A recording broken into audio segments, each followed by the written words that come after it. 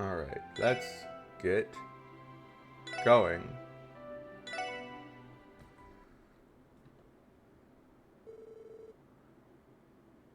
Hey Malon, thank you very much for the follow. I greatly appreciate it. Welcome to the hideout.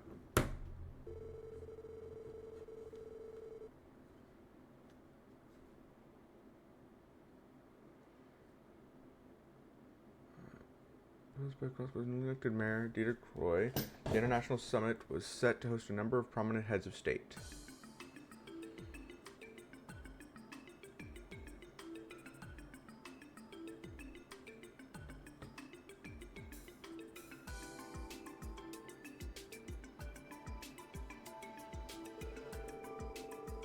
Additionally, the opening of the conference would double as the unveiling of Crossbow's new City Hall building.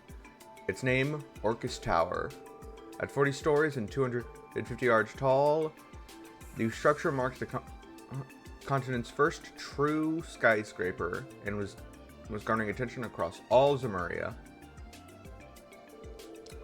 One day remained before the international dignitaries arrived in Crossbow, as well as the unveiling of Orcus Tower. In light of this, the Special Sports Section was called to police headquarters to attend a meeting on security measures. 以上が明日から3日間の通商会議の警備体制となります。ベルガード、タングラム門および国境付近にはすでに警備隊による検問体制が敷かれています。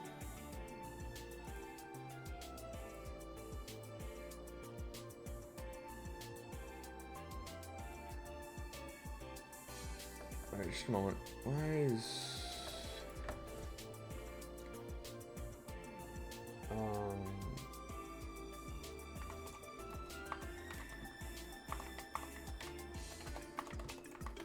Why is... Is it from stream elements not working?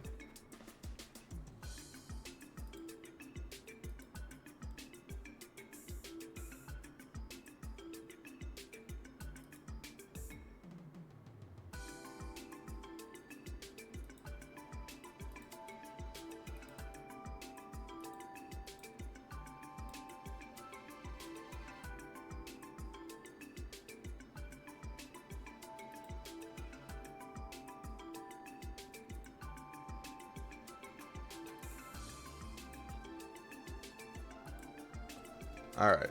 CGF has already adopted a rigorous inspection system at the Belgar Ordinary Room gates. ジョリッジ課長、ドノバン警部。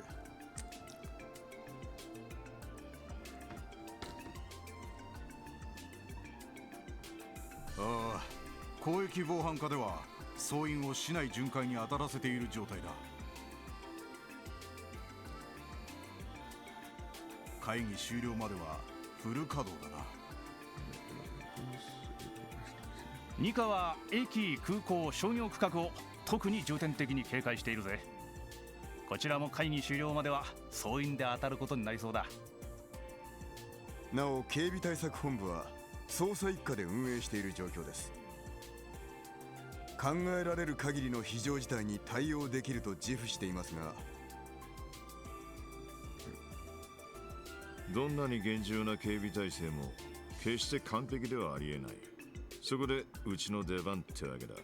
ええ、お伝えしているようにセルゲイ課長には障害担当として対策本部に詰めていただきます。警備隊方面との連絡も受け持っていただけると。やれやれ、人使いが荒いことだ。とにかくいろんなところに顔を突っ込んでるからな。それで資格をついたやり方で有利な捜査体制を確立する。Top Gamer, thank you so much for the follow. I greatly appreciate it. 絡め手のセルゲイの面目躍如ということだな。Welcome to the hideout. So, how you doing? よしてくださいよ、な昔の話。絡め手のセルゲイですか？なるほどという呼ばれ方ですね。昔の話だ、昔の。それでこいつらに関してはいいんだな。ええ、構いません。彼らにはしばらく友軍として動いてもらおうと思います。友軍ということは、通常の支援活動を行いながら何かあればバックアップに回れるようにするんですね。ああ、その通りだ。遊撃士協会と同じスタンスだが、彼らに頼り切るわけにもいかん。それにあんな連中が入り込んできた以上、予想外の事態への保険は欲しい。あんな連中。赤い星座だな。ああ、両兵団赤い星座、ゼムリア大陸西部において最強と言われる両兵団の一つだ。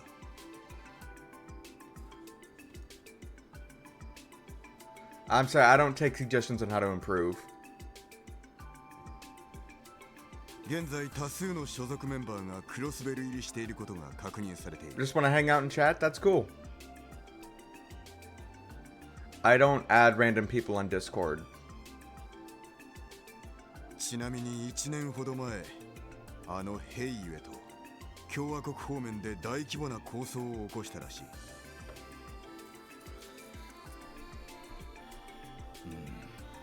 物騒な連中だな。ってことはこの町でヘイユへと抗争の続きをするつもりなのか？いえ、基本的に両兵団はミラによって動く連中です。以前争っていたとはいえ、再び争う理由にはなりません。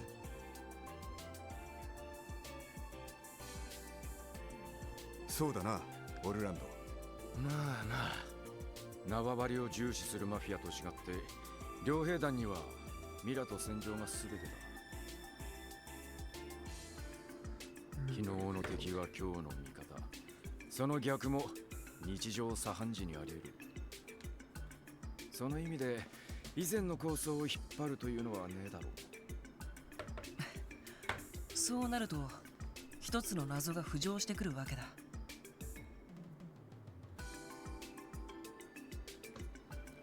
どうして赤い星座がクロスベル入りしたのかっていう。一家でも探ってはいるが、その目的は未だ判明していない。ただ帝国政府の後押しを受けているのは確実なようだな。通商会議に関係することで何かを行おうとしている。もしくは共和国系のヘイユへの台頭を抑えるのが狙いでしょうか。まあどちらもあり得るだろう。いずれにせよ通商会議において無視できる要素じゃないってのは間違いなさそうだな。ええ、無論です。ちなみに赤い星座だが、クロスベル市の周辺にも何度か足を伸ばしているらしい。もし各地を回ることがあれば、そのあたりの動向も探ってほしい。了解しました。それでは支援要請に対応しつつ赤い星座の情報収集を行います。何かありましたら各方面に応援に行きますので、いつでも連絡してください。お、頼りにしてるぜ。遠慮なく頼らせてもらうぞ。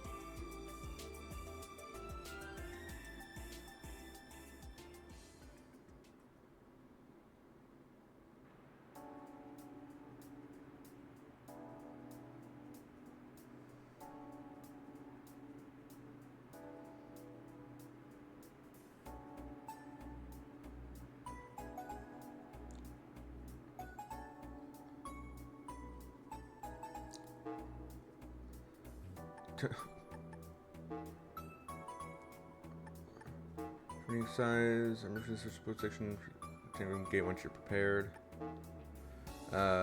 Dr. Salin, Tenorsa's new professor of pharmacology and neurology, has an urgent request. On a related note, we also have the results of the drug analysis you requested. Please come to St. Ursula Medical College. For old tome's sake. techs in Stargazer Tower. Naturally, as librarian, I'm quite keen to get my hands on them. Could you please help us with your preliminary assessment? Dangerous monster, Sepith Demon, has been sighted on Old Armorica Road. We ask that the Special Support Station deal with this threat swiftly. 緊急度が高そうなのはでもあのダグラス教官から呼ばれることになるなんてな。ダグラス教官、警備隊の副司令になった方よね。ああ、副司令になられる前は警察学校の教官をされていたんだ。基礎体力の向上から格闘訓練、トンファーによる制圧術なんかをみっちり叩き込まれたよ。もともと警備隊のホープとして期待されていた方だったんです。でもあの前警備隊司令に疎まれて官職に回されたらしくて。俺も演習で世話になったが凄まじくタフな兄さんだよな。戦闘力で言ったら多分警備隊ナンバーワンなんじゃないか。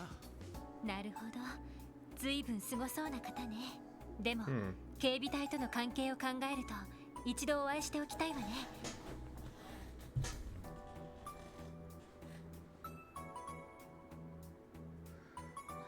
ああ、挨拶がてら行ってみよう。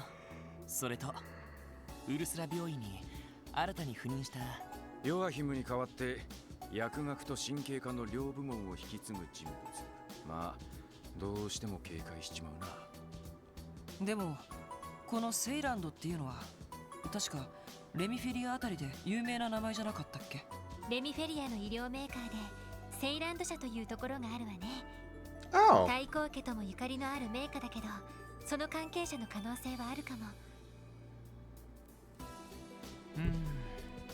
そうなるとそこまで怪しい人物じゃなさそうだけど、まあいい。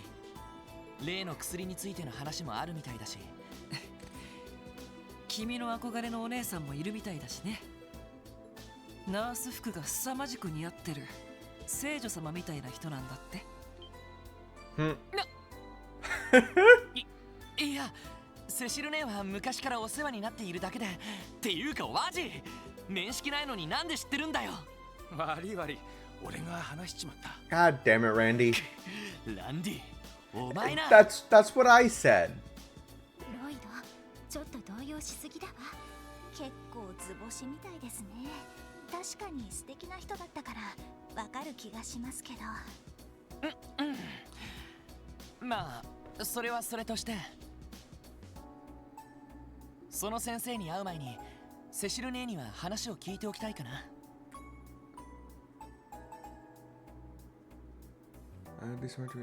ヨアヒムが残したダメージから病院が立ち直れているかも心配だし。そうね。あ、でもしずくちゃんは今日は町に来ているのよね。さっきキーヤちゃんがギルドに遊びに行ってたし。ああ、今日は一日しずくちゃんと遊ぶんだってギルドにいるだろうから、時間があったら行ってみよう。ええ、そうしましょう。雫っていうのはあの風の牽制の娘だっけ？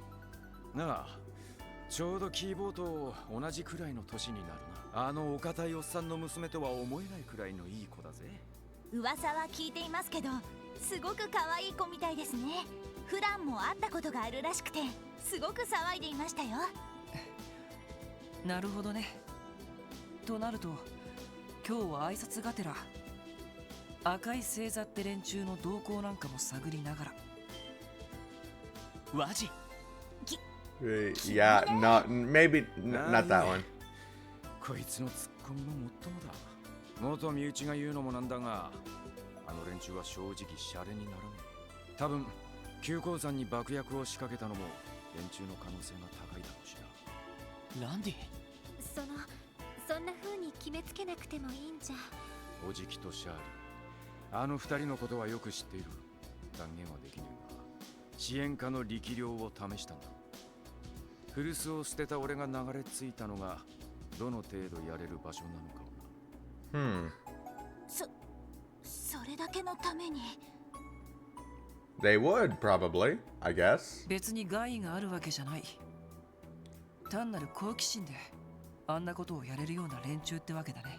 ああ、あの程度のトラップなんざ連中には挨拶程度ってことだ。その意味じゃせっかく戻りはしたが、俺一人で連中の動向を調べた方が。だったらなおさらだ。確かに赤い星座というのは放置できる連中じゃないだろう。クロスベルへの来訪目的にしても帝国政府との関係にしても、いずれ突き止めていく必要がある。ただしあくまで特務支援家としてだ。ロイド、俺たちにはランディが必要だし、ランディを一人にするつもりもない。ランディだって一人で動いて何かできる見込みはないんだろう。だったら勝手に動くなんて言わないでくれ。相変わらず大した口説き文句だね。でもその通りですよ。こういう時に力を合わせるのが特務支援家なんですよね。ええ、もちろんよ。あの教団事件でも私たちは全員の力を合わせて立ち向かった。ランディ、今回も同じではないの？悪い、つまらないことを言いかけたみてえだ。ああ、とにかく車もあることだし、今日は支援要請を片付けながらベルガード門やアルモリカ村にも足を。そうね、久しぶりだし。そういえばソーニャ司令の方はベルガード門にいらっしゃるのよね。ええ、通商会議に向けての対応で忙しくされていると思いますけど。ミレイユのやつもいるはずだし、そっちに顔を出してもいいかもな。それじゃあ出かけるとしようか。 Alright.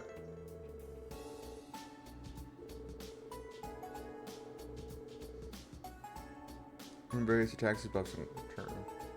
Enemy ambushes, the party's formation will be disrupted, support members included. Because of this, it is wise to keep your support members' equipment and cores up to date too. Support members can be swapped in and out under tactic. Yeah, additionally you can toggle support crafts on or off under the status section. Whatever, yeah.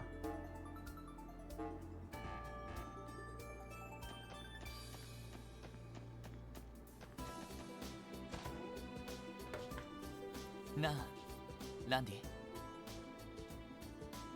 お、なんだロイド。そのお父さんのことだけど。ああ、それか。別に気にすることはねえぜ。あの世界じゃ珍しくもねえ話だ。それに段を抜けた時に俺と親父は縁を切っている。何も感じないわけじゃねえが、ま、サバサバしたもんだぜ。そっか。でも気が向いたらいろいろと聞かせてくれよな。一応リーダーとして相談に乗れることがあるかもしれないしさ。あ、ごめん、ちょっと生意気だったか。違う違う。なんだかんだ言ってお前も成長してると思ってな。お兄さん感慨深いぜ。あのな。ま、気が向いたら相談するかもしれねえ。そん時はよろしく頼むぜ。ああれ、何してるの？二人とも忘れ物？ごめん、すぐ行く。そんじゃあぼちぼちお仕事を始め。It's a rare. Just feel free to use it as you see fit.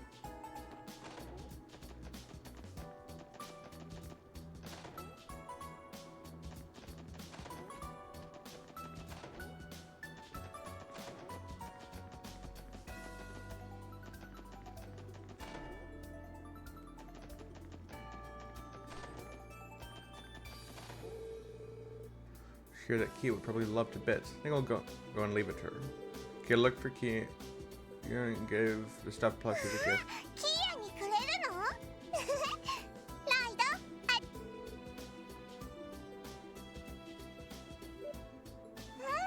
ここがいいかも。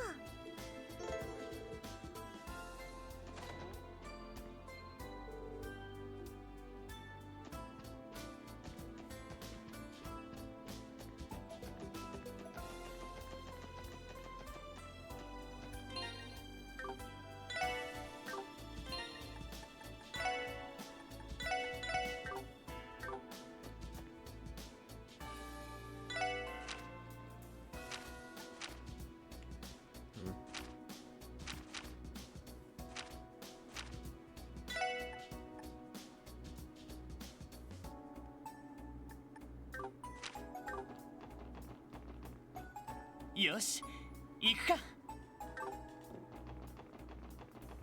Now that we have a car, would we buy the customization bits and pieces in the store?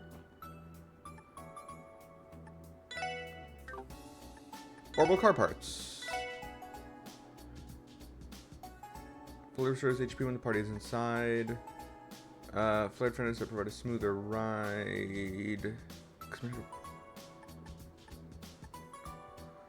Is there entry and exit? Weapons, vibrations, and reduce drag. A top bumper that improves safety.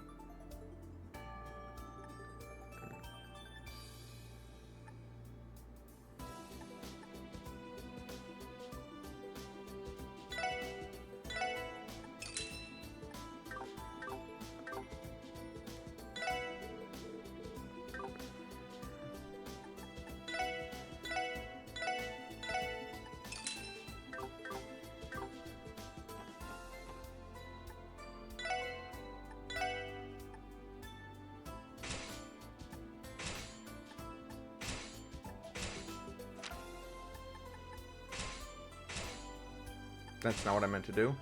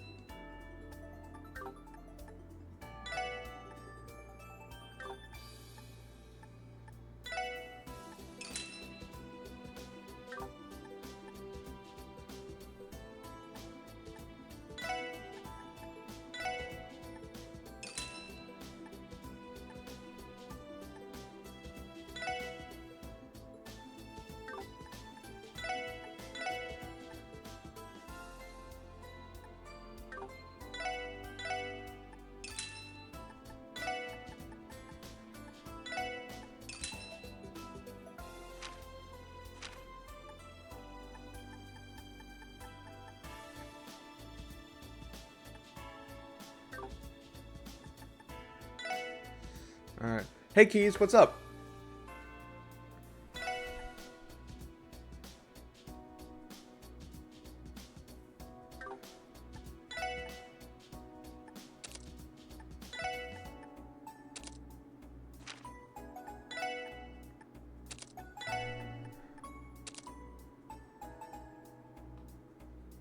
Nice.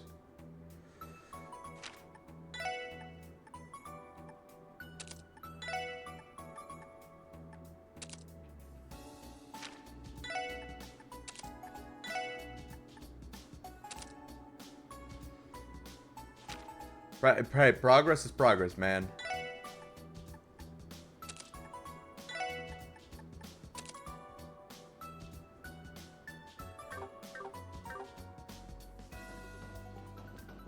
Okay, well, cool. Well, feel free to chill, and hang out. I'm just, that's all I'm doing today.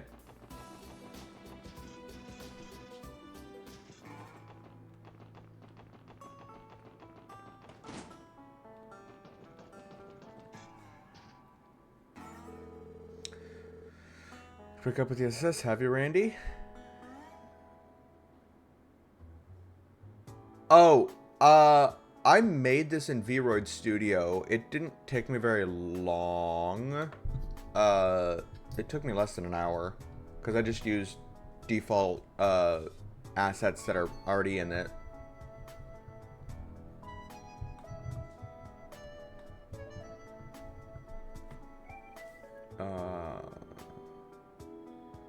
Yeah, the only part of it that wasn't a pre-made asset is the hair and beard. I did have to use their hair drawing tools in Vroid to do those myself.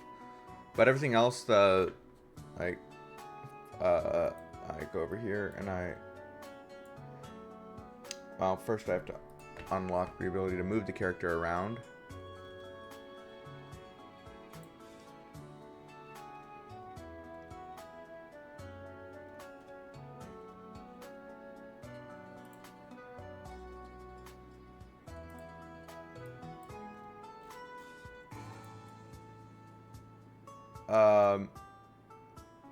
The pretty much, and then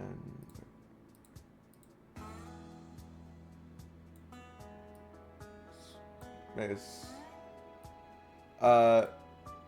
the shirt, pants, and shoes are all pre-made assets that existed in there using pre-made textures that were just in there. I didn't even install anything new.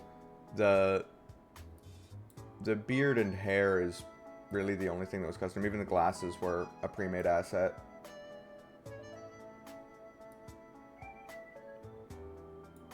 Now I'm gonna...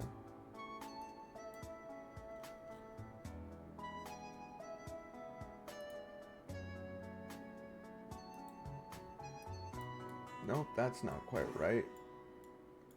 What the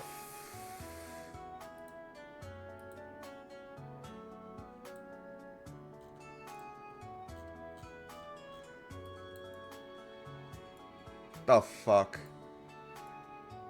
Bro, I don't know what the... There we go. Orbit character. I gotta do none. I don't know what the fuck I'm doing with this. That's why I usually keep the character just locked in place. Especially since, because I'm playing this game with the controller, and it's through Steam, for whatever reason, if I have that, if that is set to orbit character... Oh wait, no, it's not doing it. Okay, I don't know what I changed to phase it, but it used to be, do this weird thing where it would, the model would move around as I was moving the analog sticks on the controller.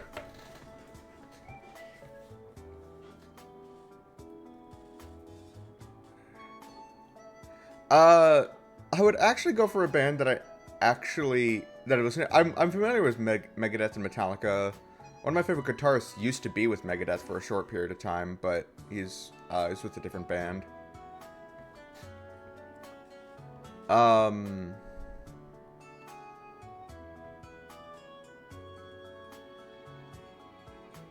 But yeah.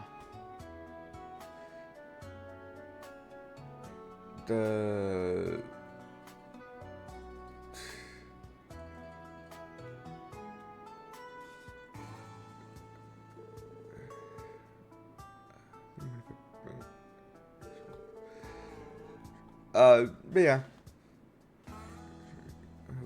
You know how it works, getting new materials, and we got a deal. Just be sure not to overdo it out there. Okay. Oh, they take...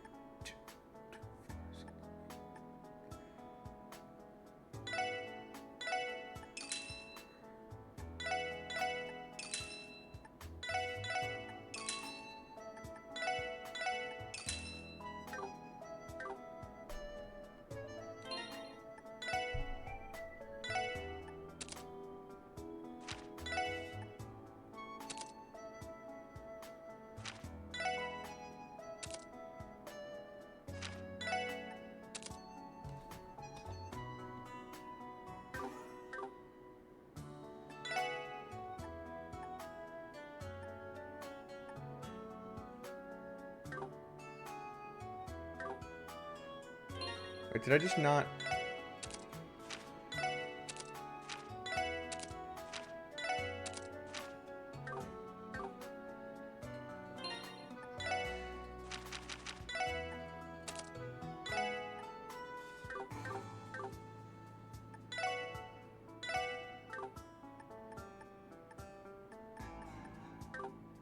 Oh no, I did.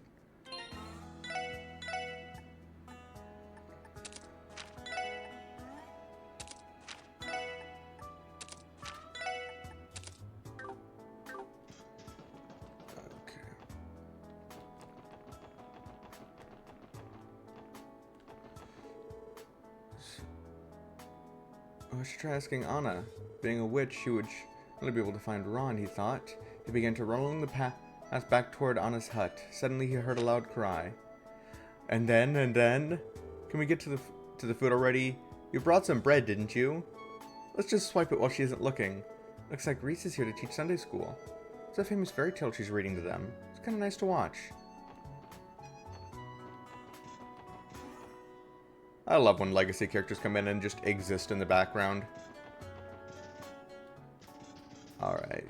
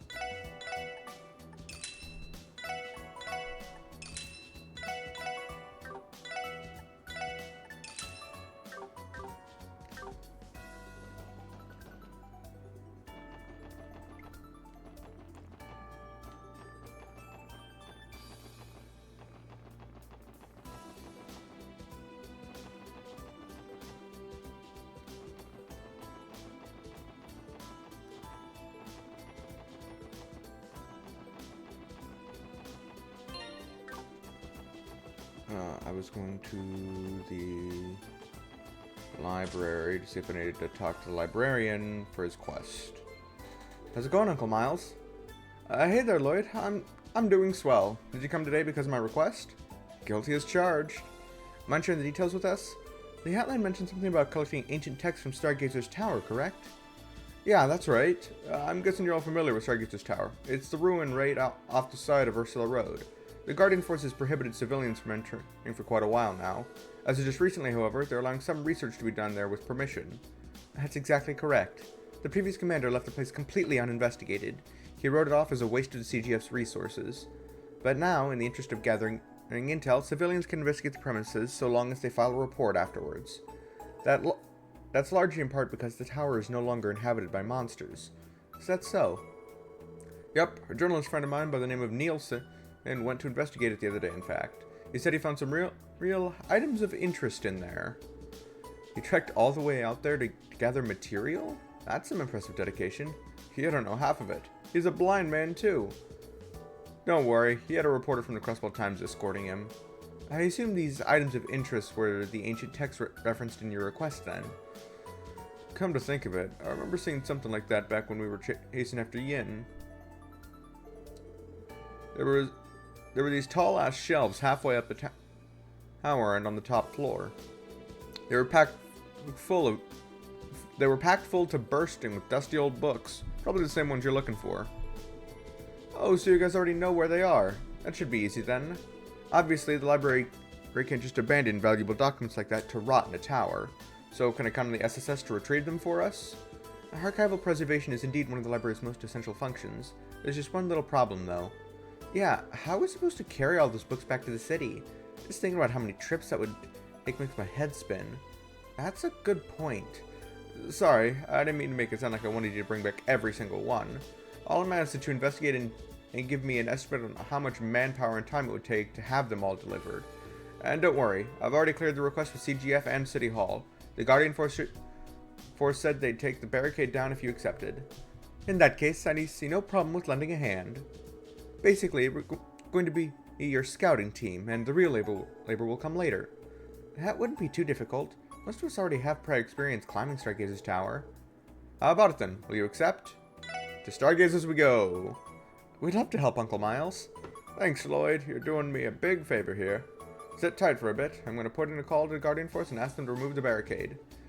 Oh, you can just let me handle this. It'll be faster if I contact Commander Balls directly. You know what? Fuck it. She's Commander Balls now. Hey, good thinking, Noel. I'll say, go right on ahead.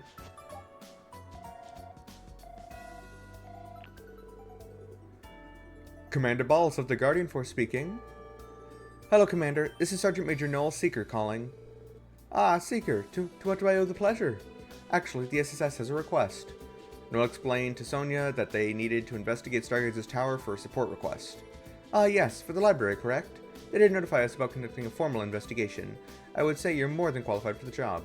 I'll have our patrol unit in the area remove the barricade for you at once. Thank you, ma'am. Well, I should get back to work. Good luck and stay vigilant. Okay, we're good to go. Thanks, Noel.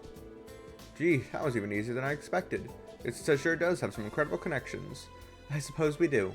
Now then, shall we head to Stargazer's tower? Yeah, let's. Looking forward to good news, Musical Miles. I will. You all take care out there.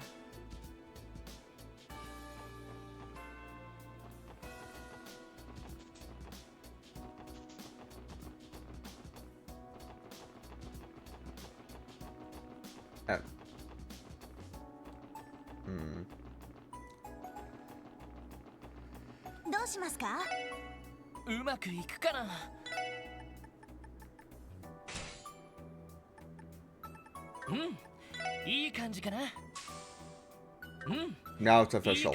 Our car is a police car.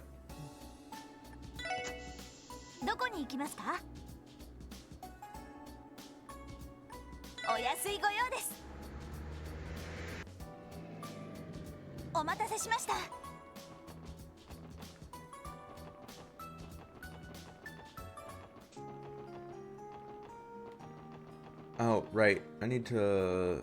I know I don't have very...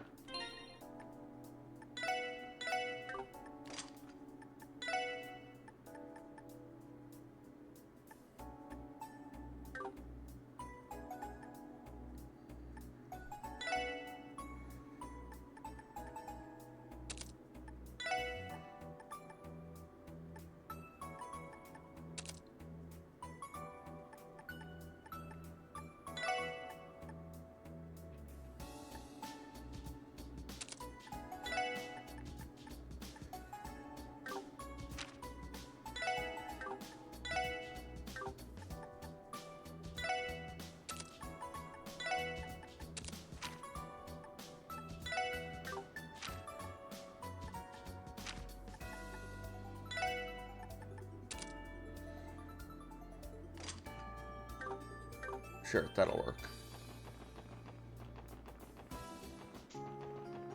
There we go.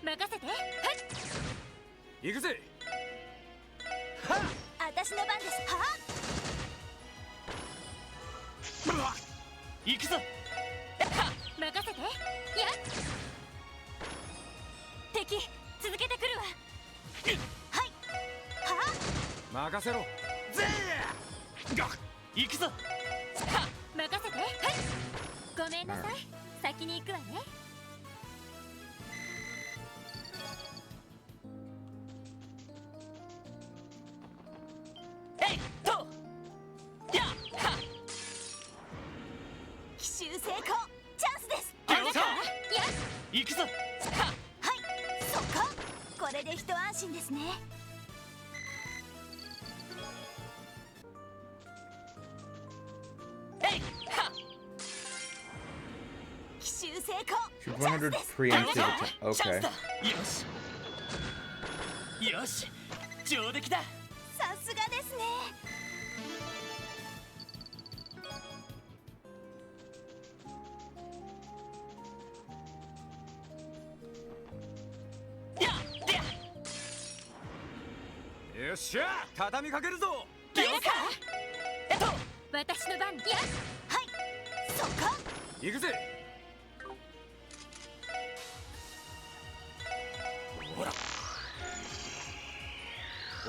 Death cargo.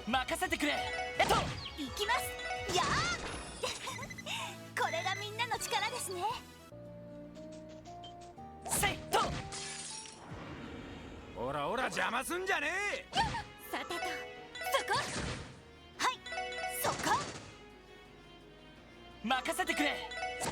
おっしゃ。よし。はいはえや任せろ。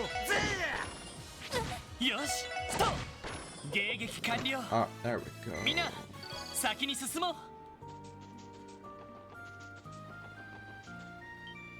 せいはえいでや。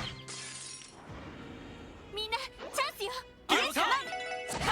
さてとそこ、よーしは俺の番だ。俺の番だっつってや。まだまだいける。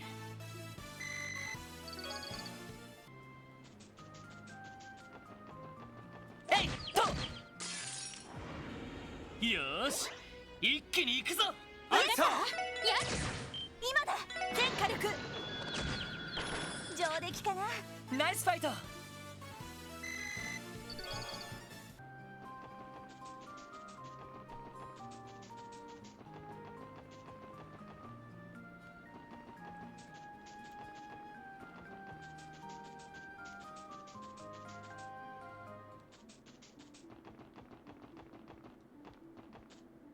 えいと。 Well, okay. よし、上げていこうぜ。あや任せてくれ。いってや。行きます。やーこれで一安心ですね。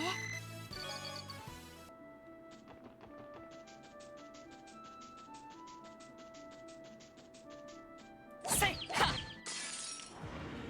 よーし一気に行くぞ。あいさは私の番やよーしやーこれがみんなの力ですね。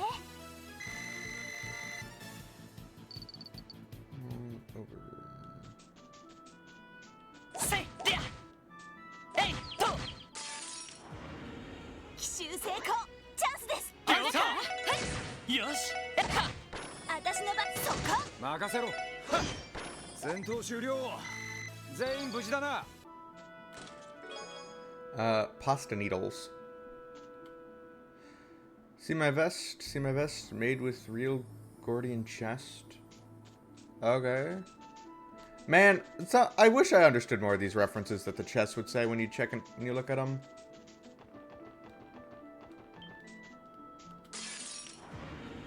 みんな油断は禁物よ。私の番ね。そこ、はいは俺の番だ。100年早いっつの。 Ground softening ointment. やは奇襲成功、チャンスです。了解。そこ行きます。やー俺の番だな。とこれが俺たちの力だ。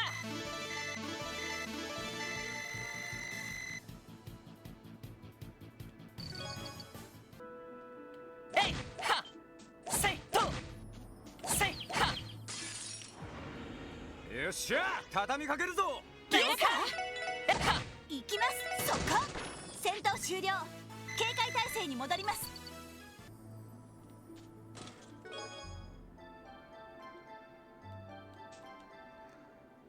Attached to the bomb is a label that reads "Best before S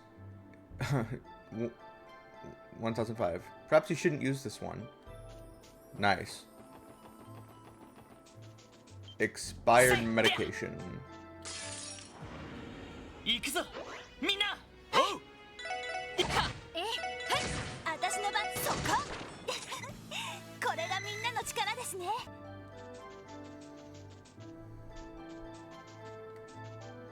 せいと。みんなチャンスよ。了解。や任せてくれ。とー任せて。そこよかっ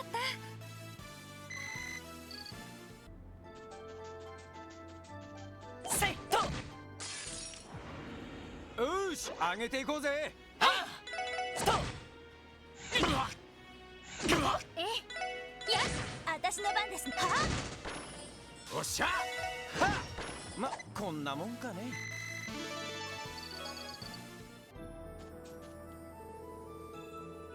Level 82. Nope, not not fighting level 82 monsters.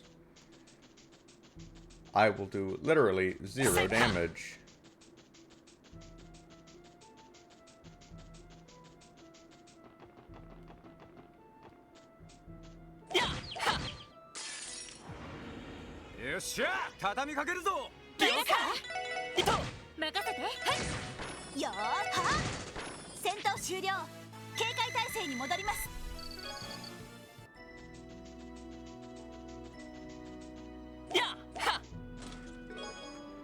Quartz fragment. Oh, great, my brother's nobility he was, and husband he was also, but part of Cyril clung to those wondrous boyhood fairy tales. This is the right way, villain. You're a villain. She's my wife. You're more married to her father.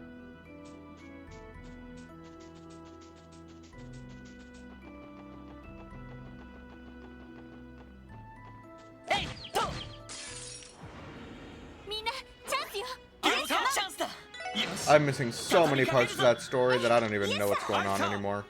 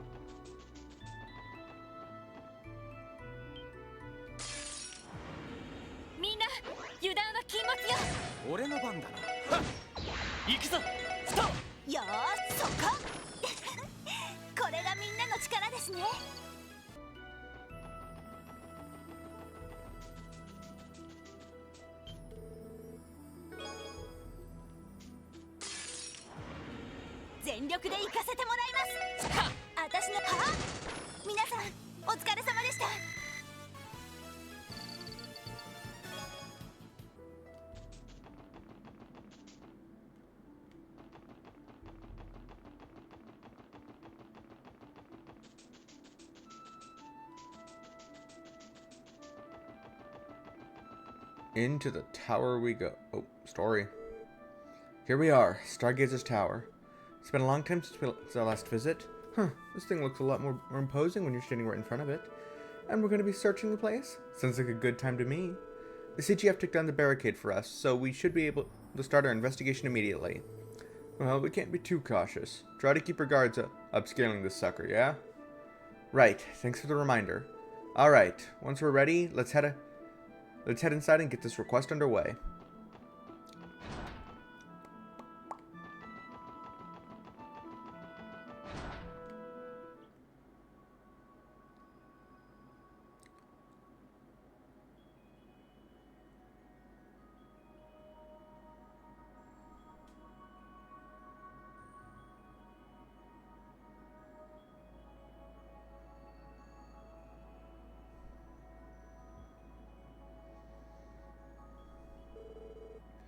The silence is almost deafening. CGF scattering reports haven't found any traces of fiends around here since the cult incident. That was why they decided to allow civilians to spray the tower again. Do you suppose the bell at the top of the tower summoned them the way the one at the Moon Temple did? The bell, Now that you mention it, I did catch wind of something like that before. Either way, I'm not going to complain about having no baddies to fight, right, yeah? Let's get a move on, gang. Yeah, but remember to not let your guards down. Let's keep an eye out as we climb the tower.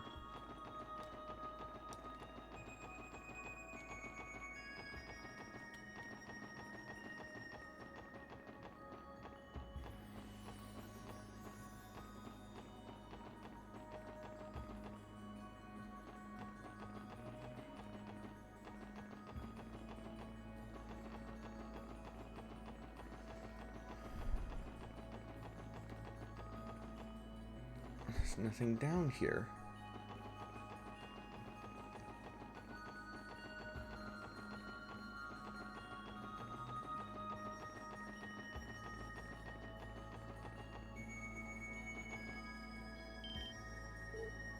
Wait a minute. This can't be right.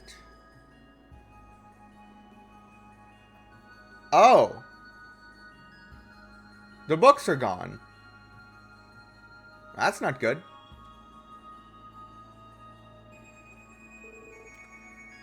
What, the bookshelves?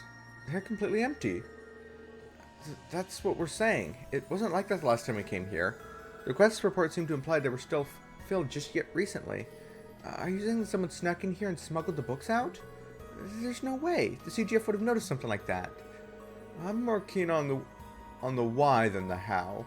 What do we want with all these musty old tomes? I don't know. We're not going to find out standing around here. There's some shelves on the top floor too. Let's go have a look. You're right. We should confirm whether or not those books are missing as well. Man, that's fucking weird. Because that's a lot. That's a fuck ton of books to try to move.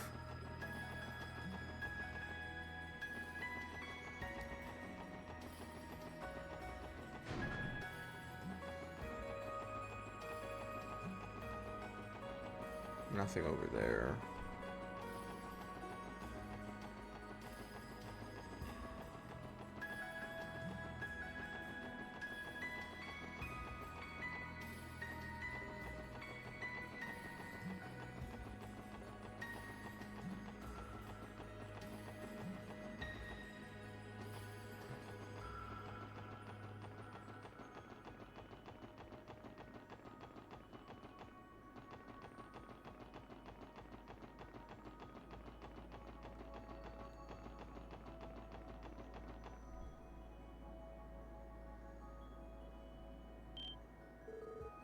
Figured as much.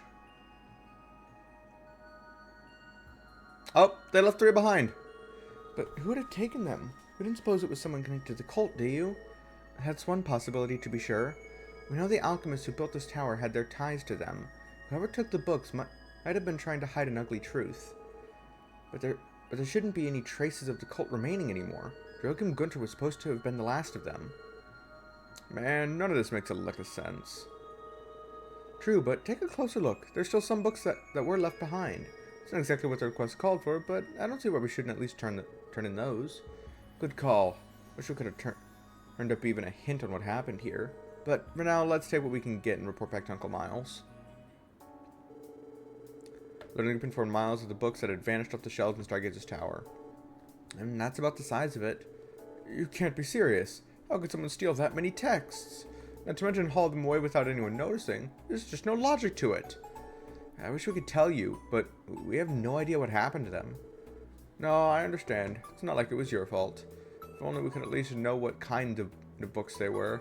And all bad news, we managed to salvage a few that were left behind. They're not much, unfortunately. However, you may still be able to learn something about the missing texts by examining them. Really? To be fair, we couldn't make heads or tails of the contents ourselves, so I'm not sure how useful they'll actually be, but here you go. I would hand over the books from the tower. These books! From what we could gather, they were written in the Middle Ages. They're so old and dingy, though, that it's tough to make out the words on the pages. Were you able to figure something out? This is incredible. This, and this one too. They're grimoires from the Middle Ages. Grimoires? Yes, tomes outlining alchemies and magical tools from a bygone era. I'll have to decipher the text to know what they cover definitively, but I can tell that much from the illustrations. Wow, that really is incredible. I guess that makes these pretty valuable. But if that's the case, why leave them behind? Maybe the person who snatched the rest of the books thought they were unimportant. Either way, it's going to be hard to get any clues from these alone. You could be right. In the end, we're still left with a mystery. Come on now, that doesn't change the fact that you've made a few priceless additions to the library's collection. That's a job well done in my book. I knew I could count on you, SS. It was our pleasure, sir. I'm going to preserve these in our archive downstairs, just to be safe. They can sit there until I get Nielsen and a few others to take a good, hard look at them. Thanks for all the help. I'll request your services again if I need them. Glad to hear it, Uncle Miles. We're always happy to help.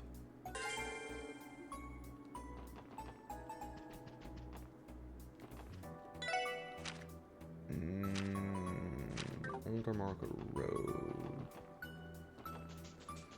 Is my car still at the south exit? Yes, it is. Ah, always remember where you parked your car.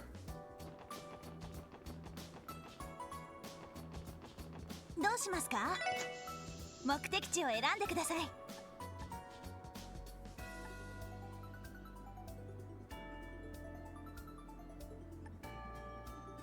お安いご用です。しました。あ、乗りますか？どこに行きますか？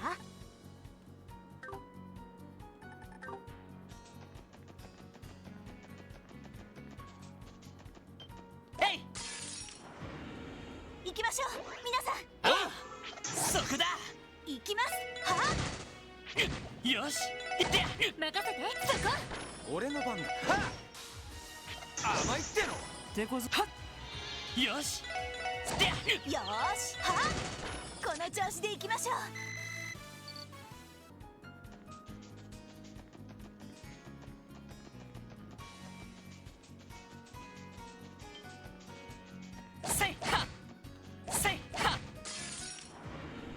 ここは俺たちのターンだ。よーし。よしストおっしゃ。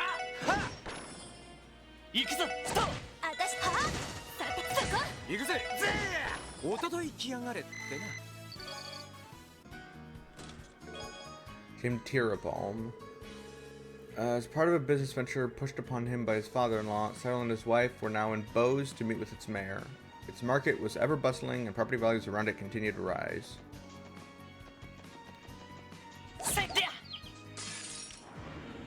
よし一気に行くぞ。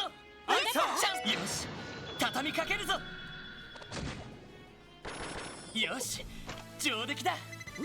やるね。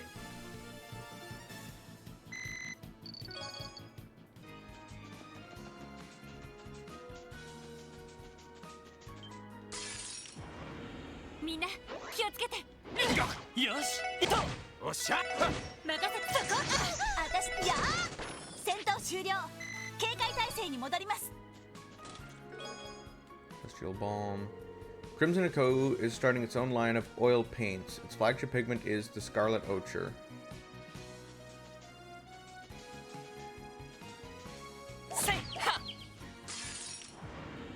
よっしゃ。畳みかけるぞ。 I don't... 任せて。はいやここだ。俺の番だな。ストまだまだいける。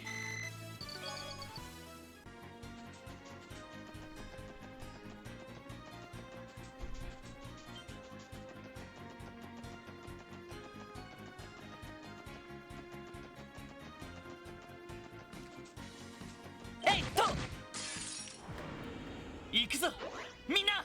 おうスト私の番。はいそこ行くぜ。行くぞ。そこはいそこおっしゃ。ま、これが実践の差ってやつかな。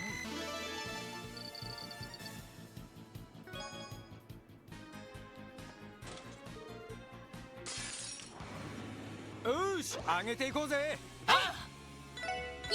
行きます。任せろ。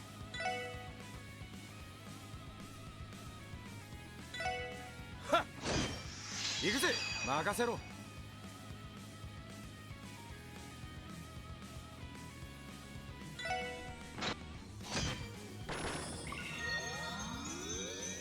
行きます行きます。任せてくれ。任せてくれ。任せて。行きます。上出来かな。お疲れ様。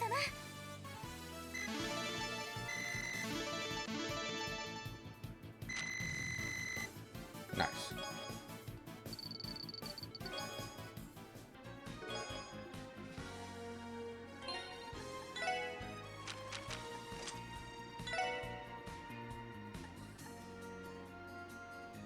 Do critical. Okay.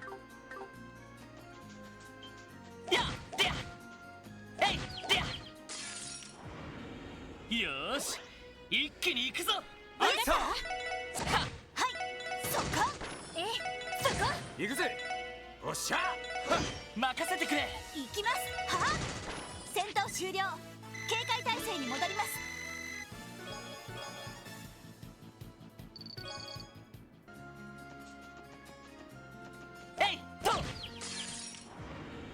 奇襲成功。よし迎撃完了。みんな先に進もう。やっとせいやみんなチャンスよ。了解。任せて。よーしや行くぜ。任せろぜ。よしこの調子で行くぞ。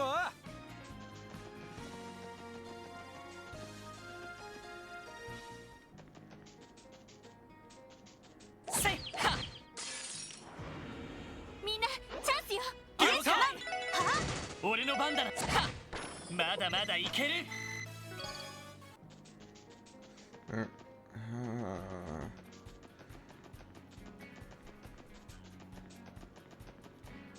よし行くか。どこに行こうかな。さあ行くぞ。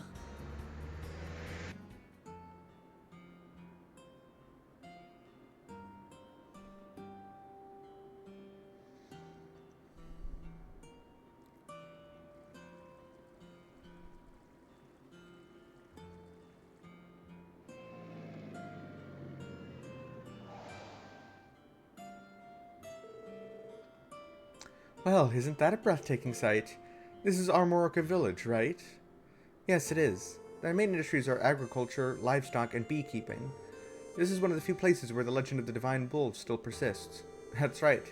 It's also the first location we ever investigated outside the city. Oh yeah, the incident with the Mafia's warhounds. That takes me back. I remember us handing off the investigation to all of you back when the Special Support Section was just some no-name police squad. Ironically, the whole damn mess could have been avoided if not for the corrupt idiot of a commander you had. That case was also when we met Zeit. It was only thanks to him saving us that we were able to resolve the case. And he's been a great help to us ever since. Not just in fights, but in other cases where we've needed his support too. Isn't that more than half the people you end up having to bail? Isn't it more that half the people you meet end up having to bail you out? I mean, why else would you hire me on? Yes, it says practically specializes in having the spotlight stolen from them. Aye. Can it, Vozzy? Damn, man. Picking up some old wounds. Well, I think we've come a long way since those days. And our best are still already ahead of us, I'd say.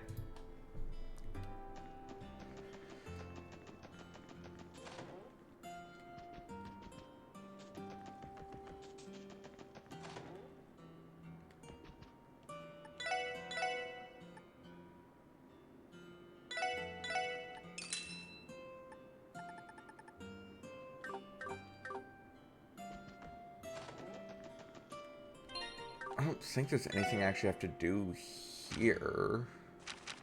No, that's not the hospital. That's at the other way at that fork in the road. I just have that monster extermination.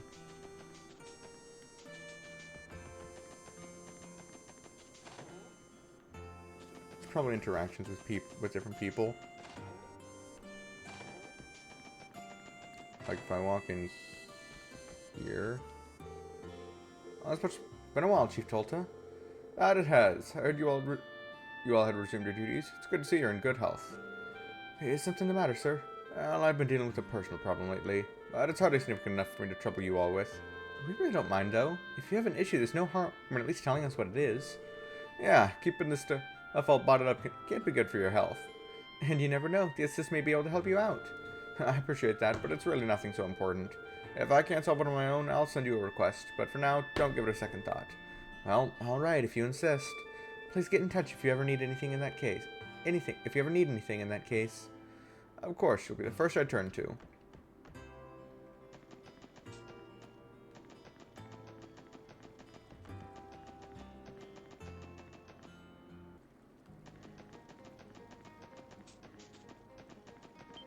Hey, go!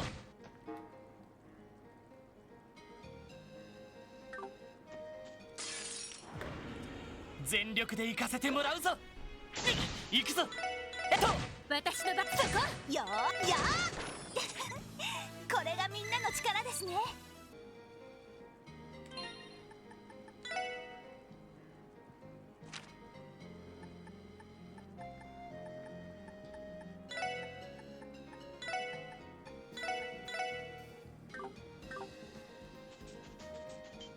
やっはっとっとと終わらせるぞ。やっはいはおっしゃぜーおととい来やがれってな。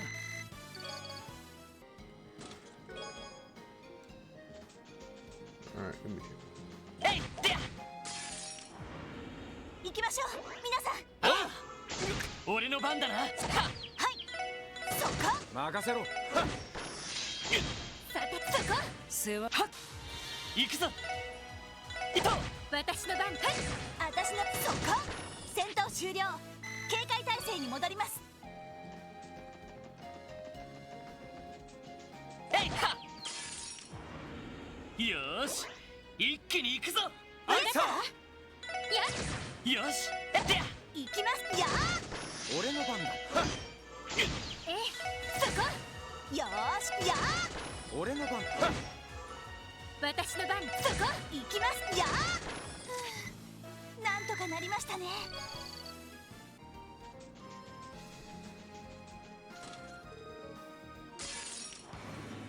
とっとと終わらせるぞ。せっと俺の番だな。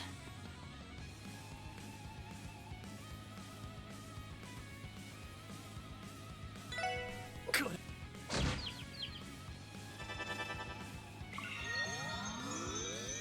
れ私の番ね。そこ行きます。そこおっしゃはっ俺の番だな。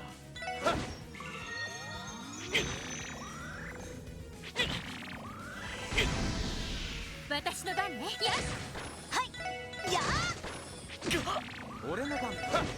任せてくれ。はっ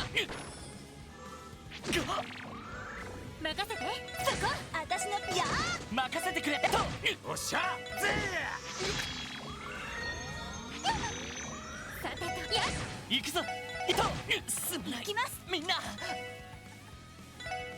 えい Oh, I need to buy revival ー任 items. せろ。手こずっよしは行きますそこ任せろ。行くぞ。はよーは戦闘終了。警戒態勢に戻ります。よしやったぞ。やりました。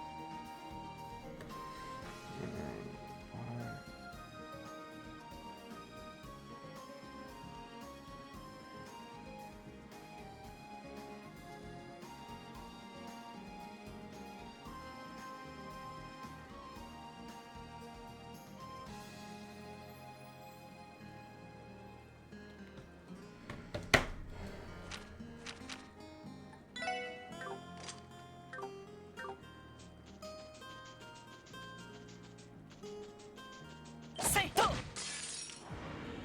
とっとと終わらせるぞ。甘いっての。行きますそこ任せろ。さてや私のそこ皆さんお疲れ様でした。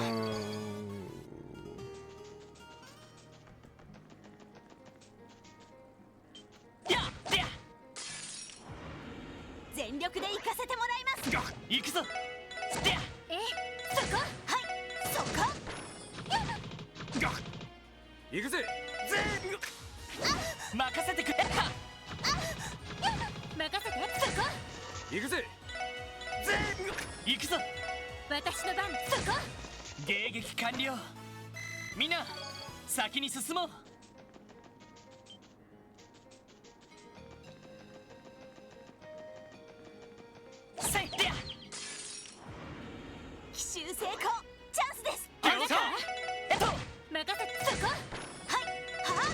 しゃぜ俺の番だって任せてや。はいはあ、この調子でいきましょう。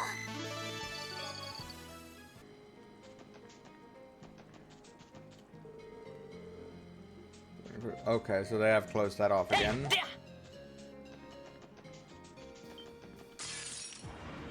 行くぞみんな。おう行くぜ。よしよー、そこ任せてって私の手こずっ私の番。はおっしゃはちょろいぜ。 No, so wait, I forgot to look at something. Don't forget that you can return the SSS's car to the garage remotely. Just open the state map and press.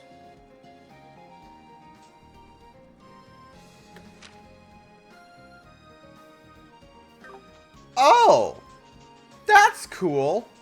Thank you, treasure chest. I actually didn't know that I could do that.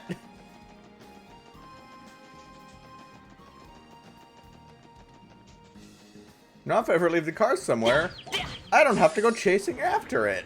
よし一気に行くぞ。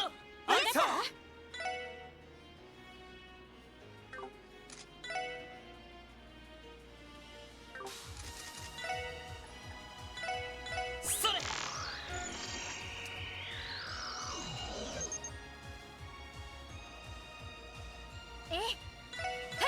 私の番ですね。やおっしゃ行くぞ。さてとそこ行きます。そこ任せろ。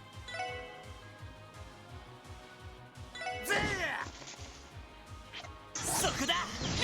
よしそこさあ先を急ぎましょう。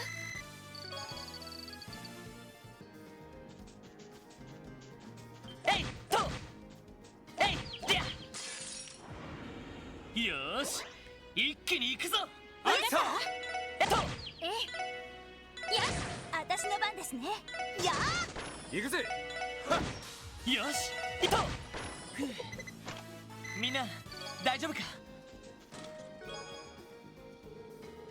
We may not have loot boxes around here, but thanks to you, there's yet another looted box.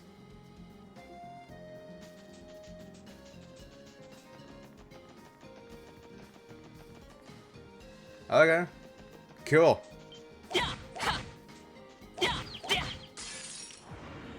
よし一気に行くぞ。任せてそこここだ。よし私の番。そこよしこれが俺たちの力だ。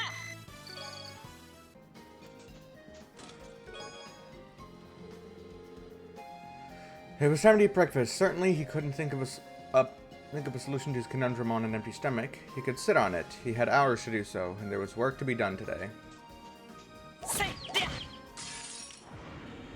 よっしゃ畳みかけるぞ。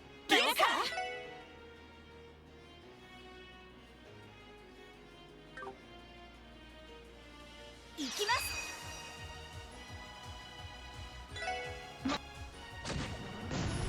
行くぞ。さてと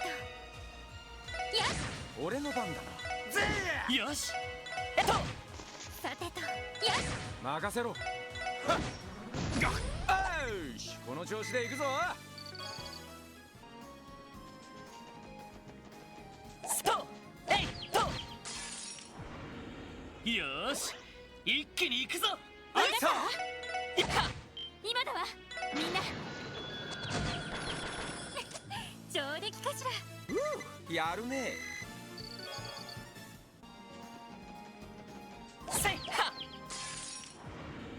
みんなチャンスよ。了解。そこチャンスだ。よし畳よし上出来だ。やるね。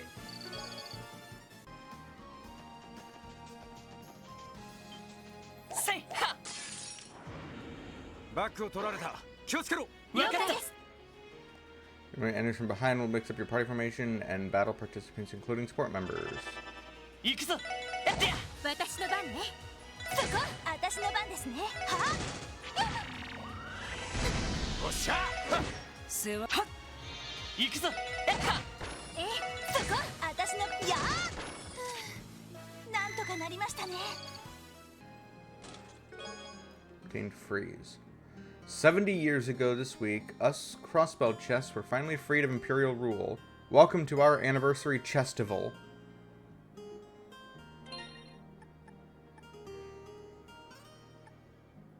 No. Oh, no.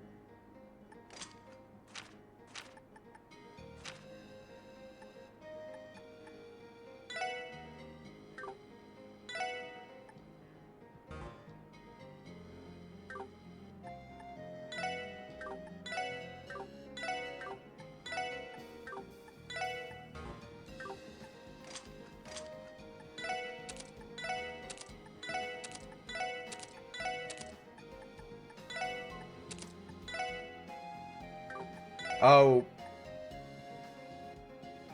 Right.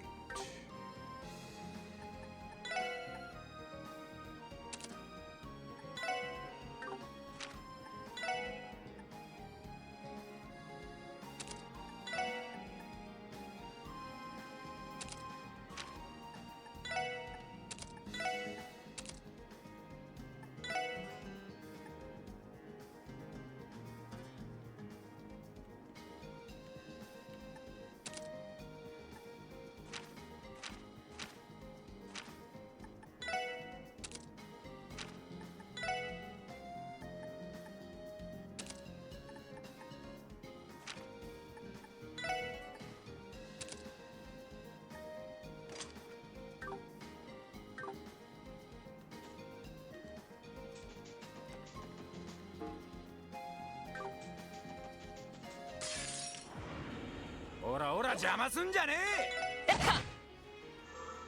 任せろ。さてとはいよーは行くぞ。私の番。さあ先を急ぎましょう。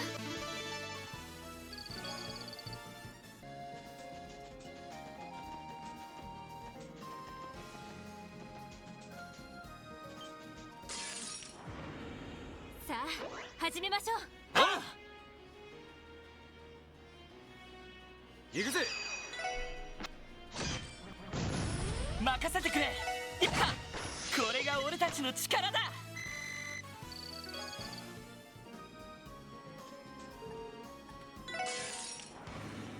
手強いぞ。気をつけろ。了解です。いやよし。さあ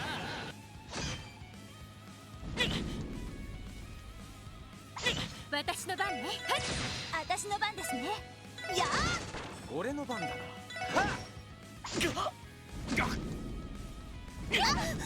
任せて。はいよーしは行くぜ。俺の番だな。お返しよ。さてとよーしそこよし。俺の番だな。今のは助かります。甘いっての。行くぞ。はいそこおっしゃ。甘いっての。私の番。そこよし。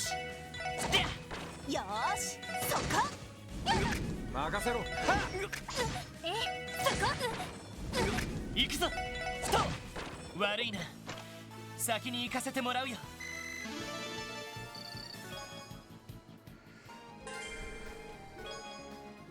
Craft book, blue.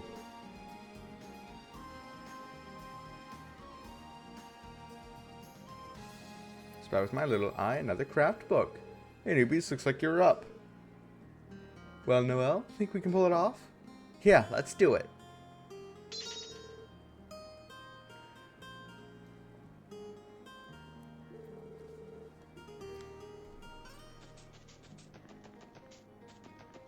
I forgot to buy a copy of the newspaper.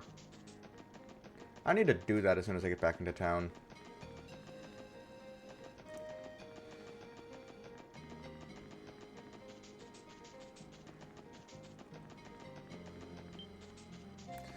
I wonder if the general store here sells them at in the village, or if I have to go all the way to the back to the city for it.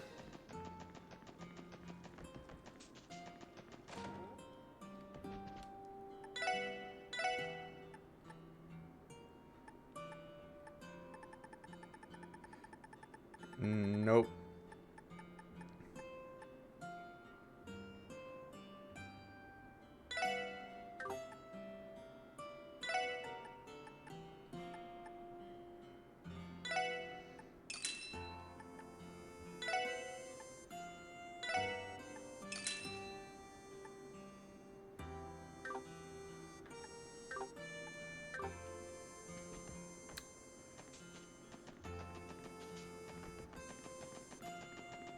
どうしますか？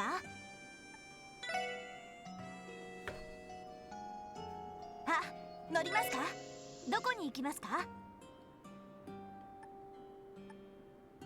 お安いご用です。はい、到着しました。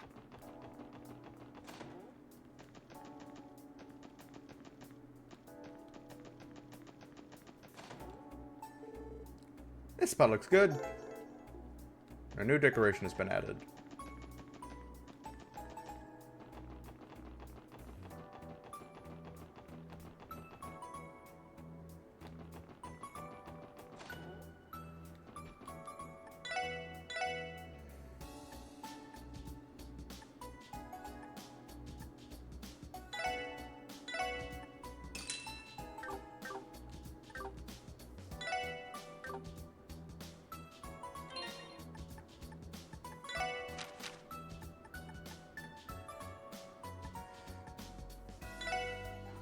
Tomorrow, the long-awaited trade conference proposed by Mayor Croy will finally begin. International leaders are expected to discuss the economic framework of Western Zemuria over the course of the 3-day conference.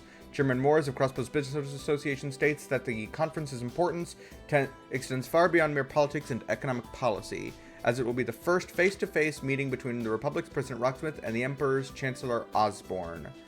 4 countries' leaders gathering for a conference is a historic sight, says Moores. Proper recognition should be given to both the mayor's diplomatic ability and the gravity of such an occasion. What follows is a basic introduction of each head of state schedule to participate in the conference. The Erebonian Empire. The Westward Empire will be sending Prince Oliver to Rhys-Arnor to represent the imperial family. Alongside him will be the famed Blood and Iron Chancellor Gileath Osborne. The media is sure to keep a close eye on this duo. Olivier's coming back. I'm happy about that. The Republic of Calvard, hailing from the east with Republic's President Samuel Rocksmith, seems the stage is set for an open debate between him and the Imperial Chancellor. The Principality of Remiferia. From the beautiful princedom of the north comes their young leader, Grand Prince Albert von Bartholomews, who has stated his desire to establish economic cooperation. The Republican finally from the Southern Kingdom is the youngest participant, Crown Princess Claudia von Aslis. Chloe's back! Fuck yes. Who will be representing her grandmother, Queen Alicia II. Since its proposal of the Non-Aggression Pact several years prior, Liberal has carried much international favor. Additionally, Arios MacLean of the Bracer Guild and Ian Grimwood, a local lawyer versed in the economic and political affairs of West Zemuria, will be acting as observers. We here at the Crossbow News Service wish this momentous conference well. I can't wait, says a local restaurant manager. This sentiment is far from an uncommon one among city residents. The world leaders converging in one spot will surely be a photo op well worth the traffic.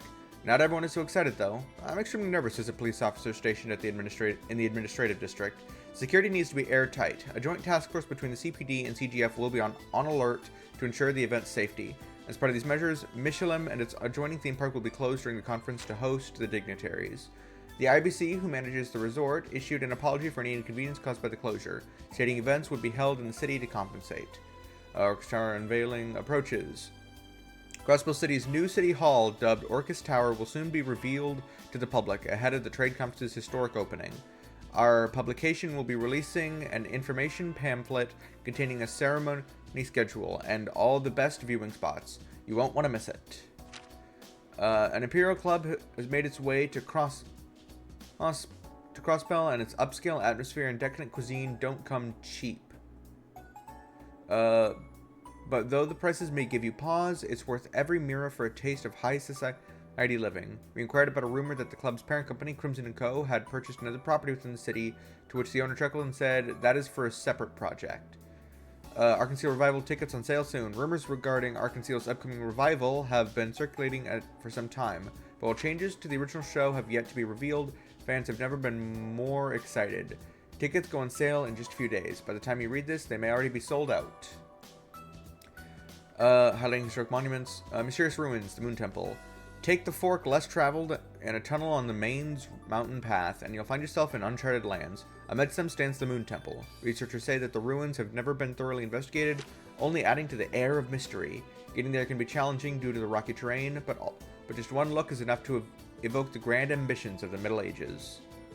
Temporary traffic regulations. A message from CPD and CGF. Due to tomorrow's commencement of the West Samaria Trade Conference, vehicular traffic will be restricted in certain sections of the city. Expect heavy congestion at both Tangram and Belgard gates. We thank you for your patience and cooperation with our inspection procedures. Cool. Now we're caught up with the happenings.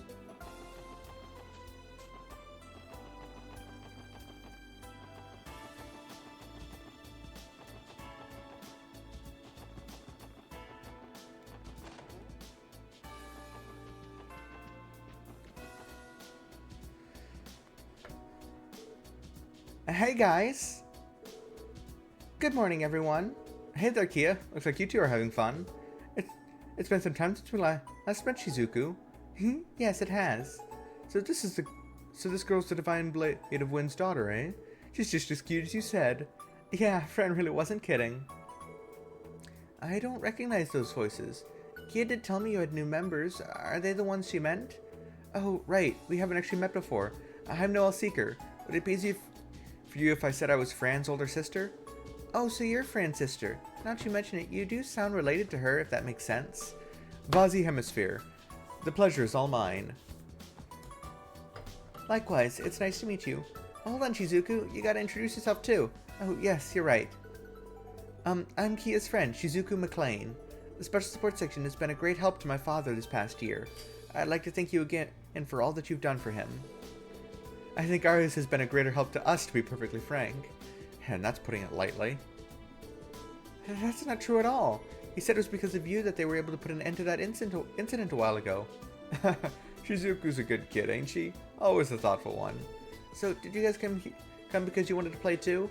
Sorry, Kia. We only came to say hi to Shizuku since it's been so long. We've still got work to do, so you two feel free to play your hearts out, okay? You got it. Have a nice day, everyone. Good luck with your work.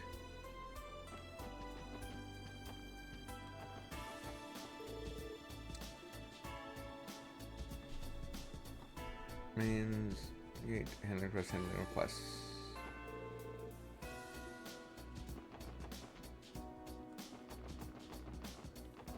Okay.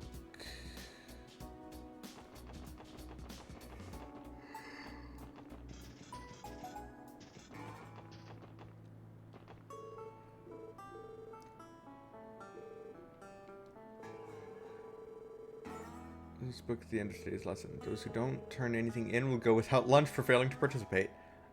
Oh, that's cruel. Wait, what? That's tyranny. This new sister doesn't play around, huh? And toward the sound and found Ron and great... Wait. Start over from the beginning. Wow, Vaughn, you want to hear it again? Yeah, that's okay with me. We can all enjoy it together.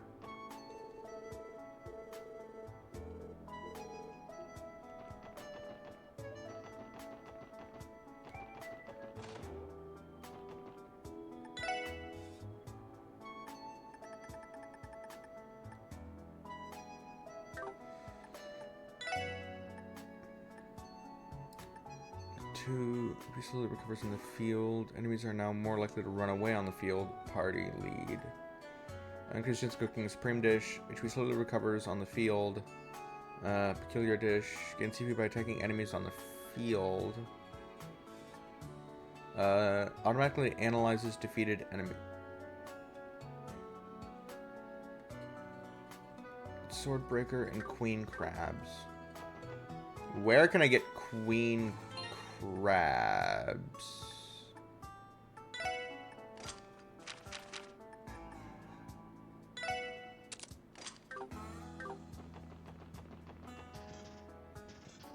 What fishing spot gives me queen crabs?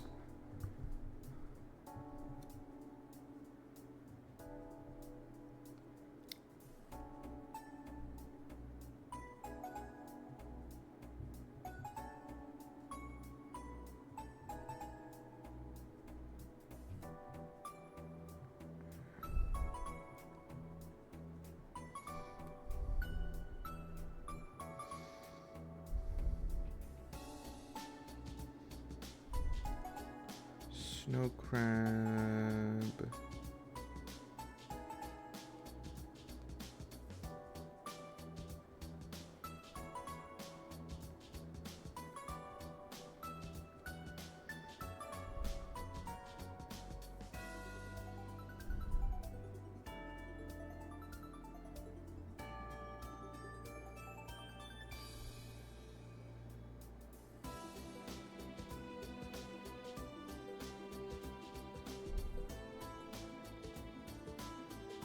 Oh, I'm just not gonna be able to get that for a while. Never mind.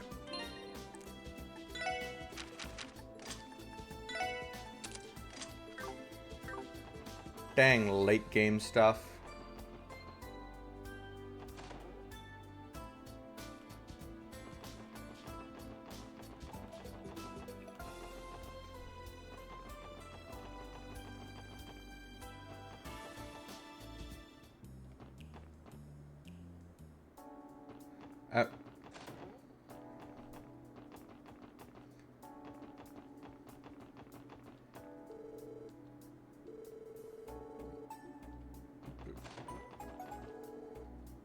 No, well, besides this job, I mean. Oh, sorry, just ignore me. I shouldn't be discussing my personal life at work. If you need any help, feel free to ask. I'll do everything on my part to assist you.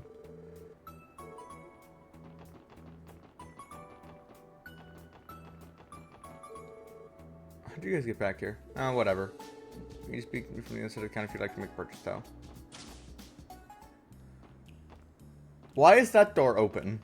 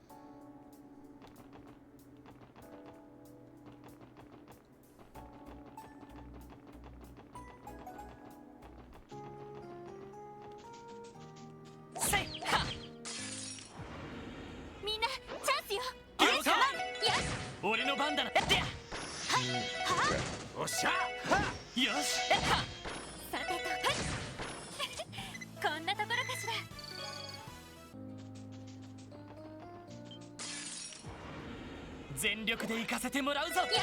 行きまおっしゃよし俺の番だな。よしもう大丈夫だ。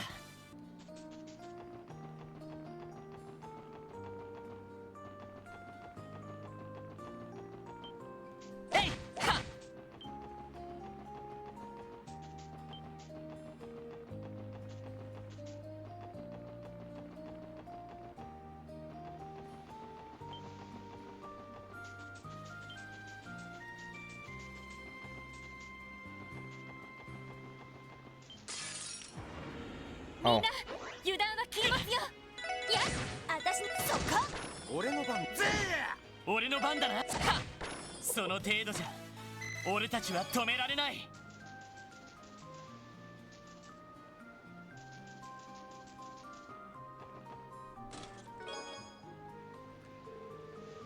A hand holding an orbital gun peeks out from inside the chest. The Elder King sends his regards. What?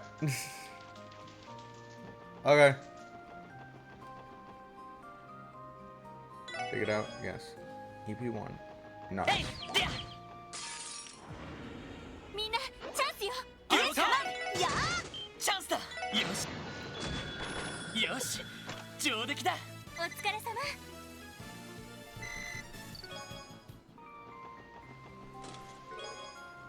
Petrify. The Zamarian metric system has a few obscure measurements that don't get talked about often. For example, salt is measured in graham. Oh, god damn it. Haha,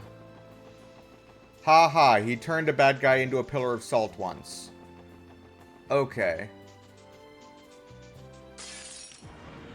敵出現交戦します。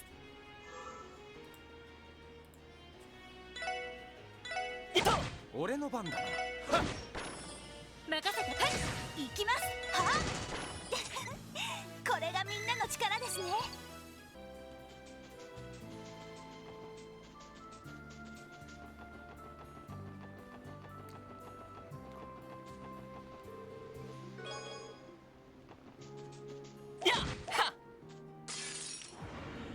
全力で行かせてもらいます。行くぞ、ストー曲がっぜ。そこ、私そこ。戦闘終了。警戒態勢に戻ります。 10 DP charge 2.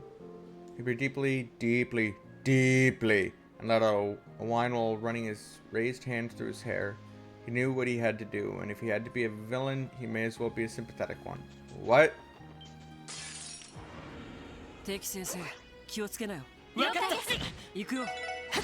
よし、迎撃完了。みんな先に進もう。やっはっ。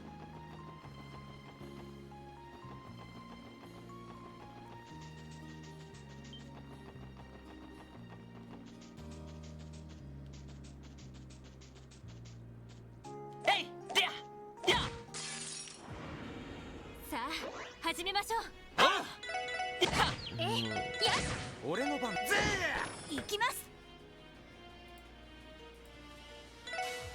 は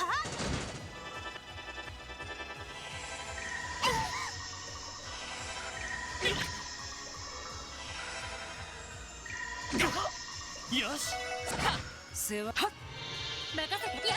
よそこ。行くぜ。私の私のなんとかなったわね。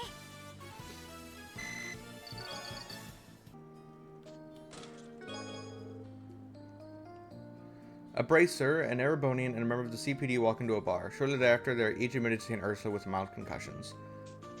Oh. Okay, yep.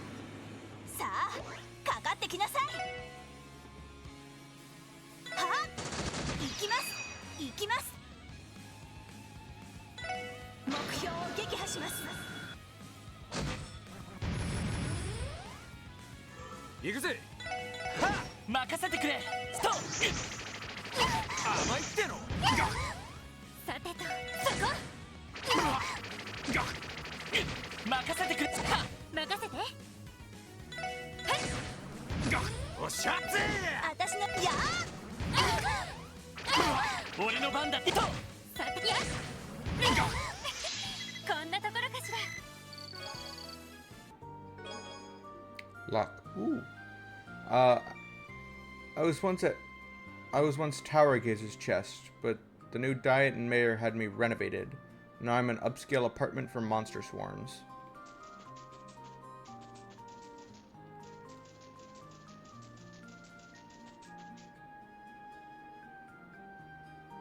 Oh.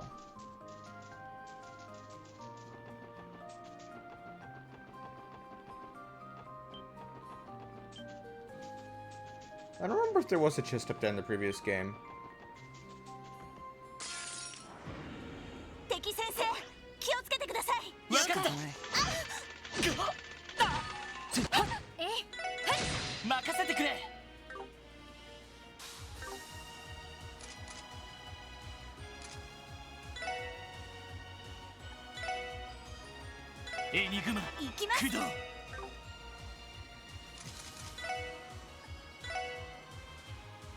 エニグマ駆動。そ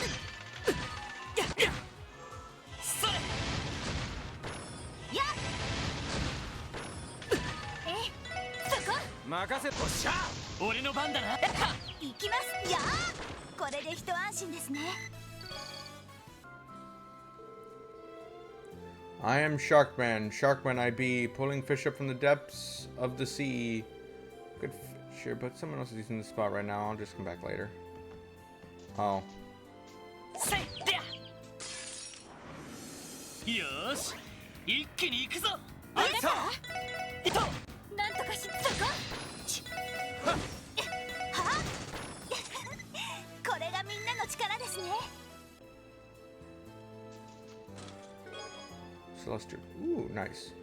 He asked Genevieve for her to knock at her door. She had been sitting upright at the edge of her bed, fully dressed in modest wear from head to toe, with her veiled hat set next to her as she read a book.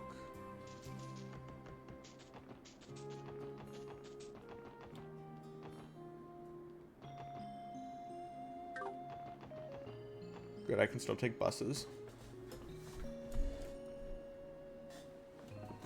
I hadn't tried to take a bus since we got in the car. Hey, Cecile. セシルね。いきなり会えたな。おかえりなさい、ロイド。エリーさん、ランディ君やノエルさんもみんな元気にしてたかしら。ご無沙汰してます。お久しぶりっす、セシルさん。本当に久しぶりですね。私とは教団事件で病院が襲撃された時にお会いして以来でしたっけ。そうだったわね。へえ、この人が噂のお姉さんかい？あら、見かけない子もいるみたいだけど、もしかしてノエルさんとあなたが噂の新メンバーになるのかしら？そういうことになるかな。僕はワジヘミスフィア。今後ともよろしくお願いするよ。よろしくね。それじゃあ私の方も改めて自己紹介させてもらおうかし。このウルスラ病院に勤める看護師のセシル・ノイエスです。私の可愛い弟のロイドをどうかよろしくお願いしますね。セシルねってば、厳密には兄弟じゃないだろう。No, but she is your dead brother's fiance, so you're still family. She's still like your sister-in-law. 子供の頃から何かとお世話になっている人なんだ。もうロイドったら照れちゃって。照れてるわけじゃないって。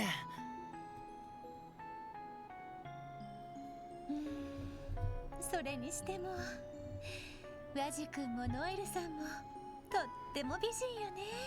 ロイド、そろそろお付き合いする相手は誰か決まったかしら？ Yes, I have actually. You've already met her. She's not part of the new members. お付き合い？セシルね、前にも言ったけど、支援課はそういうのじゃないから。It's Ellie.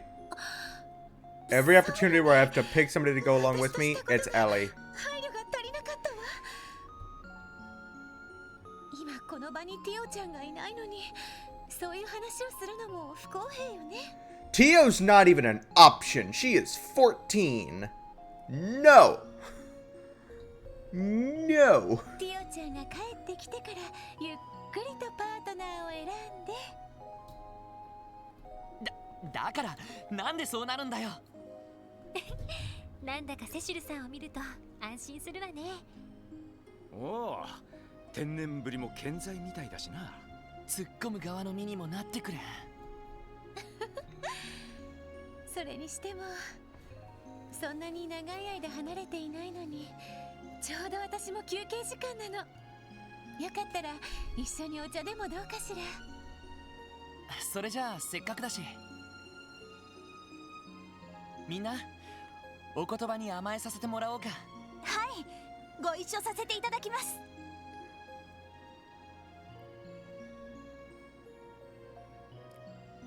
じゃあティオちゃんはもう少しの間帰ってこられないのね。ああ、いろいろと忙しいみたいでさ、きっと今頃レマン自治州で頑張ってるんじゃないかな。そっか、それじゃあ会えるのが楽しみね。帰ってきたらいろいろと土産話を聞かせてもらわないと。そうだね。ティオもきっとセシル姉に会えたら。へえ。なんだよ二人とも。いや、噂には聞いてましたけど、本当に仲がいいんですね。なかなか間に入れなくてちょっと焼けるね。あのな。I wasn't gonna say anything, but yeah. こいつはこれだからよ。普通こんなお姉さんと子供の頃から知り合いってだけでもとんだらき野郎だっつうのに。ほんとその通りよね。それを当然だと思ってたらいつか罰が当たるわよ。意味わかんないから。そういえばつい話し込んじゃったけど、今日は何の用で病院に来たんだったかしら。そうだった。実はセイランド教授っていう人から支援課に依頼が来てたんだ。確か薬学神経科の公認の方が来られたんでしたね。ええ、そうなの。ヨアヒム先生が得体の知れない薬を作っていたことが公表されて、教授たちはしばらく仕事の傍らアフターケアに奔走していたけど、最近になってようやく患者さんの信頼を取り戻せてきたの。そりゃあ大変だったっすね。おかげさまでなんとかなったわね。あの事件の傷跡も癒えてきて、ようやくウルスラ病院は新しい一歩を踏み出したわ。その一環として新しくレミフェリアから呼ばれたのがセイランド教授なの。あの有名な医療機器メーカーセイランド社の関係者。ええ、創業者の親戚筋に当たるはず。She? 女性の方なんだけど雰囲気が凛としていて。おお、ジョイ先生っすか。こりゃ期待大だぜ。雰囲気はともかく、なるほど。今度は身元もバッチリ保証されてるわけだね。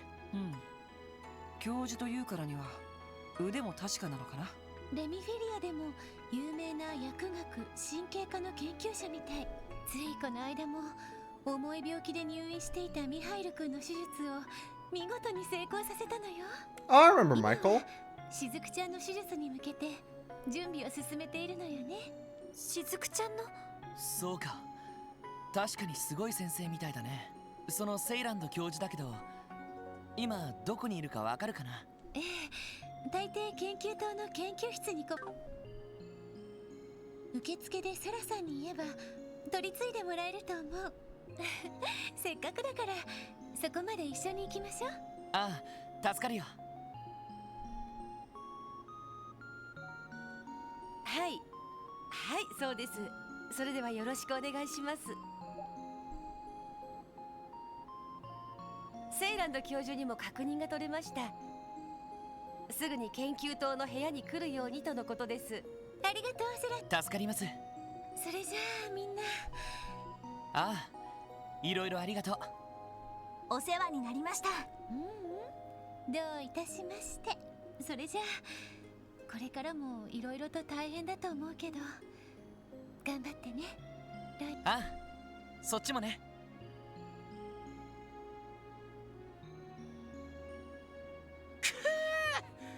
常々憎たらしいやつだな、お前は。Are we really still have to think of people jealous of Lloyd because he has a sibling-like relationship with the pretty girl? There's nothing romantic happening there at all. 頑張ってね、ロイド。だってよ。別にハートマークはついてなかっただろう。そんなことを言って噂の熱いハグも今回は見られなかったみたいだし。ああ、そういえば。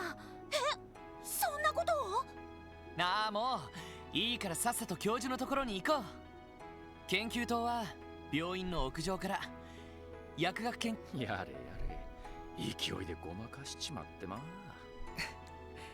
これだからからかいがいがあるよね。聞こえてるぞそこ。God, my team is full of acid. What? My health is really low.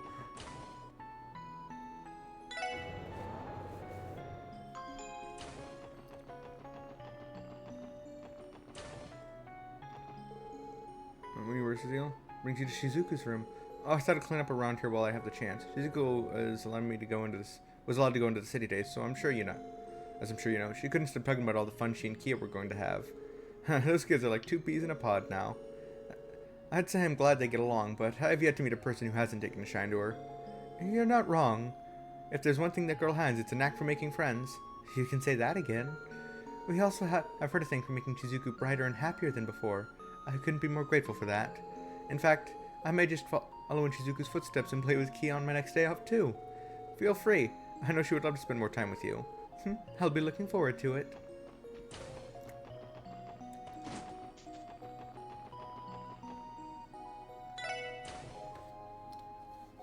すみません、失礼します。入りたまえ。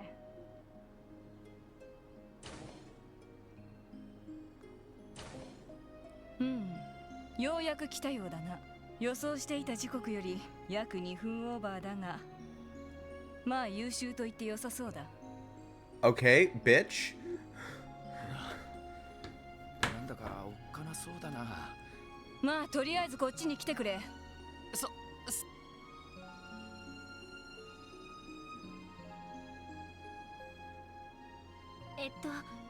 あなたがセイランド教授ですね。グノーシスの成分の分析結果が出たとのことでした。悪いが、その前に頼みたいことがあるのだ。君たちにはまずそちらを先に片付けてもらいたいのだが。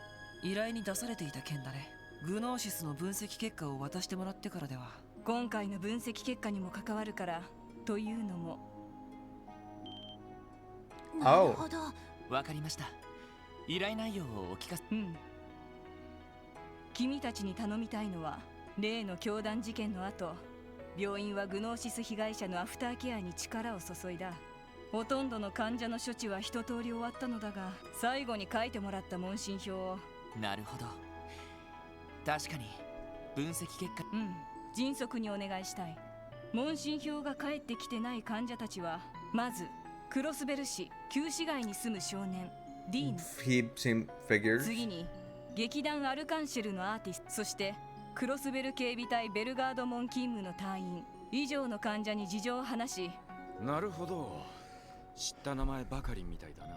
旧市街とアルカンシェルの2人は街で探せばすぐ見つかるだろう。クレス先輩も多分ベルガード門の食堂で。ああ、ではよろしく頼んだぞ。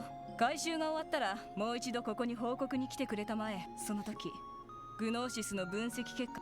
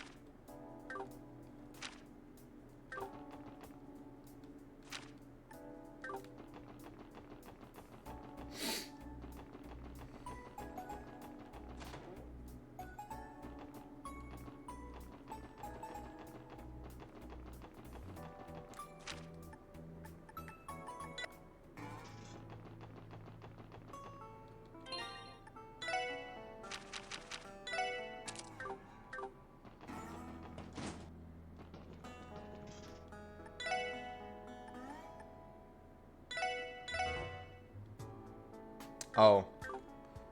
Right. Money.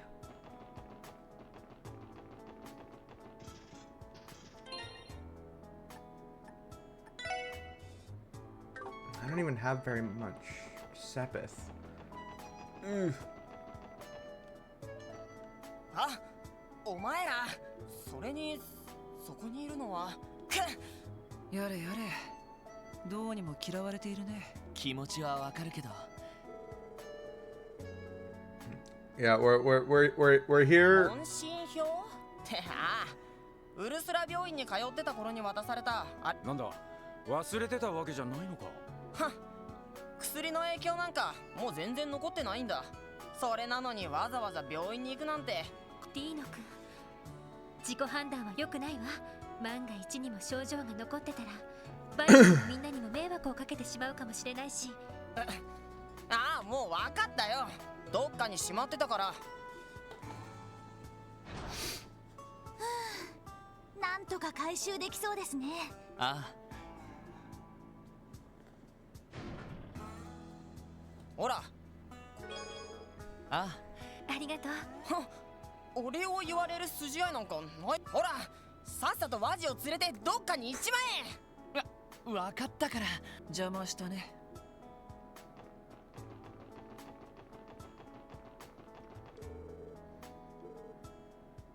Great fright. What?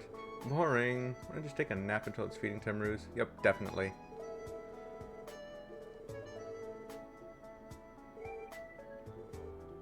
Okay, so it's just that part again.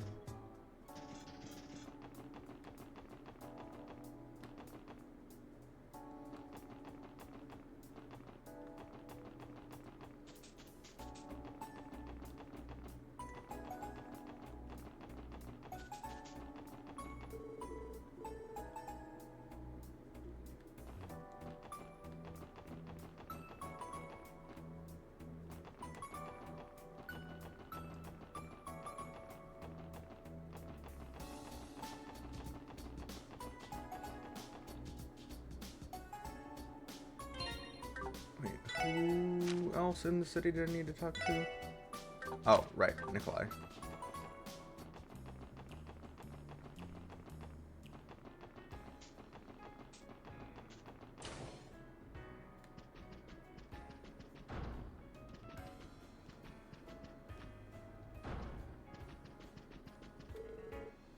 And then Ricks are incredible. Will I ever be able to perform the way they do? Yeah, someday.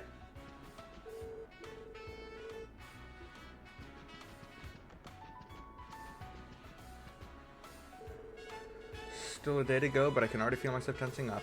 Well, that's only natural. After all, we're gonna have your typical audience in there tomorrow. But all of you should be experts at performing under pressure by now. Have a little more faith in yourself. She's right, Celine. All that worrying is gonna make you hungry. Speaking of which, do you want to snack together? Or say give me some Eastern rice crackers?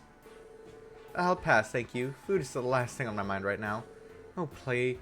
If anything, you could stand to be a little more tense.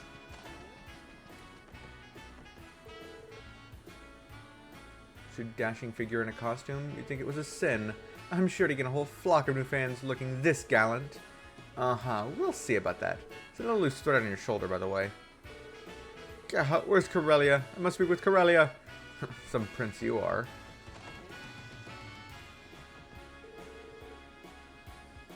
3 p.m. The rest of the day before then. I was thinking of using my free time to check out the unveiling ceremony. Ah, it seems we have company.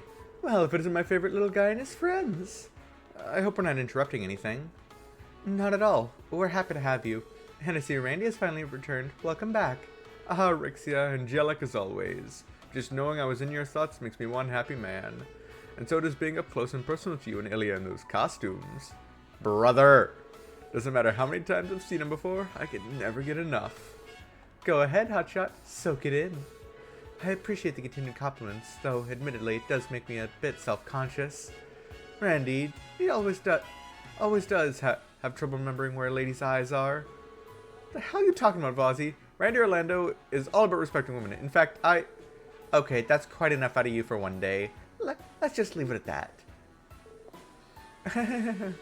Sorry about that. We're still in the process of housebreaking him. So, are you guys taking a break from rehearsal right now? Something like that. We're doing a bit of a fine-tuning for tomorrow's performance. It's a little nerve-wracking, to be honest. Our audience is going to be unlike any we've had before. Indeed, I can hardly believe how many heads of state will be in attendance. Oh, that's right. The dignitaries are coming here. They did mention that during your debriefing back at headquarters. Only the best for Crossbow's guests of honor, it seems. And what better entertainment could we offer than Arkansas? Doesn't take a genius to figure that out. I can see why you'd be anxious about it. Yes, and for what I can tell, the other members of the troupe feel the same. Save for Ilya, and her nerves of steel, of course.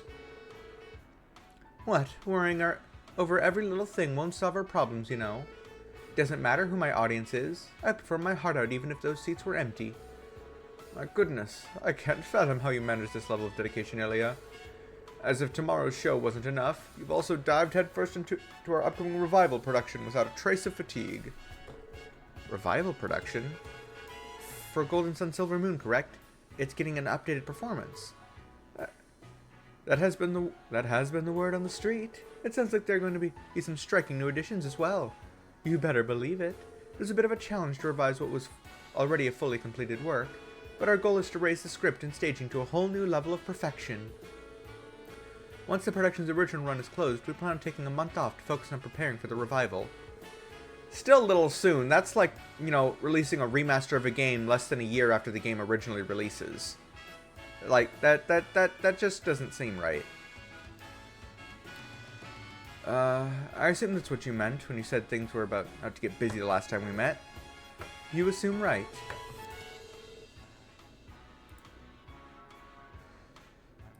A whole month of rehearsal, though? You must have put a lot of effort into the new changes. Golden Sun Silver Moon is already one of Arkansas's best shows ever. Can't even imagine how insane it's going to be if you're aiming to top it. Yeah, no kidding. Well, it's a challenge I'll gladly take. I'm here to set the stage ablaze, not rest on my laurels. We need to pour our hearts and souls into the plays we create to show our wonderful guests the time of their lives. That is what we, the artists of Arkansas, were born to do. I don't think there's anyone out there who's as passionate about performing as you are, Ilya. I can't wait. You got me sold. The curtain's not ready to be raised quite yet, but hold on to that enthusiasm. This revival production is going to sweep everyone off their feet, even those who already saw the original. There may even be a surprise star amongst our cast. You can bet it's going to be a shocker. A shocker, huh? Now I'm looking forward to it even more. おや、君たちは。こんにちは、ニコルさん。ちょっとお尋ねしたいんですが。ああ、最近練習が楽しくて、もうちょっと待っててくれ。はい、これのことだろ。はい。その様子だと薬の影響もほとんど残ってないみたいですね。ああ、ちゃんと治療してもらったしね。今思えばなんであんな薬なんかに手を出しちゃったんだろう。確かにあの時は自分の才能のなさに腐ってたりしたけどさ。You don't have a complete lack of talent. You didn't. They probably wouldn't have hired you when you auditioned if you didn't have any level of talent. At least I assume. In an ideal show business world, that's how it would work. But, well, you never know. そういう心の隙間に狡猾につけ込んでくるのが薬ってやつさ。ま、それが自覚できたってことは、もう何も心配はなさそうだな。ああ、これからはアルカンシェルのために一層精進していくつもりさ。舞台楽しみにしてますね。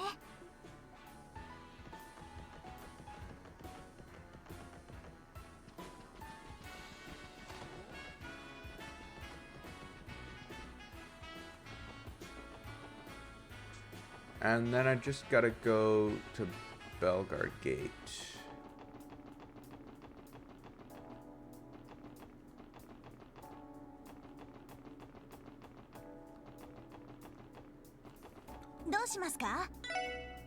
Rest in the car, for the love of God. Oh, it doesn't restore magic though. Interesting. どこに行きますか?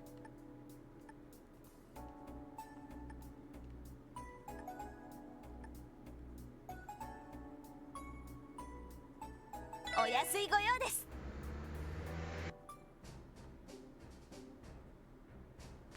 Be sandwiched between two major powers.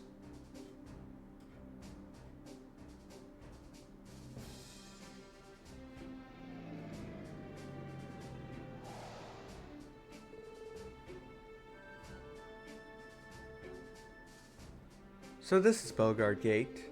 That's right, the CGF unit stationed here is charged with guarding the border we share with the Empire. Don't you remember what, Vazi? This is where the Guardian Forces Commander Sonia Balls operates from. Oh, her. I've never met the woman myself, but I've heard she's a cool beauty in her own right. I won't deny she's a looker, though a hell of a lot scarier than she is sexy. The previous commander was discharged due to the scandal surrounding the cult incident. And good riddance, too. Sonia was already more of a leader than him anyway. That guy was a lazy bum who pushed all his work onto his subordinates while he was whining and dining. That jackass corruption was the whole reason I got roped into CGF's rehab training in the first place. He was in collusion with Ravash and Hartman, and had Gnosis prescribed to the guardsmen here. While we're on the subject, Randy, how did that rehab training go? Pretty smooth. The boys and girls soul should be back in fighting form now. No surprise there, though. The one who let it is a real hard-ass when she wants to be. They were totally wrung out by the end. Yeah, I'll just talk about the training reminds me. I heard Muriel's getting a promotion. Muriel? She's that warrant officer we met here, right? Yeah, looks like she's finally going to get recognized for all her hard work. What do you say we take this chance to visit so I can tease her about it? Maybe try congratulating her instead. But on that note, we should stop by and say hello to Commander Balls too. The commander's probably in her office on the second floor. She may be busy preparing for the trade conference though. Let's head up and find out.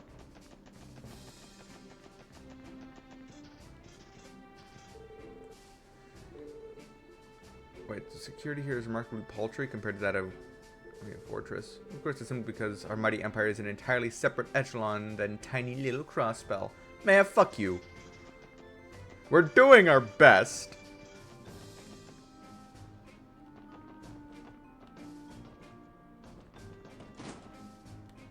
Yo, クレス先輩。ランディ。リハビリ訓練は終わったってのに何し。And explained that they'd come on behalf of Dr. Sailing to collect class health survey. ああ、すっかり忘れてたぜ。ちょっと待ってくれ。ほい、これだろ。はい、確かに。いやー、悪いね。わざわざ取りに来てもらっちゃってさ。最近幸せすぎてすっかり忘れちゃっててな。幸せって。そう、つまり俺とステラちゃんのラブラブな。よーし、ロイド。ま、目的も済んだことだしね。Oh, that's fucking let the man talk about his new girlfriend. おい、こら、聞いてくれないのかよ。これで全ての早速セイランド教授。Scott and I are working separately today. I'm taking care of a monster that needs exterminating nearby. Once the conflict starts, the guild is going to be extremely busy.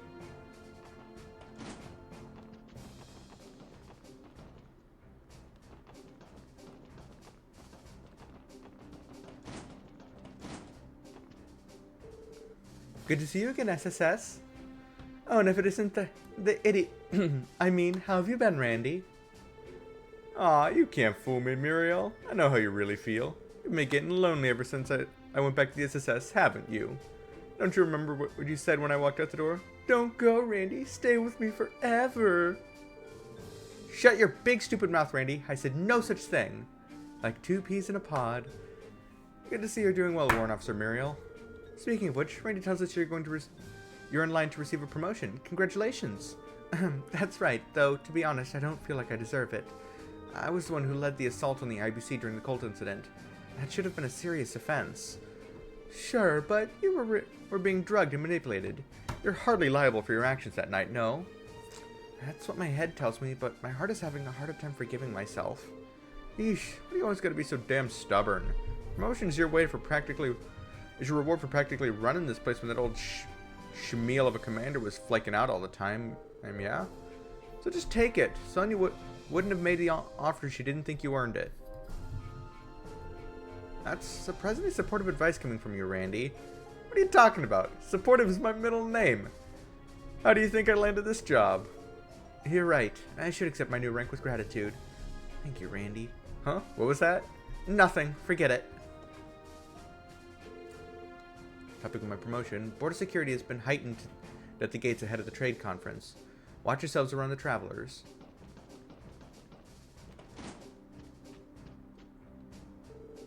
Good to see you, Commander Balls. Same to you, Sergeant Major Seeker. I take it your assignment to the SSS is treating you well? It is. I'm learning a lot. So this is the famed commander of the CGF, Miss Sonia Balls. Was it? It's Bales, I think, but I misspoke once and I'm sticking to it.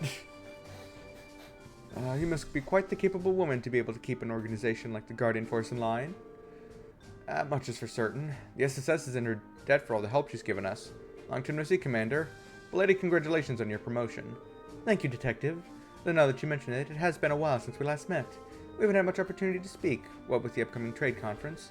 I can only imagine how busy you are. Indeed, I've been inspecting the area around the conference site nearly every day this month. Our goal is to expect the unexpected when the time comes. Can't blame you, especially with all those foreign dignitaries arriving tomorrow. Sorry we barged in on you, Commander. Maybe this wasn't the best time to visit. On the contrary, you're just the people I wanted to see. I have something I need to tell you all. You do? The other day, a certain group stopped by Belgard Gate. They introduced themselves as the Red Constellation, the most powerful Jaeger Corps in Western Zemuria. What? They came here directly? I know you have a history with the Red Constellation, Orlando, so I wanted to speak to you about this personally. They say why they were here? No, and according to the guardsmen on duty, they didn't do anything especially suspicious.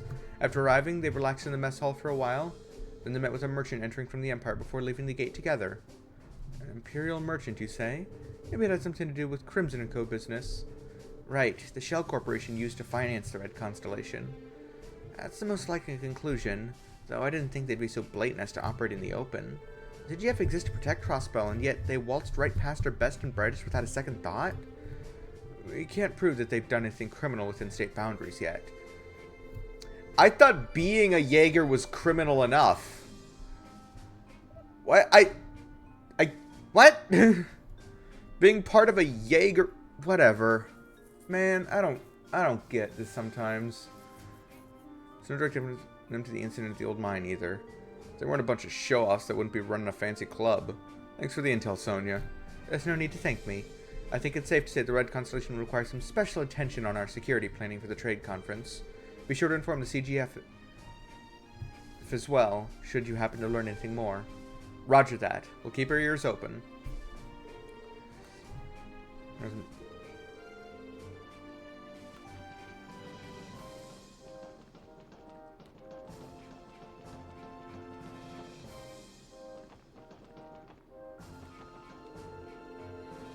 Attending the trade conference as the Emperor's representative. We'll assume His Majesty appointed him to assist the Blood Iron Chancellor. Well, last we saw of Olivier, he was going to be going out of his way to make a name for himself within the Empire's government.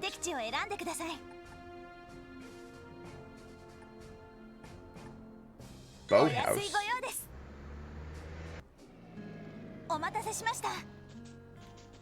The fuck is this?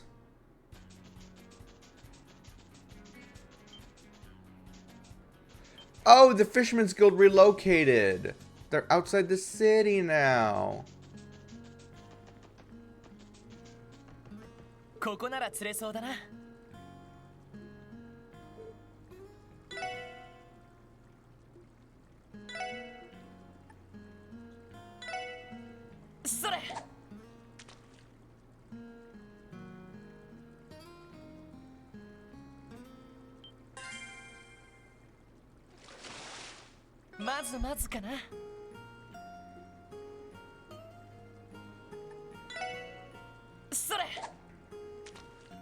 I caught a turtle.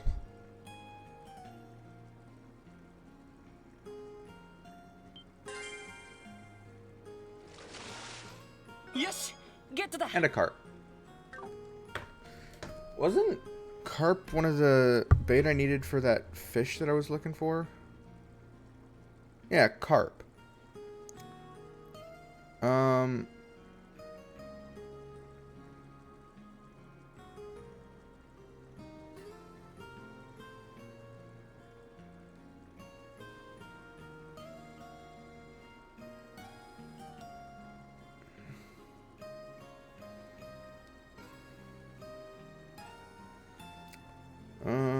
Harbor District, Geofront B Sector, Michelin Wharf, West Crossbow Highway, Pond, Crossbow Police Academy, Well.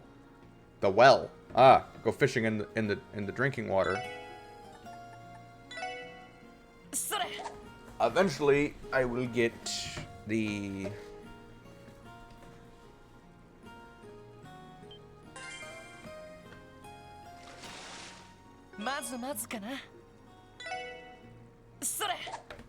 I'm gonna catch a few of these for later usage.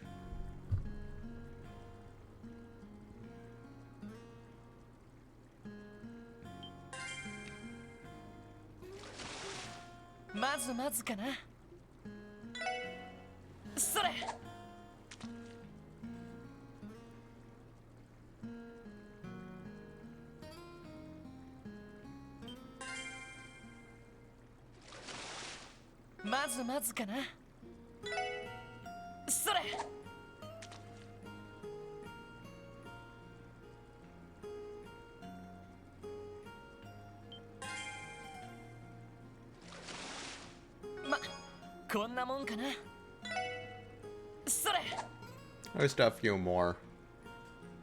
1, 2, 3. 1, 2, 3.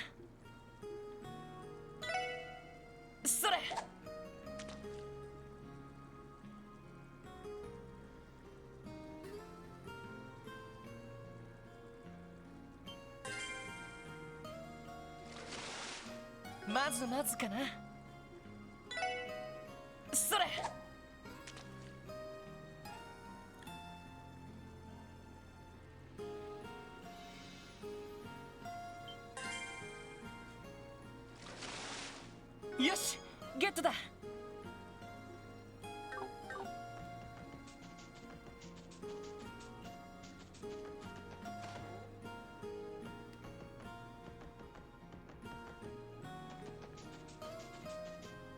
Yosh, okay, now that that's out of the way.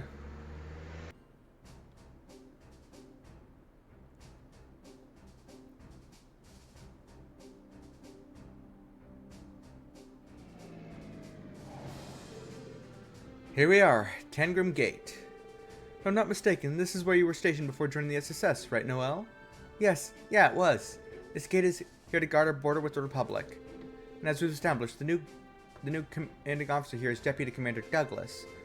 Good old Duggo, huh? It's been a long while since I last saw him. We shouldn't keep him waiting then. Don't forget that we have an urgent support request to attend to. Let's make our way to his office on the 2nd floor.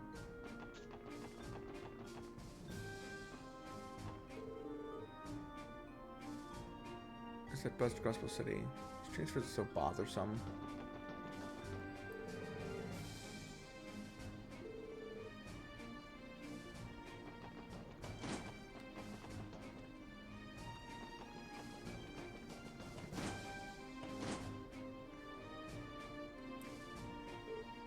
There you are. Oh, I need to go back to the hospital. Reporting for duty, Deputy Commander. As you were, Sergeant Major Seeker. Here is your transfer. How is your transfer to the SSS treating you? I'm learning more and more every day, sir. Glad to hear it.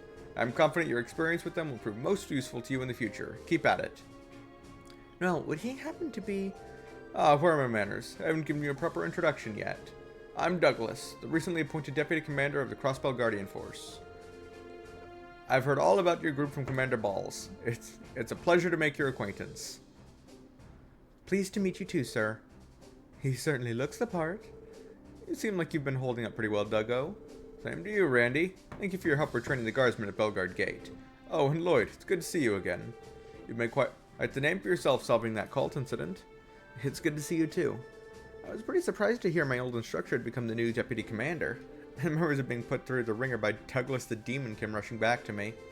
Hey now, those days are behind me. No sense in bringing up my old nickname. I'm a grown man. It's embarrassing. You must have been a notoriously strict instructor at the police academy to have earned that moniker. At any rate, let's leave the past in the past.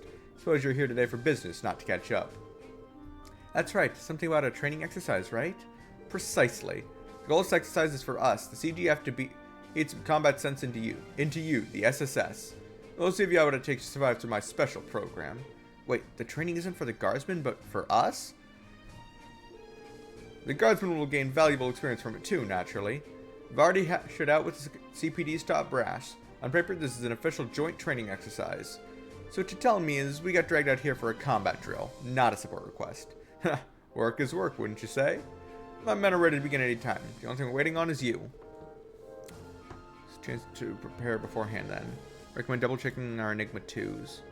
Or we could begin immediately if you'd prefer. Which will it be? Fuck it, let's do this shit. We're good to go. Excellent. Oh, and Sergeant Major Seeker, I don't want to see you holding back against your fellow guardsmen, understood? Facing off with your old comrades might teach you a thing or two. Sir, yes, sir. We'll start at once then. Meet me in the parking lot outside, Special Sports Section.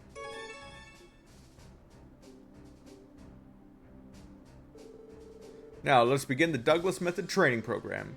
Are both sides ready? We guardsmen are prepared, sir. Same goes for the Special Sports Section. Very good.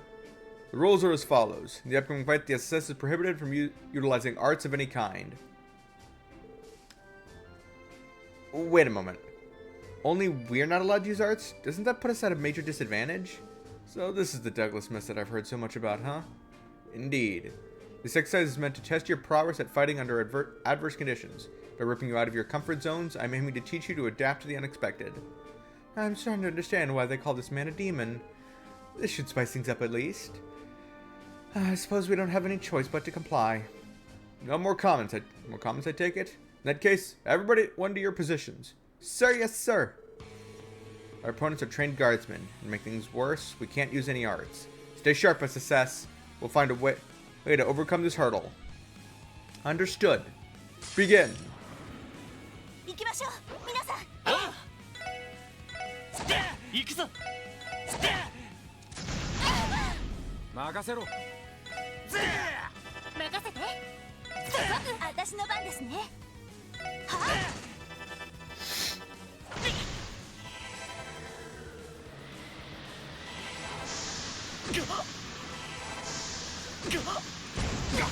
よし行くぞ俺の番だなさ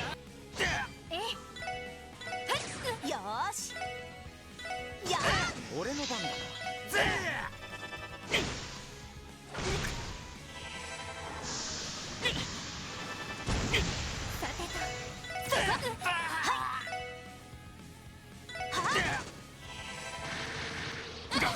任せろ任せてくれよ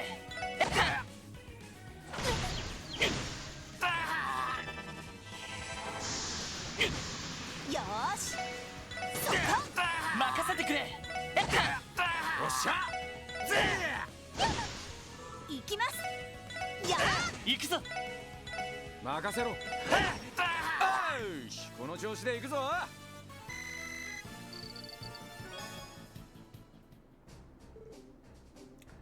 Enough. Not bad. Even without arts, you guys are pretty tough. Managed to survive that one. There have been instances in the past where we ran out of EP in the middle of battle, but not being able to utilize arts from the start is a true challenge. I wonder if this is how the Liberalians felt during the orbital shutdown phenomenon a little over a year ago. Actually, kind of was.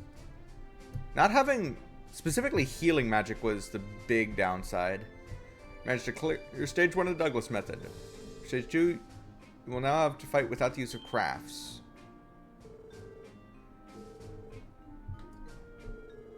I'm sure the store assist can figure out some way to manage. This is another opportunity to gain valuable experience. Now back up and take a crack at it. This is taking things a little far, Deputy Commander. Alright, guardsmen, up and at 'em. Both squads, prepare for combat. Yes, sir. Not being able to use crafts is going to be rough. But we can use arts to our advantage this time. Let's combine them with our regular attacks and pull through. Good thinking. Begin! 全力で行かせてもらいます So no S crafts either. 行くぜ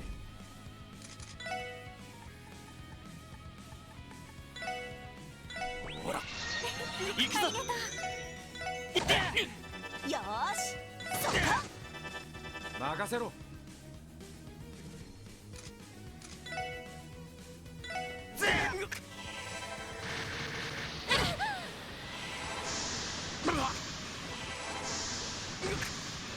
くぞ。私の番ね。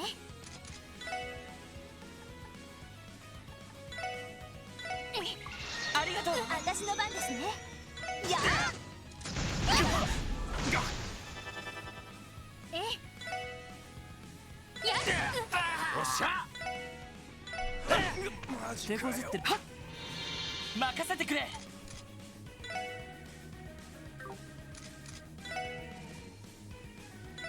よーし。任せて。負けるか。それ。サン立て直さないと。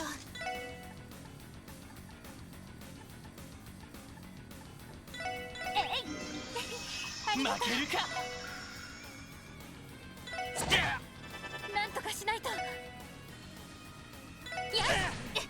まずい。まずいな。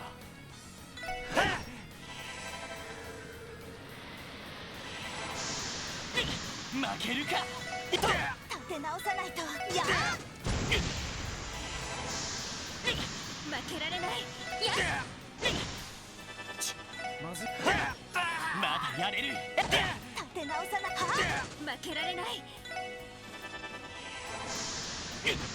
まだまだ。負けるか。悪いな。先に行かせてもらうよ。Enough. Are they for real? How are they this strong? Phew, it was just tough as I imagined it'd be. You're right. Made me appreciate just how important crafts are when it comes to combat. They're important parts that we got through it in one piece. So, how was that, you hard ass? Impressive, actually. Seems you've become quite a fighter, Orlando. That being the case, you should have no qualms with moving on to stage 3 of the Douglas method. On your feet, guardsmen. Assume final training position. Sir, yes, sir! He doesn't mean... We're about to find out how he earned that nickname. Douglas the Demon. If he really is the CGF's strongest guardsman, then we're in for a heck of a fight. Be careful, everyone. We can't afford to let our guards down for even an instant. Ha! You've really grown into your leadership role, haven't you, Lloyd? That's what I like to see. Now, let us conclude our training program with one last cumulative assessment. Use everything at your disposal to bring me to my knees, if you can, that is. Now you're speaking my language. Here we come. 歯応えありそうじゃねえか。そこ。行くぞ。今から行きます。よし。さてと。ありがとう。はい。目標を撃破します。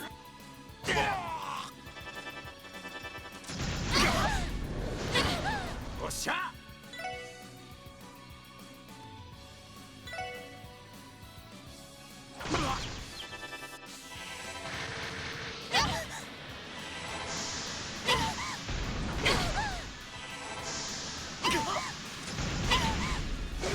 行くぞ。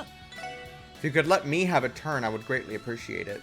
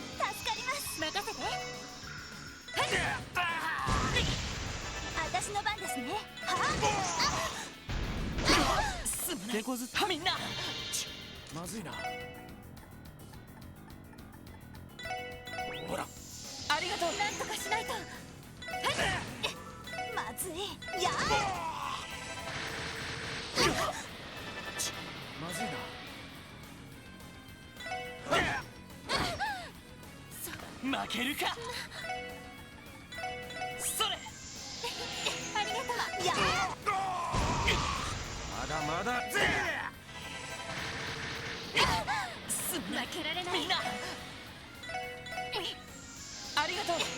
まずい。やまずいな。まだやれる。負けられない。まだやれる。負けられない。みんなありがとう。まだまだ。や上出来かな。ナイスファイト。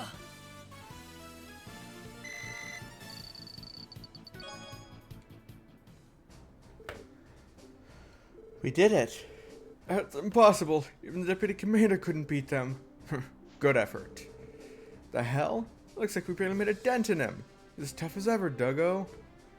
Well, I'll be feeling it tomorrow, don't you worry. The only upper hand I've ever truly had in battle is my stamina. How modest of you. Too modest, Deputy Commander. I'd tip my hat if I had one. Regardless, this officially concludes our training program. Back to your post, Guardsman. Yes, sir. Good work, SSS. You've done well. Let's not loiter around here. We can continue our conversation back at my office. Right. Thank you again for agreeing to our training exercise. I think the Guardsmen gained a lot of valuable experience today. It was a pleasure, Deputy Commander. The SSS learned a lot, too. Damn, though, Duggo. Sure haven't softened up with age. That took me back to the beatdown you gave me during my first training exercise. I can tell you've been making strides since then, Orlando. You've even mastered the stun halberd tricks I taught you. Sure have. Now they've been incorporated into the Randy School of Hard Knocks, complete with extra style and flair. So, the Deputy Commander was the one who taught you how to use a stun halberd. You must know him quite a lot, Randy. Well, Orlando here refused to wield a rifle, so I decided to focus his training elsewhere. It paid off. He was able to make a name for himself at Belgard with just a stun halberd. Former commander didn't take too kindly to that, though. As a matter of fact, he despised you for it. You know how it is. Rules and I have never mixed well. Luckily, the SSS is way more my speed, so the transfer worked out. And we have the Deputy Commander here to thank for that, for better or worse. Sounds like shipping you off to the Police Academy was a real fatal case of mismanagement. The only reason it happened was because the former commander was in charge up until his dismissal after the cult incident. The fact that the Guardsmen had so much trust and respect for Deputy Commander Douglas, this probably didn't help matters. There's no need to talk me up, though I'm inclined to agree that he saw me as an eyesore. After I was moved to the Police Academy, I focused on nurturing talented young people who would reform our corrupt organization. In retrospect, maybe all of it turned out for the best. I was able to make an impact on future guardsmen and police officers before they could be tainted by the system. That's fair, but I still think you were way too strict back then. You even made Franz cry a few times. Ha! I nearly forgot about that. Wouldn't you say it was worth it in the end, though? Anyway, a lot's happened since those days. In one way or another, I'm back with the CGF. That makes us colleagues working together to protect the future of Crossbell State. Indeed it does. We'll have to make sure that we pull our weight. The SSS still has much to learn, so your patience is very much appreciated. There's no need to be modest. All of you are more than capable enough. You've done a stellar job of making old Sergei's crazy idea pay off, I'd say. Old Sergei? You've met our chief? Met him? But more than that. I owe a lot to him and Sonia for everything they've done for me in the past. The least I could do was help set them up before they got married. Wait! Commander Bowles and Chief Sergei? Oh, this is a twist. Whoa, whoa, whoa, back up a second. You can't just drop a bombshell like that out of nowhere. Oh, did they never tell you? Then again, it has been about 5 years since. God damn it!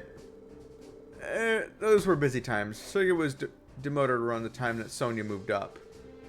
Now I'm starting to get it. They hit the kind of rough patch only two married professionals can have. Commander Balls was... I had no idea. What the fuck? I just did get sort of a weird vibe whenever they were around each other. Guess this solves that mystery. Well, you all could... Would you all get it together? Seriously, have some respect. I can't blame them for being curious, though. Maybe I shouldn't have let that one slip. Just so we're clear, you didn't hear any of this from me. Better yet, you never heard any of it at all. In any case, thank you for your participation today. I'll put another request if I think of any more ways we can collaborate. Sure, we'll be looking forward to it.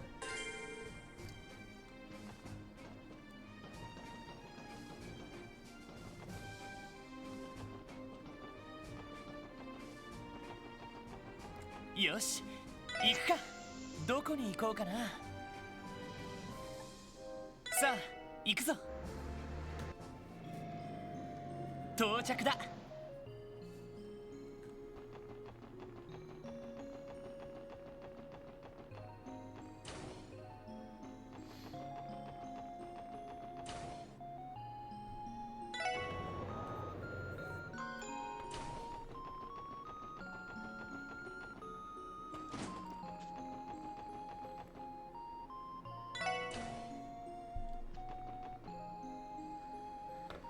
戻ってきたか。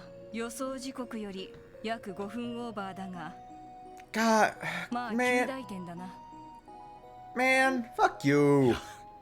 やっぱりおっかね。We're doing our best. 問診票の回収が終わりました。Alright. Learn hand over the health surveys over to Dr. Sayland. 何か問題がありましたか？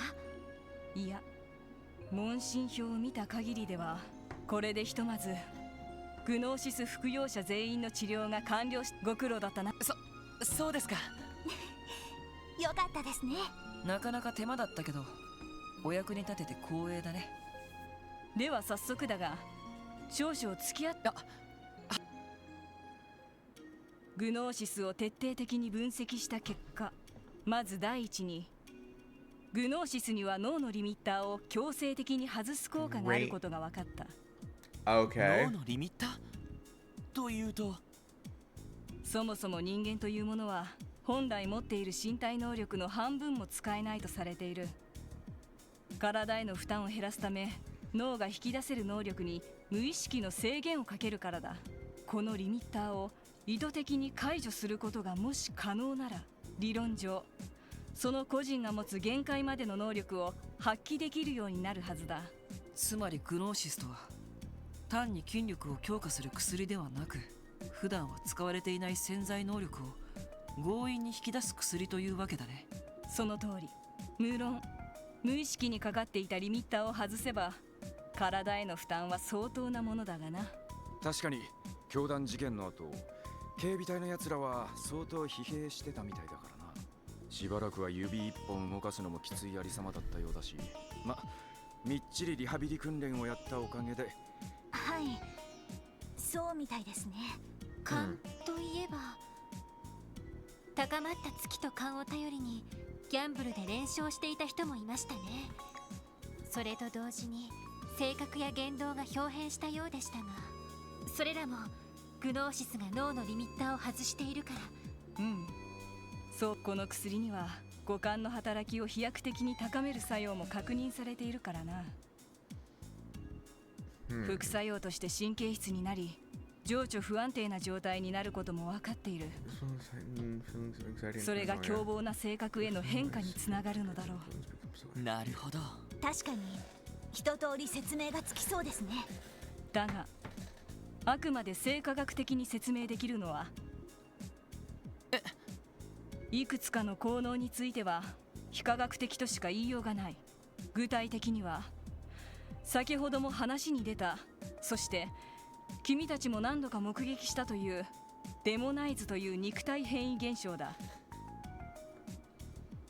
確かにそいつがあったか。 It's a magic. It's not a scientific pill. It's a magic pill. 魔人化を引き起こすのは赤いタイプのグノーシス、やはり青いタイプのものとは。それなんだが、実は青いタイプのグノーシスも赤いタイプのグノーシスも成分的には何ら変わりはない。少なくとも生化学的にはな。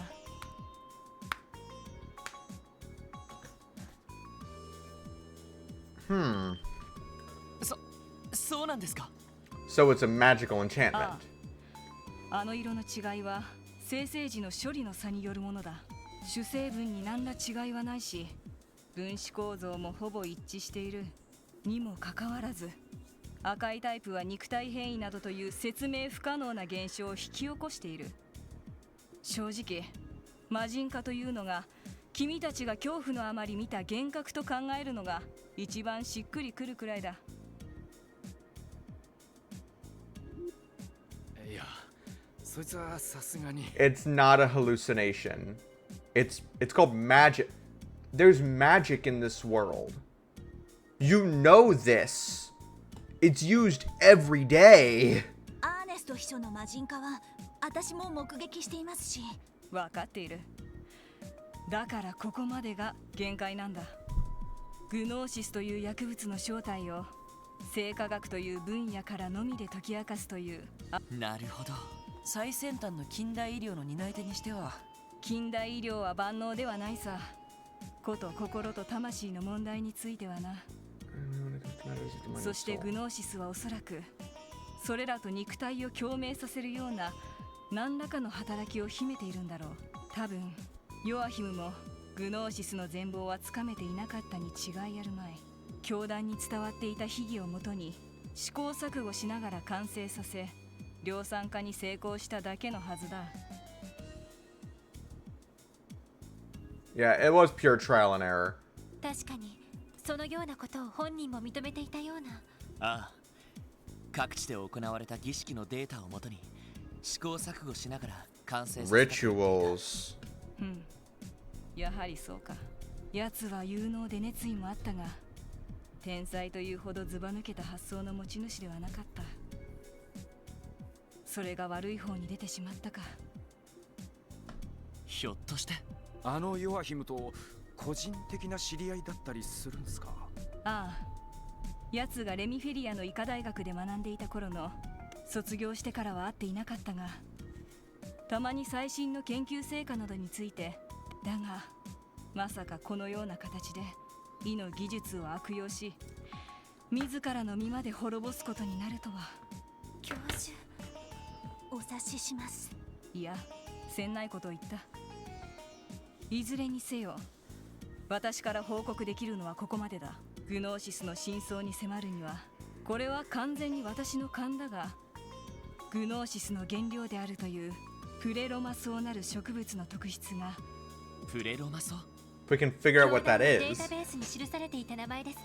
しかし結局どんな植物でどこから手に入れていたのかも分かってねえんだよな。ああ、私も知り合いの植物学者などに当たってみたが該当するものは見つからなかった。教団にのみ伝わっていた新種か。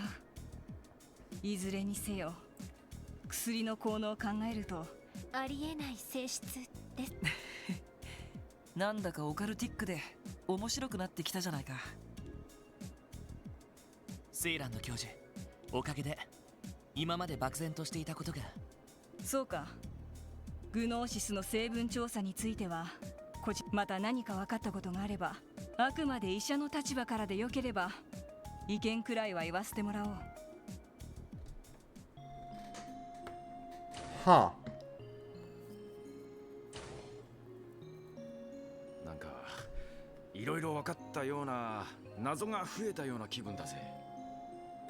なんだか歯がゆいですね。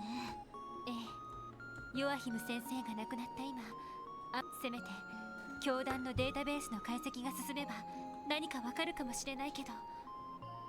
ま、そのあたりは今後の課題ってやつかな。ああ、俺たちの方でもとりあえず今回の依頼はこれで達成だ。帰りにセシル姉のところに寄ってもいいかもしれないな。お、そうすっか。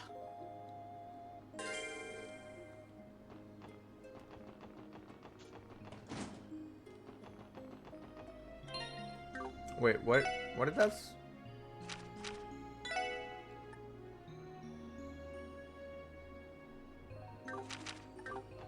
Oh, so our next step is going to be going back to the police station and...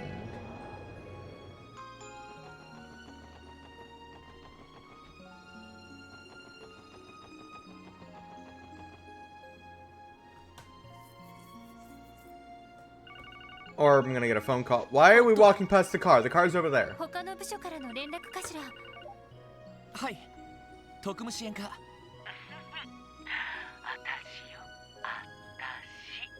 誰だかわかるかしら。ミシェルさん、どうしたんですか？ Oh! It's him. 一発でわかるなんて。それとも愛のなせる技かしら。いえ、ミシェルさん以外に該当者が思いつかなかっただけで、ひょっとしてそちらに伺ってるキアのことですか？あ、それなんだけど、あの子しずくちゃんを連れて港湾区に遊びに行っちゃったわ。サイトだったかしら。あの警察犬が一緒だったから大丈夫だとは思うんだけど。ああ、ザイトが一緒なら。あら、やっぱり話は聞いていたけど、彼すっごく貫禄があるわね。 He is a wolf, after all. 伝説の神童と言われてるだけはあるじゃない？ We're fairly certain he is. さすがに伝説の狼とは別物だとは思いますけど。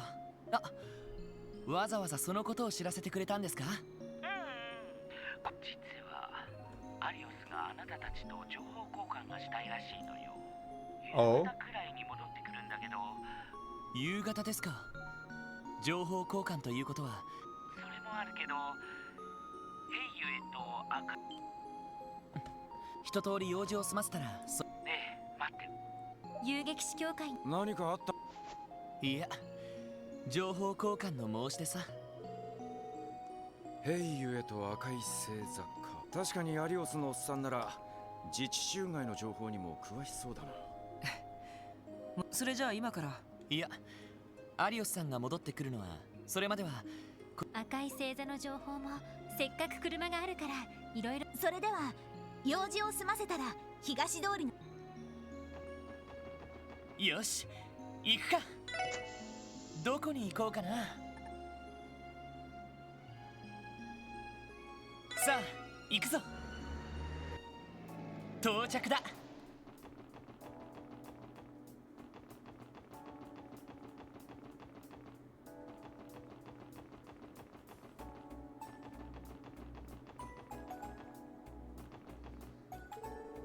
Alright, Shizuku, give it a whirl. Okay. Give me your paws, Zite. Woof. Wow, Zite's so smart. And his paws are really soft, too. I know, right? Look at those toe beans. Kia, I don't think she can look at the toe beans. Okay, then.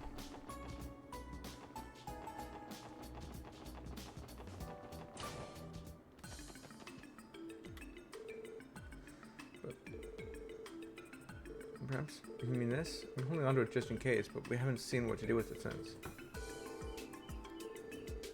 Restore corrupted memory quartz. It's exactly what the team has been looking for. It should be possible to decipher ports in the cult's information terminals. Would read parts of that a single fragment will only recover one section at a time.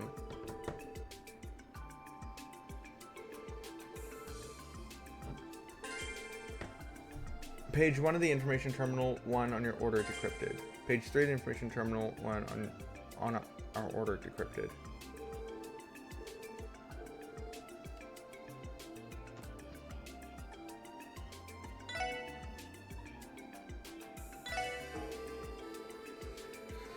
The CC's order was on the brink of extinction due to the efforts of the authorities and Bracer Guild. I alone escaped danger and took refuge in this land of origin. It was the guidance of the great D that helped me survive so I could realize the ambitions of our order. Since the time will surely come, I will record data in each of these terminals on which they shall base the New Testaments.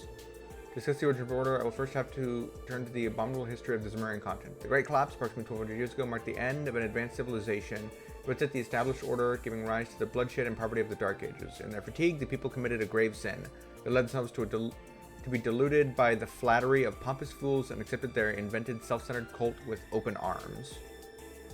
The fool-accepting church and their symbol, that goddess of the sky, the Dark Ages met its demise, and its faith spread throughout the continent. Let us consider, if said goddess truly existed, can we not assume that she would bestow equal salvation upon all of us? However, disparity yet exists, and people continue to perish in disasters and misfortunes. Does that mean said goddess discriminates upon whom she shall bestow salvation? This thought alone is too ludicrous for words. And she's... okay. How many of those are there?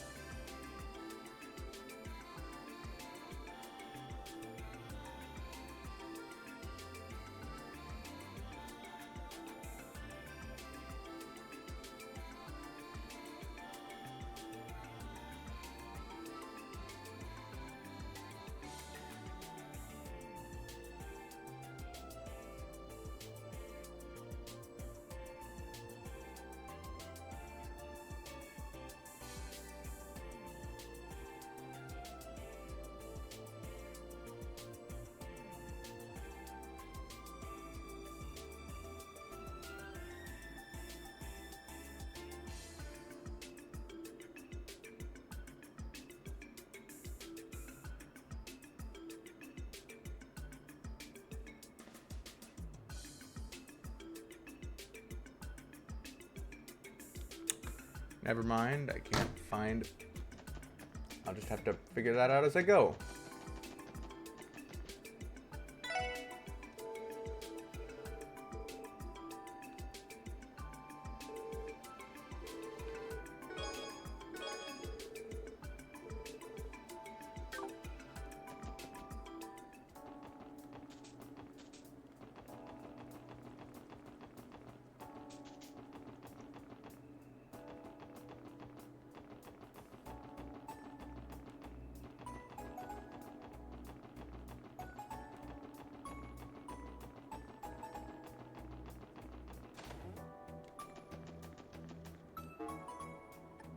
はい、それではわわ大変でしたね。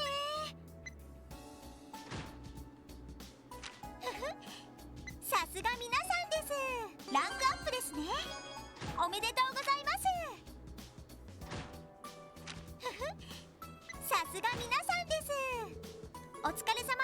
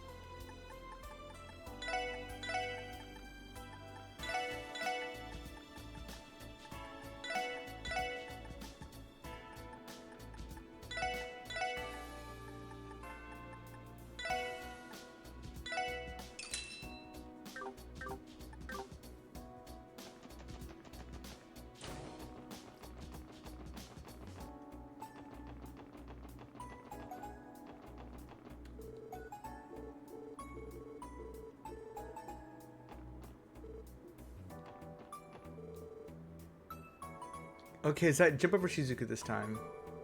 It's too dangerous, huh? If you say so.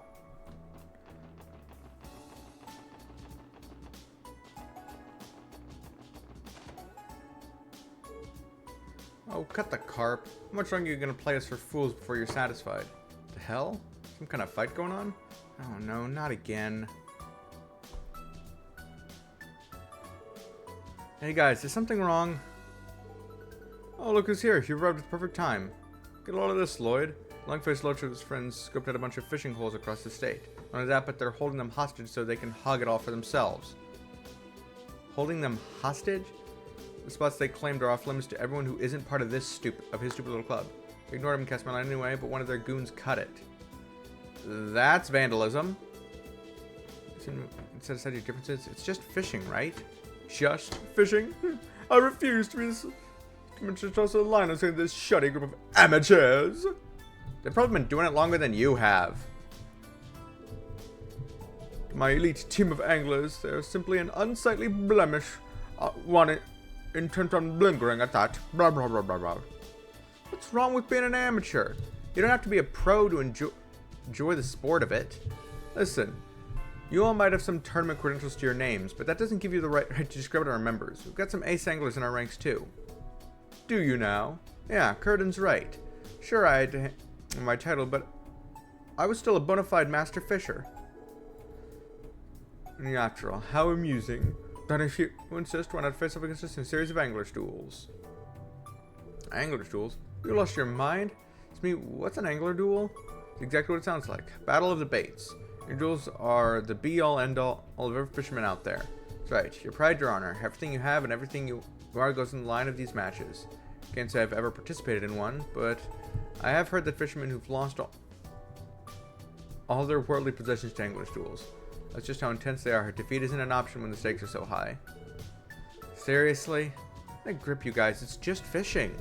So, what are your terms? See, my 4 elite comrades have already joined me in Crossbell. If a single one of you manages to defeat every one of us, victory is yours. How does that sound? I'm going to challenge it as many times as you like, but until you win, you will succumb to our every whim. Of course, those swims will be limited to the piscatorial, mind you. And if we win, suppose there's an infinitesimal chance that a miracle beyond your wildest dreams could occur. How about this? For each victory, each one of my members, we will return that respective fishing spot. If you do manage to defeat the 5 of us, we will withdraw from Crossbell and relinquish your office. I'll abide by a single request upon your unlikely victory. Single request? Give up fishing.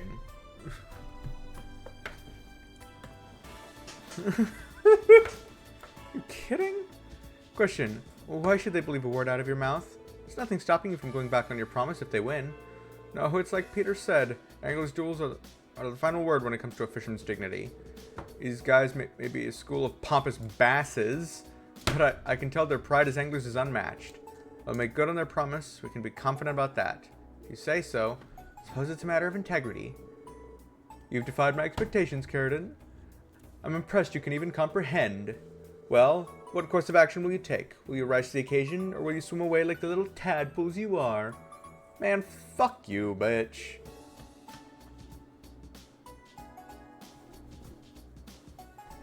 Alright, we're in. As you wish. Are you sure about this, Carradine? If we can't beat them, we'll end up having to do whatever they say forever. But on the flip side, that means we can challenge them as many times as we want to. Honestly, it sounds like it won't be that hard to pull a win out on this. No matter how strong they are, nobody's streak can last forever. Yeah, you might be right. I can see you've yet to fully grasp what it means to be an angler. Not that it's any concern of mine. I should note, however, that you're only eligible to challenge me once you've defeated the other 4. Furthermore, you must first win the right to challenge them by fulfilling certain pre-specified conditions. Too busy to waste your time on anglers who've yet to prove their skill. Crystal? Very well. Do inquire with our reception Salem if you need any explanations regarding our wager. Well, you're worthy of tackling the Imperial Fishing Club's Elite 4. Let's stake with these anglers duels. Don't worry, this will be a piece of cake. All we need is for one of us to grind that Lake Lord jerk into ground bait. Yeah, I don't think I'm going to be that person, to be honest with you. I'm really concerned about these Elite 4 of his as well. Truly, we can challenge them as often as we want, so with enough elbow grease, we'll surely win eventually. But I have the feeling it won't be as easy as Copan thinks. Rumor has it that every one of them outstrips even a master fisherman in terms of skill. They're that good? I already knew it'd be hard. Now it sounds downright hopeless. We'll see about that. Personally, I'm happy things are finally heating up. Let's get back to our new branch and hold a strategy meeting. Did you say new branch? Oh, I haven't told you about it yet, Lloyd? The branch manager found us a building along the East Crossbell Highway to use as our new office. Though it's not as much an office as it is an abandoned old boat rental shed. Sure, it's small, worn down, and in shambles, but it's near a stream, so fishing will be easier than ever for us. Sounds comfy, yeah? It's just a place for a group of anglers looking to make a fresh start. You'll see a sign for it on the East Crossbell Highway, a fair distance out from Tangram Gate. Just follow the arrow and head south to get to the boathouse. You're welcome to visit us if you ever find the time, Lloyd. Will do. Now then, we're going to do something about these anglers duels, one way or another. Since we're short on members, we'd appreciate if you could help pad out our numbers a bit, Lloyd. Of course, I don't want to lose all my favorite fishing holes either. I'll support you with everything I've got. Don't get too ahead of yourself, Lloyd. I'm not about to let you show me up. We'll just be seeing you then. May we all fish our hearts out. Yeah, we'll do this together.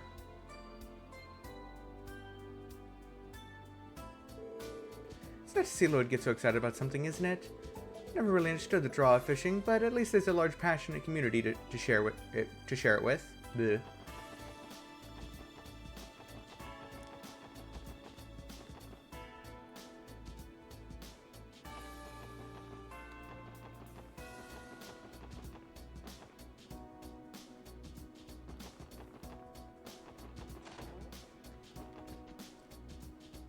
あら、よく来たわね。まだアリオスは戻ってないけど、なんだったら用事を済ませてから来てくれてもいいけど。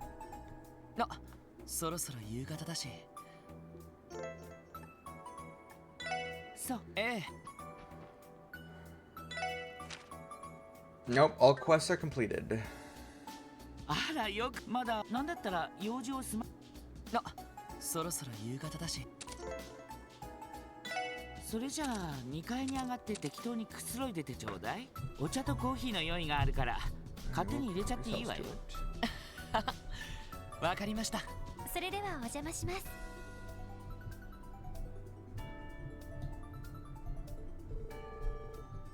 Let's turn to Bersigal soon after. They assessed and exchanged information regarding the trade conference, Heiyu, and the Red Constellation.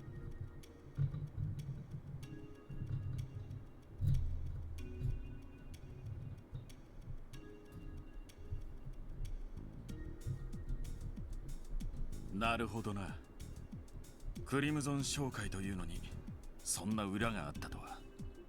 最近帝都方面の情報が入りにくくなってたものね。ありがとう。おかげで助かったわ。いえ、お役に立てたら幸いです。しかし赤い星座の情報はそっちの方でも掴んでないわけ。ギルドって両兵団と小競り合いをすることが多いって聞くけど。確かに多いが、赤い星座クラスの大物とことを構える機会はめったにない。下手をすればお互い全面戦争になりかねないからな。そこまで。ちょっとした小国の軍隊レベルみたいですね。数ある両兵団の中でも赤い星座は別格と言えるわね。大陸全土にコネクションを持ち、紛争の兆しあらば即座に介入して自分たちを高く売り込む。同じ両兵団で匹敵しそうなのは西風の旅団くらいかしら。確かルバーチェの若頭の古巣だった場所だったっけ。あっちもあっちで歴戦の猛者どもが集まる両兵団だ。特に両兵王と呼ばれたトップは化け物みたいなやつだったが、半年前にトーシム、俺の親父と相打ちになったらしい。いろいろあるみたいだな。一応その情報については、ちなみに現在西風の旅団は活動を休止しているそうだけど、赤い星座の方は相変わらず精力的に活動しているみたいね。おじきが残っているからな。赤い星座の副団長オーガロッソ・シグムント、闘神と両兵王に匹敵するほどの化け物だ。その3人は特に有名だろう。話を聞く限りでは俺ですら太刀打ちできるかどうか。そんな。風の牽制が太刀打ちできない。私の見る限りじゃ五分五分くらいかしら。剣士と両兵じゃ戦闘スタイルも得意とする間合いも違ってくるし。だな。あんたは確かに強いが、おじきも正真正銘の化け物だ。やり合えばお互いただじゃ済まねえだろ。なあ、分かっている。だが必要とあらば敵対することもあり得るだろう。問題は彼らが何の目的でクロスベル入りをしたかだが。結局そこですよね。これだけ情報を集めてもそこがわからないんじゃね。手がかりは帝国政府が絡んでいるってことくらい。それなんだけど、一つ気になる情報があるのよ。共和国方面でアリオスが掴んできてくれたんだけど。どんな情報ですか？ああ、ヘイユエについてだ。どうやら現在共和国政府がヘイユエの長老たちと何かの取引を行っているらしい。本当ですか？ヘイユエの長老ということはより中枢の人物たちですよね。それでね、もう一つのポイントなんだけど、その取引を主導したのがキリカ・ローランって女性なんだ。 What the fuck you doing, Kilika? それってまさかあのキリカさん？ You were at the Bracers. What the fuck you doing working with the crime syndicate now? What the fuck? オークションの時に見かけた。実は彼女は遊撃士協会ともリベールのツァイス支部で受付をしていた経験もある。だが1年ほど前に引退し、カルバードの情報機関に移籍した。その情報機関の名前を。そうだったんですか。ロックスミス、共和国の大統領の名前ですね。大統領主導で新たな情報機関が設立された話は聞きましたが、ちょっと待ってください。赤い星座とヘイユエは以前構想しているんですよね。その2つに2大国の諜報関係者がそれぞれ接触しているということは。見事な対立構図が出来上がりつつあるというわけだ。Damn. まさかクロスベルの地で帝国と共和国の代理戦争？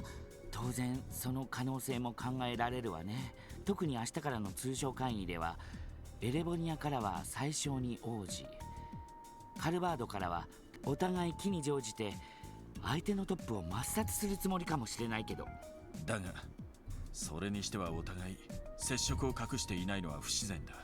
仮にヘイユエや赤い星座が動けば、そうした背景が明るみに出て国際社会の非難を招き寄せるだろう。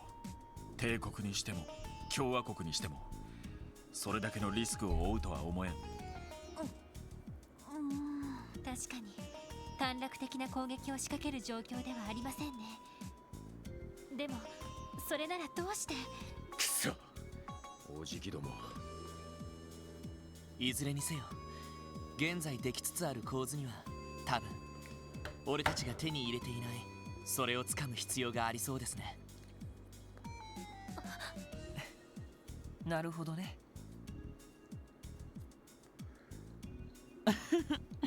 さすがロイド君、先回りされちゃったわね。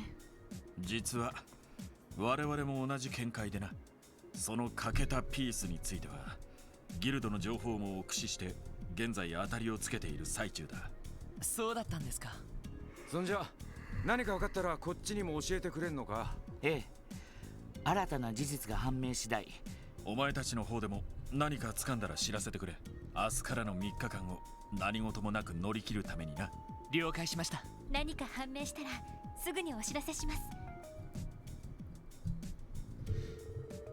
After Key and Shizuku returned to the guild with Zeit, Lloyd and the team said their goodbyes to Aris and Shizuku, who planned to go out for dinner. The SSS then returned home.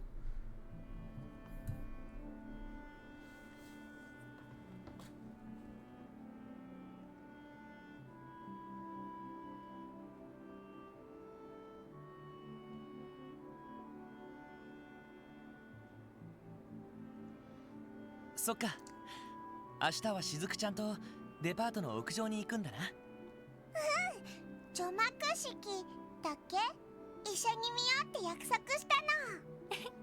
そうなんだ。あら、でもしずくちゃん、除幕式の様子を見るのは。雰囲気だけでも感じたいって言ってたよ。どんな感じかはキーヤが教えてあげるんだ。そっか。あの子もけなげだよねえねえランディ、さっきから元気ないね。そんなことねえって。シャキーン、いつも通りのクールでハンサムなナイスガイだろ。ナイスガイNice guy. 先輩、ナイスガイはさすがに死後なんじゃ。から元気も元気のうちってことかな。混ぜ返すな後輩ども。でもランディ、あまり一人で思い詰めないでくれよな。そうね、こういう時のために私たちがいるんだから。くれぐれも自分だけで何とかしようと思わないでね。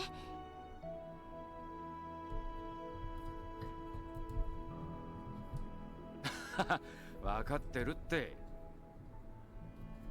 ただまあ一応俺の身内でもある連中だ。一度腹を割って話してみようとは思ってる。それは危険じゃないのか？まあ勝手知ったるってやつだ。しかしおじきのやつ話があるとか抜かしながら全然音沙汰がねえんだよな。ルバーチ跡を訪ねてもイルスを使ってるみてえだし。そうなのか。Interesting.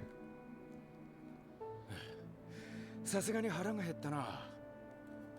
そういや課長は今夜は遅くなるんだったよな。ああ、明日の除幕式の段取りが長引いてるみたいだからな。だったら今日は外食で済ませるのもいいかもしれないわね。たまにはいいですね。するとそこのレストランか流浪飯店あたりになるかな。なあ、荷物置いたら。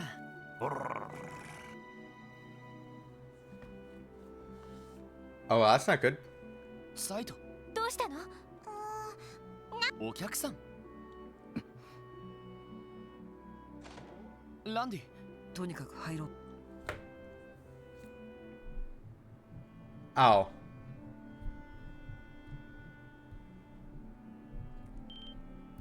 ランディのいとこの。どうもどうも、シャーリー・オルランドでーす。遅かったね。待ちくたびれちゃったよ。お前一体何しに来やがった？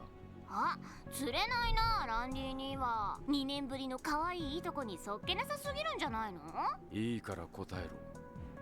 何しに来やがった？いや、ここで何をしていた？ぬるいね、ランディに。対人トラップを仕掛けてたら入った瞬間にひき肉になってたよ。いつからそんなにふぬけになっちゃったのさ。あなたいきなり何を？心配しなくてもトラップとかは仕掛けてないよ。ランディに一人だったらそんなお遊びもありだったけど、戦争中でもない限り一般人は巻き込みたくないからね。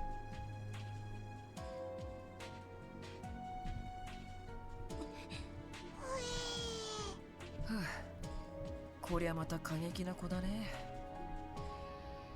君、改めて。あ、どうもどうも。こないだはごめんね。つい耳たぶ噛んじゃってさ。それはともかく、ここはクロスベル警察の分室で、君の座っているそのソファーもトラップだの巻き込むだの。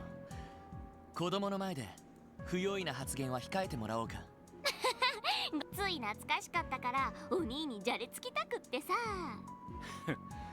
お前が俺に懐く玉か。大方おじきの使いで俺を呼びに来たんだろうが。それってパパが言ってたでしょ。いずれ話がある。明日から忙しくなりそうだし。あ、別に断ってもいいけど。断った場合は手段を選ばねえってんだろ。お見通しなんだよ、お前。調子が戻ってきたみたいだね。パパはノイエブランで先にやってるけど。みんな悪いが夕食は俺。ねえねえ、このお姉ちゃんひょっとして悪い人？キアちゃん下がって。悪い人はひどいな。っていうか何その子、めちゃくちゃ可愛くない？うちで預かってる子でな。手を出したら殺すぞ。わかった。少なくともこのビルを爆破するのはやめておくよ。もちろん冗談だからね。なんて会話。こりゃ心臓に悪いね。まあそういうことだから今夜中には戻るからあんま心配しないでくれよ。でもさすがに危ないなあ。だったら俺もお？ロイドさん？一応支援課のリーダーとして同僚の身内に挨拶するのは礼儀だろうからな。それに高級クラブなんていい社会勉強になりそうだし。へえ、面白いねお兄さん。いいじゃんいいじゃん。せっかくだからついてきなよ。だったら僕も高級クラブノイエブラン。綺麗なお兄さんもどうぞ。あれ、ひょっとしてお姉さん？一応お兄さんってことになっているみたいだけど。Got it. 何考えてんだお前ら。シャーリー、お前も勝手に話を進めんじゃねえ。まあまあ、車で送り迎えするからさ。そうだ、お姉さんたちも来る？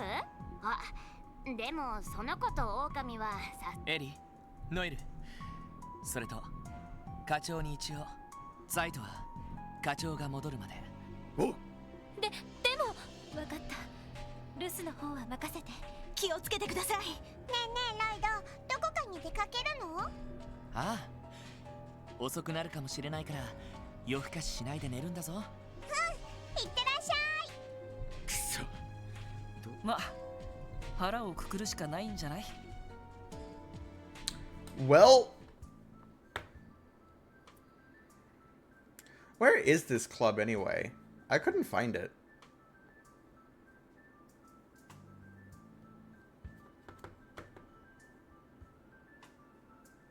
これは確かラインフォルト社のボー早速こんな代物まで買ったのか。さすがに景気がいいじゃねえか。おかげさまでがっぽり稼いでるからね。シャーリー様、それと若ガレス、それはともかくさすがに若バルベル様の件お聞きになったかと思います。本当に締めっぽい話はなしなし。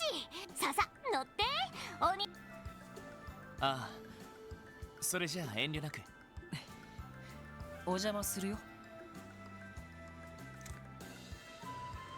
はあ。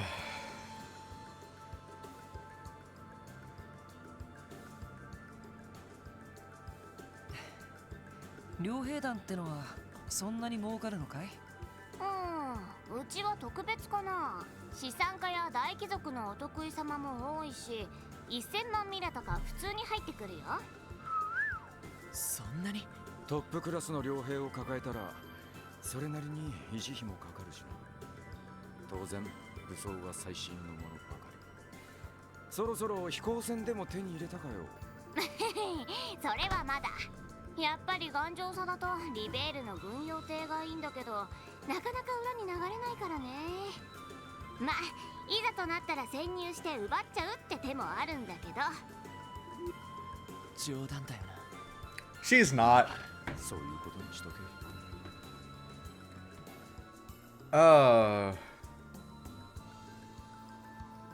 そうですか。そんなことに。せっかくティオちゃんがまた連絡してくれたのに。いえ、話が聞けてよかったです。とりあえず今日はこれで。わかったわ。ティオ、またね。あんまり心配しないでね。はい、失礼します。ロイドたち、相手が相手だけにさすがに心配ですね。ああ、課長だ。課長、お疲れ様です。遅くなった。先ほど連絡した時のままで。私たちも店の近くで待機した方がいいんでしょうか。ま、そう心配すんな。ノイエブラン周辺には一家の監視も入ってるからな。そうだったんですか。ただ連中がその気になれば監視の目も潰されるかもしれん。とにかく今夜はあいつらの帰りを待つしかねえだろう。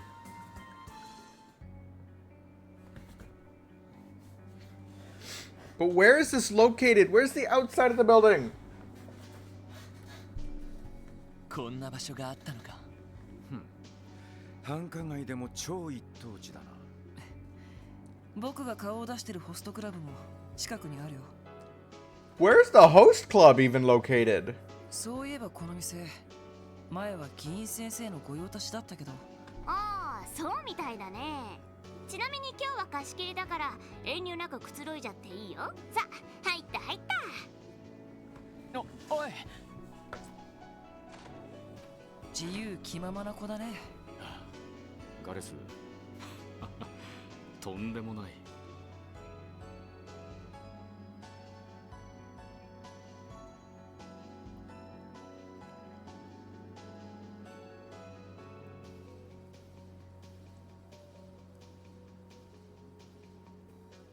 来たか、ランドルフ。Oh, and she's eating fucking ice cream. おじき、ずいぶん唐突じゃねえか。前に会ってから2週間、何の音沙汰もなかったくせによ。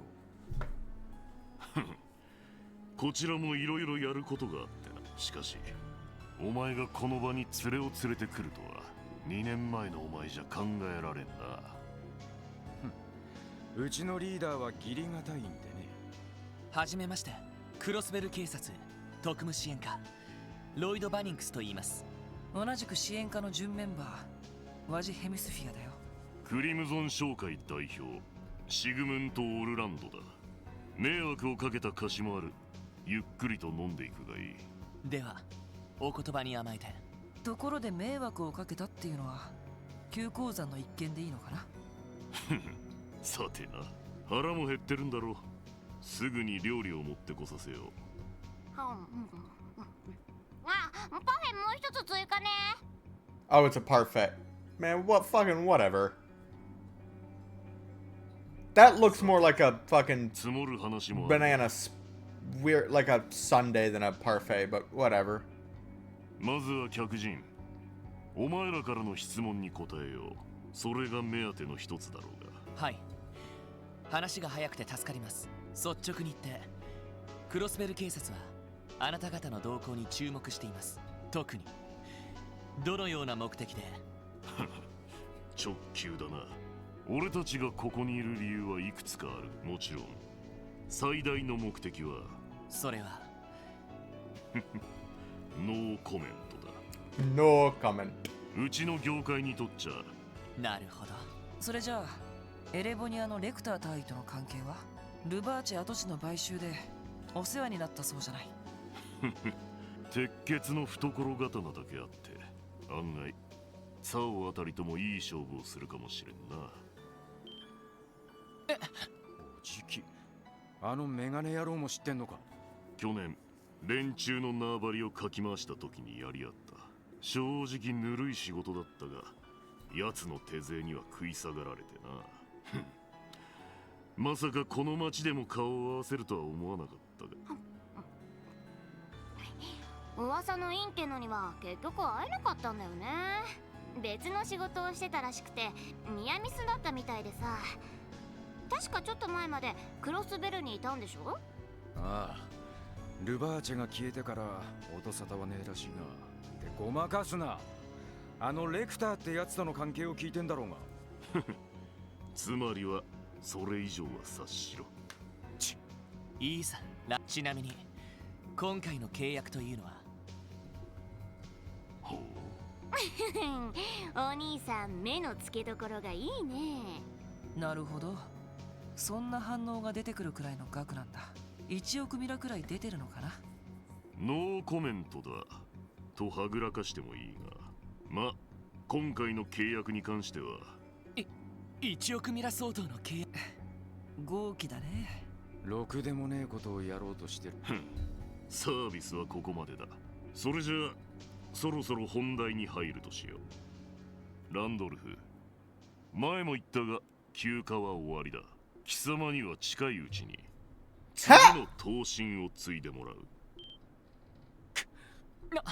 刀身。おや、ふざけんな。何を口走ってやがる。まさか酒に酔ったとか抜かすんじゃねえだろうが。赤い星座を率いるのは刀身でなくてはならん。Then you take the title. そしてそれを継ぐのは。なんで俺が。刀身が必要ってんならあんたが継ぎゃいいだろう。Exactly. なんならシャーリーでもいい。女じゃいけない理由はねえはずだ。俺はあくまで戦機。戦場を蹂躙するだけのもの。兄貴みたいにはなれんし、それはこいつも同じ。いや、シャーリーも刀身なんて柄じゃないな。ランドルフ、兄貴がなぜ長年の宿敵と決着をつける気になったのかを。かつて兄貴は、そして貴様はそれを乗り越え、見事刀身を継ぐ器を示した。お前も気づいているはずだ。もう他の者にはなれんこと。刀身を継ぐ試練。今はへたれてるけど昔のランディ兄はすごかったよね。何せ西風の大部隊を撃破するためにあの村を。黙れ、頼むから。それ以上喋るな。ランディださ。ちょっとショックだな。これでも昔はランディ兄に憧れてたこともあったのにさ。そのくらいにしておけ。今夜は帰るぞ、シャ。分かった。その姿、兄貴が見たらどう思うかよく考えてみろ。それ以上無様を晒す前に従うか逃げるか。抗うか決めるがいい。さもなくば死ね。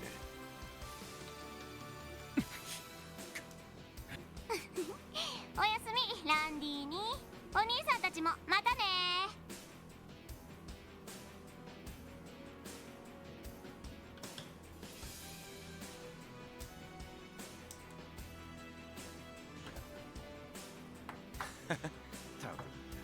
お嬢たちを連れてこなくてよかったぜ。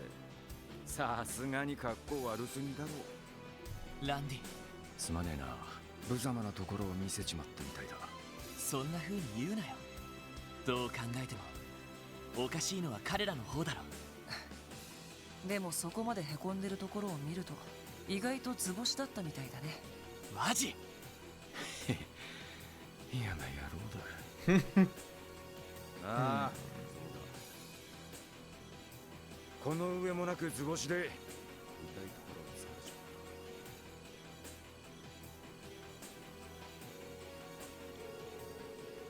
った。Lloyd, Randy, and Vazi proceeded to walk their way back home, having turned down on the car the club manager had prepared for them. They were then met with the girls and Sergei, all of whom had been worried about them. After putting a half-asleep Kia to bed, Lloyd and the team delivered their report. そんなことが本当にとんでもない連中みたいですね。ま、お前が刀身ってのを継ぐって話はともかく、いろいろ収穫はあったみたいだな。ああ、連中が今受けてるのは1億ミラ相当の契約。契約相手は流れからして帝国政府なのは間違いねえだろ。それと明日から忙しくなりそうとか言ってたから、やっぱり通商会議の期間中に何かしでかすつもりみたいだね。うん、そうなるとその1億の契約の内容だが、ロイド。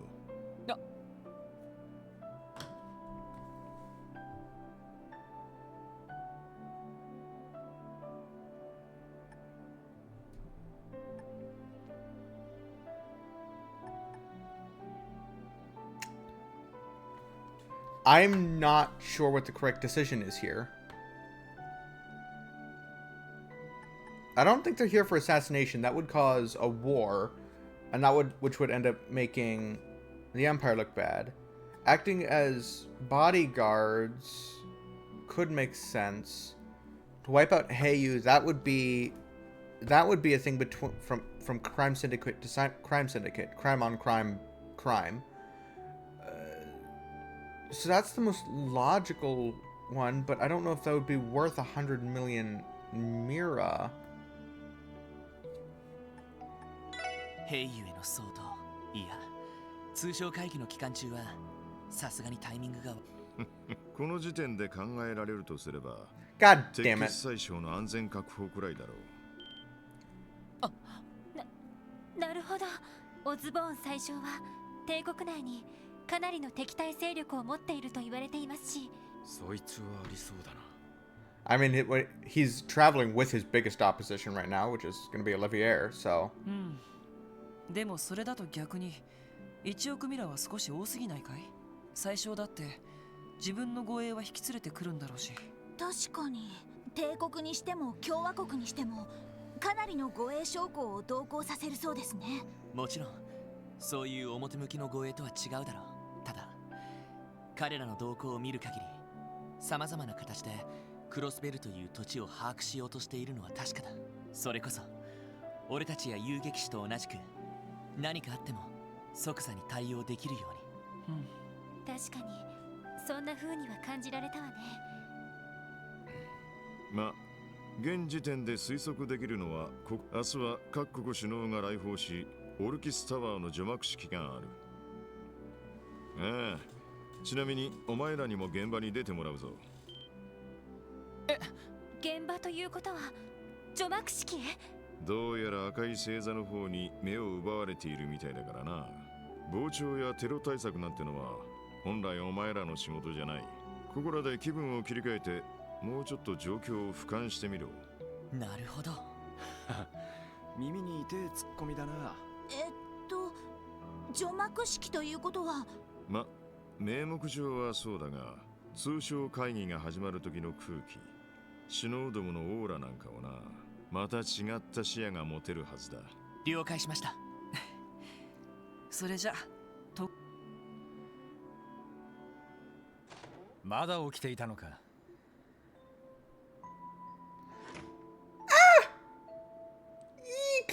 Eek! Yay! Returning characters. 明日の出発は早い。いい加減寝たらどうだ。ああ、うん。一応こちらの報告にも目を通しておきたいからね。士官学校か。まさかお前がそこまで真面目に職務に励むとはな。Military Academy. Ooh! あくまで名目上の理事でしかないけどね。あの子たちも頑張ってるみたいだし、このくらいはさせてもらわないと。まあいいだろう。しかしどうやら例の話は確かなようだな。海援校の手の者が密かに手を回しているようだ。あの人か。そんなところじゃないかと思ったけど、規模の方はつかめているのかい？いや、そちらは不明のままだ。情報局もそのあたりはつかみ損ねているようだな。自業自得とはいえ、最小殿も災難だね。意外と僕もまとめてターゲットにするつもりかな。シャレになっていないぞ。やはり第7師団からの護衛を増員した方がいいのではないか。今からねじ込むことも可能だろう。いや、それには及ばない。最小殿ならともかく、僕のキャラでそれをやったら気づいたイメージも台無しだろ。それに僕には君がいるからね。Oh, I've missed you, Olivier. 君の腕の中で守ってもらえれば、もうそれだけで十分さ。さて、俺も早く寝るか。すみません、調子に乗りました。いずれにしても明日のうちに姫殿下と話をしておきたいかな。そちらの段取りはどうだい？ああ、巡査殿と連絡は取れている。明日の昼食会の後、夕方くらいの時間になるだろう。Ah, old friends catching up. 1年ぶりくらいかな。エステル君たちが残っていたら同窓会が開けたんだけどね。シェラ君も忙しそうだから出張できる余裕はなさそうだし。そう。I want there to be I want to see a reunion of all the characters from Trails in the Sky too. It would be so much fun. 最先端のアーバンリゾートを満喫させてもらうとするさ。あ、君と巡査殿の相引きを邪魔するつもりはないから安心してくれたまえ。なんだったら噂のテーマパークでデートしてきたらどうだい？余計なお世話だ。しかしいつも以上にくだらんざれ事が多いようだが、まさかよからぬことを考えてるんじゃないだろうな。ギクやだな、そんなわけないじゃないか。明日は首に縄でもつけておくか。まあ多分これが最後の外遊になるだろう。最小殿の狙いを探りつつ大陸全土の動向も見極める。相変わらず苦労をかけるけどよろしく頼むよ、親友。無論だ。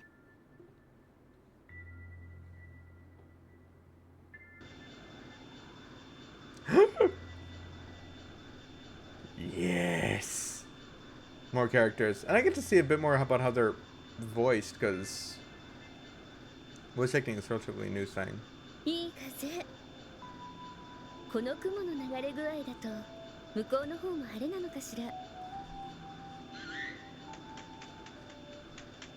And Sieg.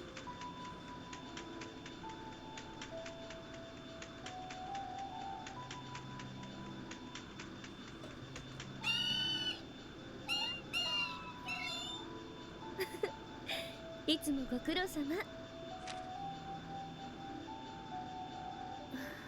やっぱり共和国方面でも火種がくすぶっているみたい。そして兵ゆえの存在と大陸有数の両兵団の介入、やはり鉄血宰相の配下として動いているのはなんでもないわ。明日は北東に向かうからこのまま船に乗っていてね。いくらあなたでも外国までついていくのは大変でしょうから。殿下、こちらにいらっしゃいましたか。And Julia's here too. 風に当たりたくなって、どうやら明日からの会議に少し緊張しているみたいです。ご冗談を。ああ、ジーク、戻ってきていたのか。これを R&A リサーチからの報告を届けてくれました。リシャール殿からの。拝見させていただきます。Oh, they're contracted with Richard's company. 急 That's right. 進的な民族主義者。それに共和国政府の動きですか。どうやら想定外の事態が各方面で進行しているようですね。ええ、王子とお会いしたらそのあたりもご相談しないと。それとちょっとしたつてを頼らせてもらうかもしれません。つてですか。ええ、本当に頼っていいのか見極める必要がありますけど、もしかしたら私たちの助けになってくれるかもしれません。Oh, that's right, because Estelle and Joshua went back to Liberal, so they probably would have reconnected with Chloe. So, yeah, it makes エ sense. ステル君たちが言っていたという。Yeah, we got a recommendation. Fuck yeah.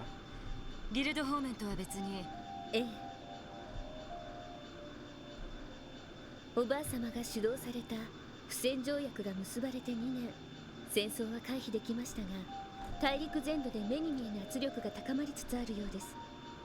なんとか不戦条約に代わる新たな枠組みを模索しないと。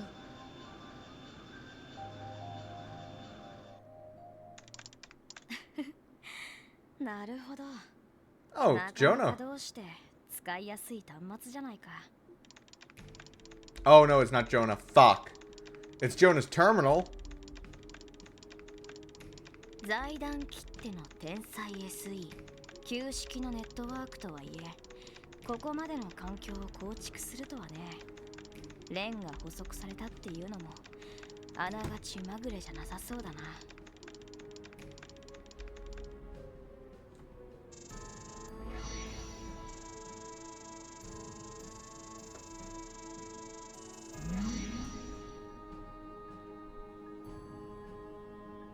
アストラルのコードのインストールをそれじゃあ位相空間にアクセス、動力ネットの全領域をサーチ開始、複数ルートからの侵入経路を第1、第2、ロジックキーの解析に成功、メイン端末への最終防壁を攻略。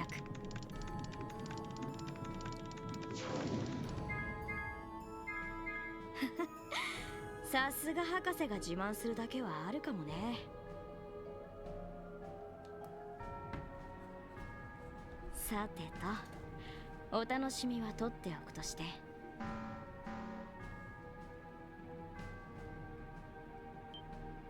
おっとでもこの仕掛けだと明日くらいまでバレないかな。せっかくだからいろいろ楽しませてもらおうっと。Man.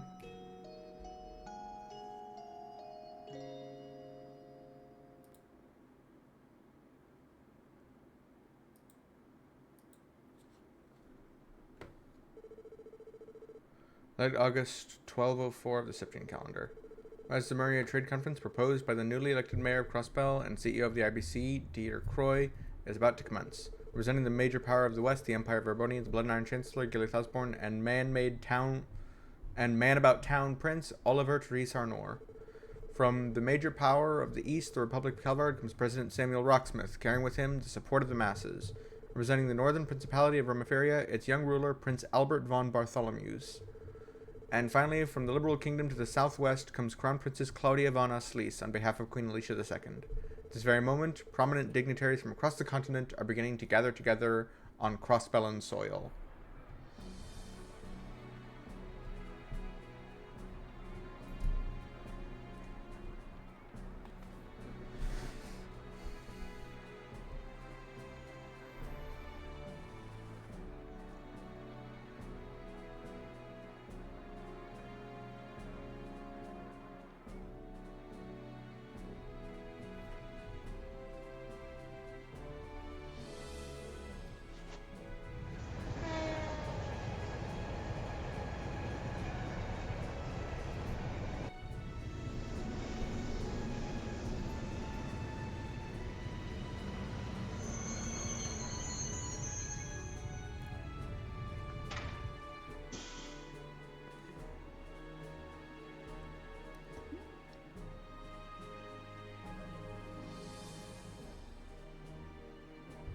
Representative for the Imperial Government, Blood Iron Chancellor, Gileath Osborne.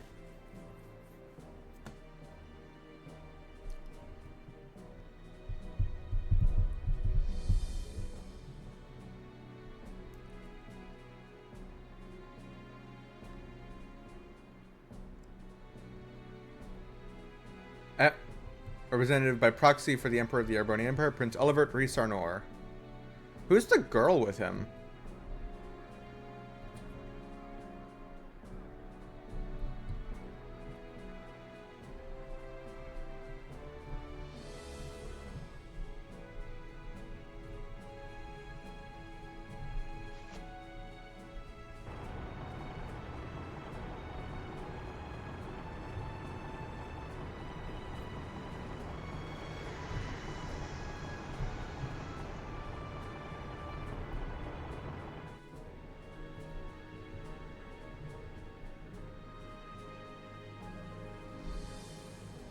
Representative of the Calva Republic, President Samuel Rocksmith.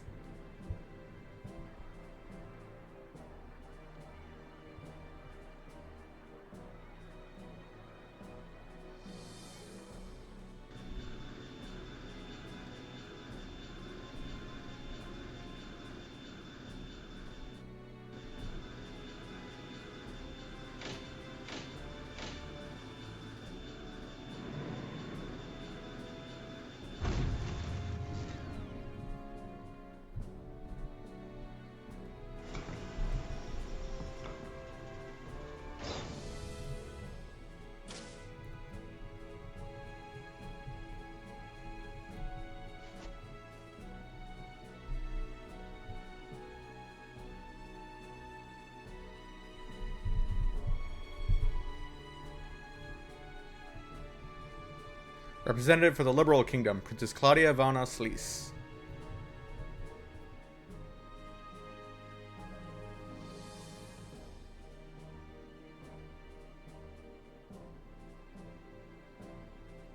Representative of the Principality of Romaphilia, Grand Prince Albert von Bartholomews.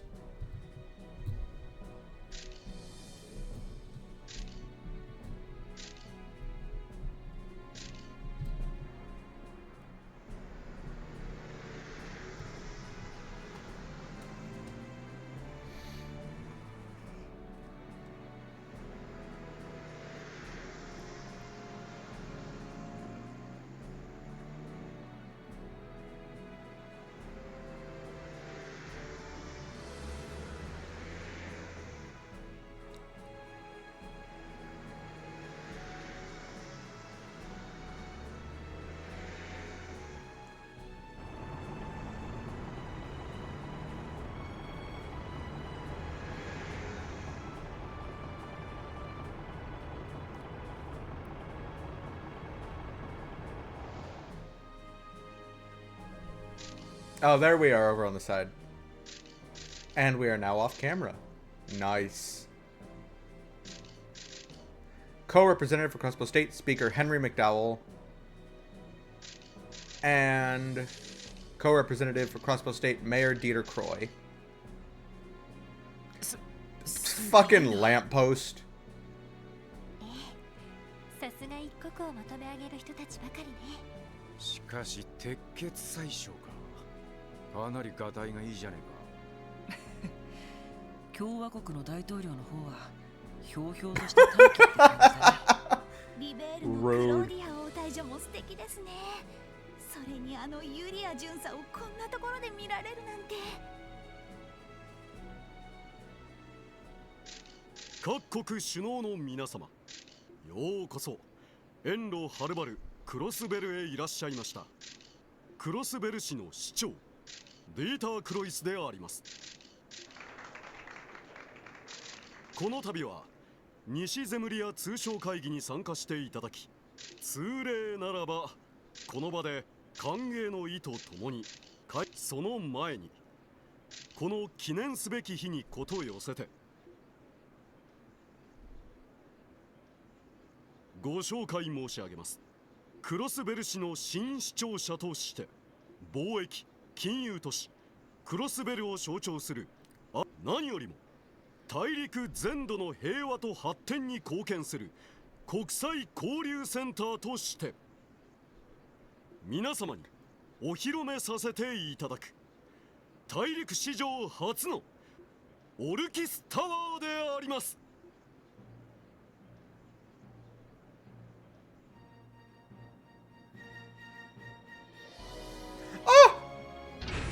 Yay! Animated cutscene.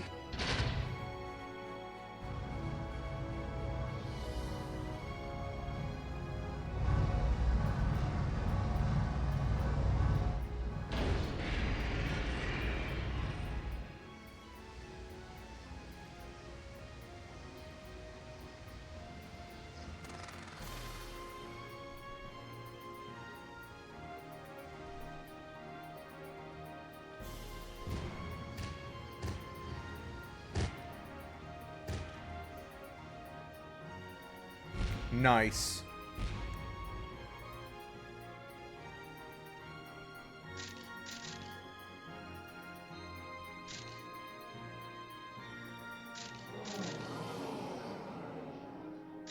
Ko これがオルキスタワー。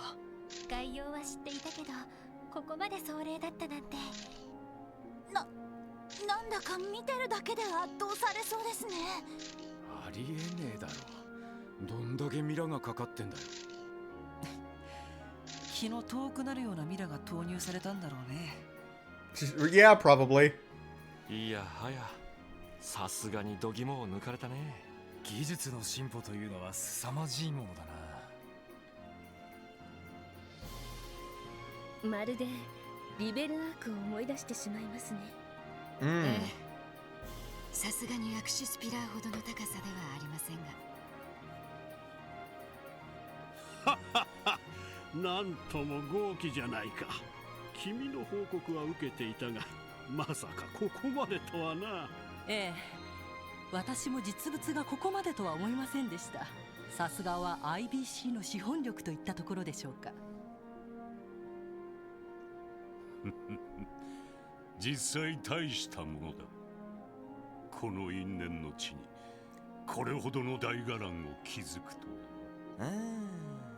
とりあえず一度市長さんに頼んでみたら登らせてくれっかな。それでは改めまして、 Let us proceed. 首脳の方々およびこの場にいるすべての関係者の立ち会いのもと、西ゼムリア通商会議の開催を宣言させていただきます。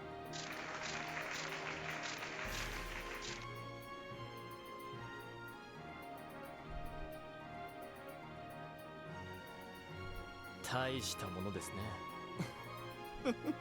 素晴らしい。この光景を見ただけでもクロスベルに来た甲斐があったというものです。首相なことを。まあいい、私は行くぞ。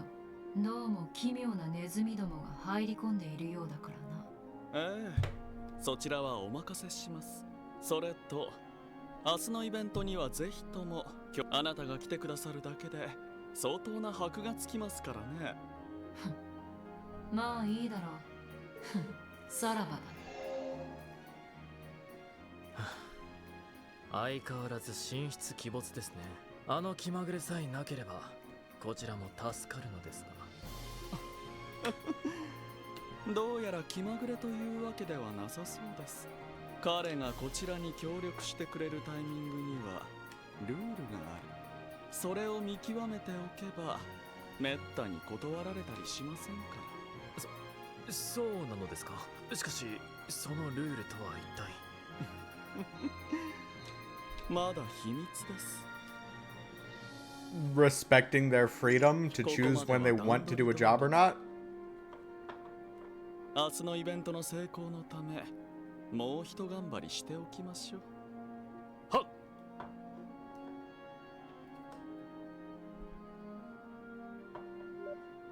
うわー、あのビルとんでもないね。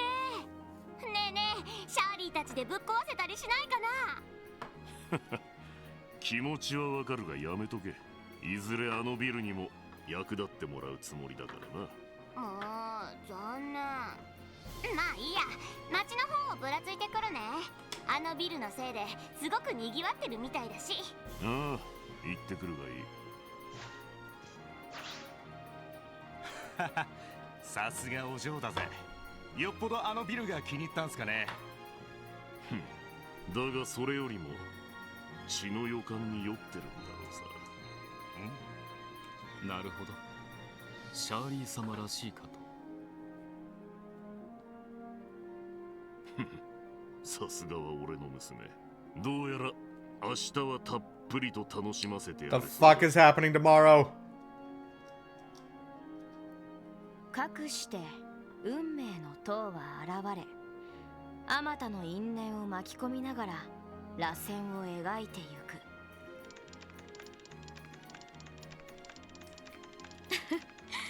ブルブランがいかにも好きそうなシーンだな。まあこれだけのイベント、彼なら勝手に見に来てそうだけど。おっとあとは彼らに渡すだけか。それじゃあせっかくだからお楽しみの準備もしとこうかな。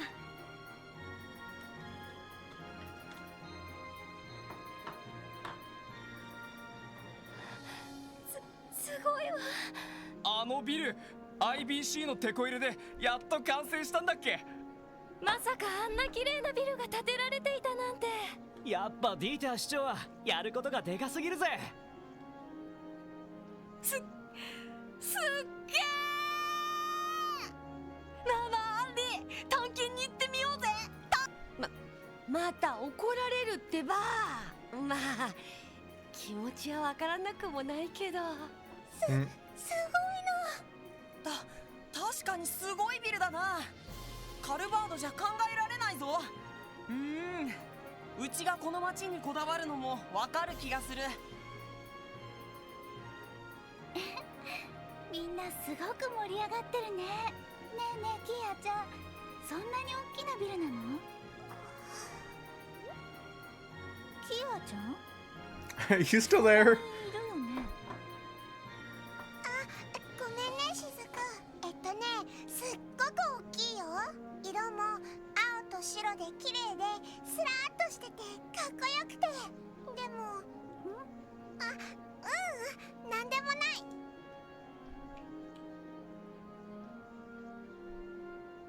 なんでだろう。初めて見るはずなのに。キア、あのビルどこかで見たことある気がする。Huh. Hmm.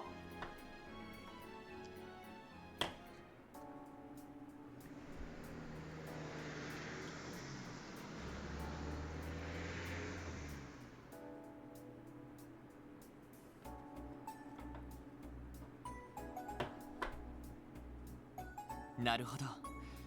通商会議の本番は。ああ、今日のところは昼食会に各種懇談会ってところだな。夜には晩餐会に加えてアルカンシェルの感激があるらしい。ちなみに首脳たちは全員ミシュラムの迎賓館に泊まる予定だ。迎賓館というとハルトマン元議長の屋敷ですね。Ah, yes, I see he lost his home as well. Good. へえ、あのバカでかい屋敷。ま、ハルトマンについては汚職や違法取引に関する罰金が凄まじいほどの額になったからな。As they should be. その代償として没収され、迎賓館として使われたってわけだ。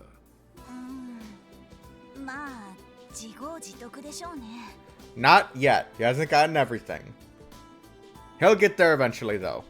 それじゃあ当然ミシュラム方面は封鎖ってわけかい？ああ、通商会議の期間中はホテルやテーマパークも臨時休業だ。そっちは警備隊が詰めているから心配する必要はないだろう。わかりました。俺たちの方は昨日に続いて。それで構わんだろう。招待客の中には昼食会の後何か問題が起きるかもしれんから。了解しました。しかしさすが招待客どもは波のオーラじゃなかったな。特に鉄血宰相、ありゃただもんじゃねえぞ。ああ、あのレクター大尉が控えていたのも宰相本人はそれ以上に圧倒的な雰囲気の持ち主だったな。共和国のロックスミス大統領はでもすぐ近くにあのキリカさんが控えていたな。カルバードの諜報組織ロックスミス機関の人間、庶民派で知られる大統領だけど、やっぱり一筋縄ではいかなさそうね。でもリベールのクローディア姫はさすがに気品がありましたよね。一緒にいたユリア巡査もすっごくかっこよかったですし。ああ、リベール王国の王室親衛隊の女性隊長だっけ。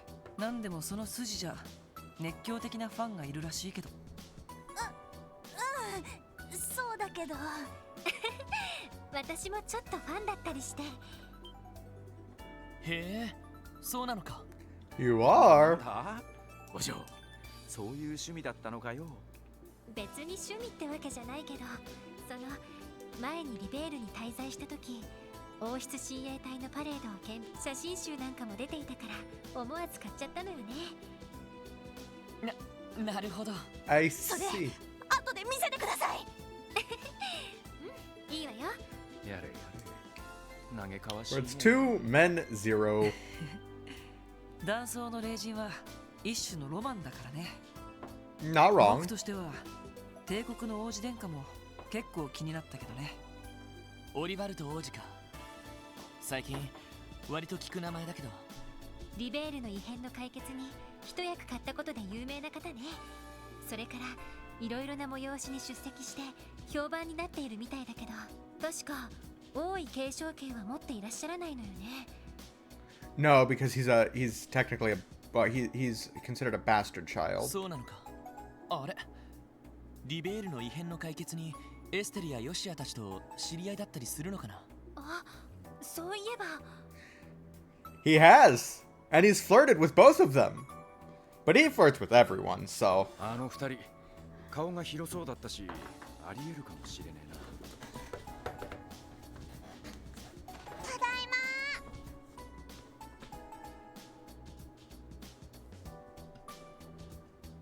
キア、在。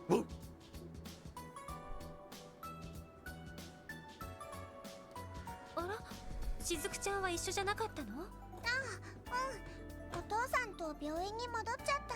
でもビルのお披露目は一緒に見たよ。すっごかったね。ロイドたちは近くで見たんでしょ？はあ、正直大きすぎてよく。ま、とんでもないビルってのは嫌ってほど分かったけどな。キーヤちゃんの方がバッチリ見えたかもしれないね。すっごくかっこよかった。花火だっけ？あれもすごく綺麗だったし。でもロイドたちはこれからまた仕事に出かけるの？ああ、夕方には戻ると思うけど、課長の方はどうですか？今日は俺はここで待機だ。何かあったら連絡するから。はい。端末をチェックしてから出かけましょうか。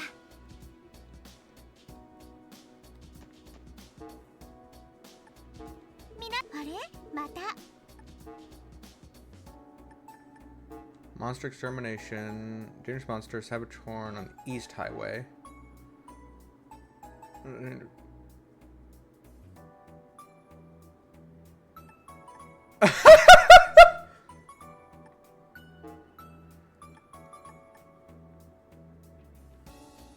Entry in over in our Morocco village. Please come by if you have the time.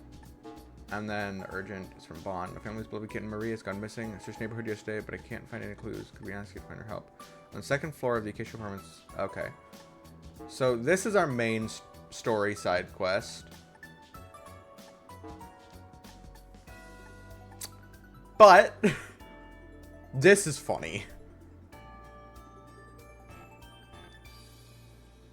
いろいろ来ているけど、この演奏家の創作っていうのは。いやー、でもまさか遊撃士のお姉さんたちの要請とはね。訓練ってのは色気がねえけど、時間があったら寄りたいよな。いい機会かもしれませんね。こちらの猫の捜索というのは。ああ、東通りに引っ越した。いろいろ大変そうだし、できれば力になってあげたいな。そうね、私たちを頼ってくれたみたいだし、忘れずに訪ねてみましょう。タワーのお披露目と VIP たちの来訪で街も浮き足立っているみたいだ。いろいろ回ってみるのも楽しいかもしれないね。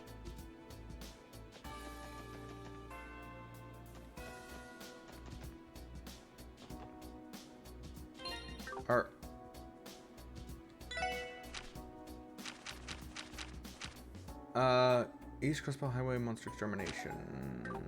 よし、行くか。どこに行こうかな。Is there a new issue of the newspaper? I didn't want to talk. I pressed down on the D-pad. Oh my god.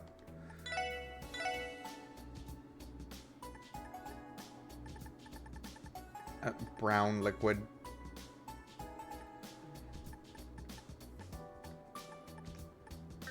No new issue. Okay, cool.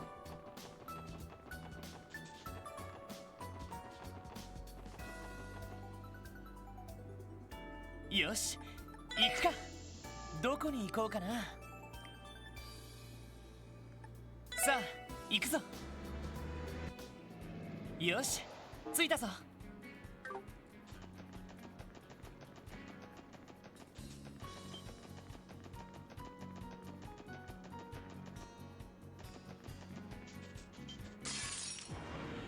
おらおら邪魔すんじゃねえ。そこ任せてくれ。と私のパー行くぜ。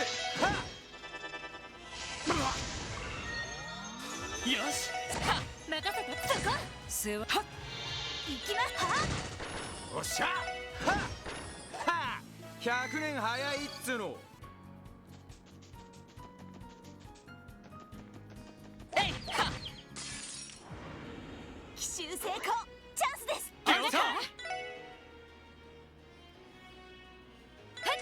俺の番だな。これが俺たちの力だ。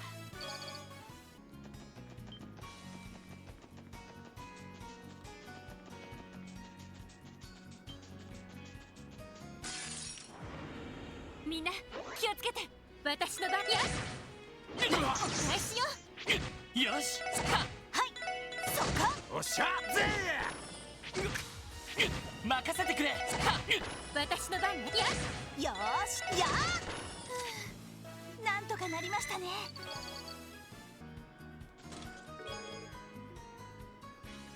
Scratch into the bottom of the chest is a heart containing Anton Plus. The name on the right side has been written over too many times to read. Oh, poor Anton. Even the chests make fun of him. ここなら釣れそうだな。 Sorry, what did that say? I'm trying to my 8 lures, 1 bait. それ。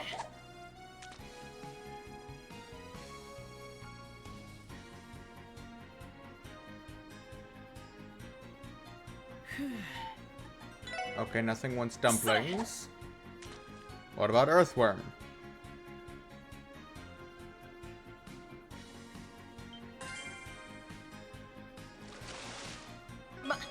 こんなもんかな。Okay.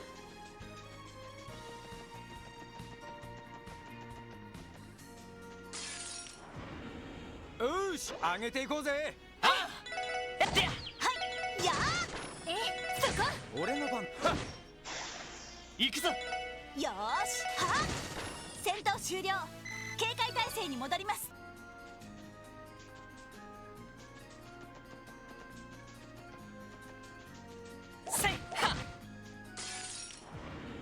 かかってきやがれ。行きますそこさてそこおっしゃぜ俺の番だ。よーやー任せてや。行くぜ。まこんなもんかね。 Cast 1. I'd love to cast 1 too, but the fishing spot is way over there. Oh.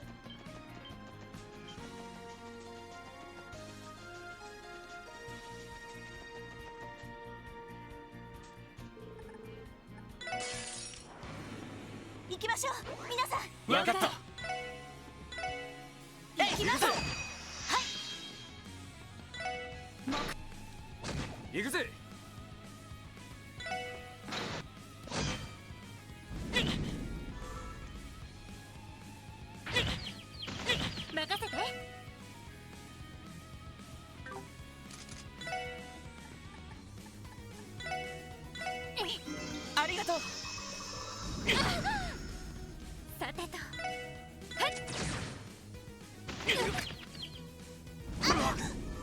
行きます。やー俺の番だな。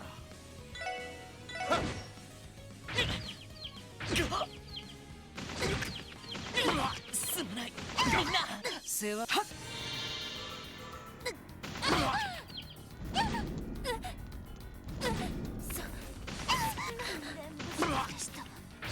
マジかよ。 Thanks, game. How rude.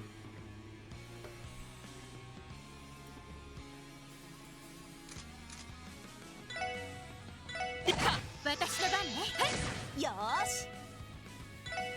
やー任せろ。そこだ。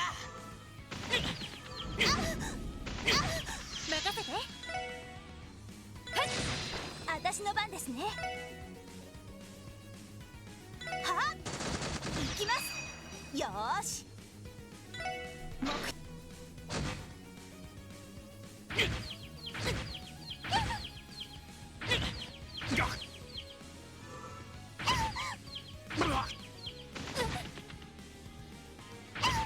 Could you stop proccing that on me? Jesus Christ.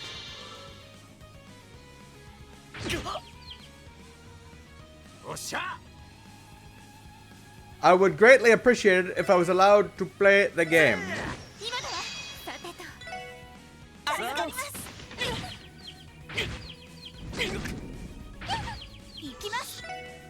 Jesus Christ. 行くぜ。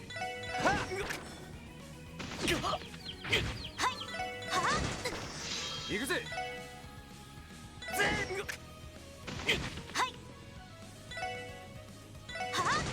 行くぜ。うっしゃ、いい感じだぜ。さすがですね。おっしゃ。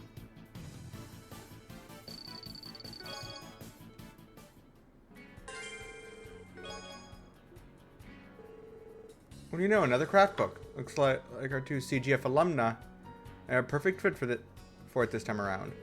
Well, hot damn. Ready to show everybody what we got, Noel?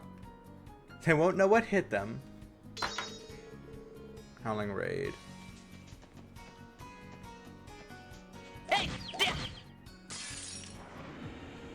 Yosh! 一気に行くぞ。私の番。今だ。任せろ。任せてくれ。みんな大丈夫か。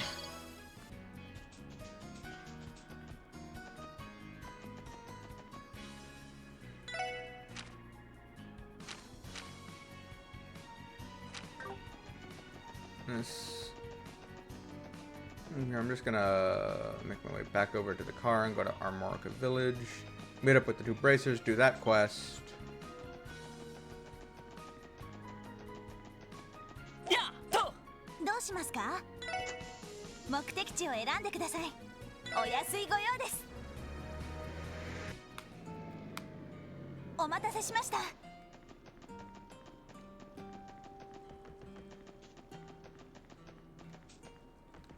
ここなら釣れそうだな。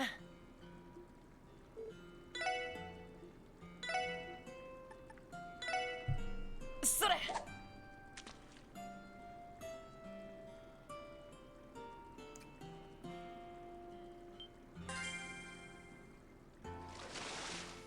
よーし、大物だ。それ。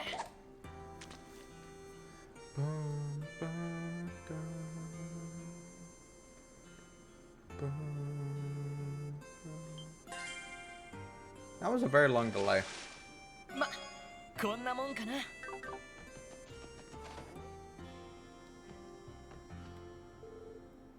There you guys are. Tio, my sweet angel. Wait, is she still not back yet? Well, there goes my motivation.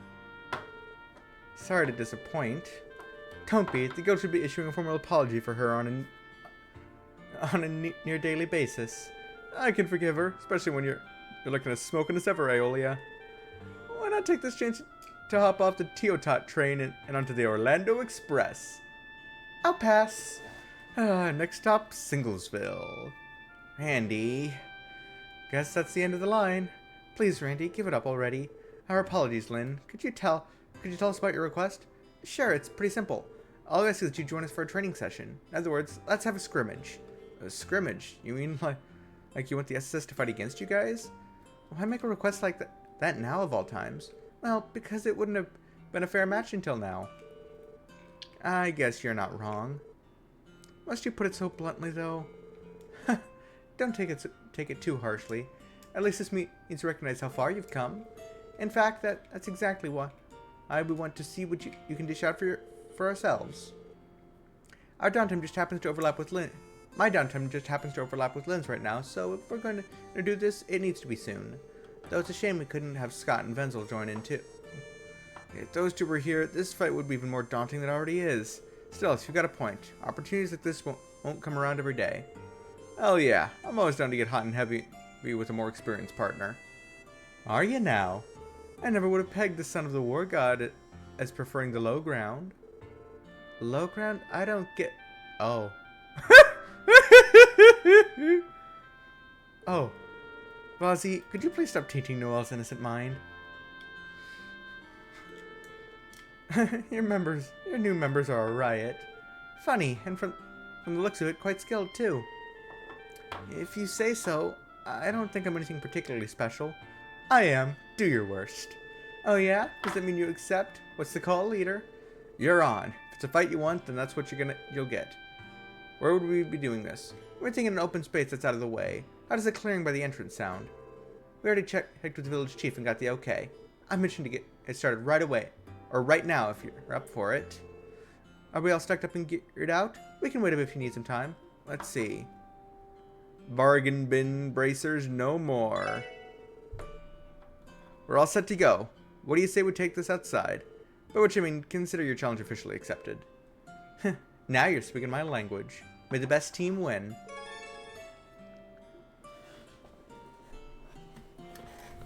Now this is a 4.5. Well, because support members rarely come in.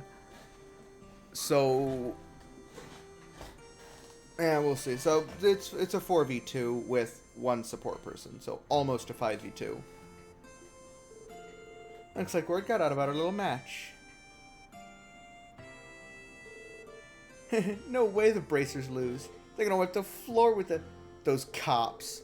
Wipe the floor? Why would they mop outside? It'd just get all muddy.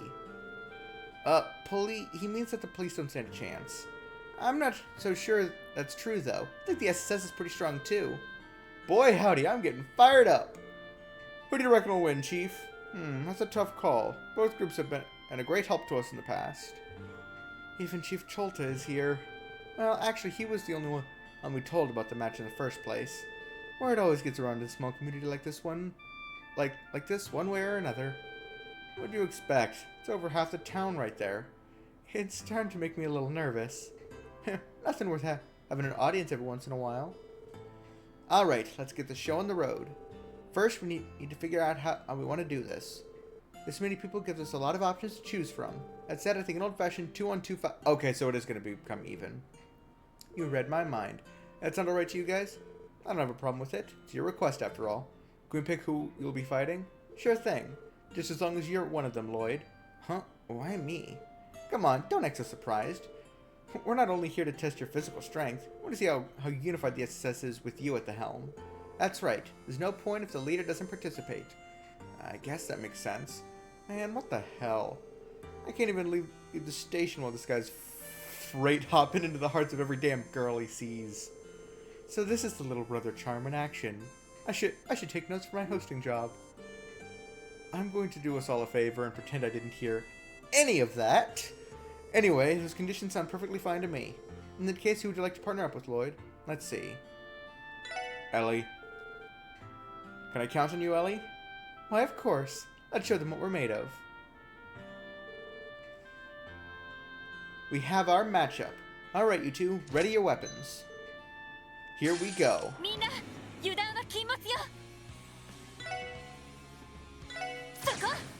Oh. Ow! What the fuck. Rude.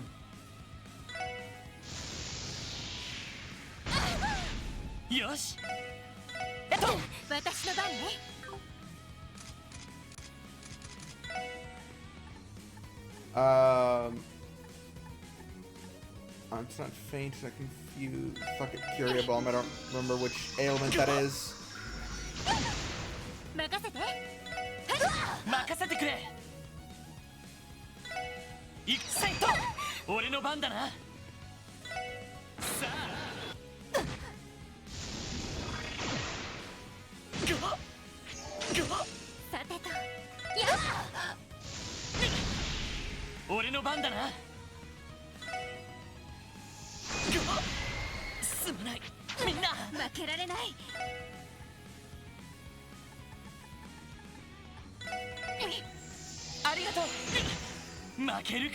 Oh my god.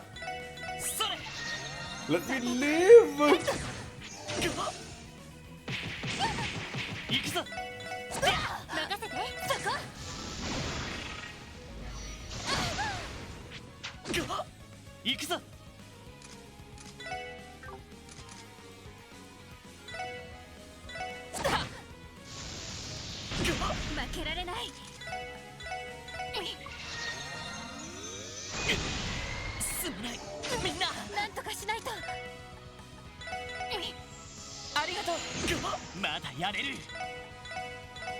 No, waste all my turns on healing.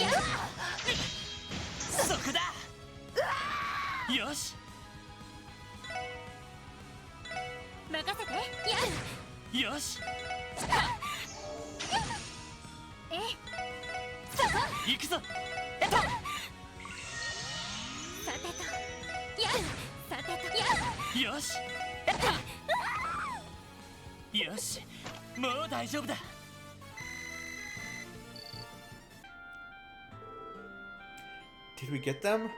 I believe so, but I can tell they were holding back their strength.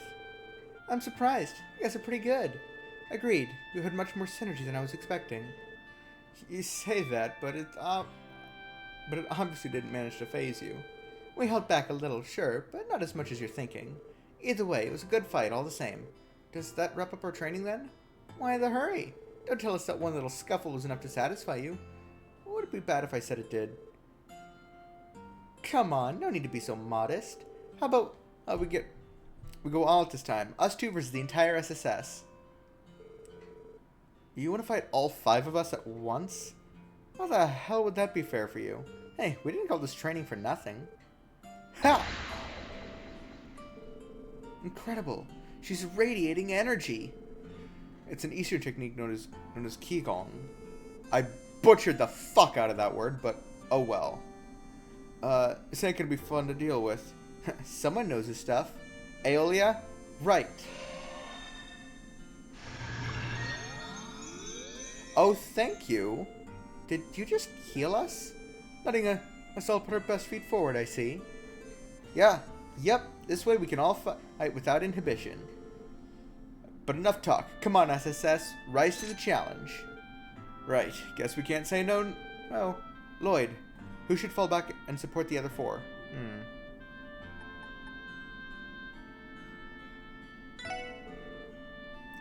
Vazi, give us support. Gladly. Here we come.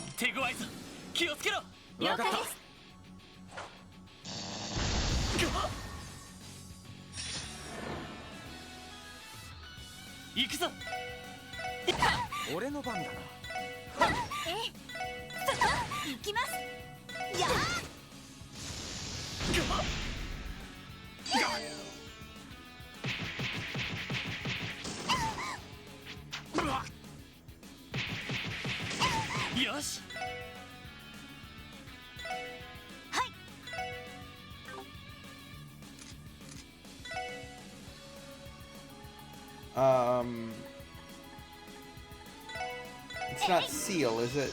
Oh, it is Seal.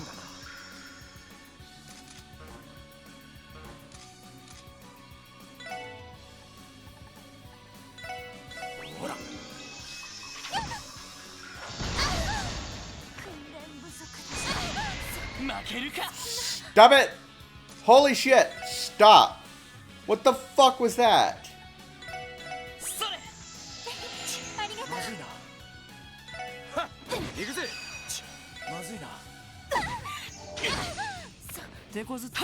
You know, when I revive somebody, don't kill them immediately. I don't have too many revival items.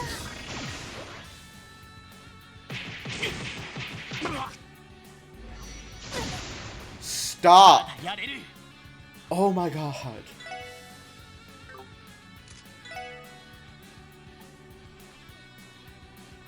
40% chance. Sealed 30% chance.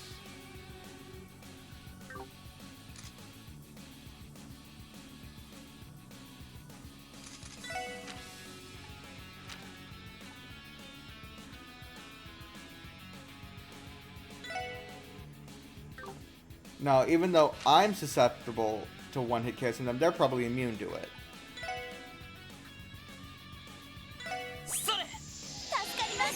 Because the person you happen to kill fucking twice is the one that has the healing abilities.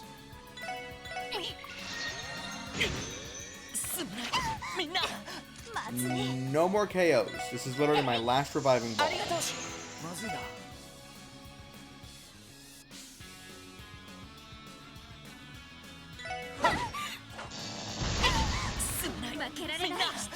Man, fuck this game.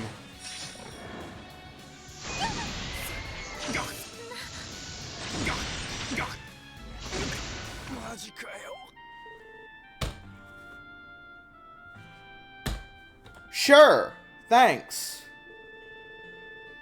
Fucking whatever.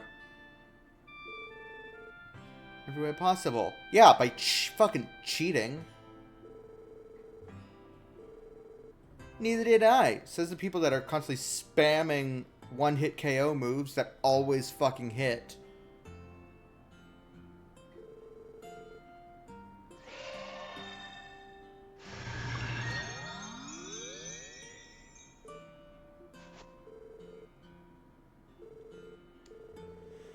You guys just then you go and heal us. What kind of...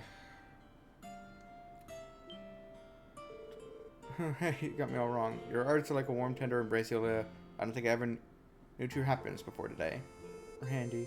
And there goes the last of his dignity. At least he alleviated some of the tension. You guys really are something else. I would watch your back. I could watch you go back and forth for hours.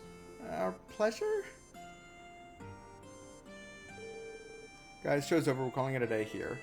Yes, nothing further to see here, everyone. You're the young ladies. Let's break it up, folks. There's enough of a distraction for one day. Come on now, back to work.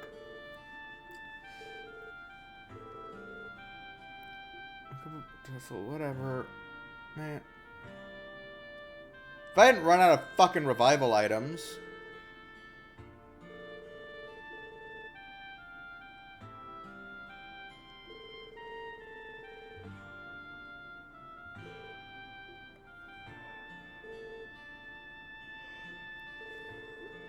You journey with us, live up to your expectations. You'll try your best, and it's all we can ask for. That's right.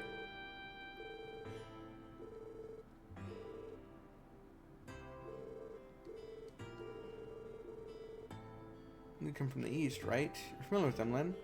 I wouldn't call myself an expert, but yeah, a little. I get a feel for a few different eastern weapons while I was a student, like chakrams or the 3-section staff. On that note, I think I might know how to improve that spinning craft you got, Lloyd. Improve? You think you can get it even stronger? I'm the one way to find out. I'll give you a quick lesson right now if you like. Want to give it a try? You do that for me? I couldn't possibly say no. Lucky you, Lloyd. See, I'd often let us willing to take on a student. Well, he's learning that. While he's learning that, what do you say to going over to the Asterian so I can learn more about you, Aeolia? I'll pass, thanks. I just can't catch a break. Have you not learned your lesson, Randy? Sorry to hold this up, guys. Would you mind waiting until we're done with this lesson? Not at all. Chance like this doesn't come around often. You should take it. I want to try and win that fight. So twirl so we can... Continue on there, Lloyd. It started. Right.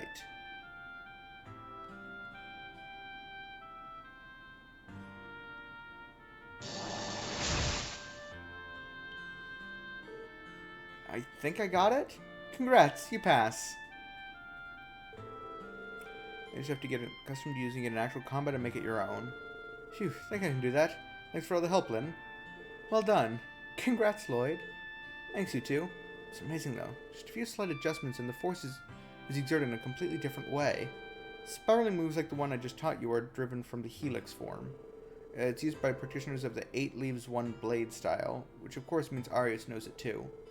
The great thing about this form is that it's a fundamental building block. You can apply it to all kinds of different techniques.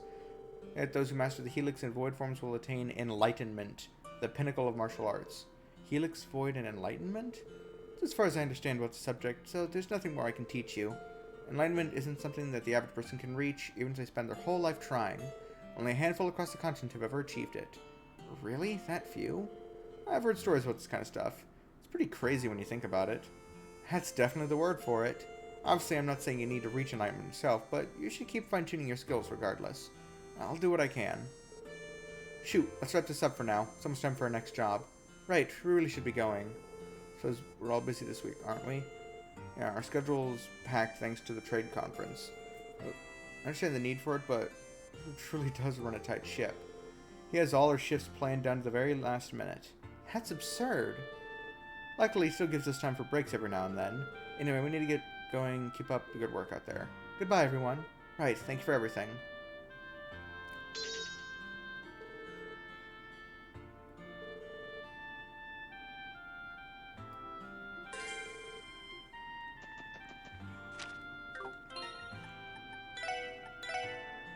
I know I don't have a good...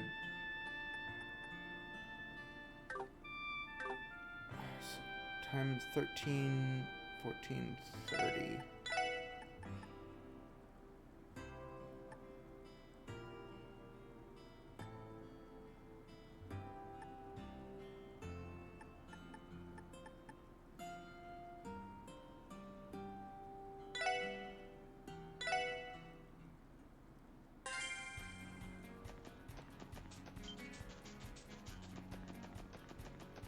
Okay, so that's after just finishing that.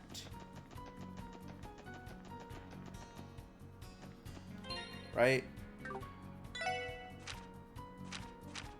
Yes. Wait, did I actually ever examine these chests? Oh, yes, I did.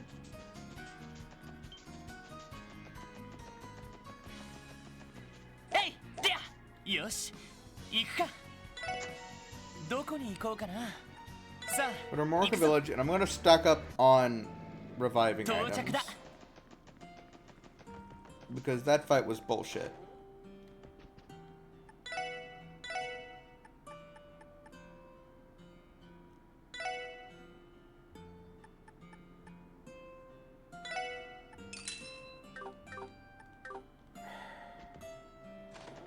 Shit's so damn expensive.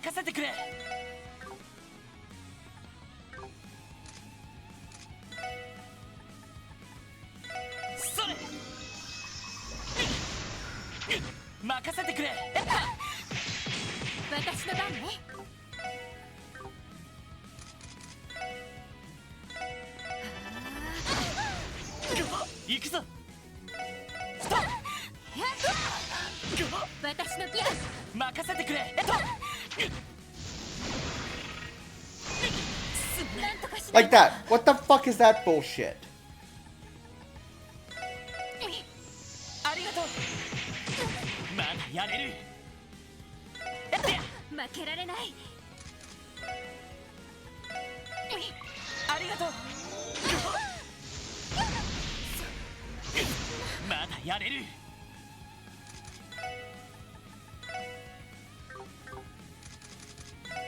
Thanks, game, for...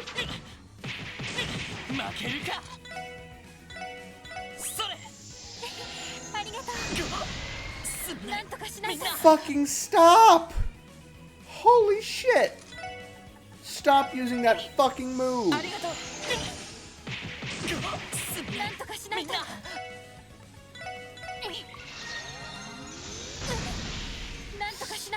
Stop.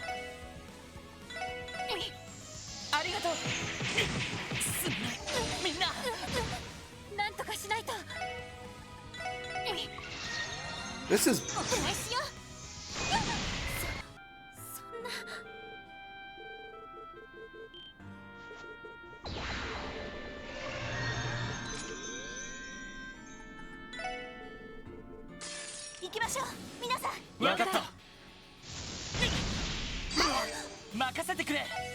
I'd really appreciate it if they didn't fucking spam that one specific attack that just kills me fucking instantly.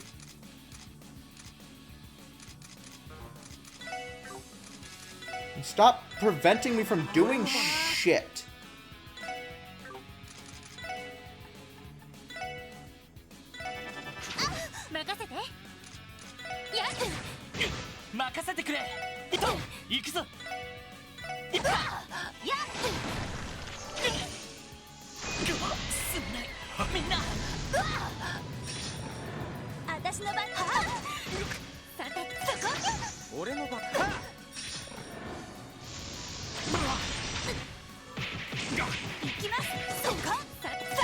I'm gonna win both of these fights. I don't fucking care. But you have to let me do shit, game.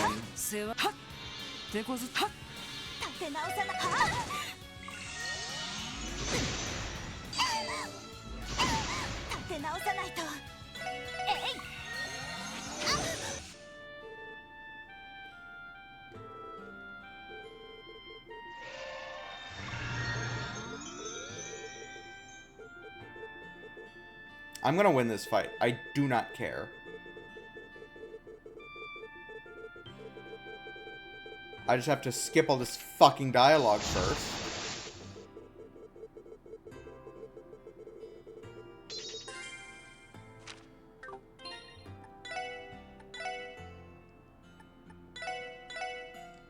Because I would greatly appreciate it if they didn't fucking one-hit KO me immediately.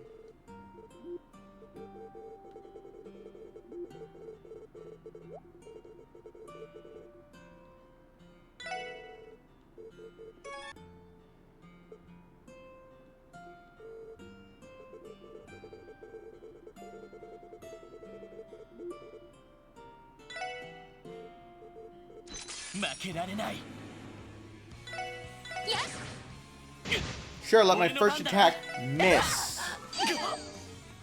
Put me to sleep and stop me from doing shit because fuck you.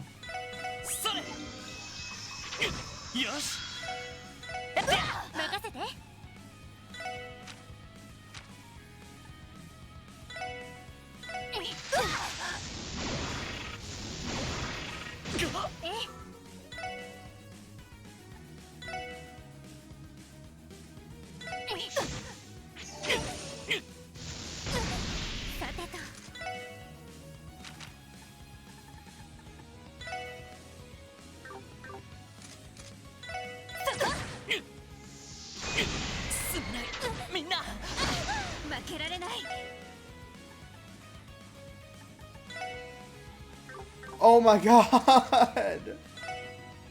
I don't want to have to... Thanks for...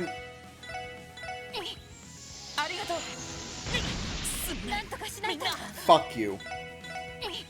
I just fucking revived him. So let me actually do shit and not have me waste all my fucking turns healing.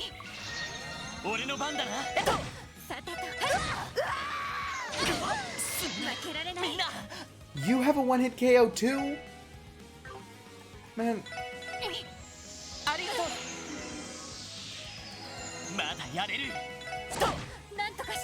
I work. You know, I work so hard to actually make progress. なんとかしないと。やっ今だわ。負けられない。ありがとう。俺の番だな。よし。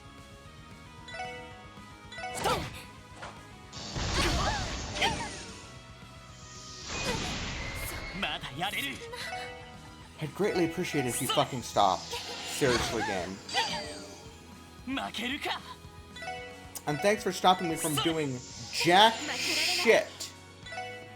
I'd greatly appreciate it if you didn't make me fucking waste revival bombs. 行くぞ。それ。さて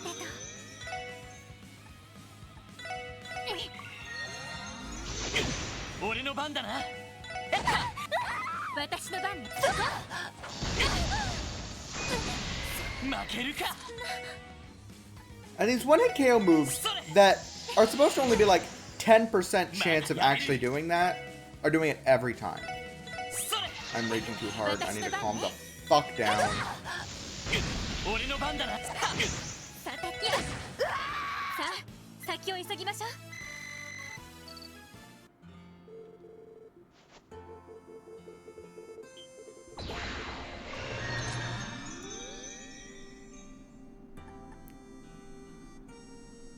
Let's have Noelle fall back, actually, because her support move, if it ever does proc, is an AoE attack.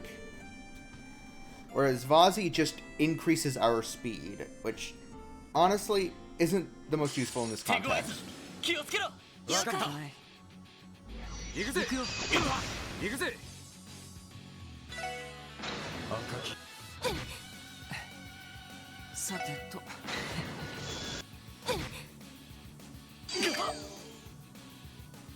Why does that ability do two things?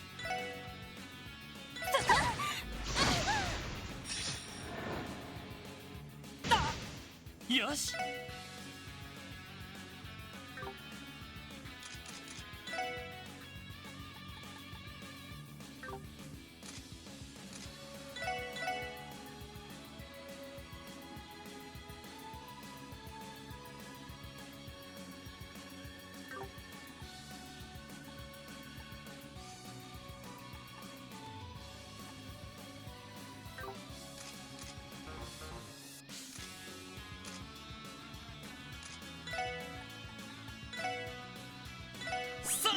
Thanks. 行くよ。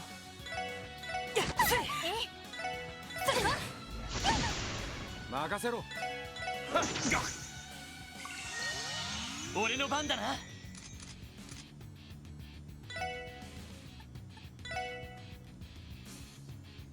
エニグマ駆動。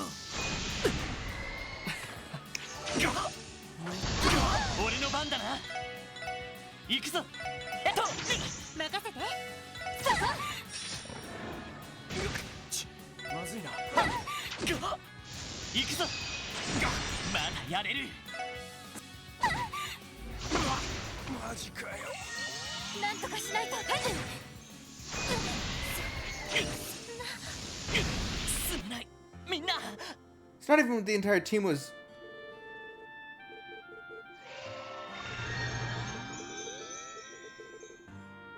Because I wish I could pause in the middle of fucking dialogue like this, but you can't. You have to get to the end of it. Because they're so fucking long. Even fast forwarding, it takes fucking ages. And I'm realizing the mistake I made there.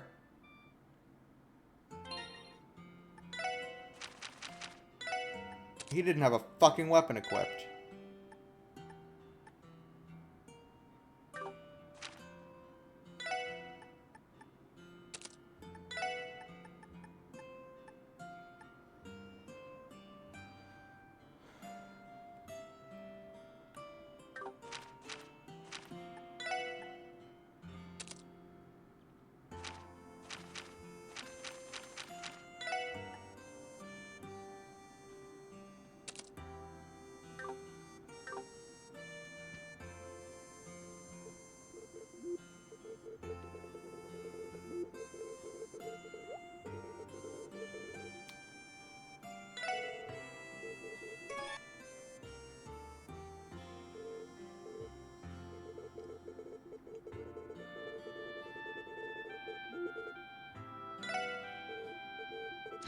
かってきなさい。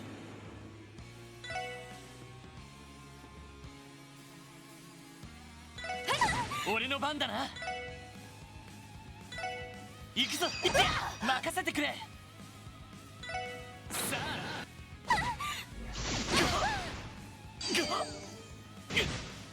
さてと行くぞ。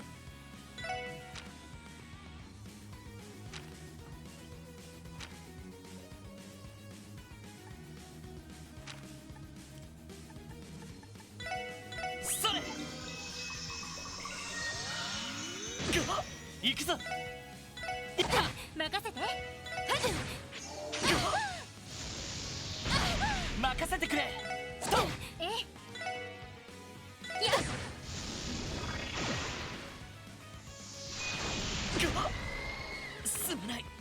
And thanks for doing that, making us be on opposite ends of the fucking thing when I have no fucking movement. なんとかしないと。負けられない。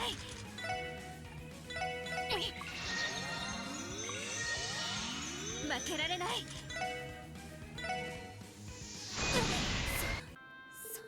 No, fuck you. I don't care who the fuck falls back. I'm losing this fight intentionally. 行くよ。任せてくれ。おっしゃ。私の番ですね。やれやれ。行くぜ。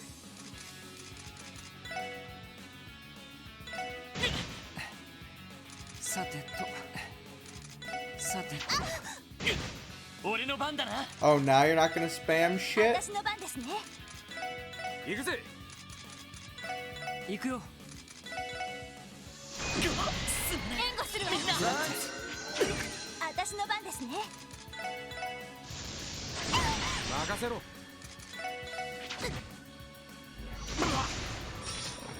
私の番ですね。行くよ。俺の番だな。さてと。立て直さないと。まずいな。マジかよ。まずい。訓練不足でした。Now I gotta.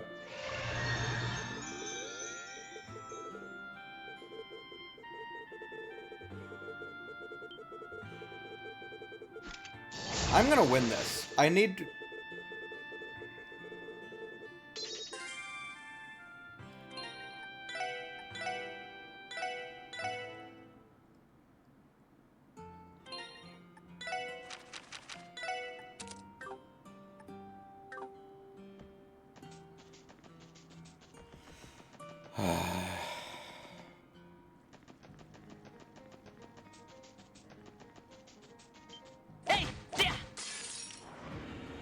行くぞ。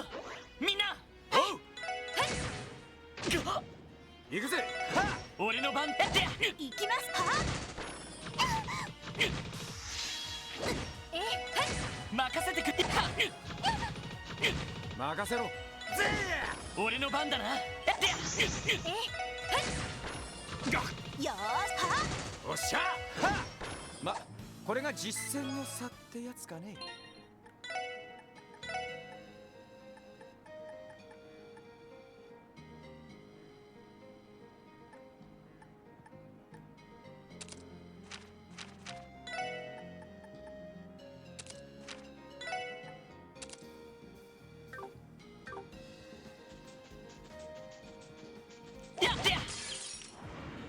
奇襲成功。チャンスです。私そこ。よかった。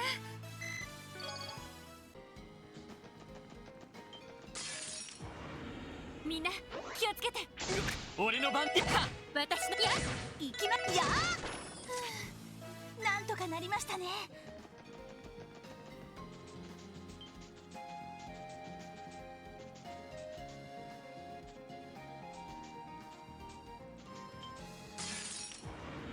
速攻で蹴りをつける。俺の番。任せて。敵続けてくるわ。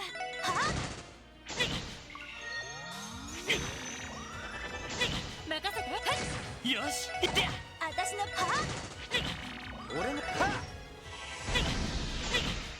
行くぞやってや私の番ね。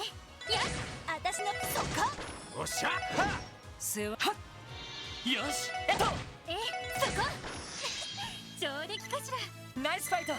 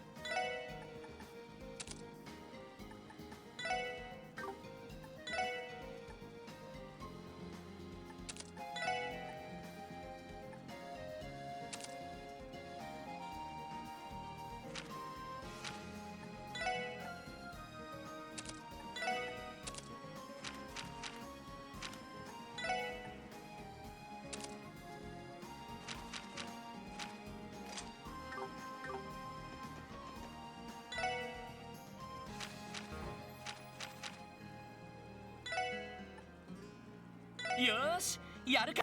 ちょろいちょろい。おおんだこいつは。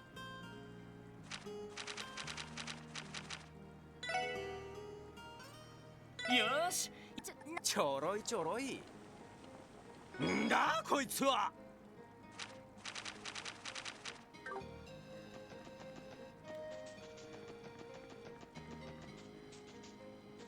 セイトよっしゃ畳みかけるぞ。いるか今だわみんな。ごめんなさい、先に行くわね。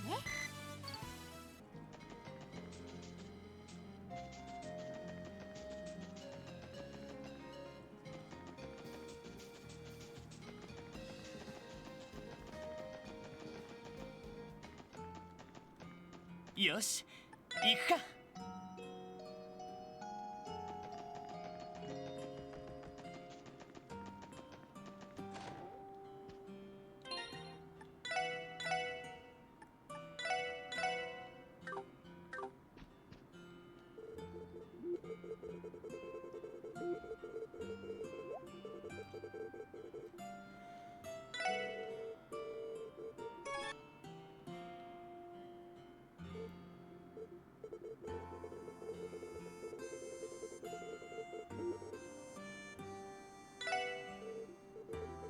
敵接近、狙い撃つわ。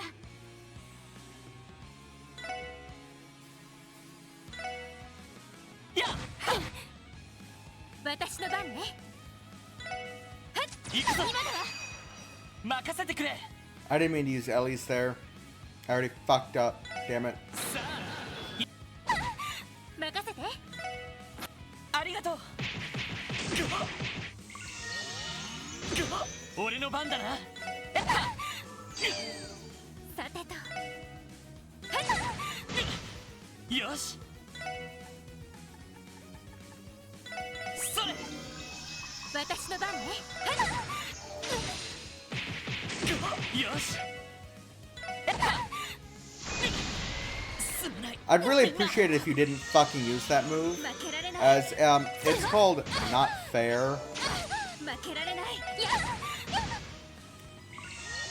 Stop healing yourself.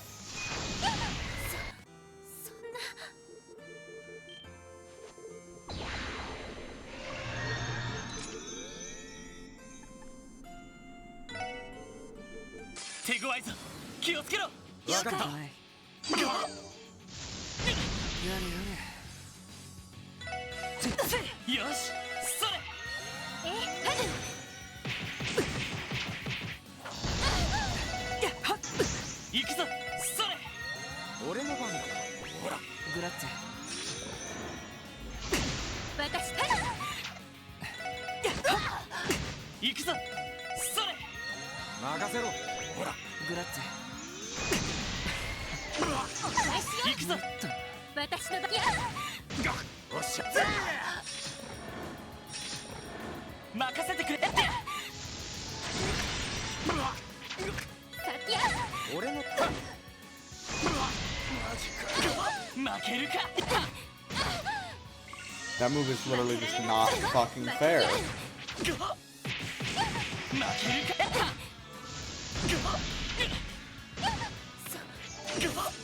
負けるか。電磁ネット。皆さん大丈夫ですか？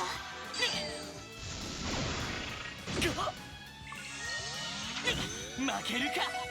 それ。負けるか。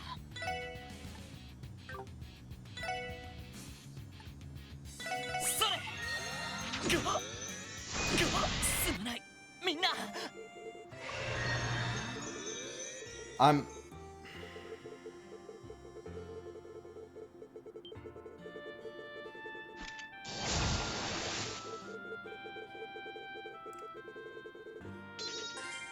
That fight is winnable. Why the fuck do they make it intentionally so fucking hard?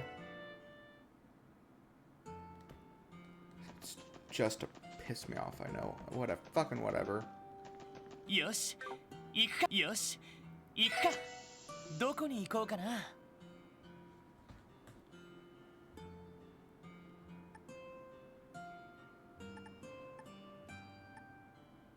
さあ、行くぞ。到着だ。やっはっ。さあ始めましょう。そっか。おっしゃ。よし、やってや。よし、任せてや。はいはこれがみんなの力ですね。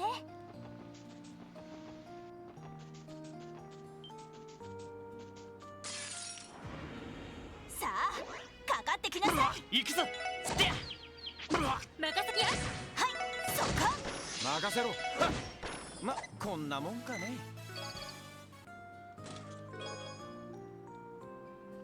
Pick up an invitation for fighting game, but put it down so you can focus on support requests.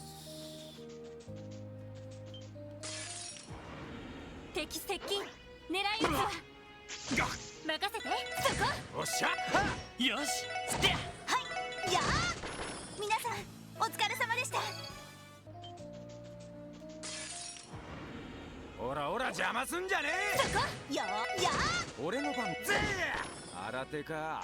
上等だぜ。俺の番だな。無駄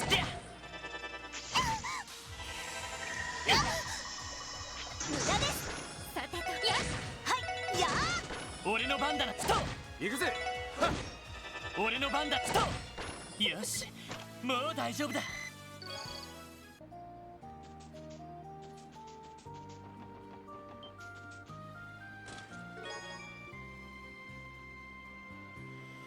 Had he paused his hand suddenly, the conundrum grew twice greater in his mind. It's not. I know it's not confound at all.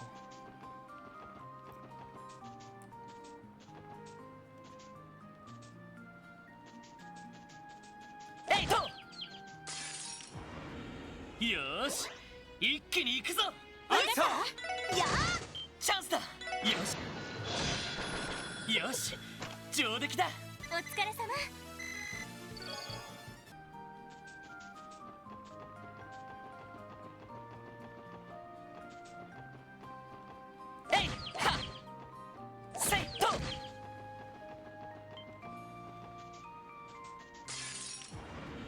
かかってきやがれ。そっか。俺の番だな。私の番。任せろ。ぜ俺の番だ。さてと。そこ。はいそっか。手こずっ。おっしゃ。よし。迎撃完了。みんな先に進もう。えいと。さあかかってこい。私の番。私のは任せろ。ぜよし。私の番。なんとかなったわね。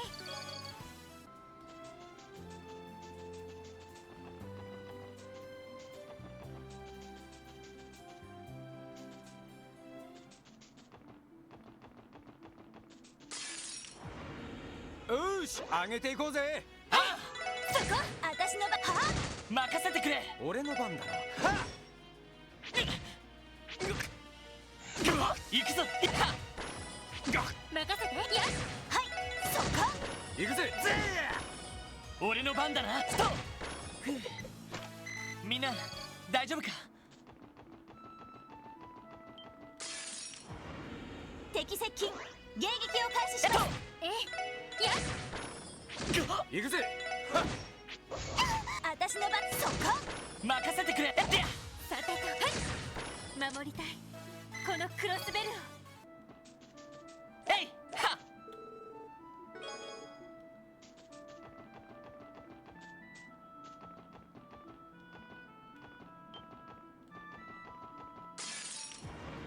かかってきなさい。任せて。俺の番。はいや任せてくれ。私の。敵続けてくるわ。私の。はよし。任せてくれ。私の。さあ先を急ぎましょう。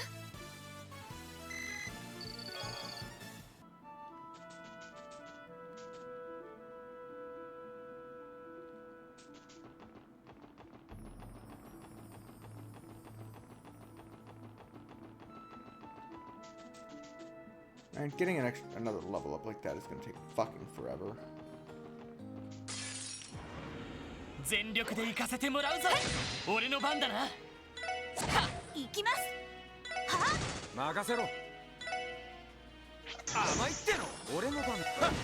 行くぞ。ストップ。その程度じゃ俺たちは止められない。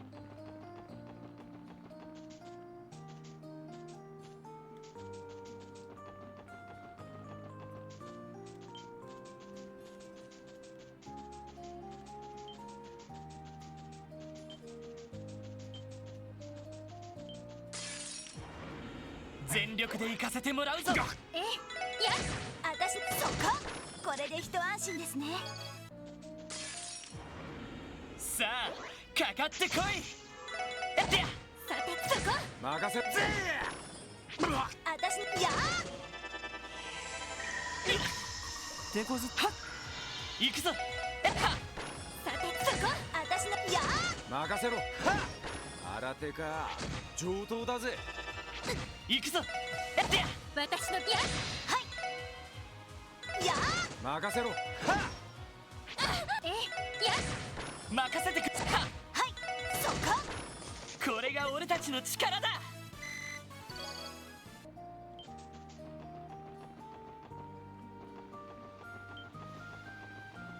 よし行くか。どこに行こうかな。さあ行くぞ。Just do the fucking musician quest first.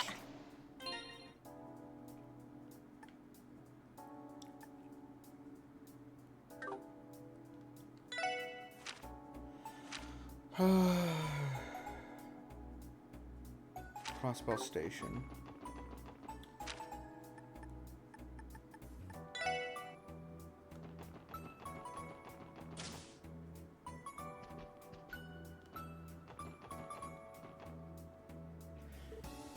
Nice disguise, Mueller. Hey Lloyd, that guy there's giving off some real intense vibes. Don't tell me he's our client. Excuse me, sir, we're with Special Support Section. I've been waiting for you. Thank you for coming. My name is Mueller. I work as a talent manager for everybody's music industry. We've heard that before. Pleasure to make your acquaintance. A talent manager? He doesn't look the part at all. If anything, he feels more like a bodyguard. I get the sense that I've heard of him somewhere before. Is something wrong? No, not at all. If it's alright with you, would you mind giving us the specifics of your request? You mentioned something about a missing musician, as I recall. I take it that means you're their manager? That's correct. I've traveled to Crossbell as part of his concert tour. However, the moment I took my eyes off him, he went missing. It puts me in a tight spot. I've little to go on in a city I'm not familiar with. I could see that posing some difficulty. Crossbell City is larger than most. Yes, though I'm sure that won't be the only hurdle to contend with. In any case, I could ask you all to begin the search immediately. Let's find that musician. Of course, we're here to help. Could you give us some more details about this musician we're looking for? Gladly. My client goes by the name of Olivier Lenheim. He's a blonde man in his 20s, often clad in a white coat and sporting a lute. A lute? Wouldn't that make him stand out like a sore thumb? How hard could it be to find this guy? If only things were so simple. A mere search and retrieval mission wouldn't be an issue ordinarily. But see, Olivier's personality is a bit, shall we say, problematic. He has an incurable need to stick his nose in other people's business, only to cause more trouble in the process. To be frank, he's a nuisance, a fool, and a real pain in my... excuse me. I see. Ideally, I'd like you to find him right away, so as to keep his tour schedule intact. But I know better than to get my hopes up. It would do me enough of a favor if you could simply grab him before he gets himself into any incidents. You're starting to sound less like his manager and more like his babysitter. Either way, it explains exactly what kind of person we should be on the lookout for. Do you have any idea what sort of areas might pique his interest? Well, if I had to say, Olivier has a tendency to be drawn to bustling crowds or places of ill repute. He also fancies himself a gourmet, so he might have slipped away to some sort of eating establishment. Basically, if it's any place someone could stir up trouble, you can bet it's on his radar. Downtown District, Back Alley, and Entertainment District are the first places that come to mind in that case. I'd say you're on the right track there, but I've already combed the Entertainment District as it so happens. You'd better try excluding it from your search. He definitely knows I'm looking for him, so he's probably avoiding the most obvious spots. That complicates things, but if he's drawn to large crowds, then the Harbor District may also be worth checking out. I believe Mishi is scheduled to make an appearance there today. I see. Sounds to me like you have a good list of possible destinations.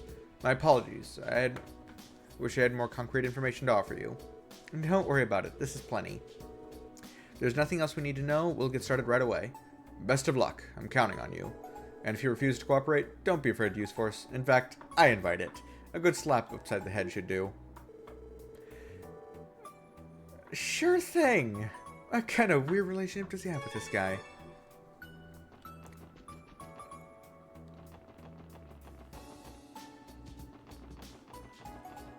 My first thoughts would be downtown or back alley.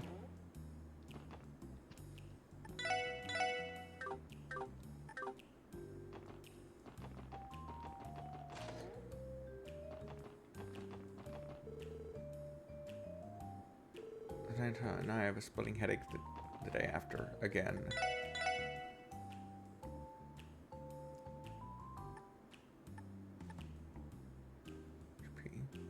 That's kind of nice, but that's expensive as hell.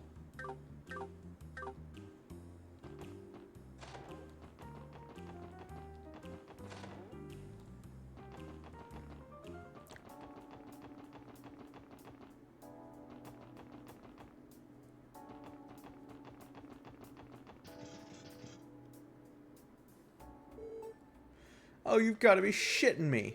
Ah, bitch and moan some more, why don't you? Those voices. Lloyd, look. What the hell's wrong with you, Slash? Use your freaking head for once. What are you gonna do if Wald drinks himself to death? Because the way things are going, he's already halfway there. Oh, so that's what Wald's been doing. I told you, that's not why I'm weighing our options to keep that from happening. It's not my fault nothing's come to mind yet. Get off my damn case. Oh yeah? What about your shit for brains idea you had to take him sightseeing on top of the tower? That'll cheer him up for sure. What do you think he is, a 7-year-old? If he was, he sure as hell wouldn't be in this hole in the first place.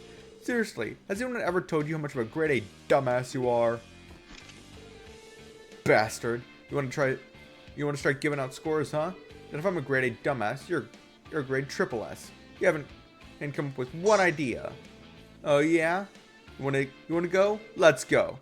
Knock it off, you two. Speaking of triple S dumbasses. Why do you get off pulling weapons on each other? It's supposed to be comrades. Stay out of this, Carrot Top. It ain't any of your damn business. It's all Vazi's fault anyway. You're the one who turned your back on the downtown district. Yeah, Vald wouldn't even be like this if it wasn't for your chicken shit. Jesus Christ. Well, Vazi, you gonna own up to it or what? Hold on a second. Vazi didn't do anything.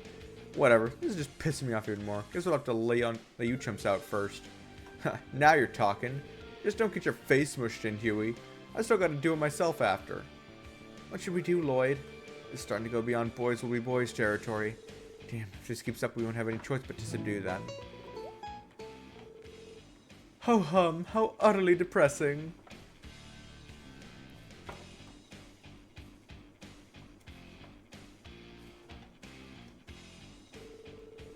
Such needless conflict will only link the chains of hatred across our otherwise delightful hearts. To you who choose to scuffle in the streets, I give the timeless gift of song. It is a soothing yet mournful ballad intended to unite the hearts of those ragamuffins who have lost their way.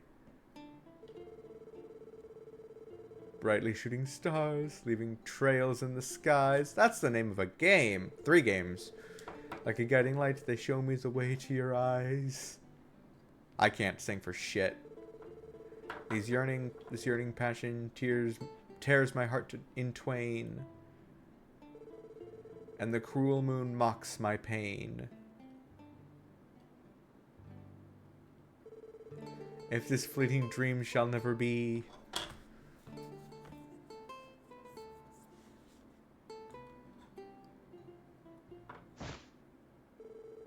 Shut the hell up, Blondie. Oh, hello there, little kitten. Is something the matter? As you can see, I'm in the middle of a delightful performance. Autographs will have to wait until after the show. Moreover, it would be quite dangerous as if you kicked me down from this height. Why, there may not be an encore. Would you shut the hell up already? Quit your caterwauling and get off our roof. We're trying to run a business here. Fine. Please, calm your... I said get down. Ah! Well, at least he's down. You alive, Blondie? Still breathing? Guess so. Well, that was something. Man, this ain't even fun anymore. Later. What was up with that guy? Ah. Figured out him. Let's bail.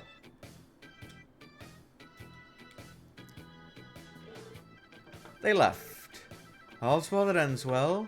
Oh, would you look at that? I managed to nip the butt out of a blossoming fight here in the City of Sin. Another debonair adventure complete. Once again, my mellifluent lute has brought peace by spreading the gentle chords of love and devotion. Sometimes I'm almost frightened by my level of genius.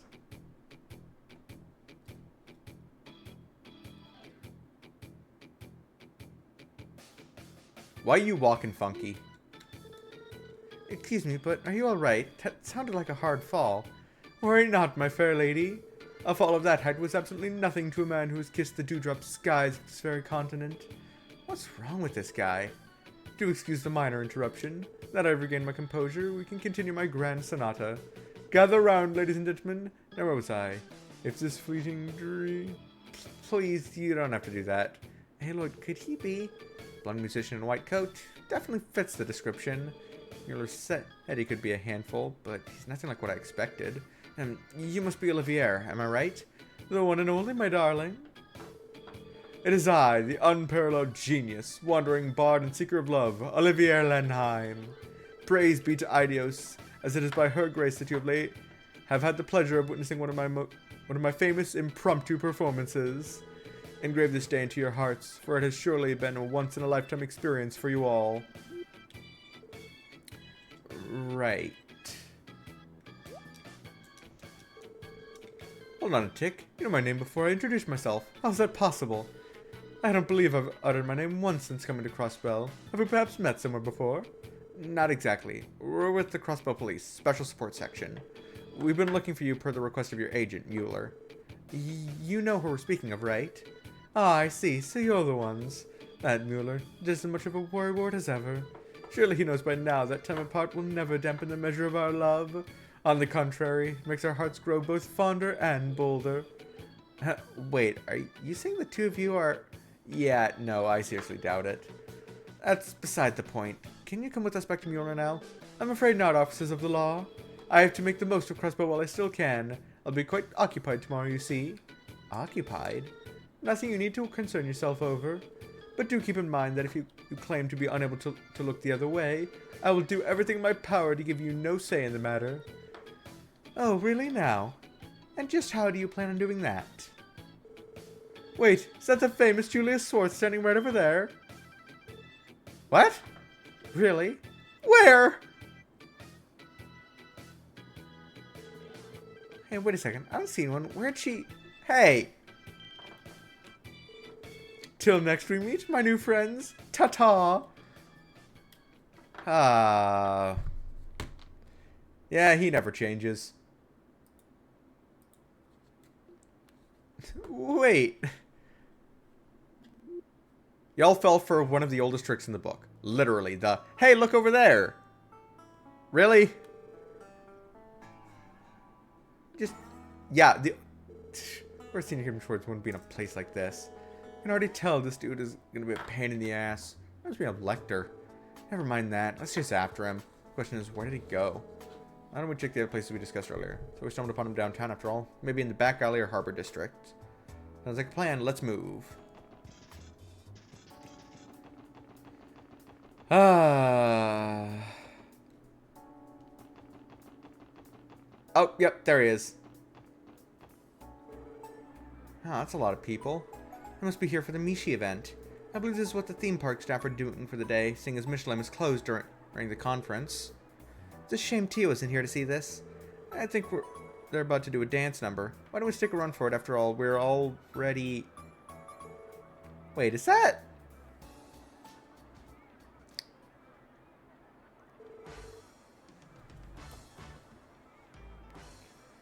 Ah...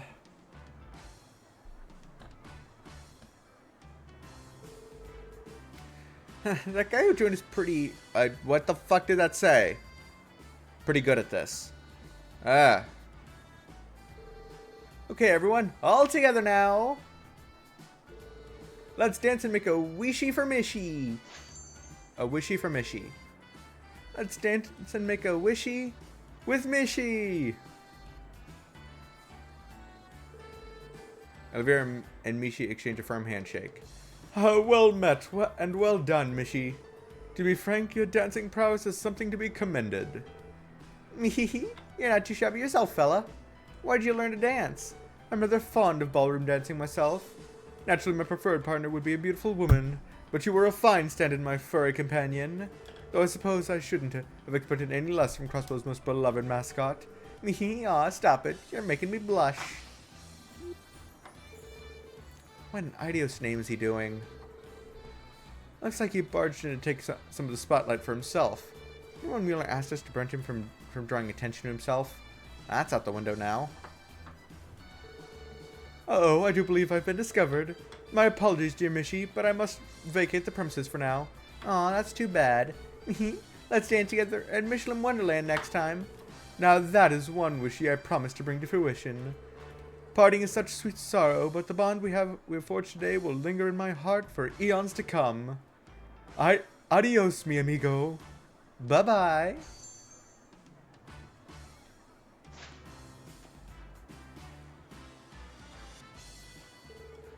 He cut and ran again? I get the feeling he's used to this sort of thing. On the bright side, this narrows down the number of places he could have escaped to. It's not going to matter either way unless we start chasing after him.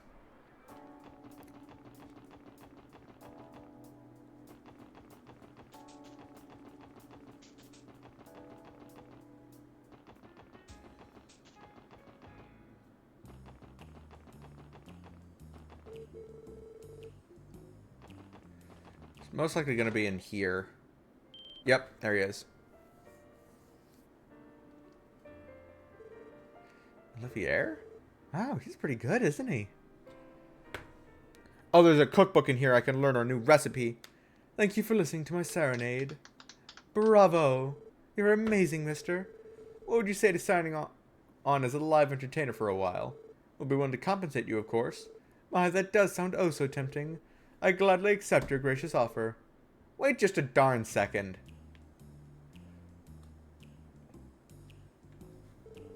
What's this? Found me already, have you? Now you're going around taking random side jobs? This dude's got some screws loose. I urge you to cease this admittedly well-earned flattery. While I can feel my cheeks... Why, I can feel my cheeks reddening already. No one's flattering you, jackass. We're taking you with us this time. Now, surely you must know when to give up. Life isn't meant to be a constant chase. You have to stop and smell the grand roses too. Sip it slowly like a fine wine. And so I shall offer a gift to brighten up your weary, dreary hearts. A melody woven with the very essence of love and devotion. Oh, what troubles you, mademoiselle? Make no mistakes, while a melancholy sigh may have its charms, a beautiful young woman should never be without happiness in her heart. Let me make myself perfectly clear. Mueller requested that we retrieve you, no matter what it takes. He even authorized us to use force. As a matter of fact, he insisted on it. Point taken. I surrender, I promise. That smile is more terrifying than the things that usually scare her. As disappointing as this is, the time has come for me to sail with the tide. Very well then, would you be so kind as to escort me to Mueller? Just to be safe, I think it'd be a better idea to tell Mueller to come here. As much as I'd hate to put him out of his way. That's definitely the safest choice. No doubt he'd try to give us the slip the second we stepped outside. Pains me to see how little trust I instill. He'll live. Anyway, I'll try contacting the station to see if someone can get a hold of Mueller. Good work, everyone. Thanks to all of you, I was able to corral this nuisance before he got too carried away. No problem. Glad we could help. Corral? Why, you make me sound like common livestock, and I know for a fact that I'm so much more to you than that. Then again, degradation does have its own special charms, I suppose. Jesus Christ. If that's what you're into, I'm more than happy to take all the abuse you can muster, my dear Mueller. Shut up. I take it back. Please don't hurt me. And apologies, everyone. This idiot and I have a bit of a history together. He never learns his lesson, so I always end up having to cut his leash shorter and shorter. Well, sounds like you're used to dishing out tough love. Love doesn't begin to cover it. There's nothing like having a companion who truly supports you. Then again, who wouldn't want to accompany one such as myself, known for almost as many virtues and good deeds as the goddess above? Does that count as heresy?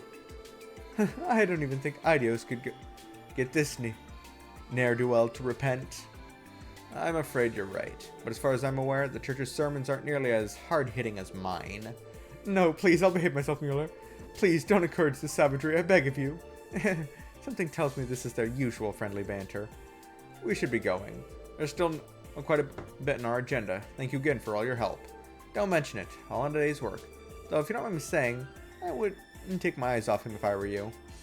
I know all too well. And so our revelry reaches its inevitable denouement. I bid you adieu, ladies and gentlemen. May we meet again, fates permitting. Sure. Only regret is never receiving the luxury of frolicking with Mishi at the oft-rumored resort park. Wait just a moment. Your division takes on country work, yes? Would that mean I could request you to serve as our guides? Ah, me and my strokes of genius. Why, we'll have so much fun that even a sourpuss like Mueller would. Mueller, it was just a little joke. Wait, no! Yeah, he never fucking changes. And there they go. Not every day you meet a duo like them. Now, on second thought, I feel like there's more to those two who than meets the eye. Well, you heard him. Fates permitting, we might get the chance to ask them yourself sometime. Honestly, that might be more trouble than it's worth. That man basically threatened Olivia the entire time, but is he? No, it couldn't be. Something wrong, Ellie? You've been pretty quiet. No, it's nothing. Cool, then I think this one's a wrap. Ready to head off, Lloyd? Yeah, let's go. Damn it. For once in life, could you keep your whims in your head where they belong? You know full well what kind of place Crossbell is. It would make my life infinitely easier if you took more consideration for the position you're in. What's this? Sounds like someone's been fretting themselves over little old me. Besides, you know I can't help it. I just had to see all this city has to offer before my duties shackled me. As a result of my little excursion, I feel I've come to understand why they did this place the City of Sin. That's not all I've caught wind of. Certain someone we know has been shifting his pieces behind the curtain. Is that so? Then at least you managed to get something useful out of all this. Indeed, thanks to you, Mueller, I was able to have a little preview of what's to come. Which reminds me, how go the arrangements? I'm only able to romp and frolic about the way I do because I know you can manage just fine without me. I'm not the one to be concerned about, but yes, I've already contacted them. They need to know that our schedule has been delayed, no thanks to you. Well, in that case, let us make haste. It would be unbecoming of us to keep two lovely ladies waiting.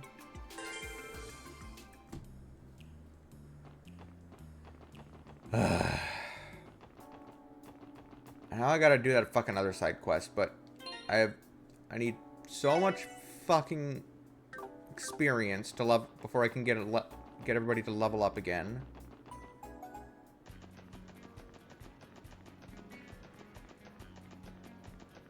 Because I want to be able to win both of those fights. Because it's bullshit that I can't.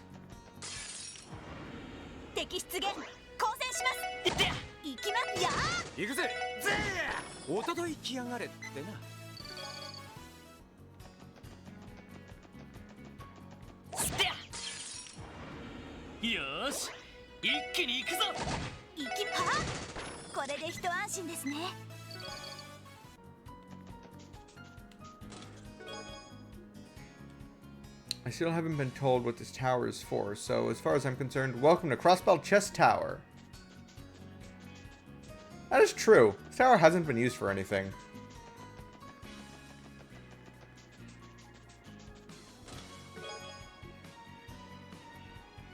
Ah, yeah, clip that grass into me. What? Last time you opened me, it sort of awoke something.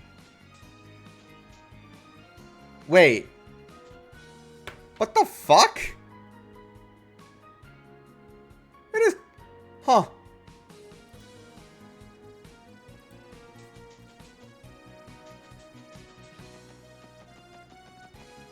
Okay, then.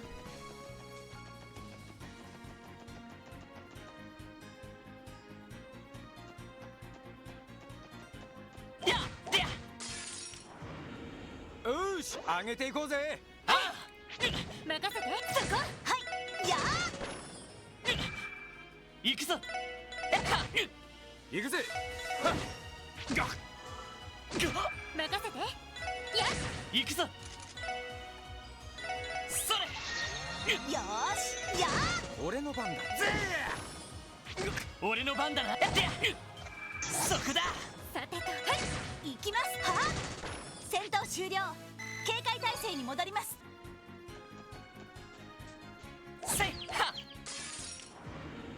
よっしゃ畳みかけるぞ了解私はいさあ先を急ぎましょう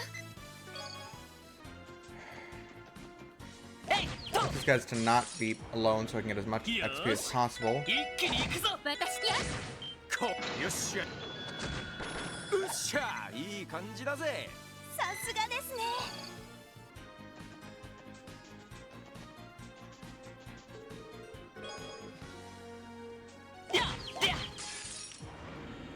よっしゃ畳みかけるぞ了解よし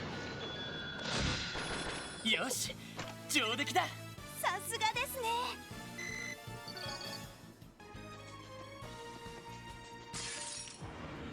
みんな油断は禁物だそこだよし任せてはい私そこ俺の番は行くぞみんな大丈夫か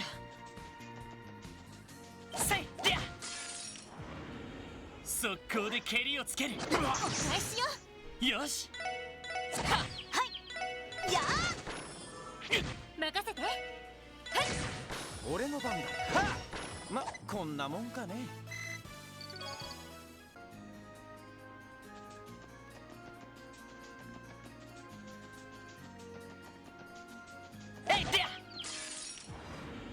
よっしゃ畳みかけるぞ了解今だわみんな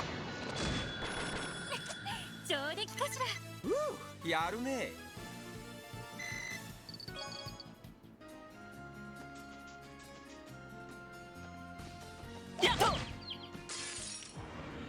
みんなチャンスよ了解今だわみんな上出来かしらやるじゃない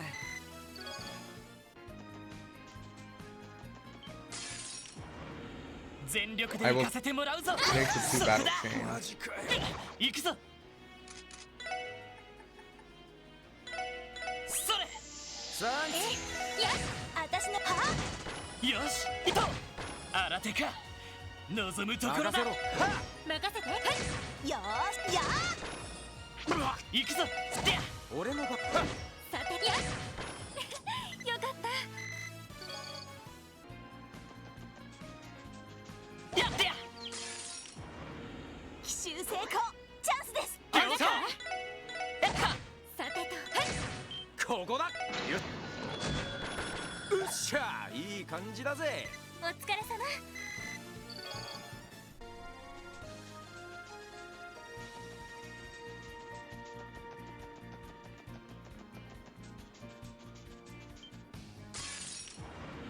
敵接近。狙い撃つわ。俺の番だな。ストップ。私のよーパおっしゃ。そこだ。よし、もう大丈夫だ。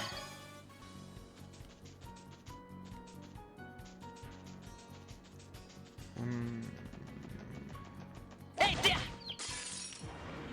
奇襲成功。チャンスです。伊藤。さてと、や行くぜ。行きます。やよし。さてと、やはい戦闘終了。警戒態勢に戻ります。敵出現。交戦します。さてと、や私の番。そこ任せろ。お返しよ。よし、伊藤。これが俺たちの力だ。ステア。よし、一気に行くぞ。ストップ。さてや今だ。前回上出来かな。やるじゃない。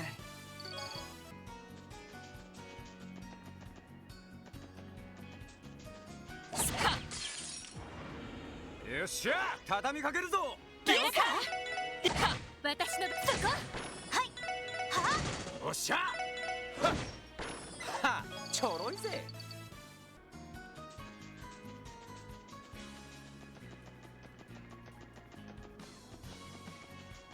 えいってや。しまった。立て直さないと。分かった。行くよ。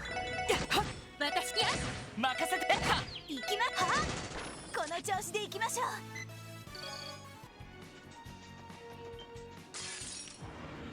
敵先生、気をつけなよ。分かった。行くぞ。行ってや。はい、そこ。なんとかなりましたね。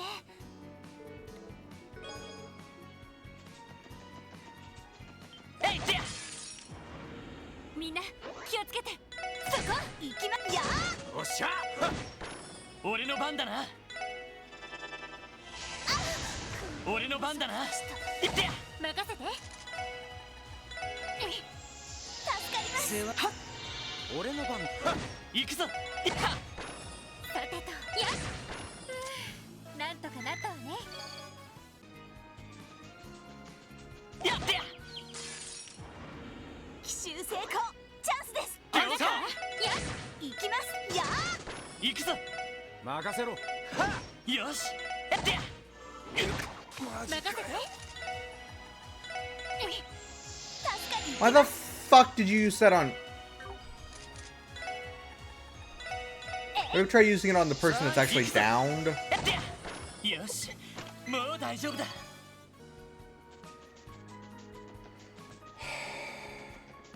やった。みんなチャンスよ。チャンスだ。よし、上出来だ。やるね。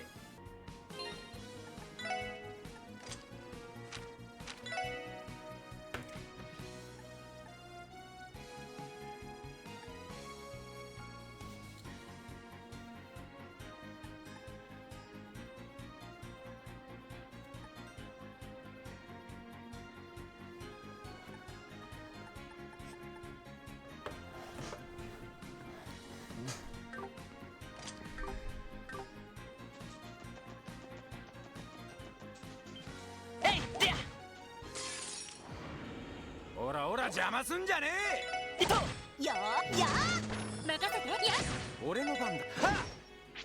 よし伊藤迎撃完了。みんな先に進もう。えいってや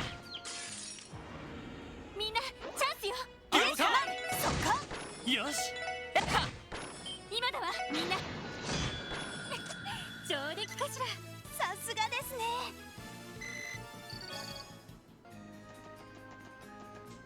えいはさあ始めましょう。や俺の番。任せてくれ。スト私のやよしはいやこれで一安心ですね。スピャとっとと終わらせるぞ。そこ行くぞ伊藤。よーはおっしゃはい任せてそこよし行きますそここれがみんなの力ですね。スピャみんなチャンスよ。了解。私やさあ先を急ぎましょう。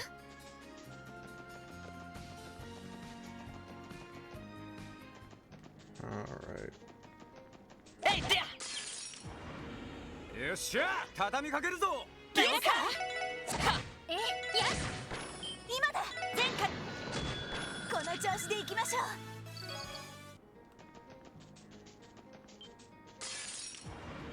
う。よし上げていこうぜ。任せ俺の番。うよーしは戦闘終了。警戒態勢に戻ります。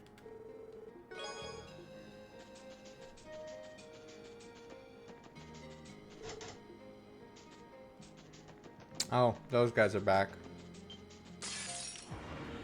ここは俺たちのターンだ。私の番ですね。はよしその程度じゃ俺たちは止められない。ストップ。さあ始めましょう。行くぜ。よし任せてや私の番ですね。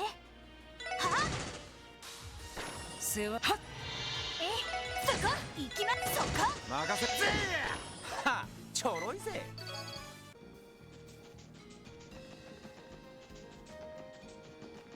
やってややっと奇襲成功チャンスです。了解。は行くぞやってやその程度じゃ俺たちは止められない。 Perhaps we ought to meet and discuss this properly. Properly? Is there anything proper about a woman's husband seeking out her true love to discuss their options? Dear oh dear, the headache he had. So much shit is happening in that. That I. 行きます。やーこれで一安心ですね。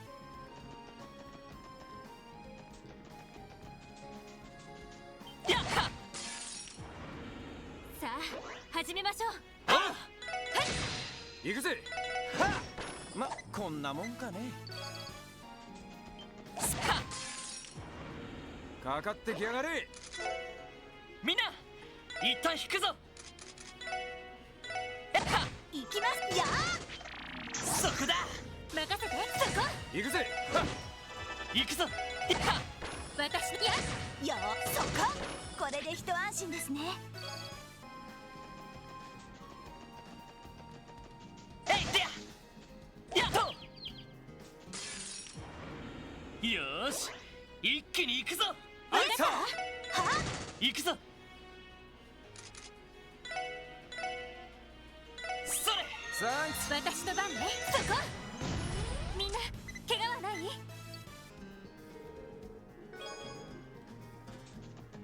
Didn't realize I could break the shit. Oh.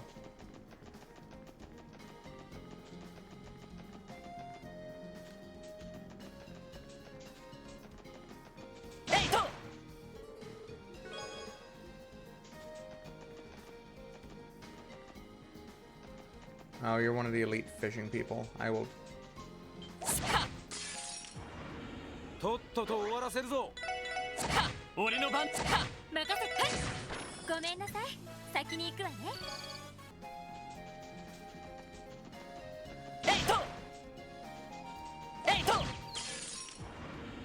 よっしゃ、畳みかけるぞ。任せて。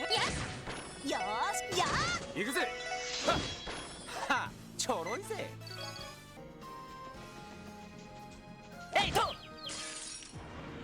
よーし、一気に行くぞ。さて、そこ。はい、やー。任せろ。はっ、俺の番だな。よー、やー。おっしゃ。俺の番だな。私の番。そこ。守りたい。このクロスベルを。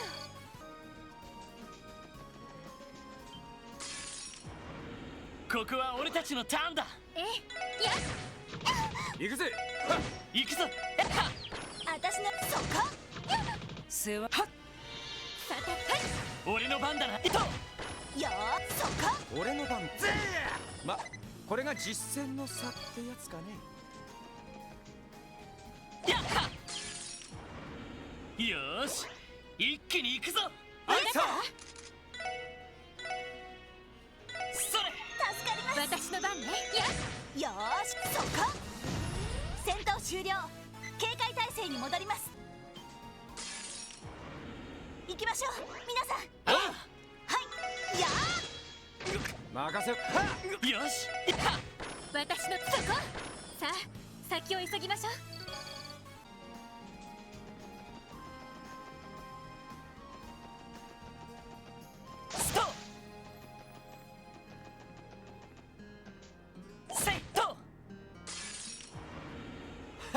もらったぜ。俺の番だな。行くぞ。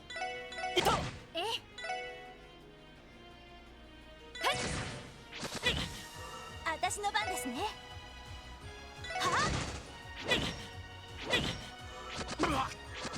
任せて。そこ。はい。そこ。行くぜ。任せて。サンキ行きます。はあ。これで一安心ですね。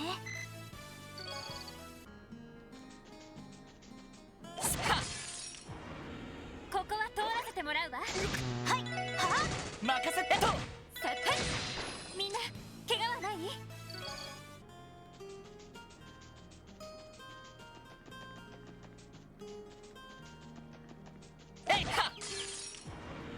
みんなチャンスよ。よーし、そこ。今だわ。みんな上出来かしら。やるね。まあ当然の結果かな。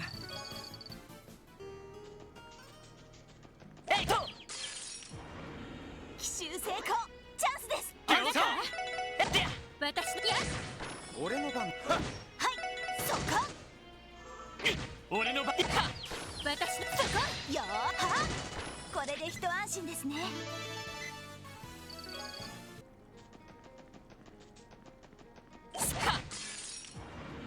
みんな油断は禁物よ。は。無駄です。おっしゃ。俺の番だな。さて、はい。行くぞ。任せて。はい。ごめんなさい。先に行くわね。やっと。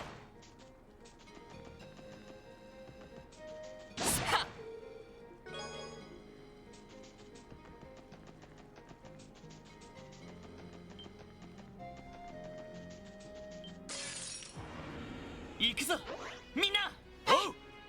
俺の番。と。さて、そこ。行きます。は。俺の番だ。世話が焼ける。行くぞ。そこ。行くぜ。よし。任せて。そこ。よーは。任せてくれ。さてと。はい。敵続けてくるわ。よー、そこ。よし。と。私の。はい。上出来かしら。さすがですね。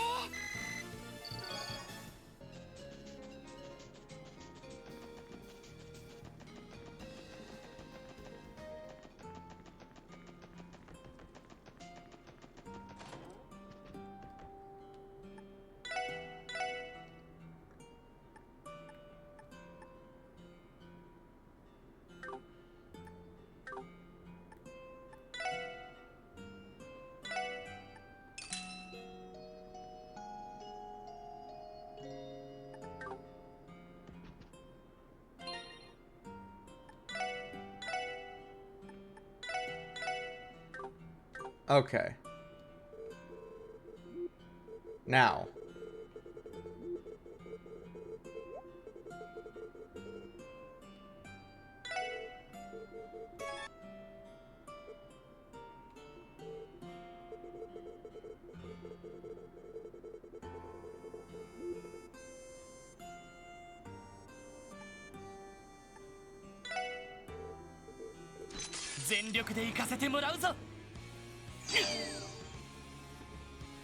さてと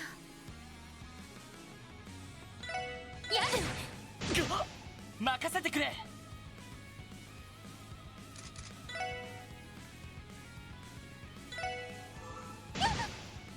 さてとやる俺の番だな。は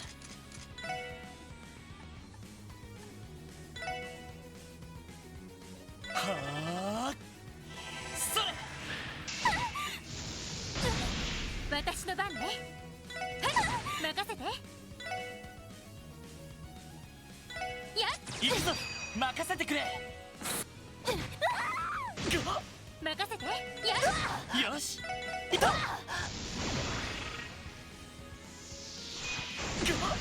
すまない、みんな。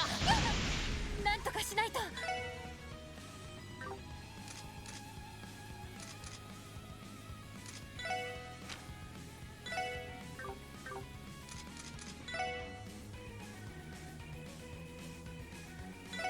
なんとかしないと。そ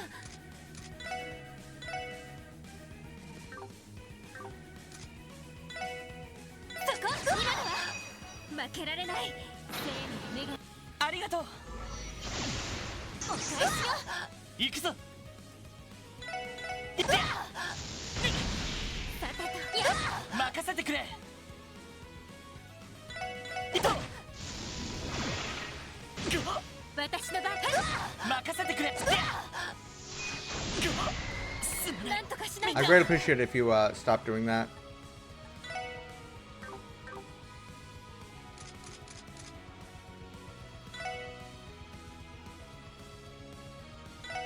なんとかしないと。ありがとう。負けられない。 I'd greatly appreciate it if you stop doing that. ありがとう。まだやれる。まだまだいける。Now I gotta win the second fight, where they really just...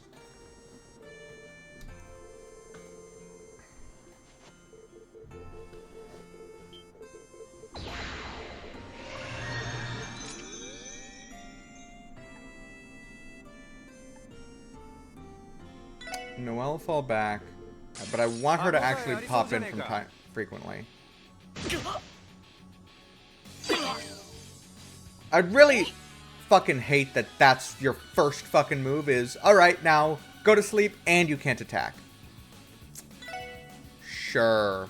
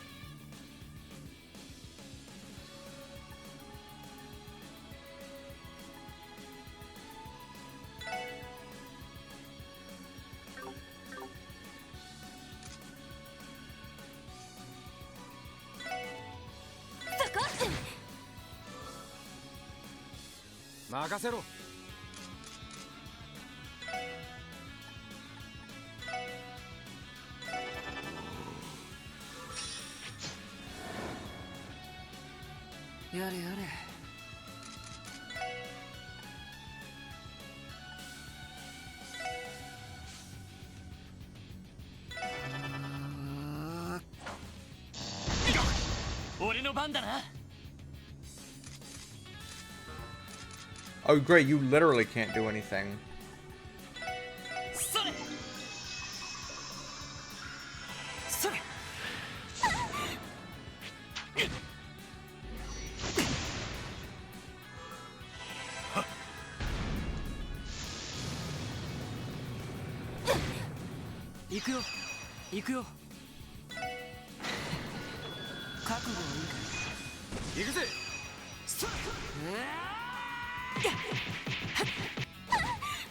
俺の番だな。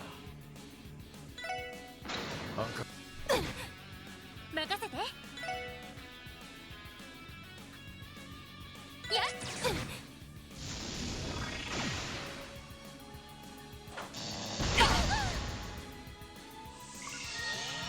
行くぞ。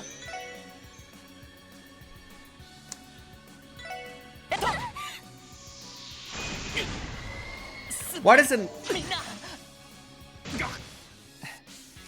さてとそれありがとう。やっ任せろ。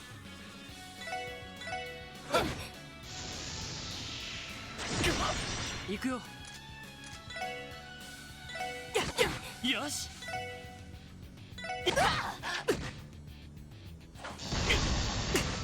さてと Why?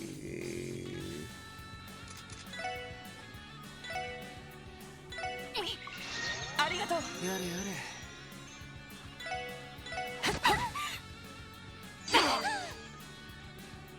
Fuck you! 皆さん大丈夫ですか？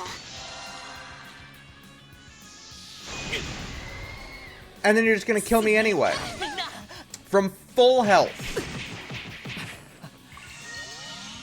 まだまだ。 I would greatly appreciate it if you never fucking did that again. ほらグラッツェ。なんとかしないと。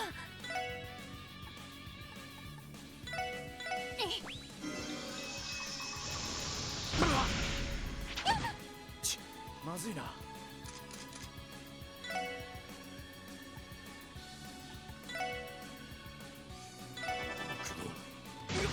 負けられない。ありがとう。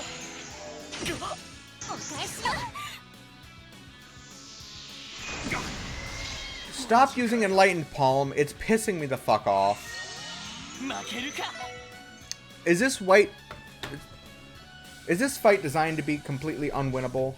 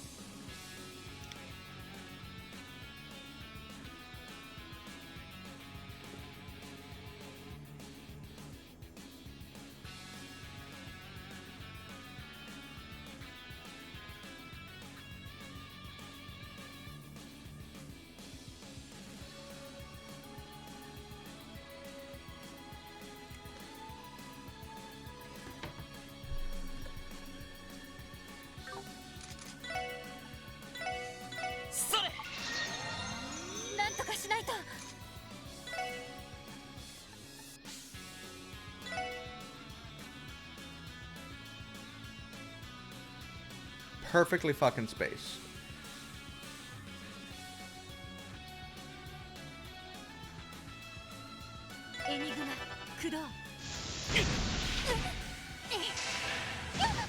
Thanks. やれる。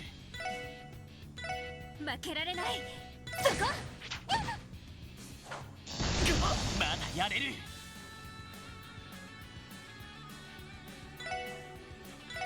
今だ。なんとかしないと。グラッツェ。すまない。みんな。面倒だな。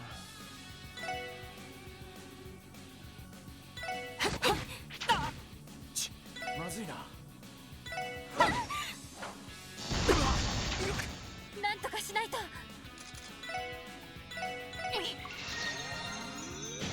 お返しよ。面倒だな。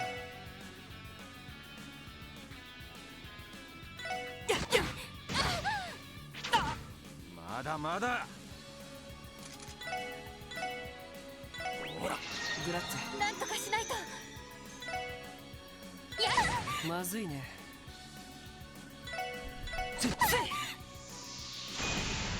お返しだ。皆さん大丈夫ですか？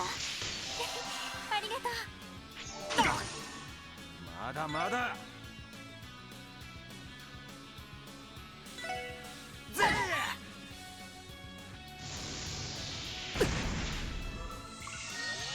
Stop healing yourself. It's...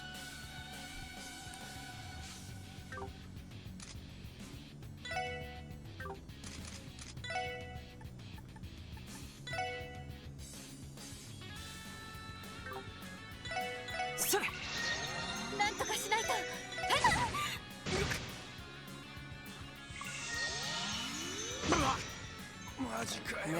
Oh yeah! Yay! How fucking fun and fair.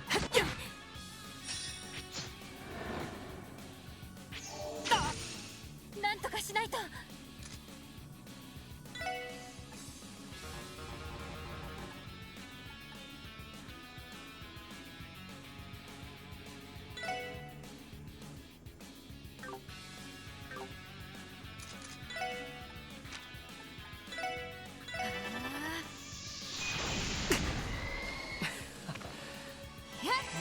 ありがとう。 Stop. まだやれる。 I would greatly appreciate it if you fucking stopped. なんとかしないと。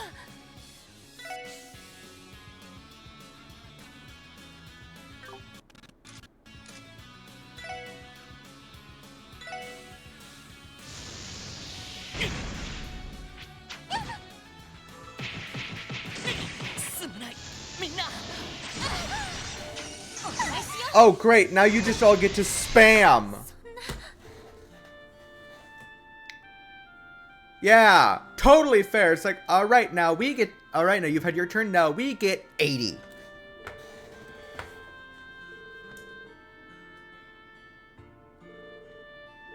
I shouldn't have us beaten every way possible, because that's just not fucking fair.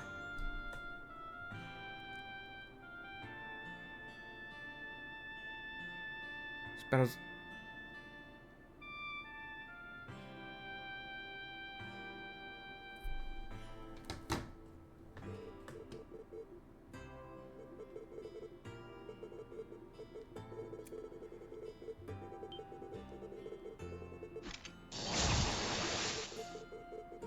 I don't fucking care anymore.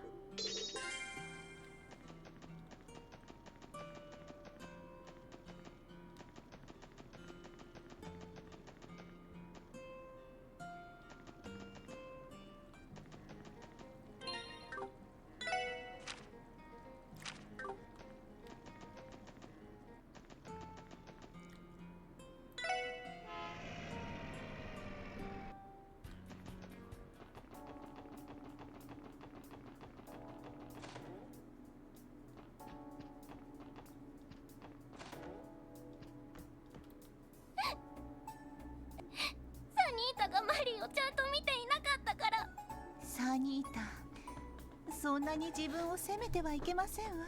ああ、それにマリーは必ず見つかるさ。だからサニータ。ああ。まあ。どうもこんにちは。依頼を拝見して伺いました。ちゃんと見てくれたんだね。ありがたい。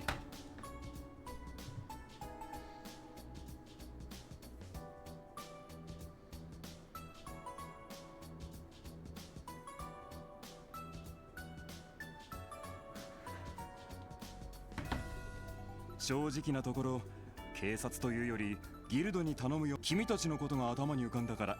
ええ、そう言っていただけるとこちらもありがたいです。なんでも子猫の一体いつからいなくなったかわかりますか？ああ、はっきりした時間はわからない。昨日の夕方過ぎからなんだ。家族みんなで東通りの露店を見ている時に目を離している隙に突然いなくなってしまったみたいで、その後商店街の皆さんにも手伝っていただいて。ああ、それで夜になるまでみんなで探したんだけど、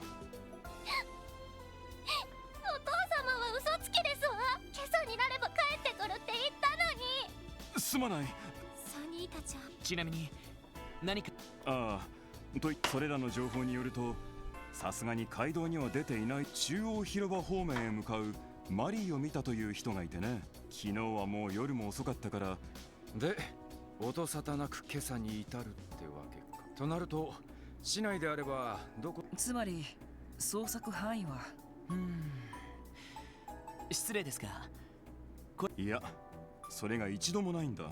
何しろマリーはサニータによく懐いていてね。それに臆病な子だから、自分から離れてどこかに行くのは、だから何かの拍子で僕たちを見失って。なるほど。とにかくまずは街に出て探してみるしかないのかしら。なあ、僕も落ち着いたらまた探しに行くつもりだけど、長丁場になりそうだし、もし他に用事があれば。そうですね。いえ、他は大丈夫なので、すぐに捜索を始めたいと思います。そうか。じゃあロイド。そうだな。昨日の繰り返しになるかもしれないけど、まずは足取りを追う意味でも。ちなみにこの東通り。それこの辺りでは一番のああ、今朝は確認してないけど、もしかしたらひょっこり姿を見せているかもしれないし、店主のマルテさんにはよければ。なるほど。ところで幸い今日もう少ししたら、東通りの人たちには今度は中央広場の方を何かあったら。了解っす。それじゃあまずは露店の魚屋で。あ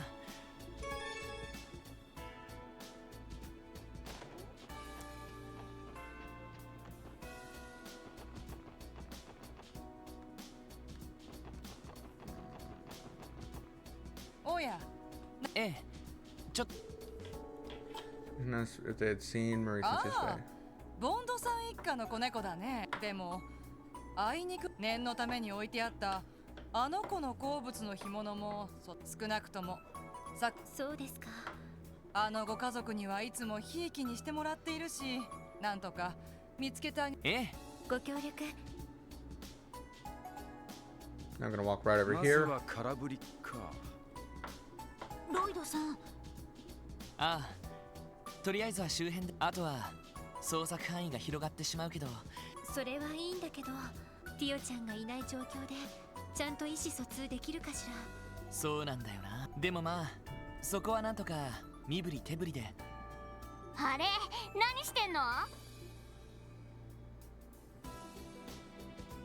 Man, what the fuck you doing here? ランディの。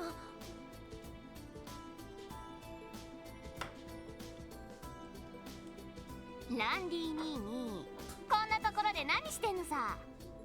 どうでもいいだろうが。それじゃあそっちのお姉さんの体に聞いちゃおうかな。また思いっきり揉んでみたいし。ちょっと見ての通り、君たちに関係のある話じゃないから絡まないでくれないか。別に絡んでるつもりはないんだけど、ちなみにどんな仕事なの？ Missing cat. それでそのマリーって子、これからどうやって探すの？ああ、これから警察犬のそれじゃダメだよ。お兄さん、犬は詳しそうだけど、もっとさ、マリーって子の気持ちになって考えてあげないと。どういうことだ？詳しいことは知らないけど、その家族だったら答えは一つ。そうか、住宅街だわ。そこに前の家があるんだ。そうか、マリーは初めから、ただし新しい家ではなく、なるほど。どちらかというと犬は人に、猫は家に馴染むというからね。飼い主とはぐれた後の猫の行動パターンを考えれば。確かにコッペなんかも支援課のビルから離れねえしな。そういうこと。それじゃ先に行ってるからね。まさかみたいだね。まさに気まぐれな子猫。いや、虎の子と言うべきかな。シャレになってないんだけど。どうしたものかしら。ドンパチが絡まなきゃそこまで危険なやつじゃねえ。すぐに飽きるかもしれねえし、様子を見てみるとしようぜ。わかった。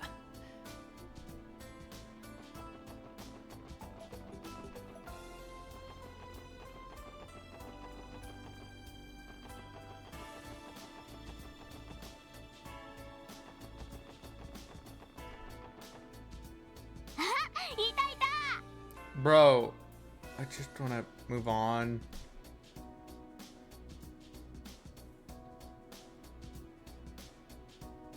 あんまり遅いから勝手に探し始めちゃったよ。それでどこ？ああ、って。ねえお姉さん、犬派と猫派どっち？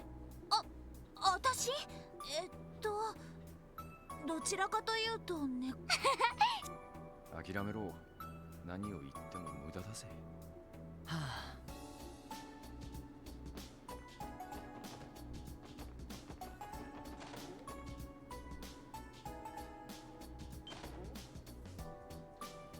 おっと。ってこの前のおまわりじゃねえか。特務支援課とか言ったか。その説はどう？ちょっと話を聞きたい。へえ。心当たりあるみたいね。お互い時間を取るのもなんだし。ユーリずいぶん舐めた態度で聞き込みをしてきたし、それなりの誠意を見せてほしいところだよな。土下座とか裸踊りとか。そういうわけで土下座か裸踊りに決定。ああ、野郎の裸とかいらねえから。この人たち。That's harassment. 思った以上に最低ね。Doesn't matter if it's your own property. You can't make that demand. やれやれ。何か勘違いしちゃってるみたいだね。脅すわけにもいかねえし。ああ。ねえねえお兄さんたち、なんでこんなのに手間取っえ？はいはい、さっさと履こうか。それとも抵抗して胃の中全部ぶちまける？おい、いきなり何を？このガキ、有利に何しやがっ。うざいな。こいつ殺しちゃうよ。ちょっと待った。さすがにそれは。いや、お前らとっとと言う通りにしろ。そいつはやばい。ためらいなく本気でやるぞ。わかった。猫なら来たよ。軽く脅してやったら。だからこれでいいだろ。へえ、かわいい子猫を脅したんだ。それってこんな感じ？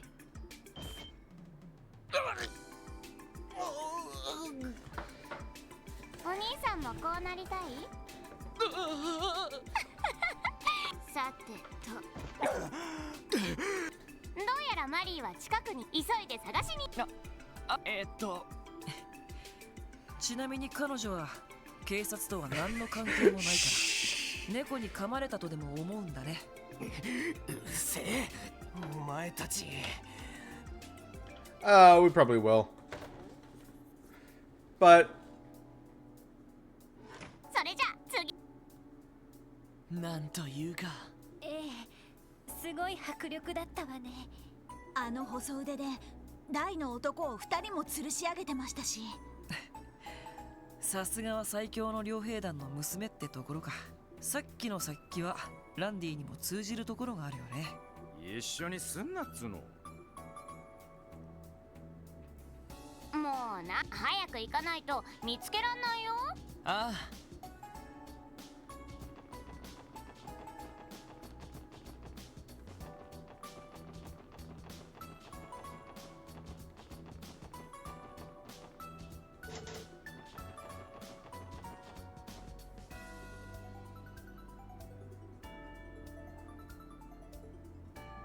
ねえ、ロイ。ああ。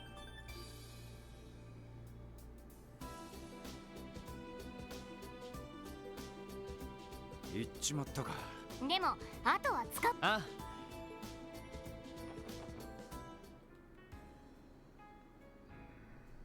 いたぞ。ここからはちょっと。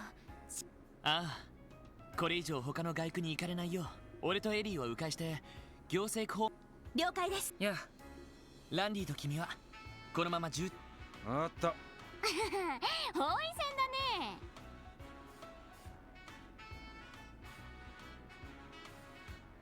さあマリー、心配しないでいいからね。マリーちゃん、観念して。ほらほら、何もしないよ。たく、こういうところは変わらね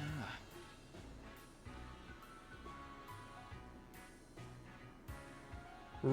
Run inside the theater. しかもまだ子猫じゃん。しまった。Well, アルカンセルにものすごい勢いでしたね。うんうん、もう袋のネズミだろうしね。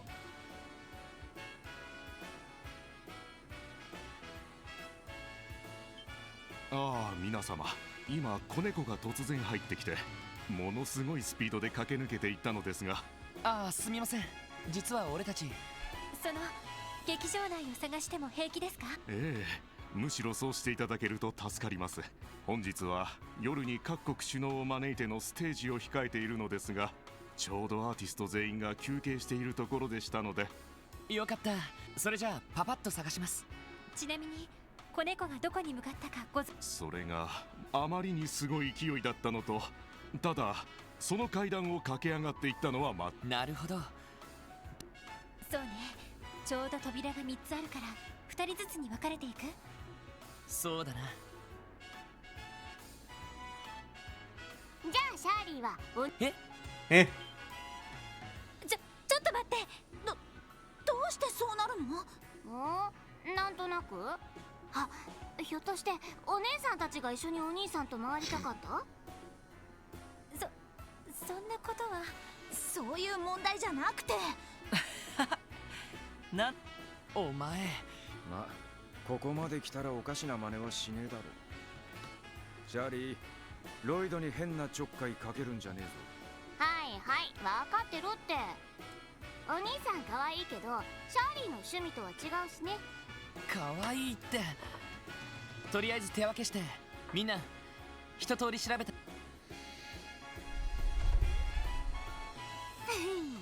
ああ、もちろんだ。しかしこうして話してると無邪気で気まぐれな女の子にしか見えないけど、さっきドラ息子たちを脅かし、一体どっちが本当のこの子なんだ。あれれ、ひょっとしてシャーリーに惚れちゃった？惚れません。とりあえず2階の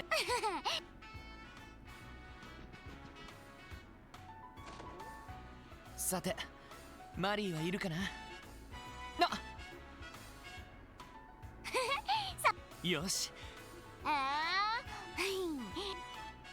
さあマリー。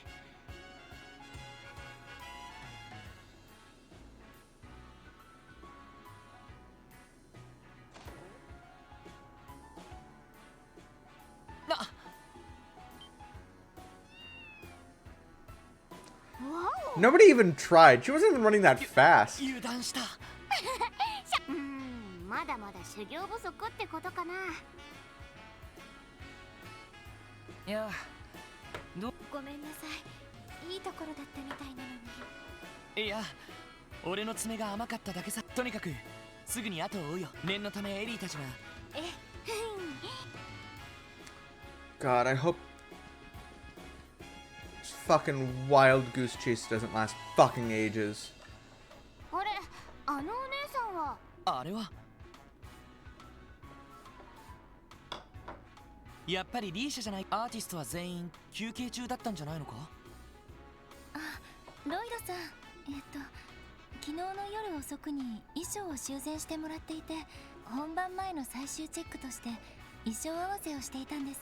それよりも子猫が入り込んだそうですね。ああ、そうなんだけど。ってあれ、俺たち逃げた子猫を追ってここに戻ってきたんだけど。なんだ？少なくともこちらには来ていないと思いますけど。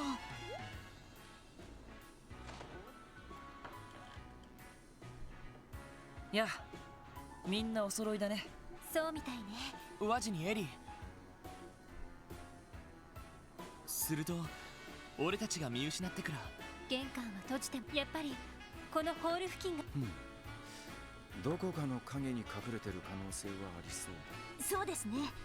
一度全員で探してみましょうか。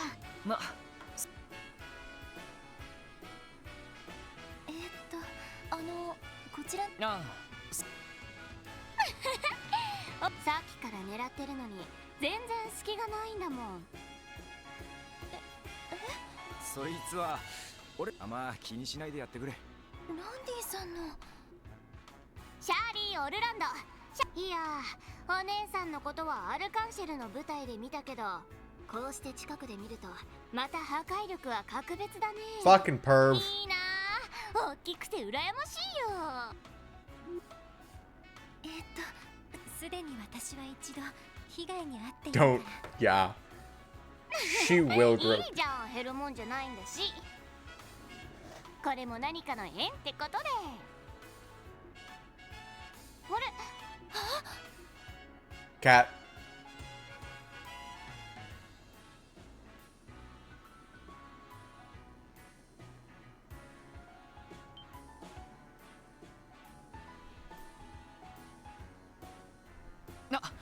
あんなところに隠れていたのか。私シャーリ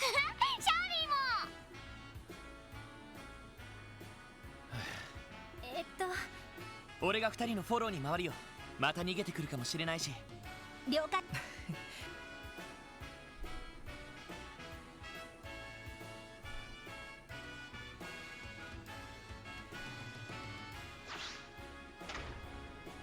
Oh. いけない、舞台装置が。でも一体誰が。このくら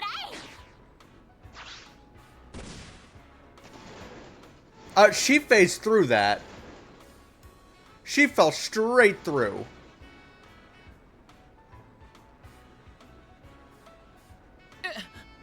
すごい。何も取って食おうっては。いい加減安心しなよね。ほら、こいつはどうだ。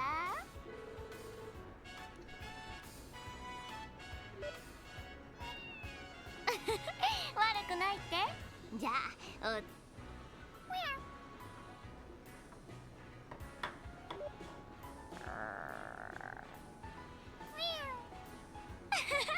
ちょっとは落ち着いた。それに信じられないくらい軽やかな身のこなしでした。 Don't let Ilya see. そうだ、誰が装置を動かしたのか。それじゃこれもう暴れちゃダメだよ。何さ、いきなり。まずい。わお、ナイスキャッチ。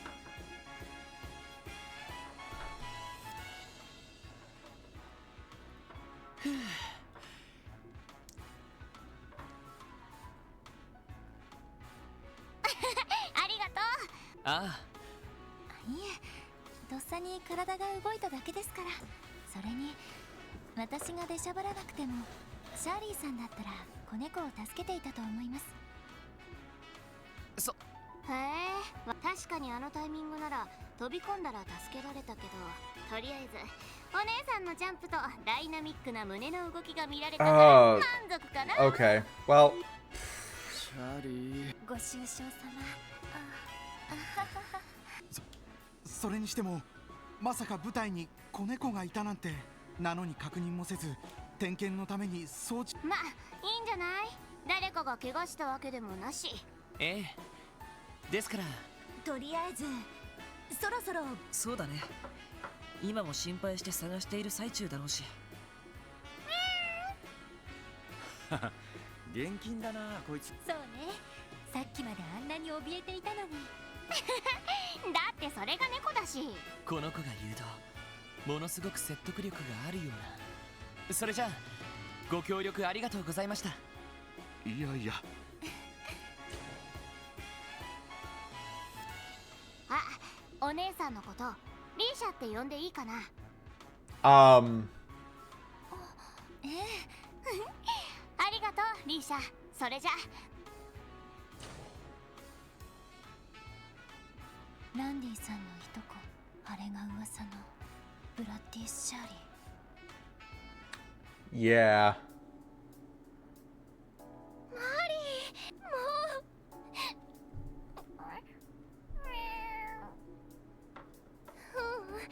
うでもありがとう。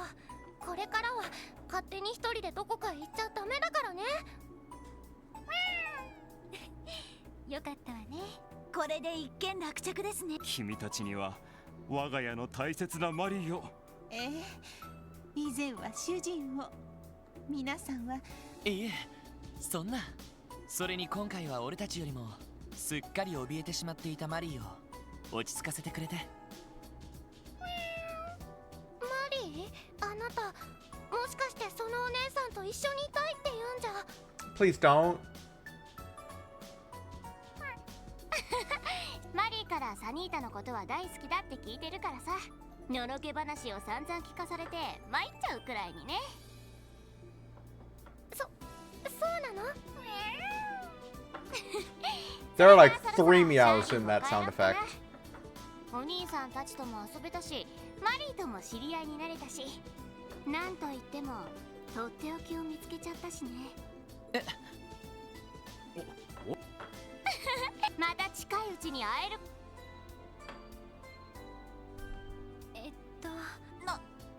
なんだか台風みたいな子でしたね。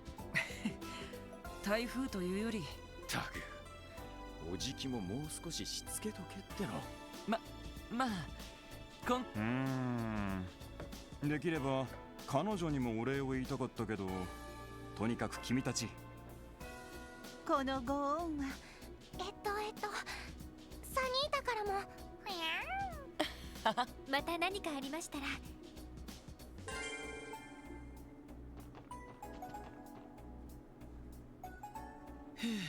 そうね、無事まり。すまねえな、不詳のいとこが迷惑をかけて。先輩のせいじゃないですよ。それに結構いい子みたいじゃないですか。そうね、なんだかんだ言ってま、確かに悪気はねえんだ。それだけに結構厄介だな。なるほど、いろいろあるみたいだな。女の子の気まぐれに振り回されるのも、それでどうするんだい？そうだな、一度支援課に戻って休憩してもいいかもしれない。そうね。そんじゃ中休みに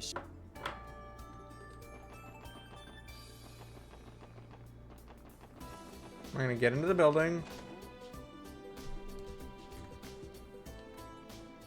あれ？へ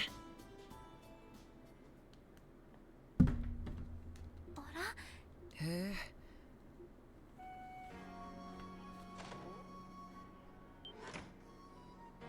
ロイドたち、やっぱり帰ってきたんだ。ああ、ちょっと休憩にね。それにしてもマフィンを焼いてたのか？なんかみんなが帰ってきそうな気がしたからメープルマフィンだよ。お、キーボー嬉しいな。せっかくだし紅茶でも入れましょうか。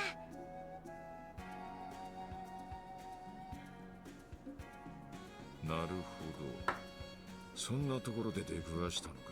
ええ、何か狙いがあって。赤い星座の方に相変わらず動きはないんすか？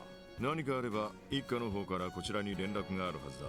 気持ちはわからんでもないが。了解。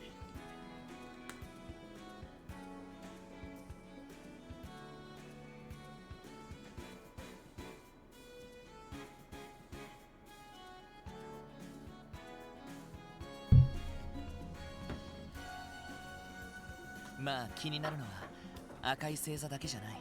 とにかく何か兆候はないか。そうね、ビップが訪れている状況で余裕があったら車で郊外にも回ってみましょう。ロイドたちまた出かけるの？ああ、マフィンごちそうさま。私たちの誰よりも料理が上手になっちゃったわね。ひょっとしてオスカーさんに作り方を習ったりしたとか？あ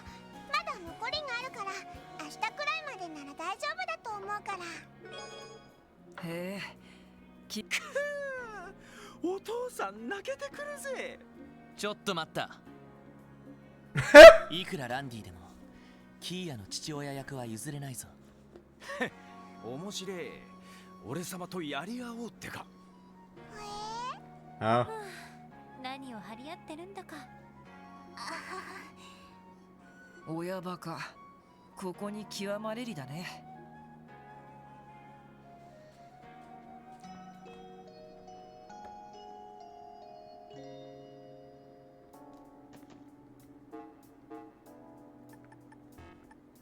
はい、それではさすが皆さんです。はい、お疲れ様でした。わわ、おめでとうございます。ランクアップしました。はい、お疲れ様でした。特典の品もお疲れ様でした。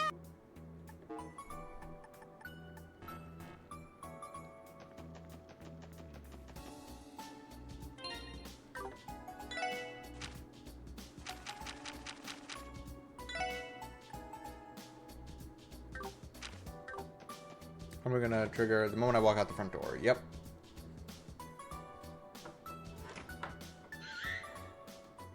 Oh. 鳥の鳴き声？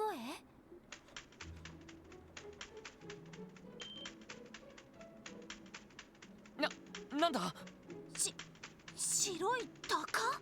いや、ハヤブサみたいだね。おいおい、なんだってこんな街のど真ん中に。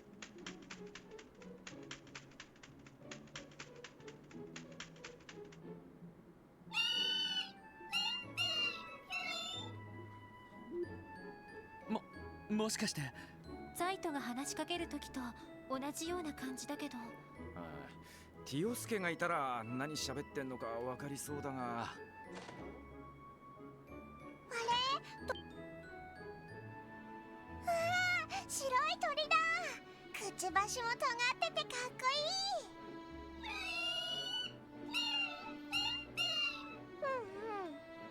いい。なるほど、そうなんだ。Forget. キーヤ、やっぱりわかるのか。 Kia also speaks to animals. すごいですね。この子ジークって言うんだって。ロイドたちに伝言があるから受け取ってって言ってるよ。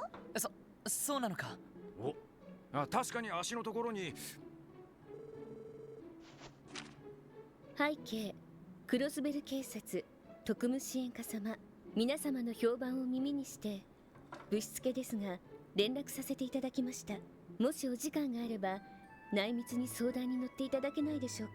本日夕刻、クロスベル空港待合テラスにてお待ちしております。追伸、もしご都合がつかない場合も。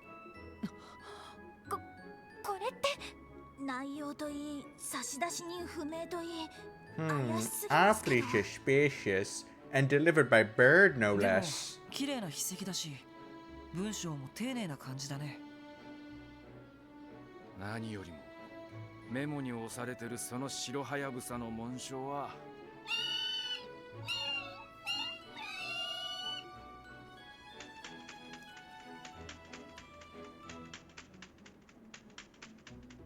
Bye, bird. キーヤ？行くか行かないかは。そうか。どうするの？まさかそんなわけはないとは思うんだけど。ああ、さすがにな。でも白ハヤブサの紋章って。イヤが上にも期待しちゃうよね。せっかくのお誘いだ。ここはお受けしておこう。まだ夕方まで時間はあるから用事を済ませてからでもいい。わかったわ。緊張してきました。まあさすがに清掃していく必要はないだろうが。それじゃあ用が済んだら南。よくわからないけどみんな頑張ってね。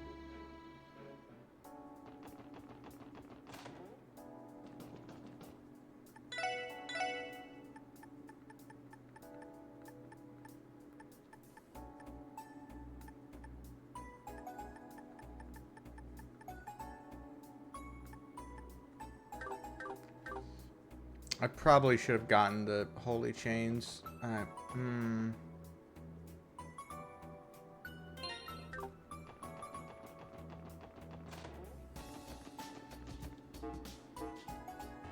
Nope, no new requests.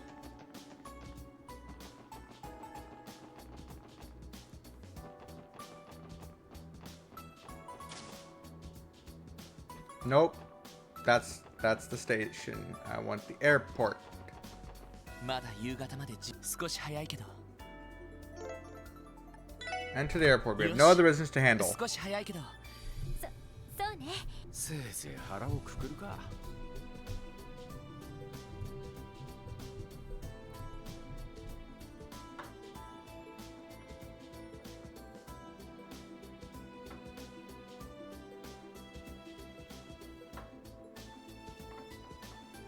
リベール王国の高速巡洋艦アルセイユ号、はあ、やっぱりすごい船ですよね。 ZCF の名前を轟かせた世界最高速の飛行船ね。未だに自己記録を更新し続けて他を寄せつけていないそうだけど。そんでリベールの王女様が乗ってきた機関ってわけだ。クローディア姫だったか。やんごとなき方って感じだよな。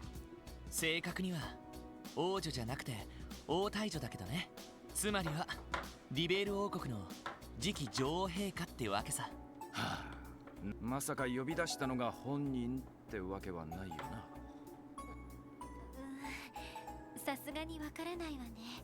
ベルに聞いてみれば殿下のスケジュールくらいはわかると思うけど。お待たせした。特務支援課の諸君だな。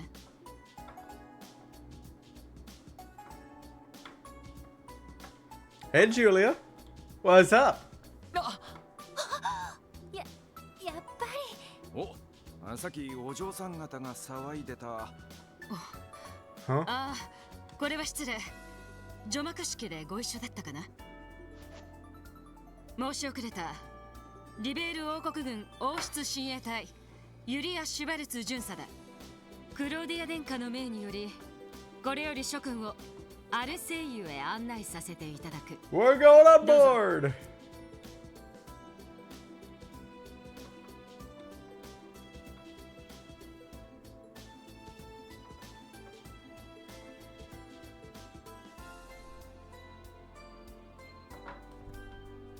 Okay, we can walk just a little bit faster. アルセイユ。さすがはリベールの誇りと言われるだけはあるね。まさか王太女殿下と会うことになるなんて。それにあのユリア巡査がこんな近くにいるなんて。サインをもらうなら後で一緒に頼みましょう。ええ、フランの分もうちのお嬢さん方はいつになく舞い上がってるし。しかし噂には聞いていたが、まだ若いのに大したものだ。何でも数ヶ月前にあった大事件を。いや、まだまだですよ。それに他のみんなの協力があって。いや失礼。以前も同じようなことを言っていた知人がいたのでね。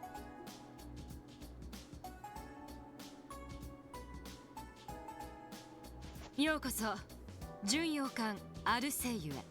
ちなみに機密保持のため艦内は無線が通じないようにしている最中だが、不都合があれば解除するから遠慮なく申し出てほしい。わかりました。さすが最新鋭の軍艦ですね。それでは失礼します。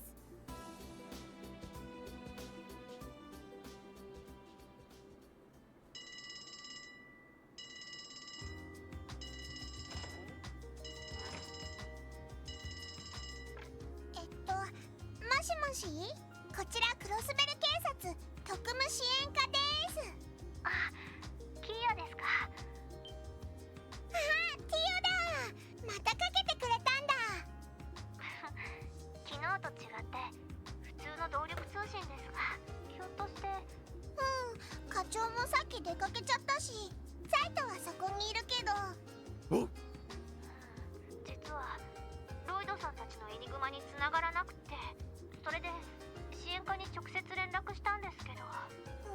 ロイドたちだったら真っ白なハヤブサに呼ばれて出かけたみたいだけど。真っ白な。ジークって言ってサイトみたいに喋れるの。ななんだかいろいろと進展しているみたいですね。 Yeah, just a little bit.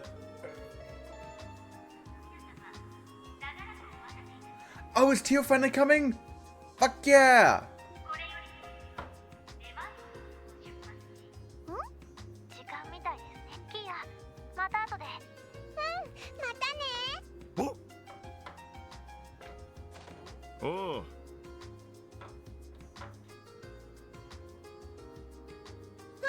もっと早く帰ってきたらティオと話せたのに。なんだで。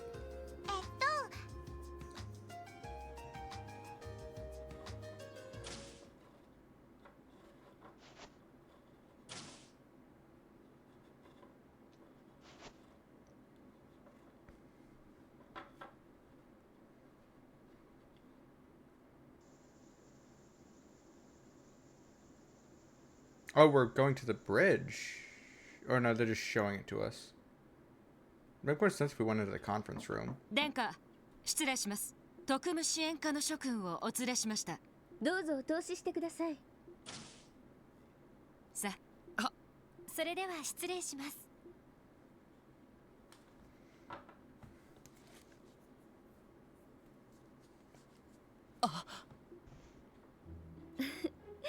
はじめまして。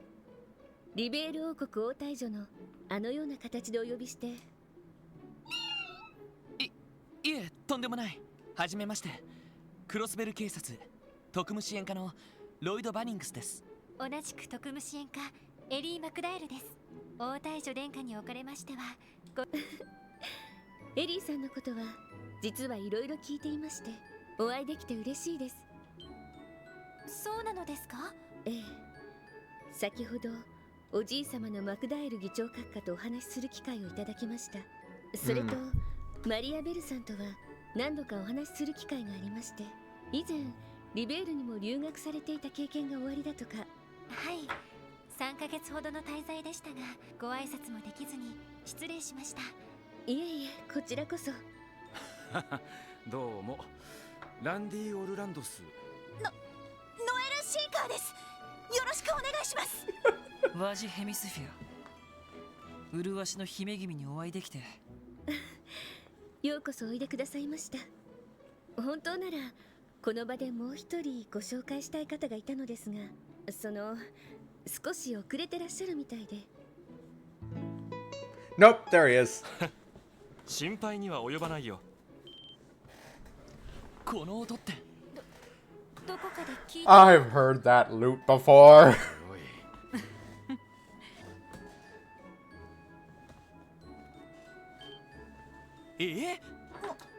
もしかして。あら、すでにご面識が。とんだサプライズだね。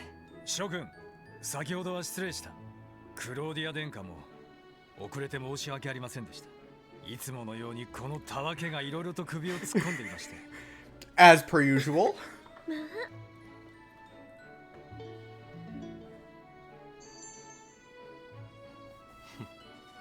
改めて自己紹介をさせてもらおう。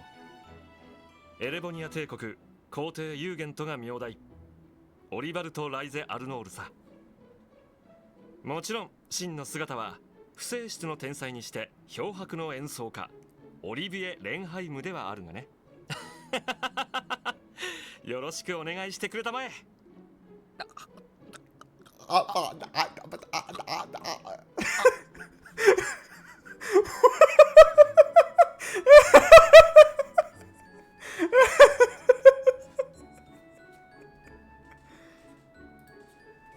やー、ありえなくねえか。Hell no. これが現実だ。極めて遺憾なことにな。帝国軍第7機構師団所属クローディア殿下のお招きで主ともども参上させてもらった。よろしく頼む。特務支援課の職。なるほど。エステルたちから聞いたんですか。皆さんがエステルさんたちと冒険を共にした仲だったなんて。つくづくとんでもないコンビだよな。まあそんなわけで気を楽にしてくれたまえ。冒僕たちとエステル君たちはリベールの異変に立ち向かった仲間。そして君たちとエステル君たちもクロスベルの異変に立ち向かった仲間。つまり僕たちも運命の仲間同士というわけさ。いや、そう単純にはいかないかと。その Oh, I love him. でも本当に気を楽になさってください。相談したいことがあってお呼びしたのも確かですが、それ以上に皆さんとお近づきになりたいと思っていたんです。姫殿下。おお、感激っす。恐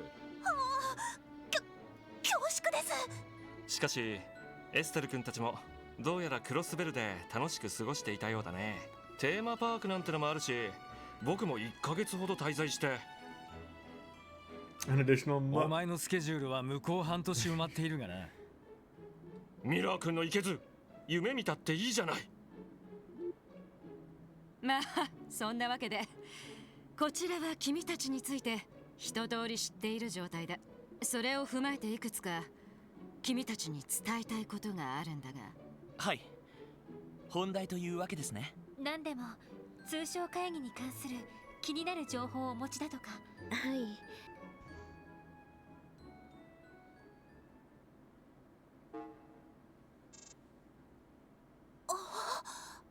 エプスタイン財団製のシステムを使っているんですね。ああ、この間の情報処理システムは財団のものを導入しているからね。こちらを見てほしい。エレボニア帝国最初ギリアス・オズボーン閣下ですね。ま、鉄血宰相でいいさ。彼の人となりを知らない君たちにここで悪口を言うつもりはない。ただ一つだけ前提として、現在エレボニア帝国内でいつ内戦が起きてもおかしくないことを。ああ。そうなんですか？残念ながら事実だ。具体的には宰相を中心とする帝国に新たな中央集権体制を作り上げようとするそして有力貴族を中心とする古い貴族制度を維持し続けようとする、この2つによる対立が行き着くところまで行ってるのさ。革新派と貴族派の対立。話は聞いていましたけど、相当深刻な状況みたいですね。うん。察するところ、殿下は中立のお立場なのかな。中立というより第三の道を行こうと思っている。まあどちらの陣営からもうさんくさいコウモリに見られてしまう切ない立場なんだけどね。まあ否定はできんな。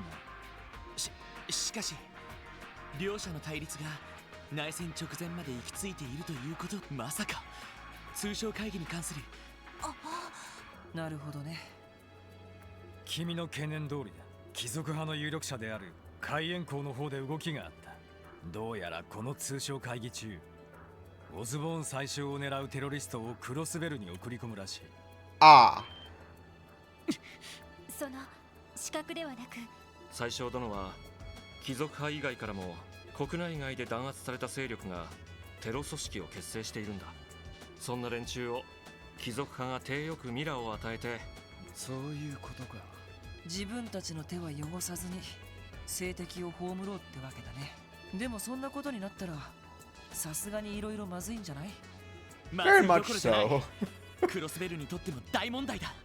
市長が開催した会議中に帝国の宰相が暗殺されたりしたら。すみません。いや、その心配はもっともだ。暗殺を防げなかった代償として帝国からクロスベル自治州に、たとえそれが帝国内での対立問題から起きたことでもね。信じられない。非常なようだけど、それもまた外交の一側面だわ。だろうな。そして実は同じような構図が共和国の方にもあるのです。Oh boy。そうなのですか？ユリアさん、お願いします。は。カルバード共和国政府代表。こっちのおじさんも。いえ、彼がどうというよりはカルバードの歴史によるものです。西ゼムリアにあってさまざまな文化を昔から取り入れてきたカルバードには非常に難しい問題があります。いわゆる民族問題です。民族問題。知っての通り、カルバードは昔から東方系の移民を受け入れてきた国。共和制に移行してからその流れは顕著になり、巨大な東方人街などが誕生することになったのだが、当然そうした流れに対する反動というものがあり得るわけだ。反動法、移民政策主義ですね。そのような運動が存在するのはそうした民族主義者が大統領を狙っているんですか？ええ、やはり潤沢な資金源を持つスポンサーがいるらしく、最新の武装を供与されたテロリストが動いているという情報が入っています。そいつは厄介っすね。お話は分かりました。ですが、どうしてこのような重大な話を？確かに自治州政府に直接伝えた方がいいんじゃないの？伝えたくても伝えられない事情がある。つまりそういうことですね。エリー君の言う通りさ。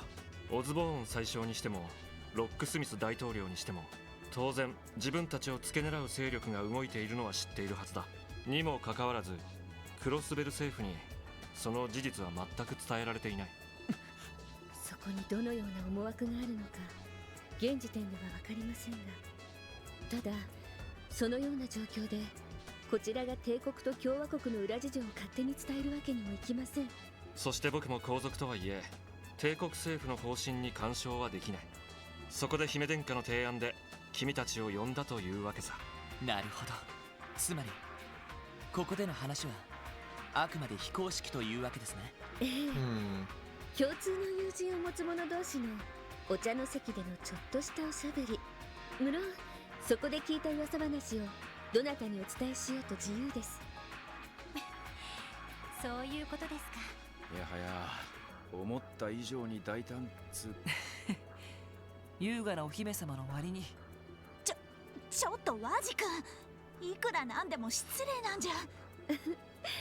いいんです。クロスベルを取り巻く状況はますます混迷を深めている。少しでも見通しを良くするためには悪あがきをするしかありませんから。ただでさえ厄介な面々に情報をコントロールされているみたいだしね。エステル君方面のコネくらいは活用させてもらわないと。厄介な面々？多分ご存知だと思います。レクター・ランドール氏とキリカ・ローラン女子の2人です。なるほど。先ほどの情報がクロスベル政府にほとんど伝わっていないのは多分その2人の情報操作だろう。キリカ女子はもともとリベールで遊撃士協会の受付をしていた人物だが、そのくらいの情報操作ならば苦もなくやってのけるはずだ。なるほど。ギルドの方でも聞きましたか？ She went from being so helpful to being such a pain in the ass. That's depressing. 味方ならともかく敵に回したら一番厄介なタイプだな。そしてレクター・アランドール、経歴不詳、出身も不明だが、それはアイアンブリードと呼ばれるメンバーの一人だということだ。アイアンブリード？また大層な呼び名だね。どうやら鉄血宰相と関係のあるメンバーみたいだけど。宰相殿が拾い上げたという子飼いの若者たちらしくてね。癖はあるが恐ろしく有能で様々な工作を行っているようだ。貴族派からは最大限に警戒されているみたいだね。アイアンブリード。単なる情報証拠以上に大変そうな相手みたいね。加えて現在クロスベルに居座るヘイユエと赤い星座の問題もある。それぞれ政府とつながりがあるようだから、よもや会議を狙うとは思えないが。だが不可解な動きを見せているのはこちらにも伝わっている。それについては君たちの方が。はい、お返しと言ってはなんですが。What in the other is outline the recent actions of the Red Constellation and Heiyu. そんなことが。その院という資格はいささか気になる。まあ宰相殿や僕を狙う心配はないんじゃないかな。それに赤い星座というのは恐ろしく好戦的な両兵団だし、護衛もあまり連れていない僕みたいな相手は標的として物足りないんじゃないかな。そうかもしれないっすね。そちらの少佐さんがいるんならやりたがるやつもいそうですけど。たかが軍人一人だ。それも現実的ではなかろう。いずれにしても現時点ではあらゆる事態を想定して備えておくしかなさそうだな。そうですね。皆さん教えてくださって感謝します。おかげでこちらの方も様々な事態に対応できそうです。いえ、とんでもない。こちらの方こそわざわざ重要な情報を教えていただいて本当にありがとうございました。お互い様さ。しかしそういうことならお礼に夜のクロスベルの名所でも案内してもらおうかな。ワジ君やランディ君なんかはいろいろと詳しそうだしね。お、行っちまいますか？それならとっておきのスポットに案内できると思うけど。おお、そうと決まれば晩餐会はキャンセルしてさせるかアホ。これからアルカンシェルの公演も感激するのだろうが。それもあったか。アルカンシェルは一度見ておきたかったんだよね。きっと。ええ、目を丸くされること楽しみにしていますね。また何かあったら皆さんにもご連絡いたします。今度はジークに頼らず直接通信を差し上げますね。承知しました。さすがにあれは何かと思ったからな。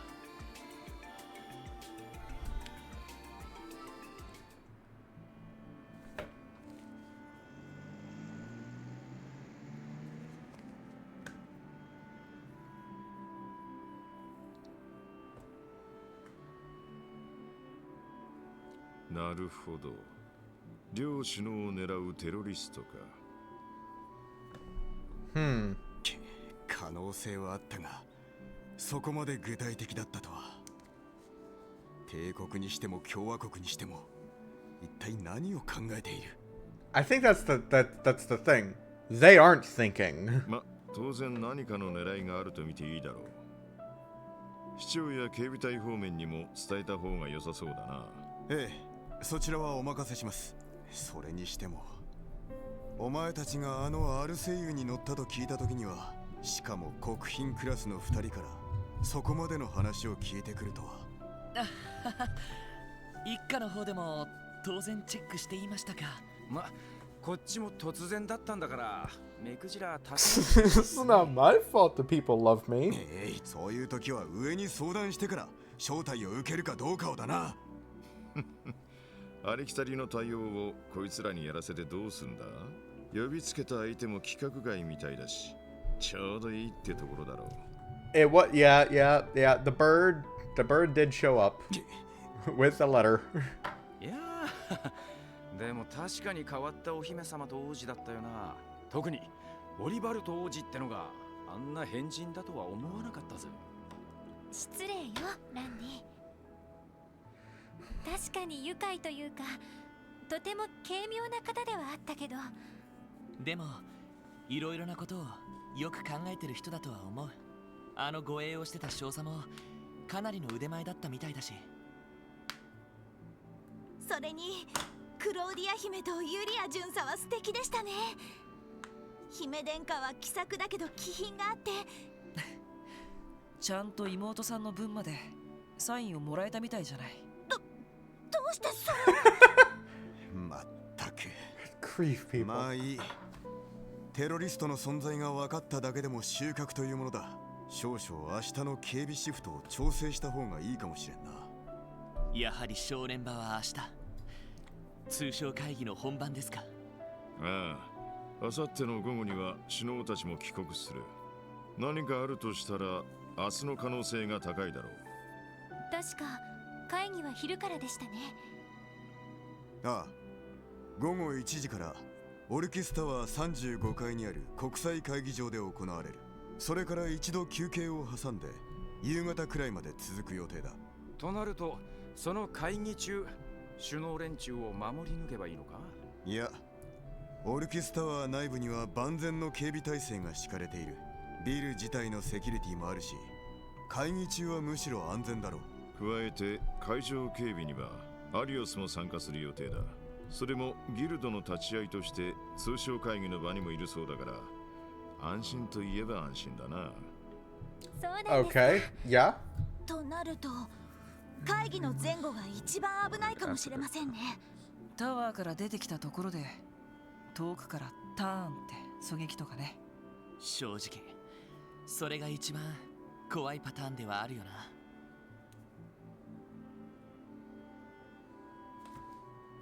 えねえライ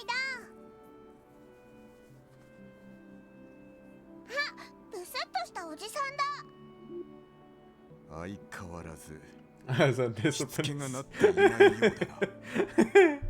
すみません。キーヤちゃん、この人はダドリー。 Hiya, Doodles. 久しぶりだね。元気だった？一家の捜査官たるものじゃなくて呼び捨てはやめるがいい。Give her a. She's like 9 plus 500, but we're gonna ignore that plus 500 bit. So she's like 9 mentally. ダメなの？ Maybe younger. じゃあダドリーおじさん？誰がおじさんだ、誰が。まあ子供にしてみりゃ十分おじさんだよな。Except that technically. それでキーヤ。あ、そうだ。ロイドたちに通信が入ってるよ。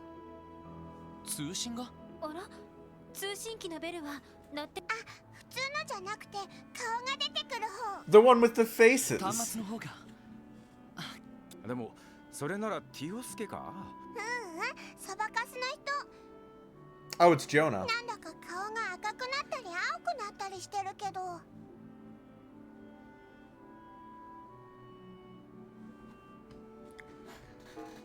遅いっての。まったく。それにしても久しぶりだな。ああ、もうそんな挨拶はいいっての。あんたらに至急今から僕のベースを見てきてくんねえか？ベースってあなたが寝泊まりしていた？ああ、ジオフロント B 区画の第8制御端末のある場所さ。昨日から今日にかけてあの端末を勝手に使ってるやつがいるみたいなんだ。勝手に使ってるって。一体どうしてそんなことが分かったの？つがヨナコ、勝手に使ってるのはお前だって同じじゃねえか。それはともかく、僕の留守中あの端末には強力なプロテクトをかけたんだ。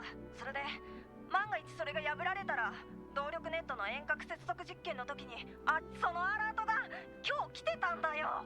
それは君がプロテクトをかけた端末をハッキングした者が、つまりそういうことだね。ああ、そういうことさ。とにかくとっ捕まえて二度と触らせないでほしいんだ。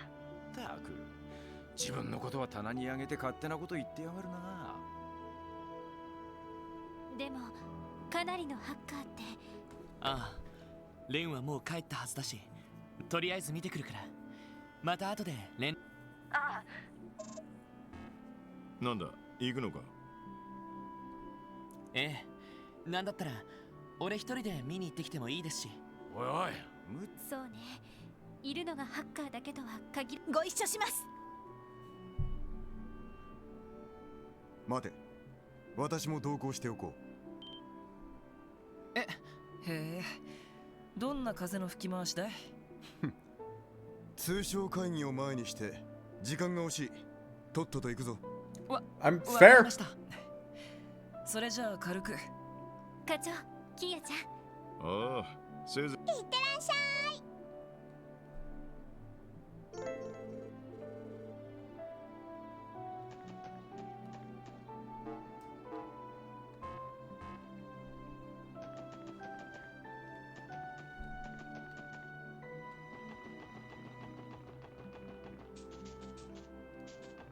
means you have to go up here. It's down around here. I'm probably gonna have to go through the whole thing again. So yeah, ここ。あ、さっき。確か例の小僧の部屋は急ぐぞ。了解です。It's probably been sealed off though. あらら。いつの間にこんなものが。ひょっとしたら市の管理担当が南京錠も市の施設化の方で一般的に使われているものだ。ということは、そのハッカーが仕掛けたわけじゃなさ。どうします？いや、大きな音を立てて相手に気づかれるわけに、このまま先に進んで。了解しました。やれやれ。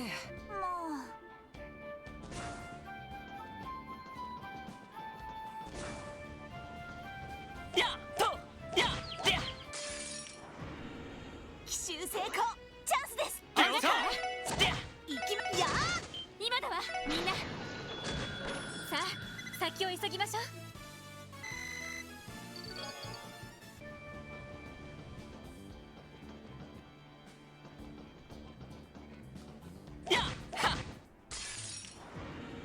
全力で行かせてもらいます。俺の番だ。任せてそこ。行くぜ。はい。は任せて。や。はい。はおっしゃ。手こず。はよし。いと。さてはい。さてや。任せてくって。はい。そこ。おっしゃ。俺の番だな。と。これが俺たちの力だ。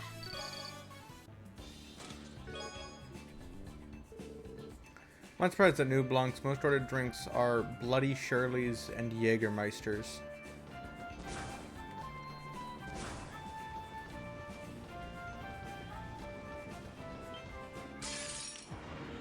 Ora, 邪魔すんじゃねえ。そこ。行きまは。行くぜ。任せてくれ。いと。任せてはい。俺の番だ。って。これが俺たちの力だ。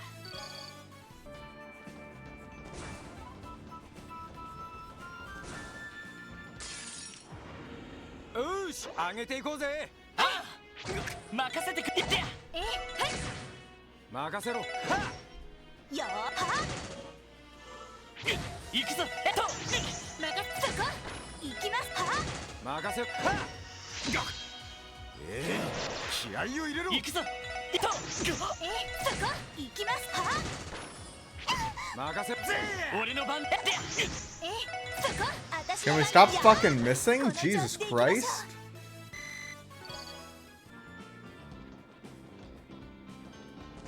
Okay, what's down that other fucking path?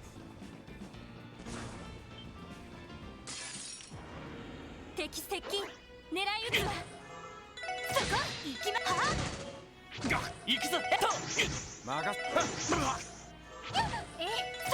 よし。私の番。そこ。行くぜ。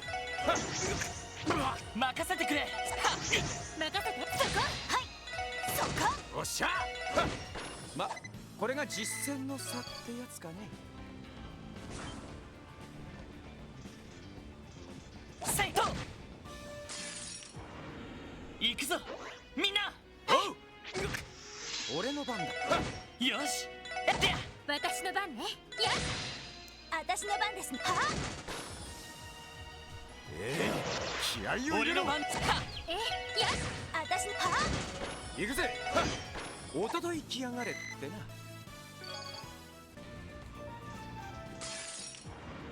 とっとと終わらせるぞ。任せてはい。行きま。や。行くぜ。行くぞ。行って。任せて。みんな。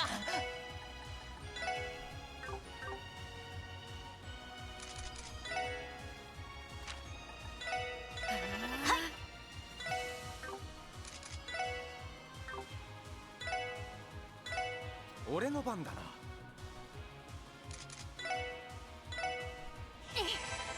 ありがとう。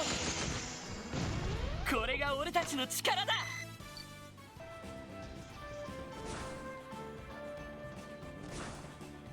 えいはっやっで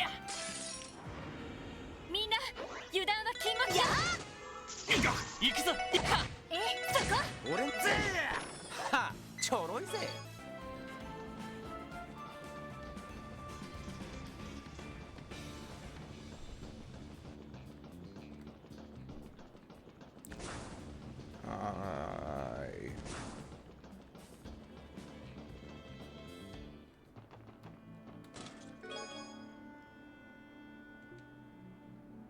As you loaded the penguin from the chest, you could have sworn it whispered something about a man it called Monsieur and the importance of daily exercise.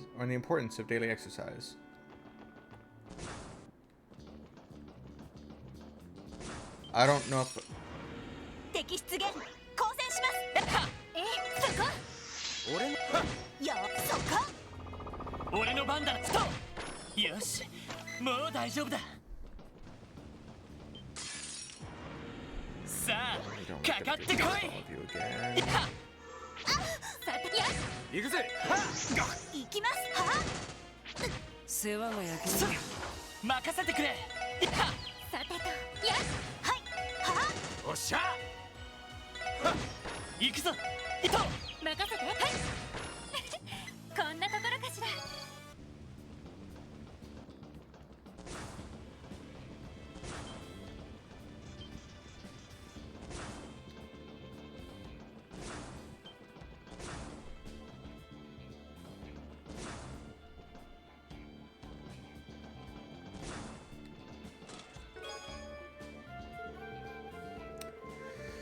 Oh, she placed a bookmark and made a note of her last line, but it's not on me thereafter. It's what I'm carrying. Before standing and fiddling with minor creases and imperfections in her clothing.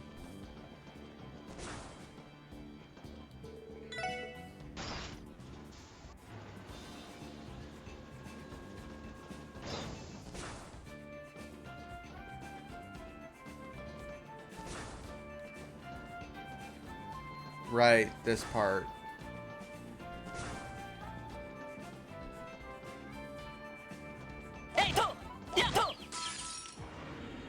よっしゃ畳みかけるぞ了解伊藤さてや行きますそこ俺の番俺の番だな言ってやこれが俺たちの力だ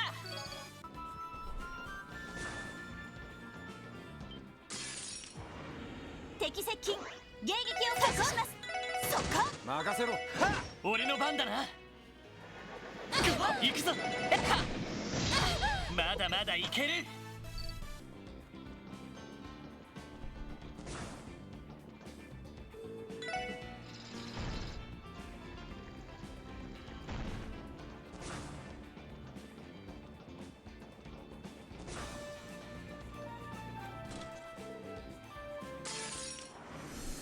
速攻で蹴りをつける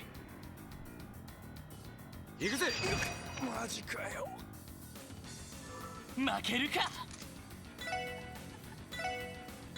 それ行きます行くぞ立て直さないと負けるかさ今だわありがとうございます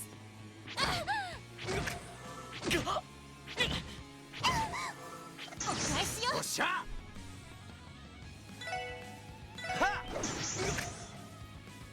無駄ですよし私の番ねはい私の番ですねは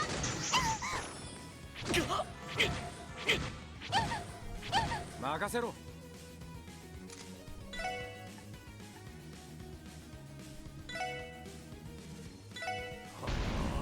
暗いな気合を入れろ行くぞ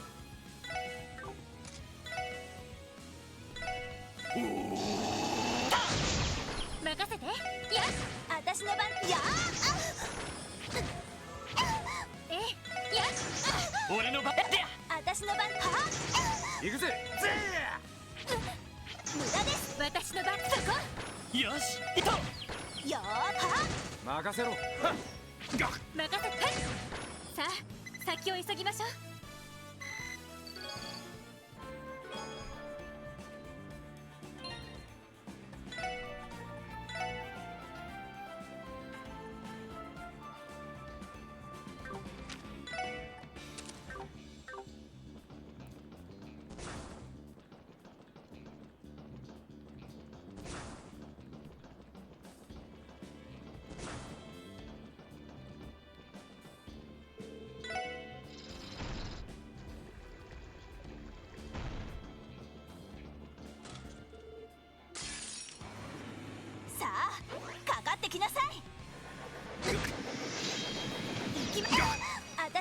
ですね。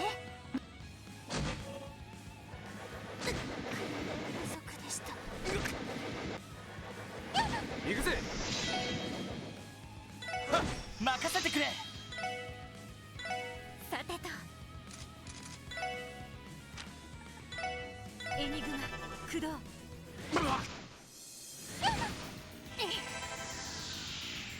今のは助かります。負けられない。ありがとう。俺の番だな。やってや。はい。は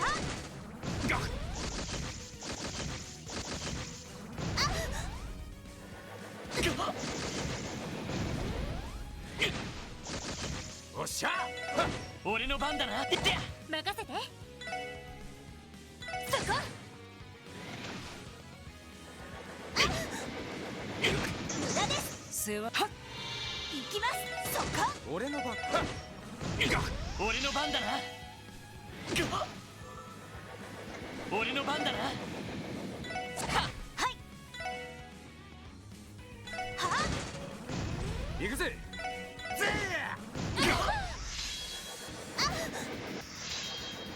負けられない。負けるか。まずい。はまだまだ。負けるか。いと。負けられない。エニグマ。助かります。まだまだ。なんとかしな。そこ。まずい。負けるか。まずいな。まずい。負けるか。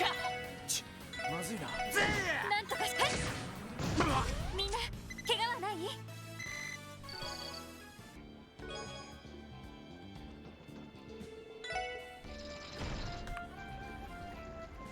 Come on. せいは。さあ始めましょう。行くぜ。まだやれる。エニグマ。負けられない。そこ。そこ。みんな。負けられない。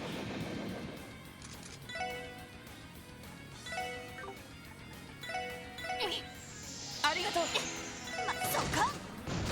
訓練不足でした。Thanks.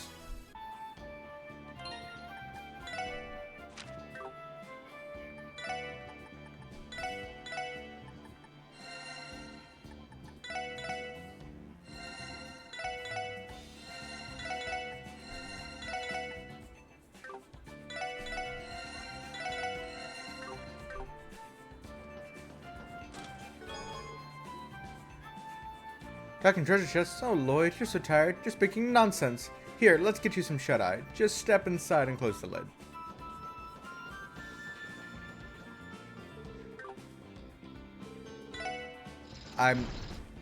Just because I forgot to check what this other chest said.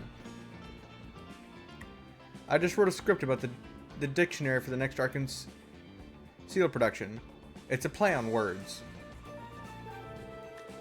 Hardy har har.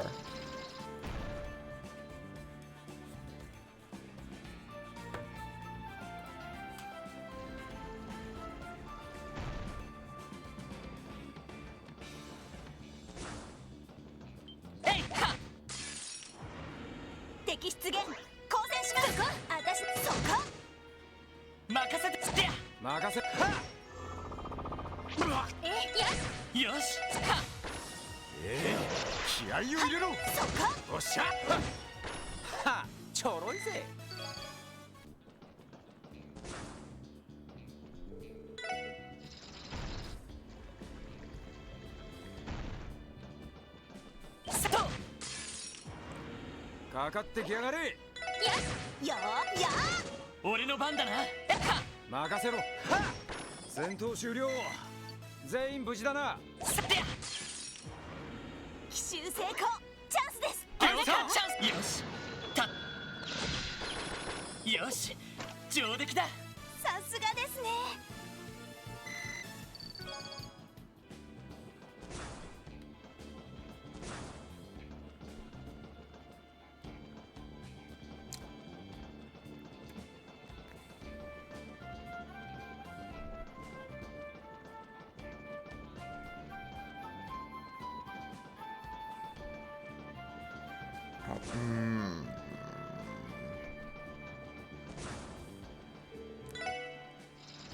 I think it just.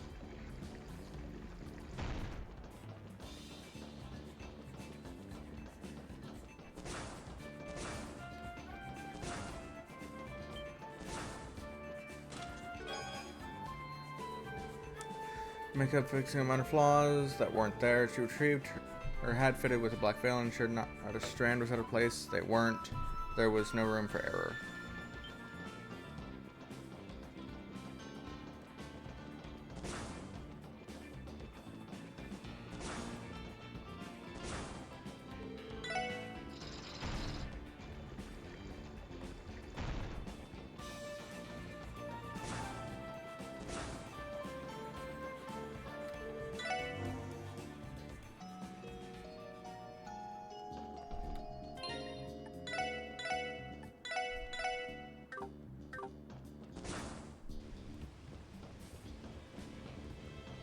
All right, let's go.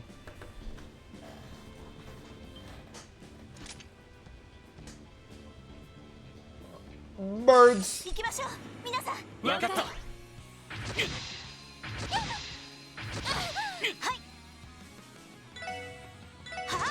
俺の番だな。 I'd greatly appreciate it if you didn't fucking do that.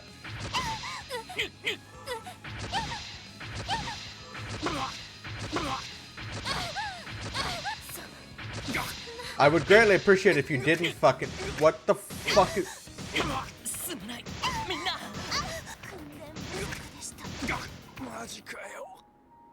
What the fuck just happened? What the fuck was that?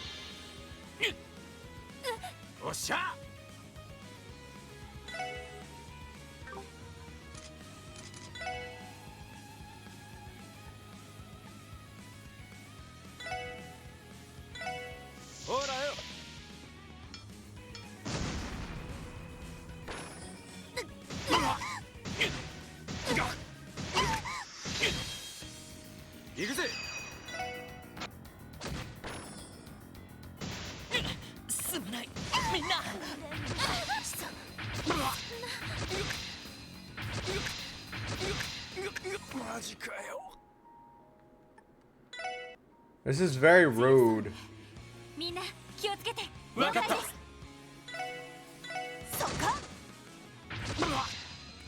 They should not have 100% chance of freezing me.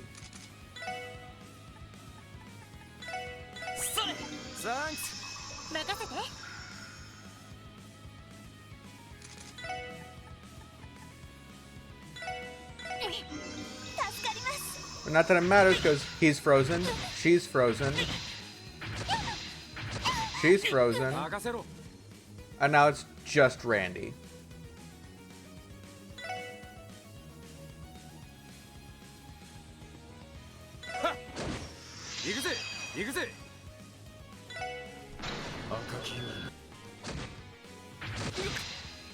Now everyone's frozen. And every time they attack, it's going to refresh the frozen status.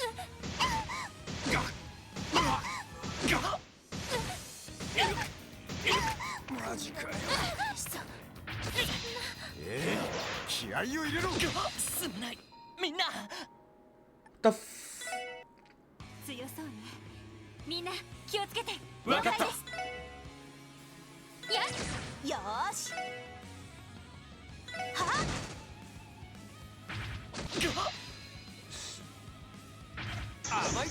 行くぜ。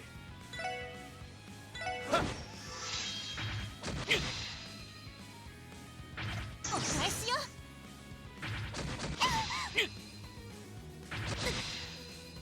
今だ。行くぜ。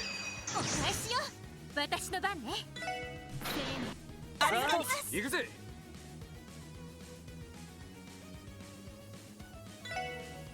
赤き夜のし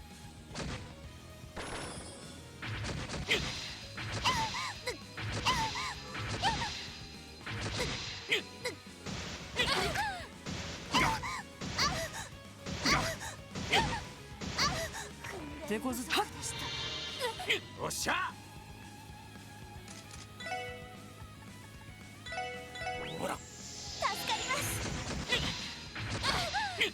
おっしゃ。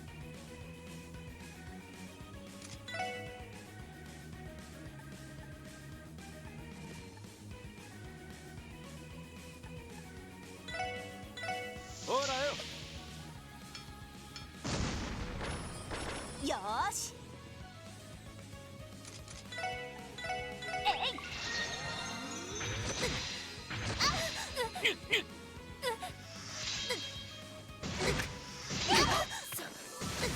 まだまだ。 For the love of God. Don't まだやれる。 fucking freeze everyone again. なんとかしないと。 Stop freezing everyone. な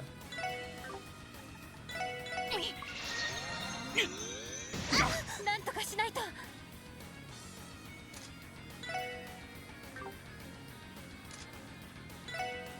やっ。気合を入れろ。訓練不足。負けられない。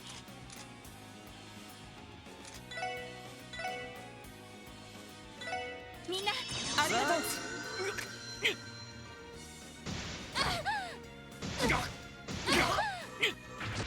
まだやれる。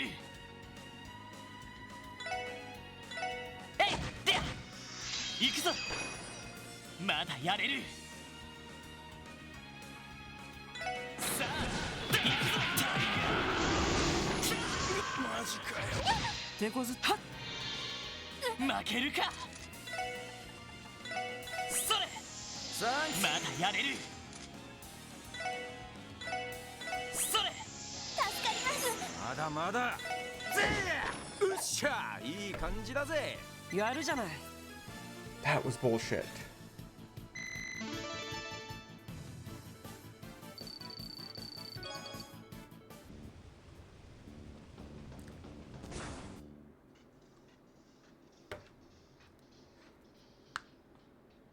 この曲は。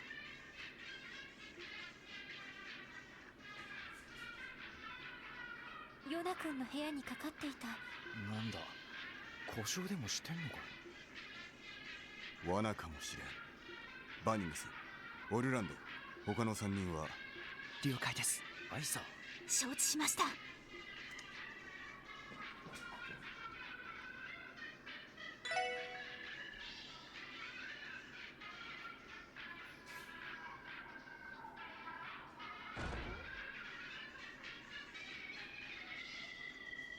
誰もいない。隠れてる気配もねえな。逃げられたか。しかしここに来るまでの間。Because they can fucking teleport. ああ、どうやらそうらしい。この音楽はそっちの装置みたいだな。さすがにうるさいな。ああ。なんだか不気味ですね。そうね。音楽が鳴っていたのも不自然だし。うん。とりあえず奥のモニターに映っているのは何だい？図面？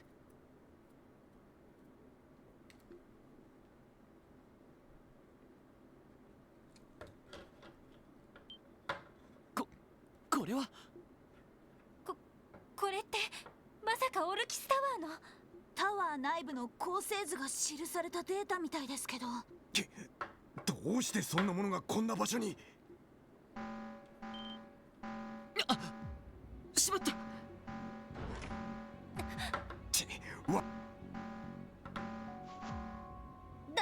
ダメです。どうやら動力的な機構で今のは。おい、誰？はじめまして、支援課の諸君。予想通り君たちが遊びに来てくれたみたいだね。お近づきの印に置き土産を置いていくから。端末から喋ってるのか。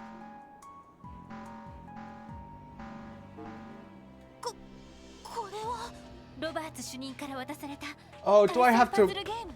Don't tell me I have to actually win this stupid puzzle game.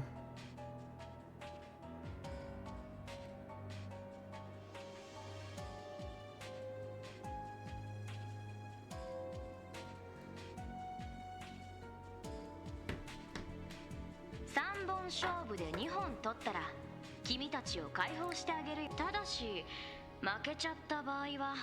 何？ Great. Perfect. I have to win in a puzzle mini game to progress the story. バカな。仕掛けの気配はなかったぞ。 Actually, I think I know what's gonna happen here. あまり時間はない。 If I don't win, Tia will probably show up and just dominate using her fucking technology performance enhancing drug or whatever. I haven't been fucking practicing this. さあ始めるとしようか。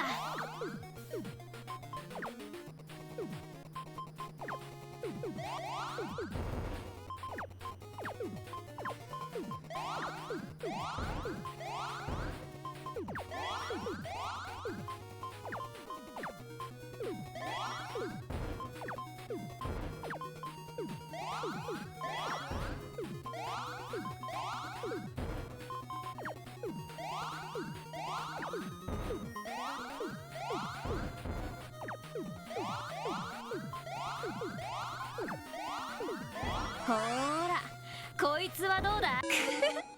まだまだだね。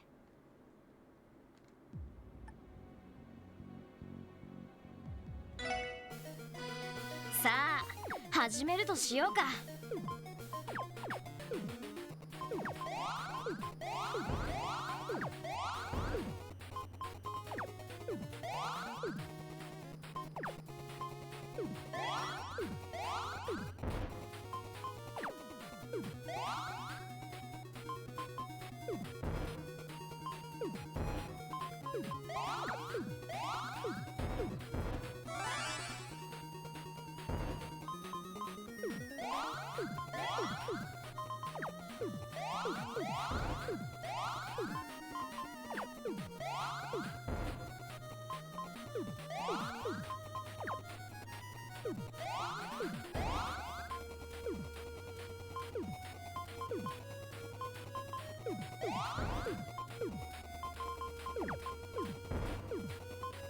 ここは勝ちを譲ってあげるよ。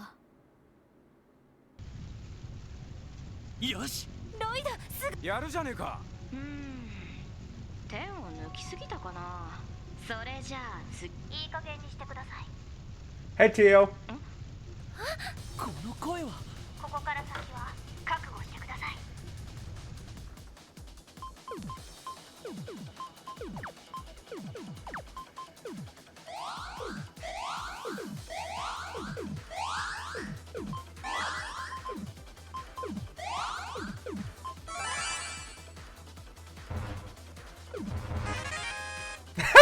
Get fucked. やった。そろそろやべえぞ。一応お仲間みたいだし約束。それじゃ開いた。急げ。はい。伏せろ。ったく。死ぬかと思いました。一体何者だ。よかった。ご無事みたいですね。ティオ。やっぱりティオちゃんだったの？おいおい、一体どうなってんだ？実は今日の午後クロスベル行きのいろいろ大変そうだったので、そうだったのか。 Yeah, thank God. Now we got the whole team together. じゃあ課長さんから話を聞いて。ええ、エニグマで連絡したら、それで空港から直接来ました。本当に助かっちゃったわ。ありがとう。いえ、間に合ってよかったです。それにしても厄介な相手だったみたいですね。なんとか割り込みをかけて撃退することができましたが。割り込みって？ええ、ロイドさんたちが閉じ込められたと分かったので、どうやら相当な腕前のハッカーだったようですね。ああ、そうみたいだな。どうやらとっくに離脱されてしまったようだが、そういえばプラト、一人でジオフロントをここまで追ってきたのか？あ、たまたま居合わせたので。え？飛んだ場面に居合わせたようだな。Oh, god damn it, Ian. あんたは？あの時の取り逃がしたか。どこのネズミかは知らんが、相当抜け目がないようだな。ちょっと待ってくれ。ここにいたハッカーはヘイユへの関係者なのか？いや、縁もゆかりもないものだ。おそらく赤い星座とも関係があるわけではないだろう。何？なんであんたにそんなことがわかるって？ヘイユへと赤い星座は少なくともそのハッカーとやらはどちらにも属していないはずだ。どうやら通商会議に何か思惑があるもののようだが。端末に映っていた。なるほど。まさに明日の会議の場所だね。会うのはこれが初めてか。クロスベル警察捜査一課。噂はかねがね。通商会議の警備ではいろいろ苦労しているようだな。どこぞの組織をはじめ怪しげな連中が跋扈しているのでな。どうやらこちらの知らない動きにいろいろと通じているようだし、ここは一つ警察までご同行を願って話を聞かせてもらおうか。 Good luck with that. ダドリーさん。おいおい。クロスベルの刑事法に抵触した覚えはないのだが。何？任意の事情聴取だ。後ろめたいことがないならぜひ来ていただこうか。 That's いつの間に。へえ、巫術を使った分け身ってやつか。今宵はこれでさらばだ。また近いうちに会えそうな気もするがな。ロイドさん、付近をサーチしますか？いや、その必要はないだろう。とりあえず支援課に戻って話し合う必要がありそうですね。ああ、不本意だが仕方あるまい。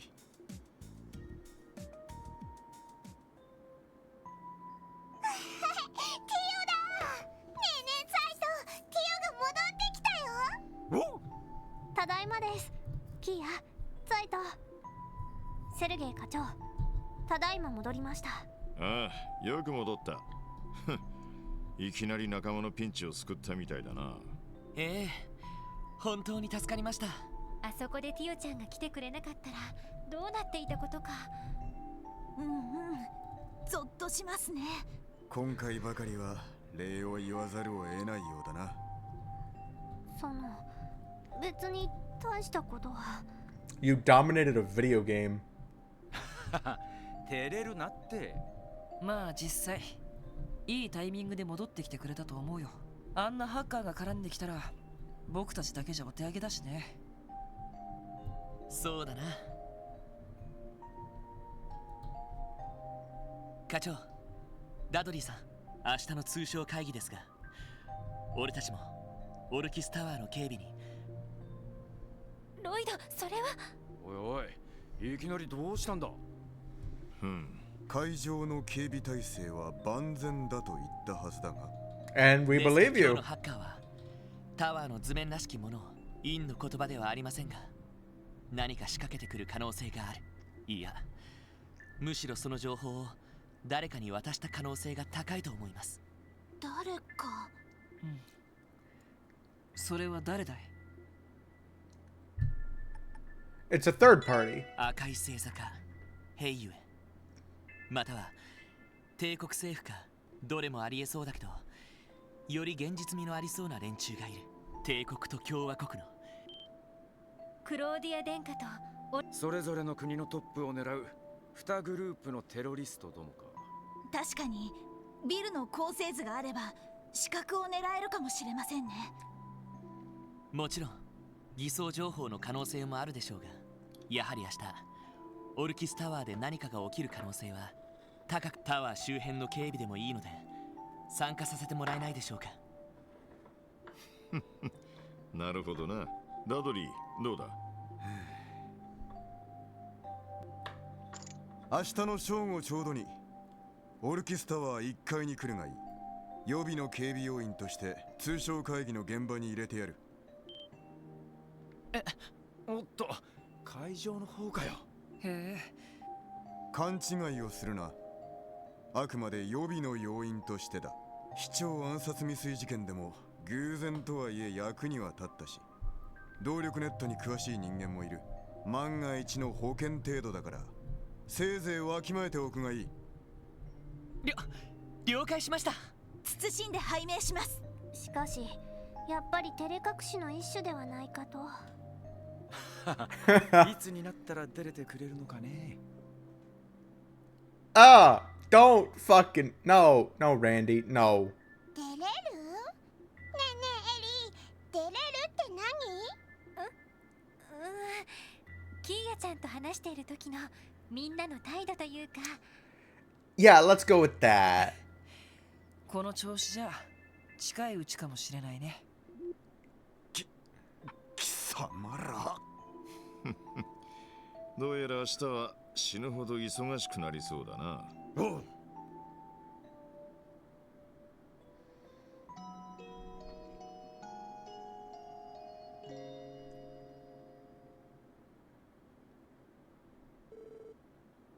The next day, 8 a.m.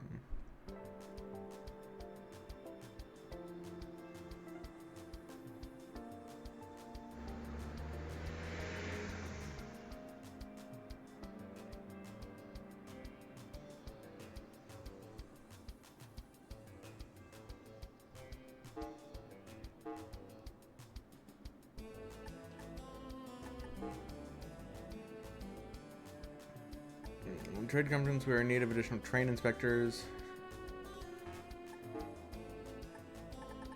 My beloved antique dolls have been stolen by a particularly irksome thief. Assist me in recovering my precious little girls. Come to the CEO's office and ABC will explain details there. A dangerous monster has been sighted on Ursula Road. やっぱりいくつか新しいのが来ているか。時間に余裕があれば午前中だったら車を使えば郊外にも移動できそうですね。車ですか。なんでも ZCF が開発した動力車だとか。 Yes, it was, Tio. 一家の連中も見返せそうな新型だぜ。でもティオ、昨日着いたばかりなのに朝なんだったら午前中はゆっくりしててくれても。ジロー。Glare. すみません、つい。I should know better by now. Really should. なんだかティオスケが戻ってきたって感じだな。やっぱり端末前にはティオちゃんがいる方がやっぱり皆さん息が合ってますよね。とりあえずこれで新生特務支援課のフルメンバーですね。リーダーとしてはなかなか感慨深いんじゃない？ああ、そうだな。とにかくティオ、改めてよろしく頼むよ。それと、はい、こちらこそなんだかま、その元気がありゃ通商会議の空気にもお前たちなりのやり方で了解です。課長の方はこれから警察本部で待機でしたか？ああ、各方面との折衝を押し付けられちまったからな。バックアップには回るが、オルキス、ただ何かあったら助かります。よろしくお願いします。ああ、それじゃ先に行くぞ。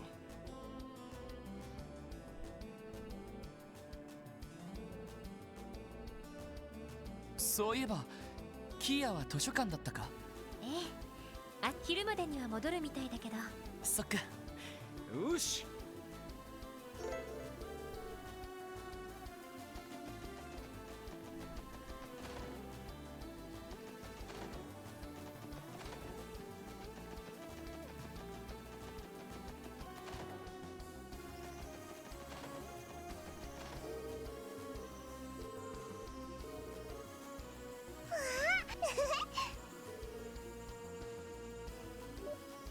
Oh, right, the big penguin.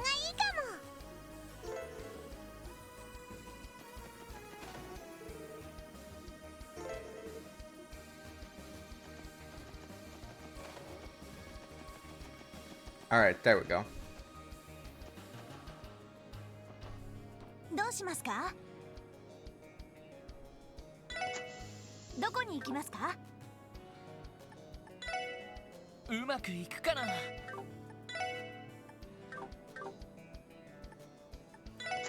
目的地を選んでください。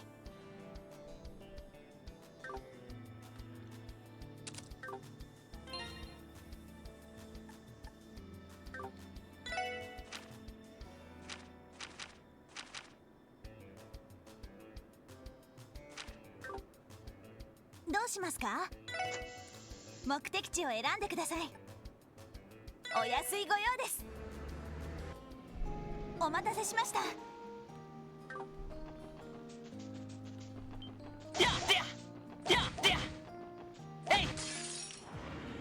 全力で行かせてもらいます。任せてくれ。任せて。はい、やー。なんとかなりましたね。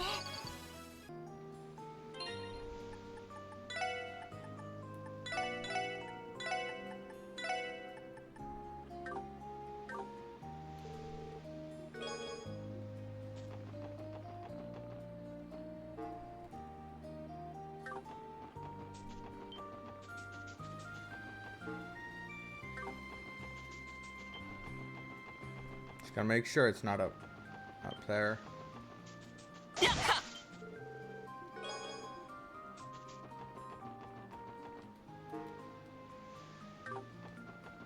Yoshi, 行くか。どこに行こうかな。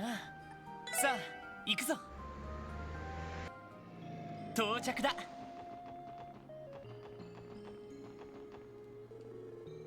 You can see we're pretty interested. Over an order of bed sheets. I'd like to get them to the new home as quickly as possible, if you don't mind. Sure thing, I'll give you a hand carrying them inside. Ah, thank you, I appreciate it.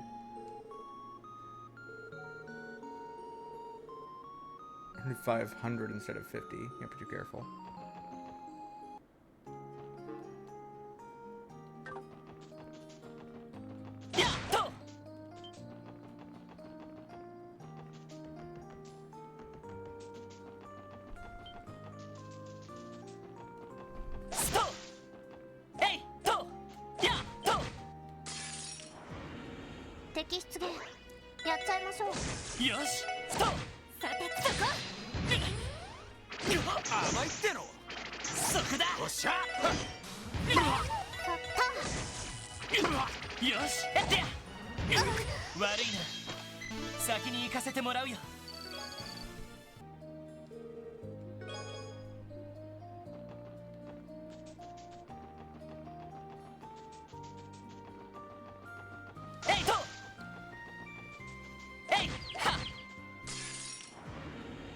よっしゃ、畳みかけるぞ。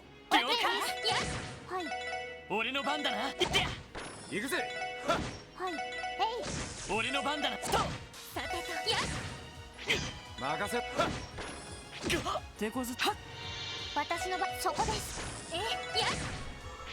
俺の番だな。さてと、戦闘終了。やれやれです。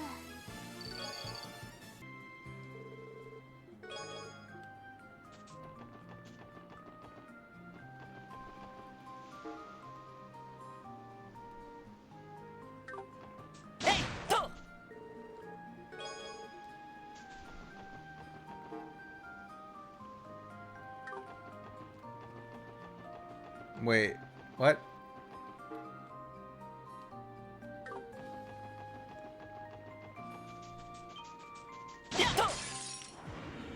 しまった、立て直さないと。了解です。甘いっての。そこです。私の番ね。エニグマ、はい、駆動。エニグマ、駆動。おっしゃ。 I would greatly appreciate it if you didn't fucking do that.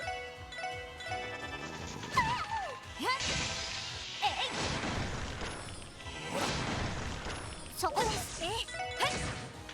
行きます。やー。行くぜ。はっ。ま、こんなもんかね。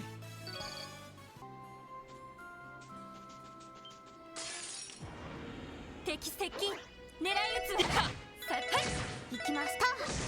敵集団撃破しました。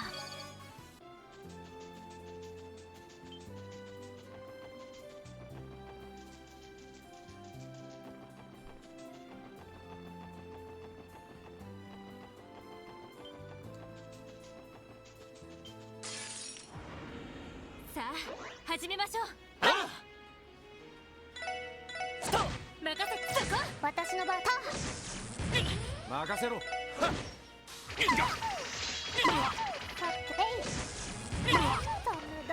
行くぞ。それ。助かりました。そこ。や。こんなところかしら。 Why am I stuck? 取られた。気をつけろ。よかった。行くぜ。行くぞ。おっしゃ。よし、この調子で行くぞ。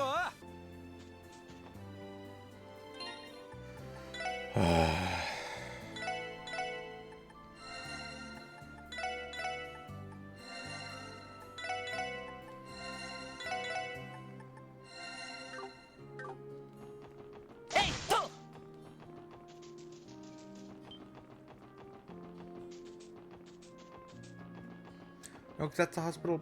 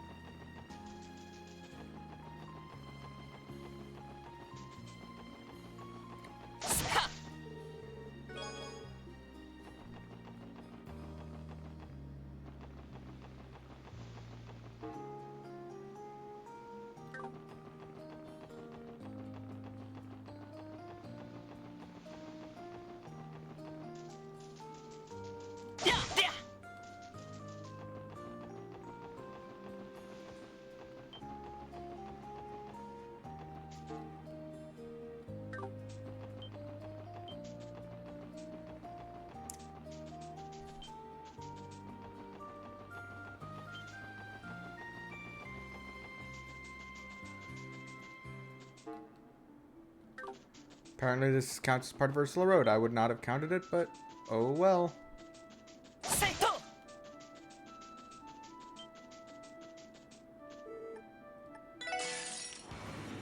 手強いぞ。気をつけろ。了解です。行くぞ。俺の番だな。さてとありがとう。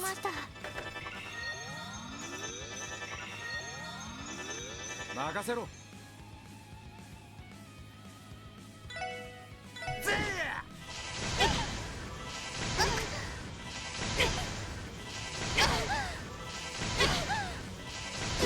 行きます。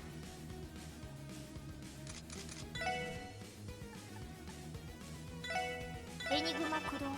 世話が焼けるな。行くぜ。俺の番だな。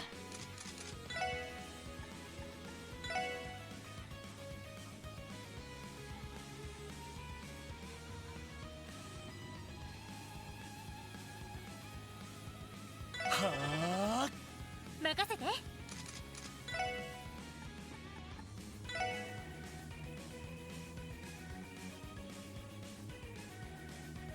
エニグマ駆動。それ。それ。助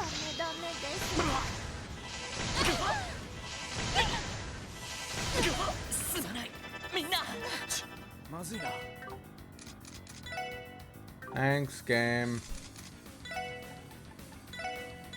ほら、ありがとう。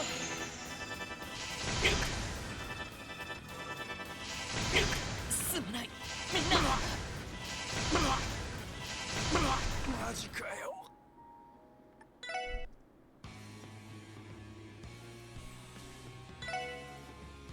やっ、行きます。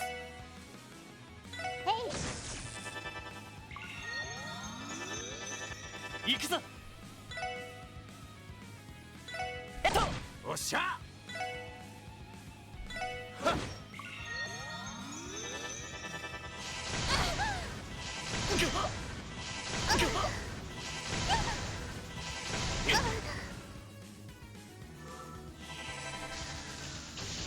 今よ。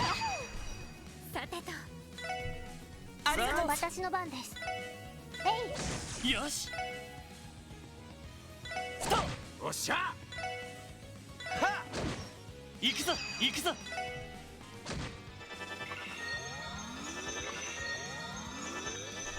電磁ネット投射。さて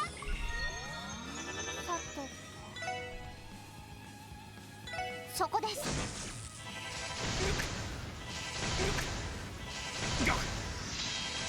行くぜ。任せろ。私の番ね。やっ、任せてくれ。行くぞ。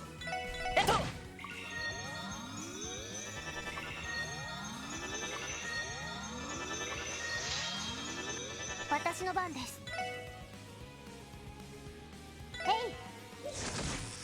任せて。そこ。行きます行きます。AI システム開放。リソース絶対消費。個別展開。フィールド。 Right.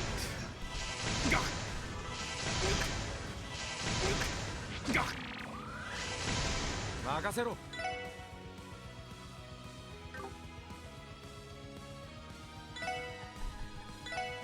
ほら、俺の番だな。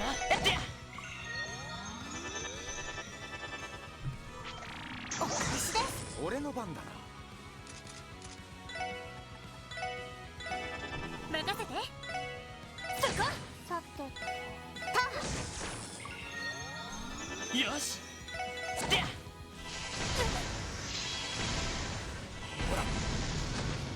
世話が焼ける。さてと。任せて。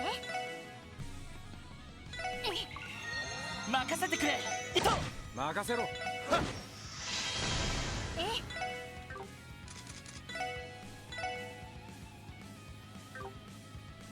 エニグマ。はい、駆動。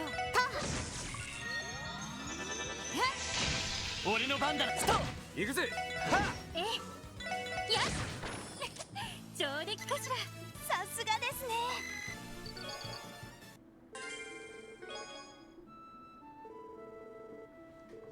Resilience and for alien policy. Try. Yes. Okay. Cool.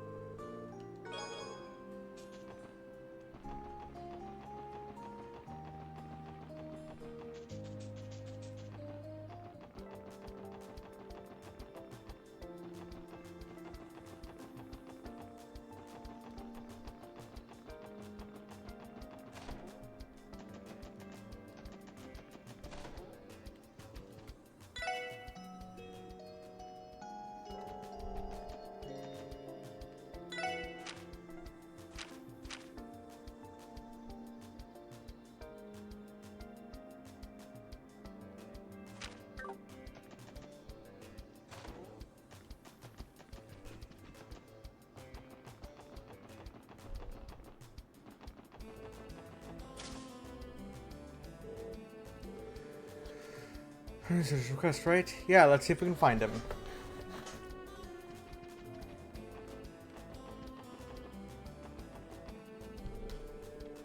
You special support section by any chance? We received your support request and came to inquire for more details. You're an inspection officer from Calvard, right? That I am. My name is Marlowe. I was transferred here from the Republican Army. I didn't press the fucking auto progress button. And thank you. Allow me to bring you up to speed. So that simple. Actually, the request only consists of one task. The assisting me with conducting an inspection of a train bound for Calvard. Oh well, that's sort of had us on to him at once, so we should be able to manage. We should check to see if they have any suspicious people or items on board, right? Precisely. Your experience in the matter will make this much easier. Keep in mind, the security is currently much stricter across the city in light of the trade conference. Not only is our inspection process more rigorous than usual, we're also expected to cooperate with the police department. We simply don't have enough inspectors to handle the increased workload right now, hence my request. Is now arriving on platform 1. Please watch your step as you make your once we're on the platform.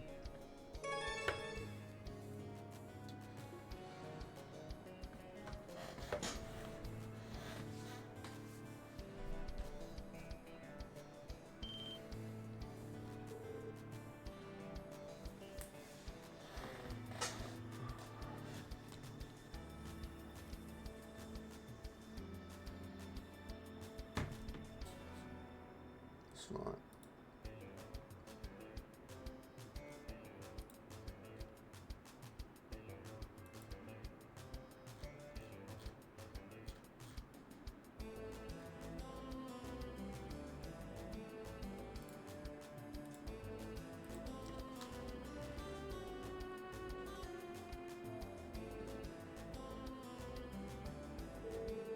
It's the Eisengraph, a train used exclusively by the Imperial government. Its regal design is almost a symbol of the Empire in and of itself. There's certainly something very imperial about it. Well, the Blood and Iron Chancellor did arrive on that circus on rails. Cocked bastard sure loves to stand out. It's damn impressive, I'll give it that. And what about they didn't spare a single mirror building it either?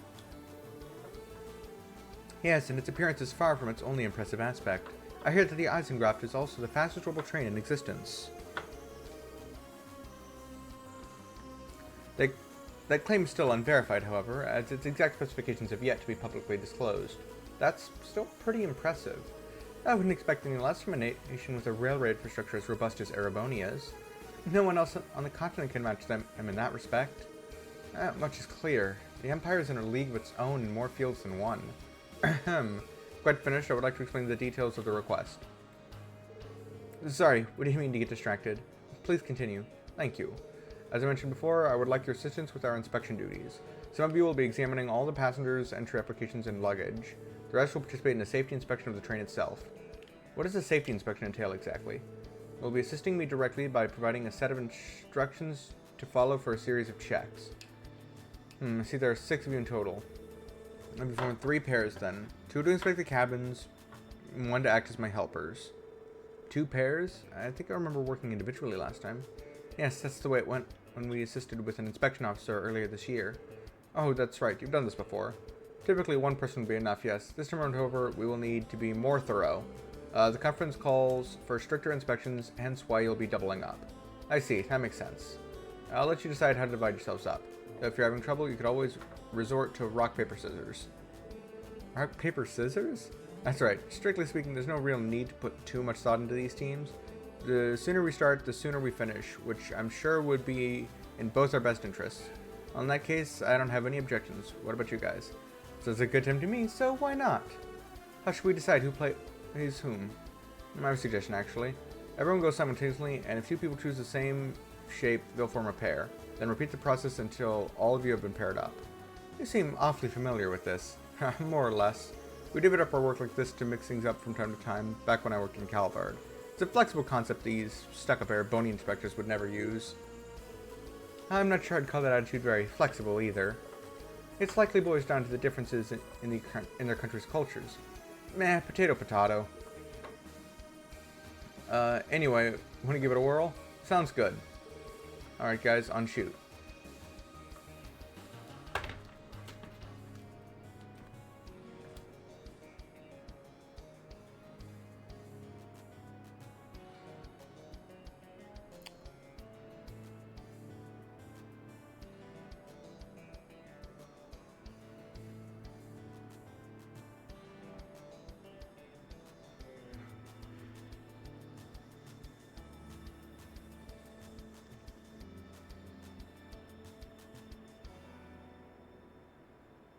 Oh, I can just this out. Okay. I have to pick to get the one that I want. I have to pick scissors first.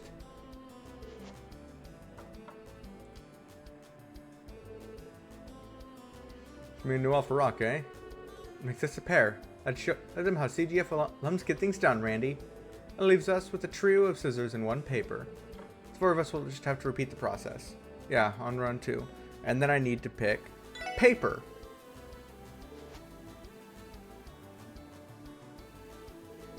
Ellie and I both played paper.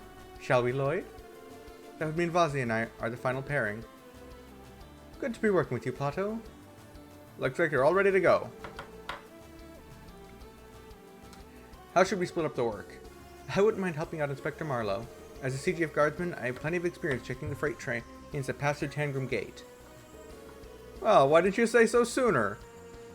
I could certainly use the help. Now then, if you're all decided, let's proceed to our posts.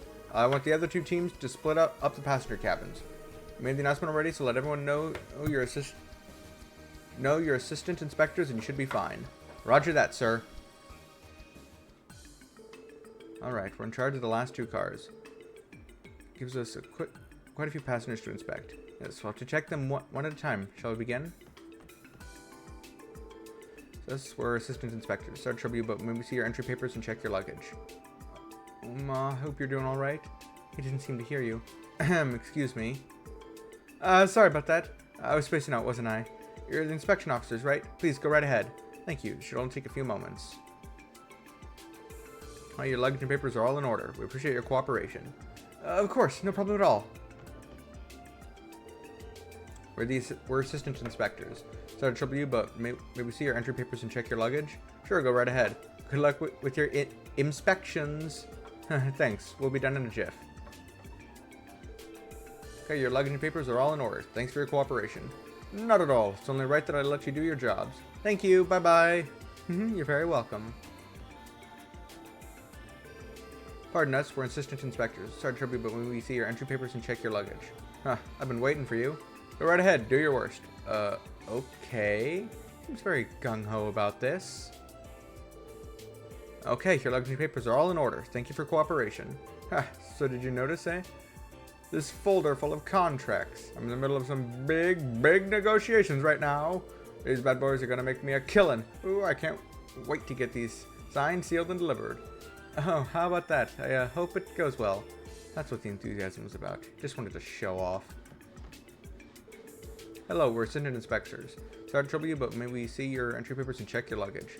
No trouble at all. Go right ahead. Okay, that should do it. Your papers and luggage all check out. It's just one thing. Oh, was something wrong?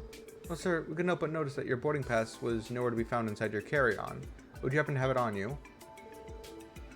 You didn't see my ticket? Oh no, that can't be. I'm absolutely positive I placed it in my bag.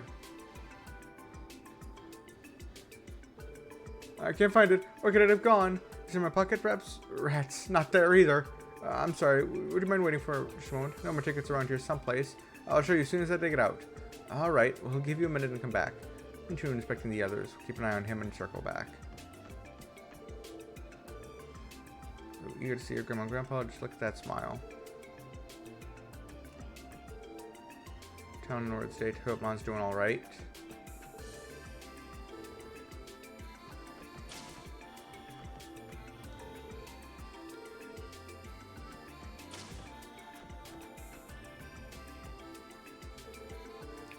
Inspectors, sorry to trouble you, but may we see your entry papers and check your luggage? You act as if you're making a request instead of a demand. Fine, go ahead. Just try to make it quick. Alright, this won't take long. Alright, your luggage papers are all checked. Thank you for your cooperation. Your gratitude doesn't mean much when I never had a choice in the matter to begin with. Is that all? So do me a favor and make yourself scarce. Of course, if you'll excuse us. This job has its stressors, I suppose.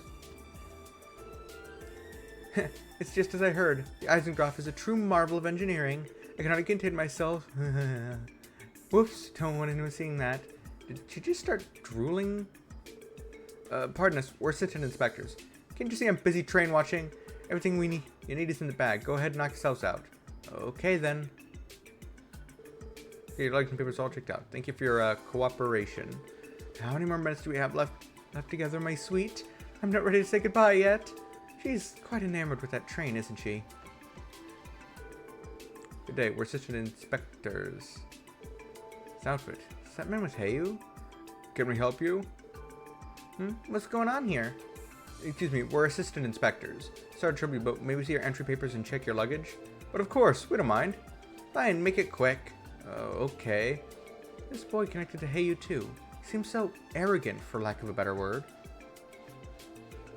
Okay, your luggage papers are all in order. Thank you for your cooperation.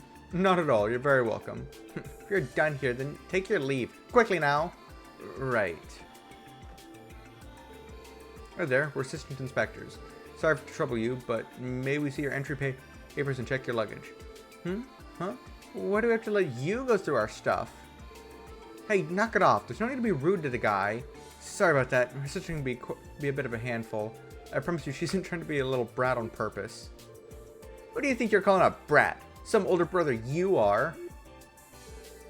I can start, right? I believe so.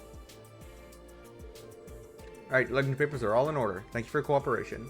It's fine. If anything, I should be apologizing for what my sister put you through. What the hell? If anyone should be apologizing here, it should be me for having a big fat idiot of a brother. Let's get the heck out of here. Look at that old gentleman in the fourth car who couldn't find his boarding ticket. Alright, time to make a way to see if... Give me back my ticket! Lloyd? Yeah, let's go. You're not fooling me. I know for a fact it was one of you two. Now who did it? Fess up already.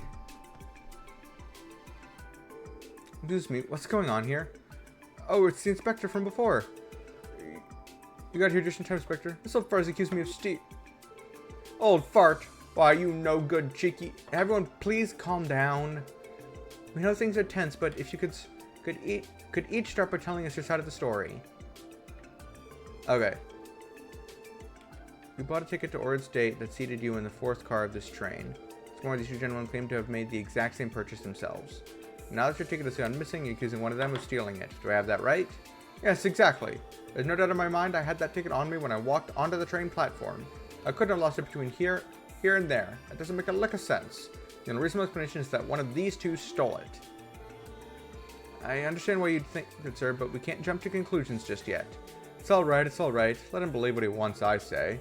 He's just a senile old man, after all. How dare you, you little... That's enough. You need to settle down and be rational about this.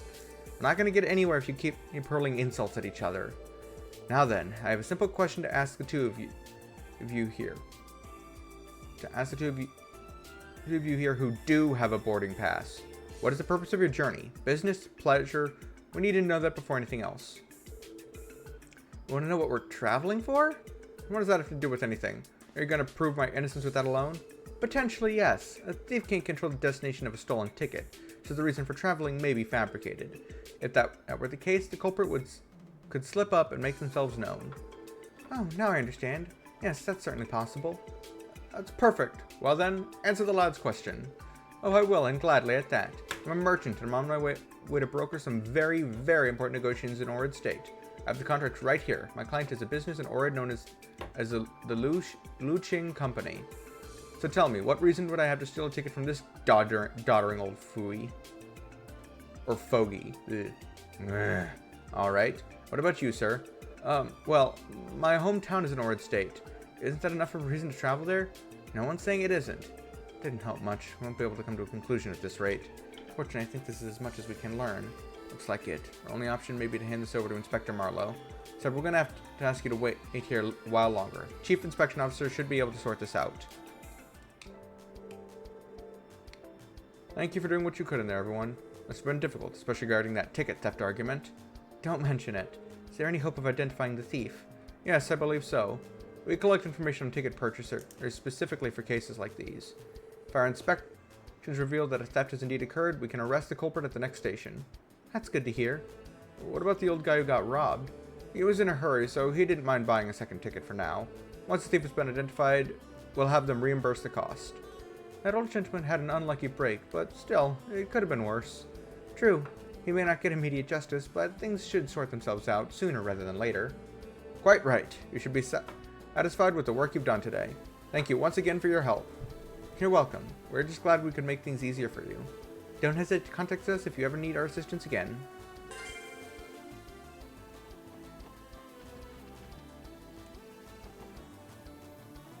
And that leaves one side quest left. Which seems like it's gonna be another fucking blue blanc thing.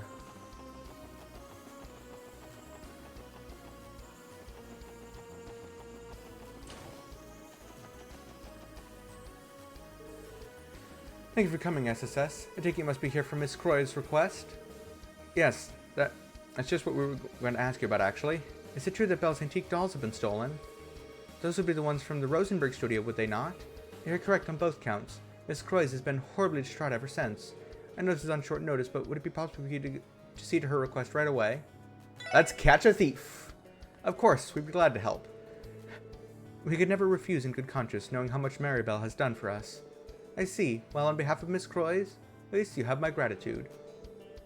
Now, first things first, I'm going to have to issue you this card. And what's this? It's an authorization pass for the IBC. We had one just like it before. Using grants us clearance to specific floors of the building from the elevator. In other words, it's part of the security system. This isn't the largest bank on the continent for nothing.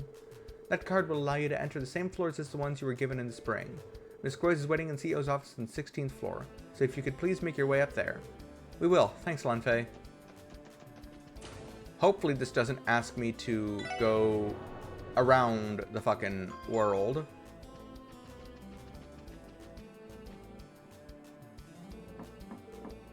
Belle, it's me. Come right in. Thank you very much. It's good to see you again, Belle. Hello, Ellie, Special Sports Section. I heard you returned to town last night, Tio. How have you been? Fine, thank you. Glad to hear it. I understand that you have a busy day ahead, but what with the trade conference this afternoon, best of luck to you. Thanks, we'll do what we can. I take it you're not planning to be at Orcus Tower yourself, then? That's right. As my father's stand-in, I can't very well abandon this pile of work he left behind at the bank.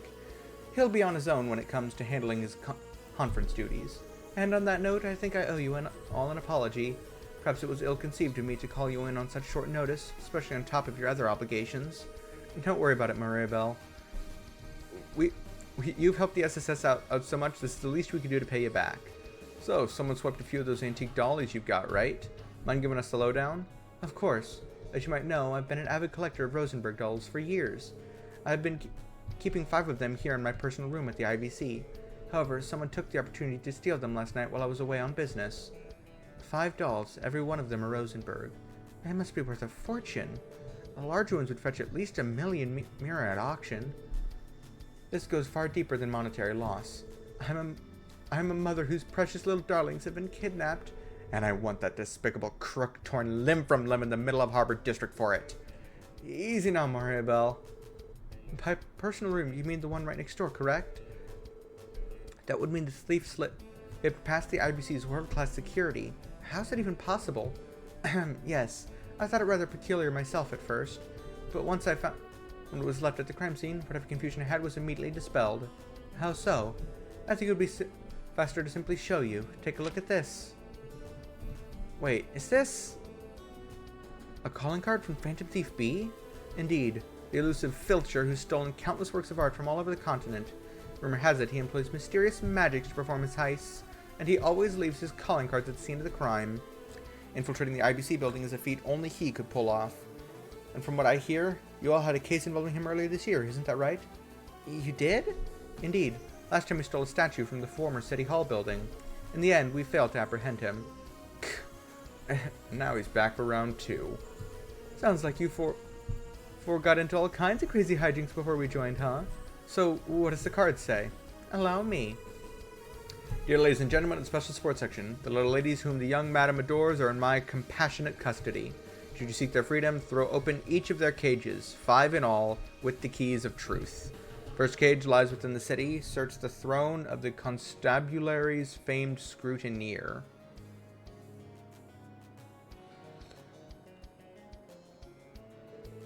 So, do you understand now why I had no choice but to call all of you here?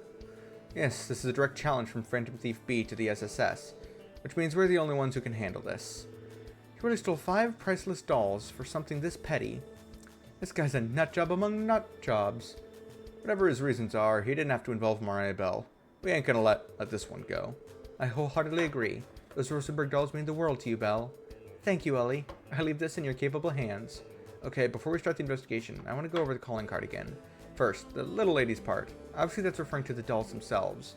As for the 5 cages, that must indicate that there are 5 separate locations, each holding a single doll. Ugh, I hate these quests. They're so fucking tedious. And the riddles are so fucking shitty, too. I'm already dreading now how much of a pain this will be. Well, we can limit the first cage to within the city. Apparently it's at the throat of the constabulary's famed scrutineer. Clue is the key to our first doll. Anyone have any idea where it's pointing? Scrutineer. I feel like we heard about something along those lines not too long ago. Oh, no sense overthinking it. Let's go check whatever spots come to mind. Find my beloved little ones and bring them back to me. Won't you? Of course, we won't let you down, Mariah Bell. I'll keep the clue from the card in the detective notebook for good measure. We can use it as a foundation to build our investigation off of.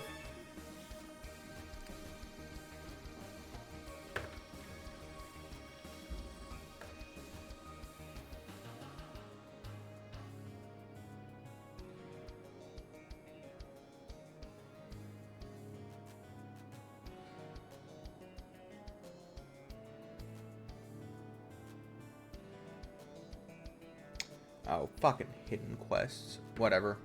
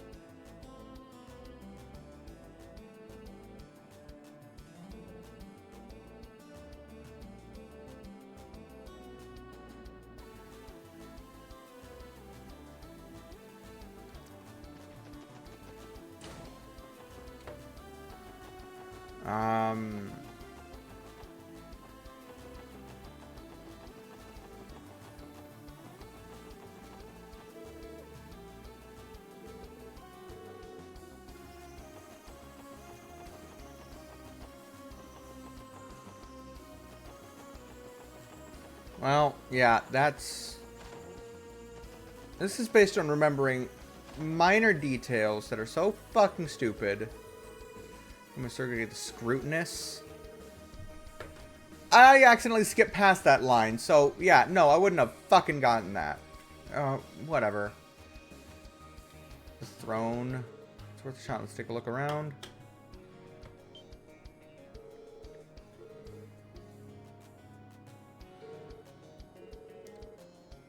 Somebody found her at the Schwartz auction. I bet him choosing this place at the first location was just an extra taunt for good measure. Yeah, he even used the chief's old nickname. He's clearly got our number. Anyway, let's check it out. Second cage lies outside the city. Search the Harvester's Heritage found off the Ramshackle Road.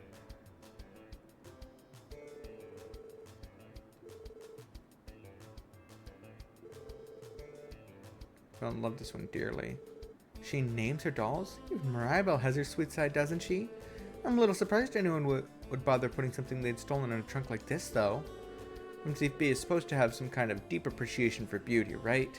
Maybe it's his way of showing respect. As for the second card of this, it sounds like we have to venture out of the city limits this time. Harvester's Heritage off the Ramshackle Road.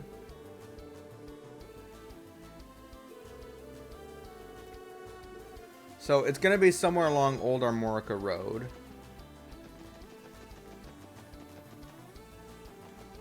Ah, 乗りますか? どこに行きますか? お安いご用です。はい、到着しました。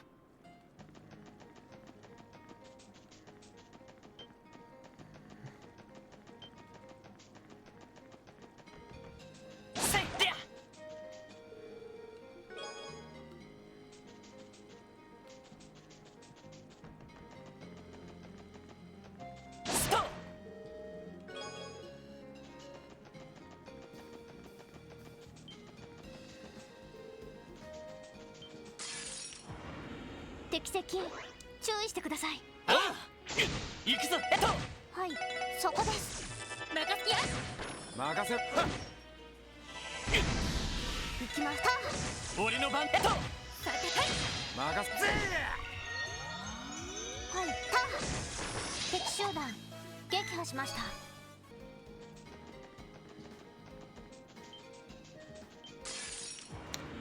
行くぞ。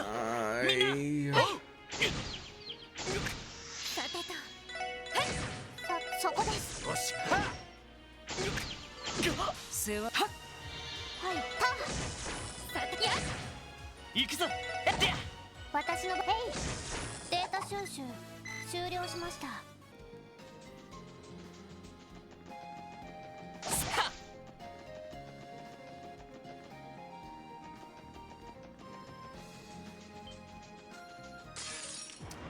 Oh my god.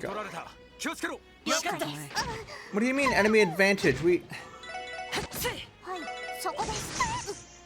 よし。行くぜ。お返しで。はい、よし。これが俺たちの力だ。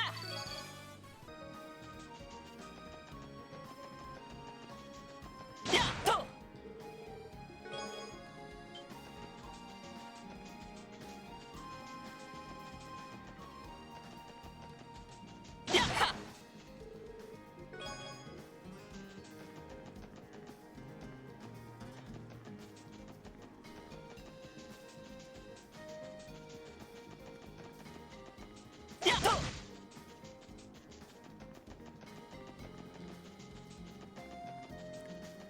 trying to avoid fights right now because I'm running long.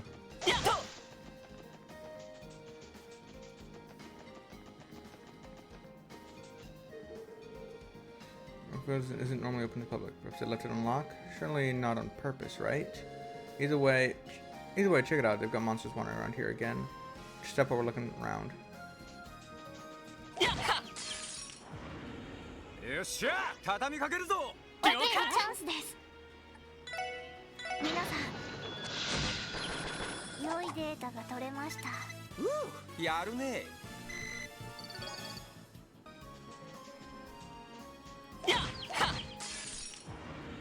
先生可能。始めましょう。チャンスです。皆さん、良いデータが取れました。お疲れ様。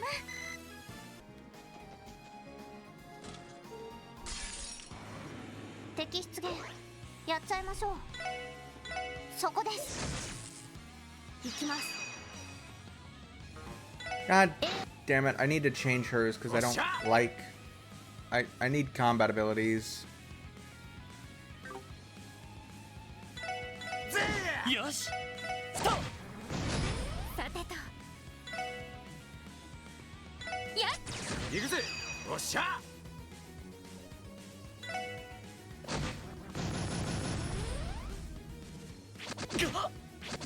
行くぞ。任せそこ。行きまた。任せろ。ま、こんなもんかね。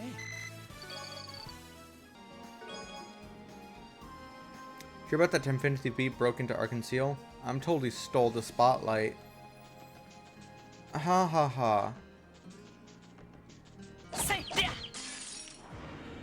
よし、一気に行くぞ。あいつ。行くぞ。さてと。おっしゃ。行きます。よし。任せて。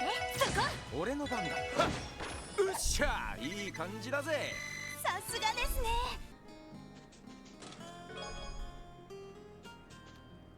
Great. Right after I finally got new stock from Mr. Hayworth, too.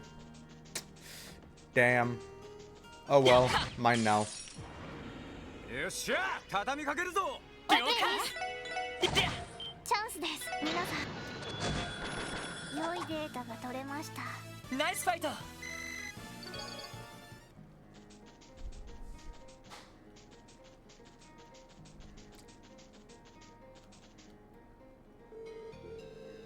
Search the Harvester's heritage found off the old Ramshackle Road. It's recalled this property has been used by Morocco Village as a storehouse for generation after generation.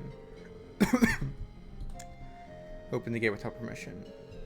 He can't go anywhere without stirring up trouble, can he? Okay, let's take a look. Hardest to fix to the back side of the trunk. Cage lies outside the city. Find where one stands with their back bathed in the goddess' shining visage. Never missed. Alright. And we've got another one of those kooky riddle cards, too. The goddess' shining visage.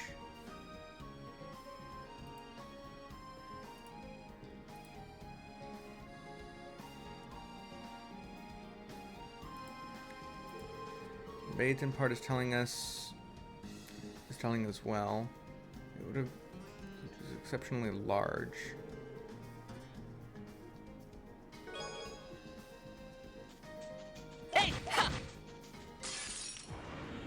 全力で行かせてもらうぞ。はい。行くぜ。行くぞ。行ってや。私の番、そこです。私の番、や。手こずってるかい。さて、えい。任せて、そこ。行きます。任せてくれ。スト。私の番ね。や。俺の番だ。ぜー。さて、行くぞ。スト。これが俺たちの力だ。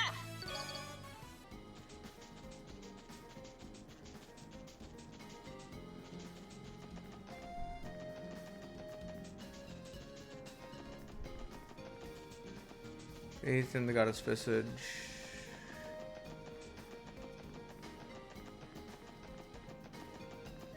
Makes me think of two possible locations.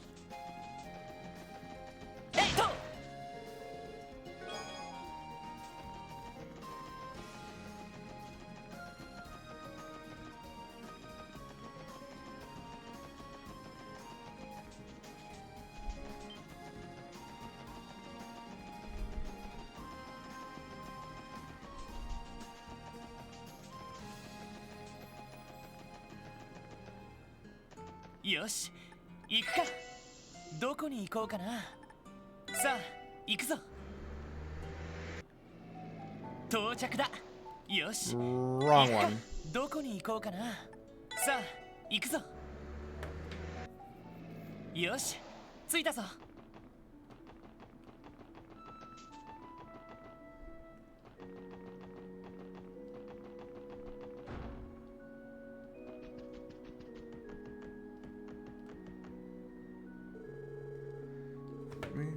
Determine after I could make time for you. Sorry, that's not why we're here today. I was gonna mention the goddess shining visage. That's yeah. This made sense. With her back bathed. I don't understand what's going on right now, but if you have business with me, I must ask that you state it clearly. Right. Sorry about that, Archbishop Beralda. Could you do us a favor and check under the pulpit? Why would I do that? No, don't fret. We aren't up to anything suspicious. SSS explained their mission, after which Archbishop Beralda searched under the pulpit. And he found a giant fucking briefcase. With a doll inside. Card is fixed back to the trunk. Outside the city, find the road of iron that snakes under the skirt of the western ramparts.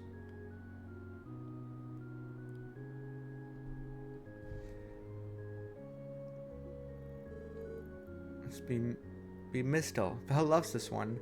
I'll bet she does. At any rate, that brings us up to 3 dolls. Just when did that get there? I do leave for business on occasion, but never long enough for someone to do this. The goddess works in mysterious ways.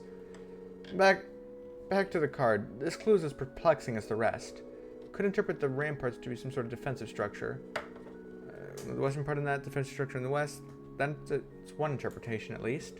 There's also the road of iron that snakes under the skirt. Yeah, I don't have any idea what that means. I do. Another figure of speech, I imagine. That's a safe assumption. Alright, let's take this trunk with us and begin our search for the next one. Phantom Thief B. I've heard of his exploits. He sounds to be quite the scoundrel. As a faithful servant of the goddess, I cannot forgive such insolence. Do whatever it takes to bring this man to justice. We'll try our best.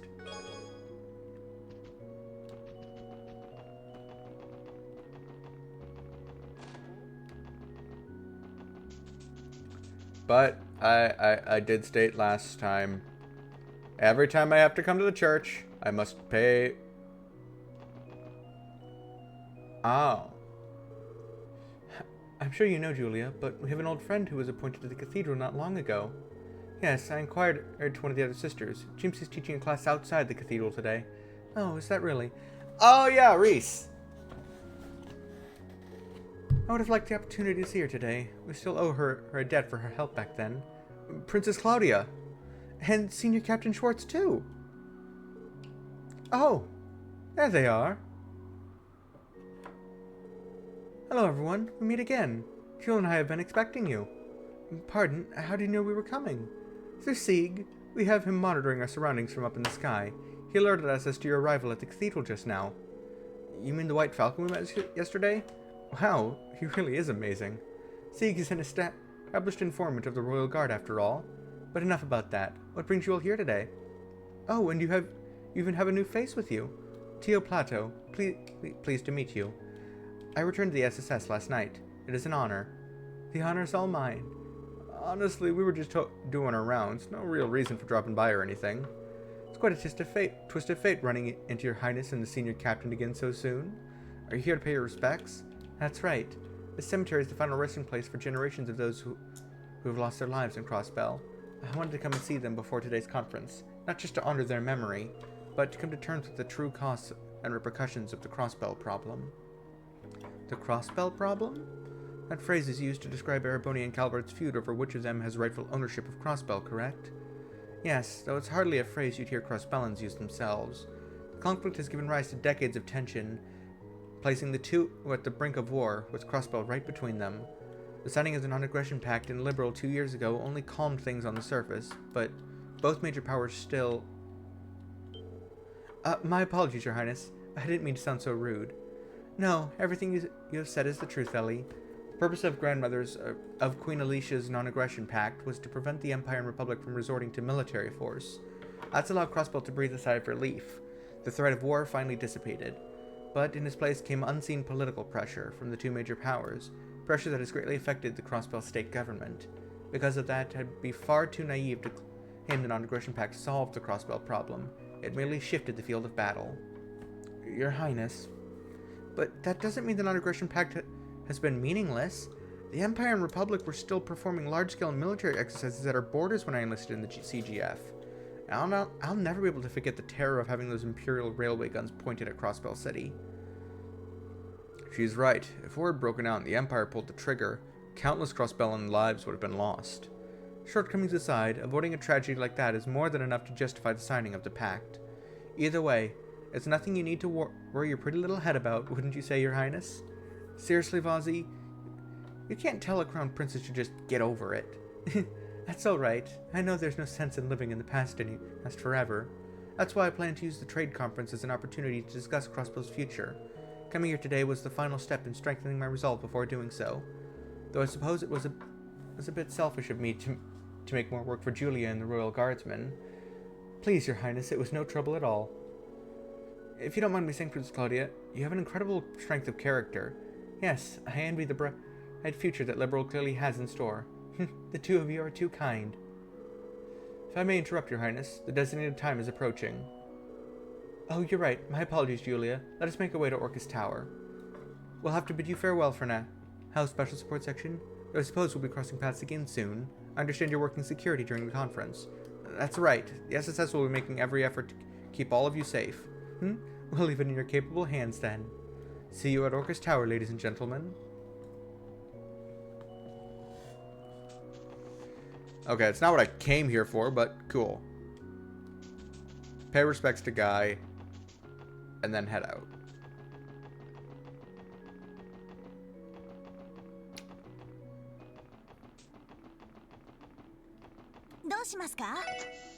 Alright, now I'm going out west.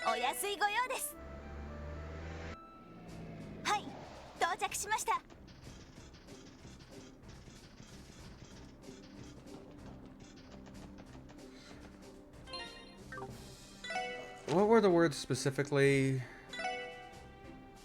Or one stands with their back... No. The road of iron that snakes under the skirt of western ramparts. 乗りますか？どこに行きますか？お安いご用です。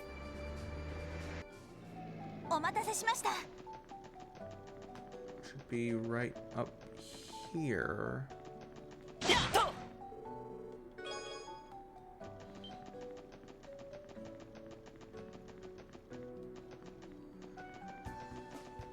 No. さあ始めましょう。俺の任せて。はい、そこです。甘いっての。悪いな。先に行かせてもらうよ。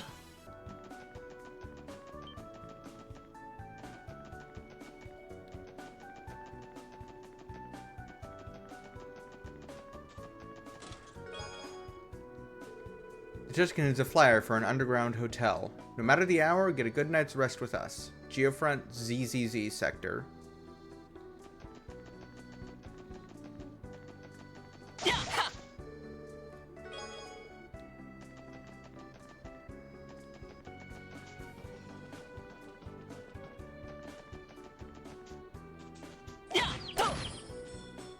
Oh. Now that Dragonseal's new Shadow Puppet performance will make 1 to 2 billion Mira, but I guess those are only projected figures. Ha ha ha.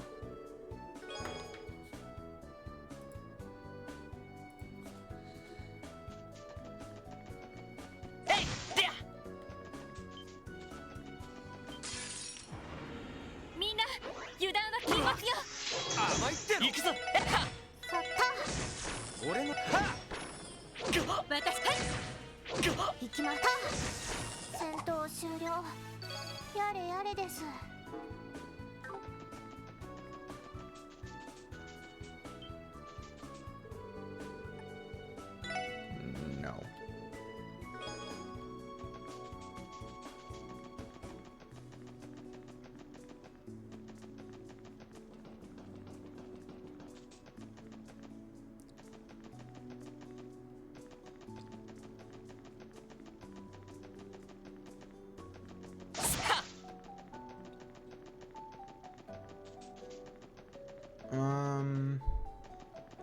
Is there another point along this road that goes along the railroad that has a fence? I remember there being one where there's a locked fence.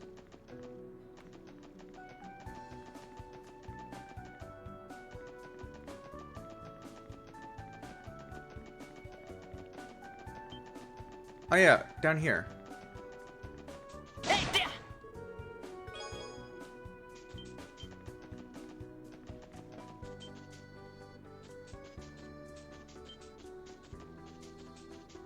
Nope.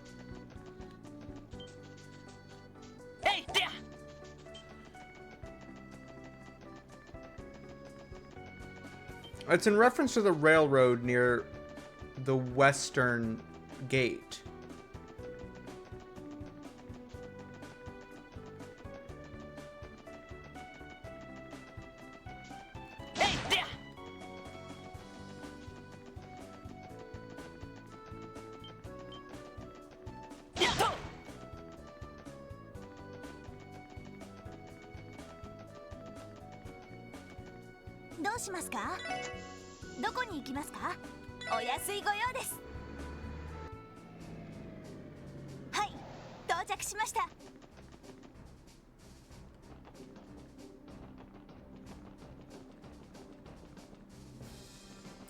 Oh.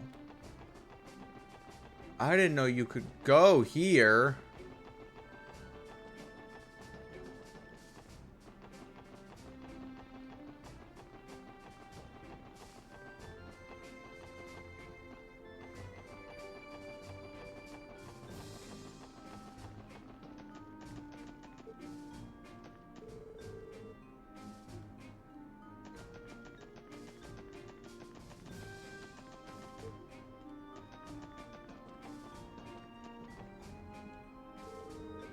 How did this even get here? The clue on the card said the road of iron that snakes under the skirt of the western ramparts. So the iron road was the freight line, and the western ramparts were reference to Belgard Gate. At any rate, this isn't really an ideal place to pop that trunk open. Why don't we take it to the platform on the other side? Good idea. Let's be careful moving it over.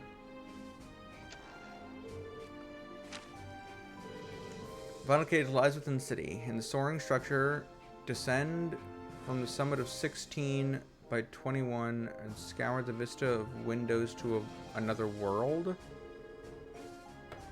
This is one of Belle's dolls. Sharon, I'm sure of it. It makes 4 out of 5, right? Meaning all that remains is the final cage mentioned on the card. A soaring structure in the city. That's you're talking about someplace tall, right? Wouldn't that be Orcus Tower? I believe Orcus Tower stands at 40 stories of ground. But if the summit in question here is at 16, then perhaps it's talking about somewhere else. Descending from 16 by 21, it doesn't sound possible. I know where it is. It's at the bank itself. It's in the basement. Because 16 minus 21 would be the basement floor 5. Which is... yeah, I know where to go.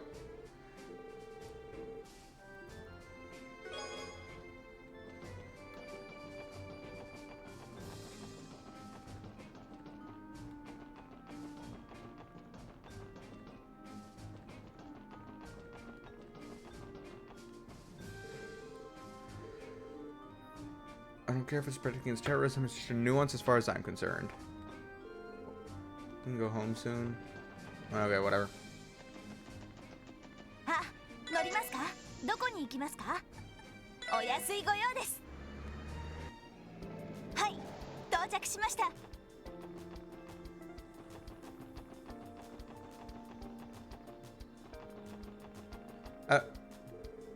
Is this where you were, Zeit? It would seem that he escorted Kia to the library. He's gotten really gotten comfortable with roaming around the city these days, hasn't he?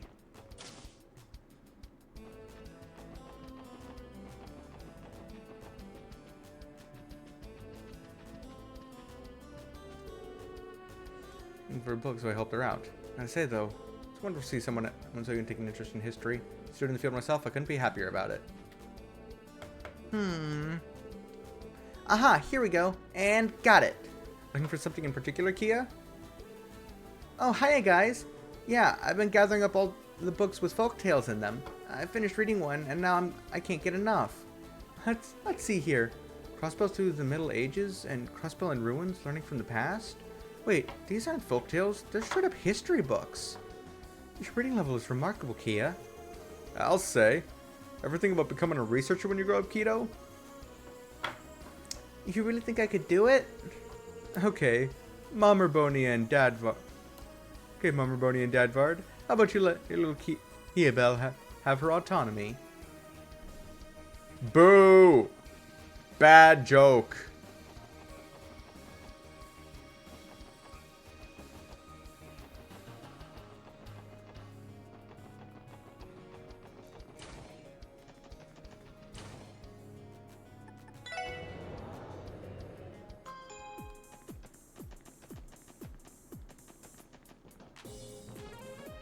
There it is. There it is, the final trunk. In soaring structure, descend from summit of 16 by 21 and scour the vista of windows to another world. Setting from 16th story of the IBC building to the 5th basement level makes the difference of 21 floors total. Vista of windows to another world must refer to these terminal monitor, extracting data from the orbital network. Or the glass floor that we're standing on. But probably the monitors. Going by that logic, this was the only spot that made any sense. Let's take a look inside. This doll's name is Alice. It's Belle's favorite out of her entire collection. There isn't a card on the back like the others. This must be the end of the scavenger hunt. That's the end of that then. Finally, I'm exhausted. Huh? The heck was that? What's going on over here? Sounds like we just got some new orb mail in. Hold up. Is that one of Lady Maria Belle's dolls? Yeah, it was sitting right here. How'd you guys not see it? My concern lies more in the timing of that orbital mail. May I take a look? Something about this gives me the shivers, so be our guest.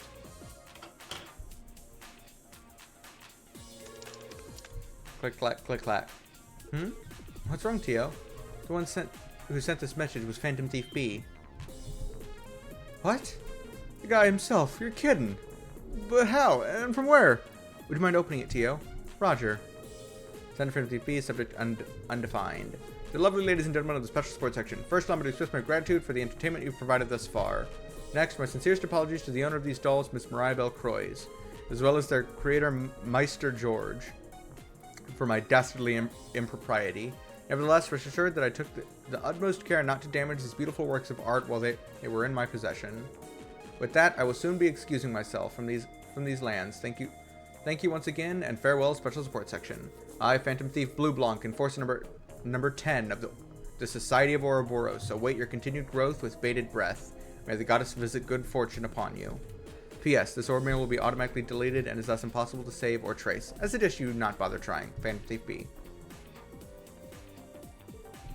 Wait. What? Is he serious? I think someone like him would choose a more theatrical way to let the cat out of the bag. Who'd have thought that everyone's favorite Phantom Thief was actually an enforcer of Ouroboros? Come to think of it, he didn't hint at being acquainted with Ren. Oh wait, Tio, is there any way we can print that message out? Yeah, there has to be some sort of clue we can glean from it. I make an attempt, but it isn't going especially well. The mail source code has been slowly deleting itself since the moment it was opened. Fortunately, no other terminals have been affected. Recovering the message, however, will not be possible. Oh shoot, Burglar Boy really covered his bases here. That reminds me, we also know diddly squat about the hacker who trapped us in the geofront yesterday. Good point. Between that hacking incident and this orb mail, they're obviously cut above when it comes to their tech. I'm not sure I fully understand what's happening right now. Wait a sec, Clay. We have to verify that this breach didn't impact any of our data. Oh yeah, it could have left a virus on our system. Sorry guys, we need to get back to work. Well, at the end of the day, we did manage to recover all the missing Rosenberg dolls. Let's go return them to Mariabel. Yes, let's. I think I get the gist of things now. Still, what a shock it is to learn that the legendary Phantom Thief B is a member of Ouroboros. If that's true, it's no wonder he's eluded the authorities for as long as he has. And here was planning to punish him so severely that he'd wish he'd never been born. I'd be scared shitless in his shoes. I'm sorry, Mariabel. We wanted to capture him just as much as you did. But on the bright side, we did manage to bring your dolls back. Just handed over the 5 trunks containing the Rosenberg dolls to Mariabel. Welcome home, Alice, Kanan, Liet, Mistel, and Sharon. Very well, I have no complaints or further comments at this time. All that matters is that my precious Rosenberg dolls have returned to me, safe and sound. Phantom Thief B intended to keep those little ladies in one piece from the start, if it's any consolation. After all, he went through the trouble of securing them in those trunks, and had them tucking them out of harm's way. That is a lot of work, come to think of it. Though they would have been better off had he not stolen them in the first place. That's definitely true. Clearly, we'll have to further improve the IBC's safety protocols to ensure this never happens again. Our security department will be working harder than ever before once I'm through with them. You, however, were a tremendous help, I success. They could learn a few things from you. Don't even mention it, Belle. That's what friends are for. Wait, last time this happened... No, it couldn't be. Is something wrong, Lloyd? Just one of those lecherous eyes of yours pointing at me. Let me explain. When we solved our first Phantom Thief B case, it turned out that he had disguised himself as the client. Holy smokes, I forgot all about that. What are you implying, Lloyd? Let me be clear as I can. Are you the real Mariabel Croy? Oh, come now, Lloyd. Just where do you find the gall to accuse me so crassly? And after all the genuine gratitude I've shown you. I'm sorry. There's no mistaking it. This is the real Mariabel. Oh, Lloyd. Not quite the brilliant deduction he was aiming for, was it? Well, to be fair... Lord Lloyd and the others went to the first floor and returned their authorization card to the reception desk. He did do that last time. So we had to we had to double check. And with that, I believe that is every support request. Let's go turn these in, restore my health, and then move on with the story because I want to get this done. 皆さん、それではさすが皆さんです。さすが皆さん。報告は以上ですね。ではまた依頼を達成したら。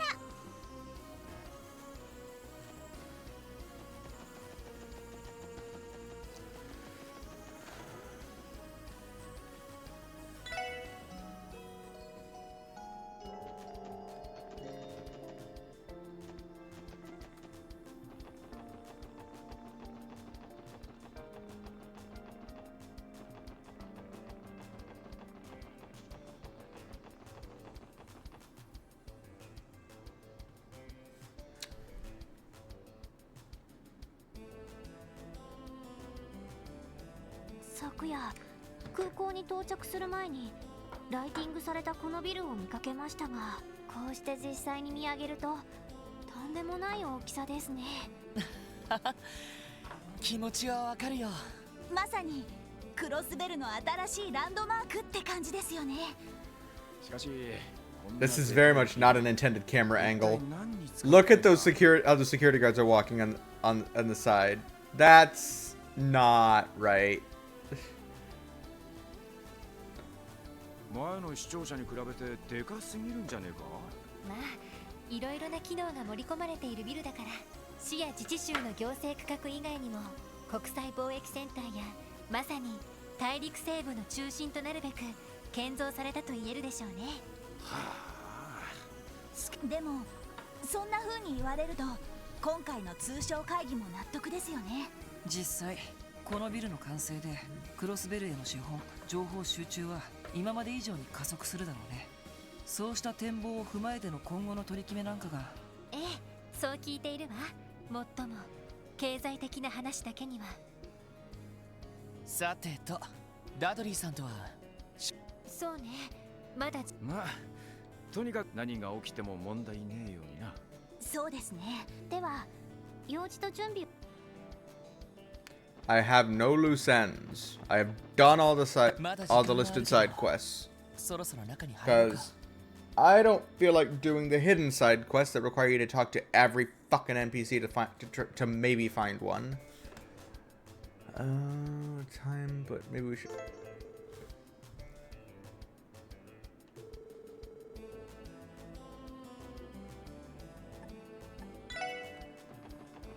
Oh. No longer be able to upgrade your orb.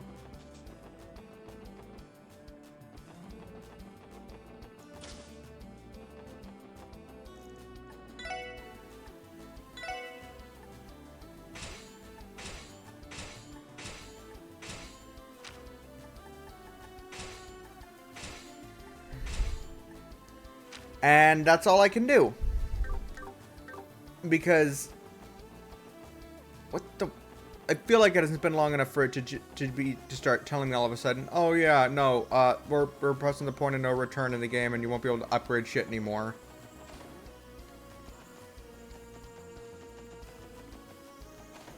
That's a... I don't want to grind for more Sepith to...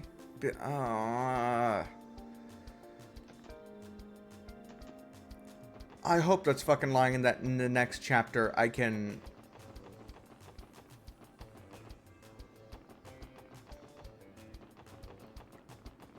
Oh, I hope that's a fucking line that in the next chapter I can upgrade my orbment, because if not, that's gonna start being a problem.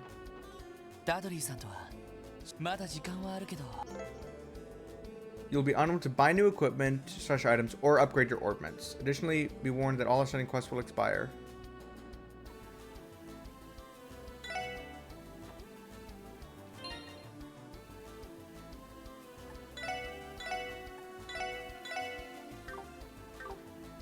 It feels like this is too soon. We're only in chapter 2.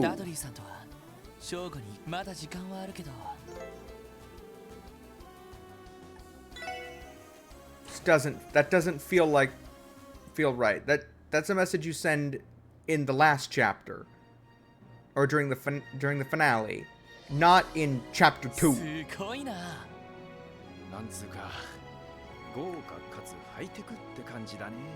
IBC ビル以上に確かビルの全フロアに動力ネットが引かれているはずです。 IBC とも連動しているため株価指数などのデータも。ええ、そのあたりは。なるほど。銀行家ならではの発想ってわけだね。よし、それじゃあダドリーさんが来るまで。今日は一般客もいないし、そちらのソファーで待たせてもらいましょう。Same day, 12 p.m.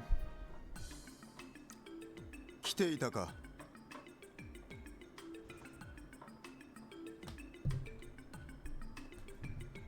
ダドリーさん。お疲れ様です。現在正午ちょうど。通商会議が始まるのはあと30分もすれば首脳たちがやってくるだろう。なるほど。それで私たちの方はどちらに向かえば？本当ならば私が会場周りを軽く案内するつもりだったが、思わぬ人がお前たちを案内してくれると申し出てな。思わぬ人？やあ諸君、よく来てくれたね。Ah, it's the mayor. ディーター市長。おじさま。あんつきぶりだね。エリ、ワジ君にノエル君に。おっと、ランディ君とティオ君はご無沙汰してます。でもどうしておじさまが？通商会議の直前でお忙しいんじゃないんですか？準備ならとっくに済ませて、あとは首脳たちを待つだけでね。気分転換も兼ねて君たちを案内させてもらおうと思ったんだ。ダドリー君、構わないな。お前たちくれぐれも市長に失礼のないように。それと一通り案内されたら了解しました。では市長、また後ほど。あ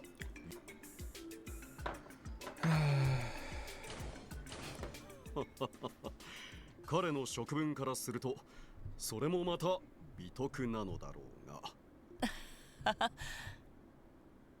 まあ鬼の捜査一課としての威厳もあるんだろうからね。おっと、肝心なことを言い忘れていたな。支援課の諸君、さあ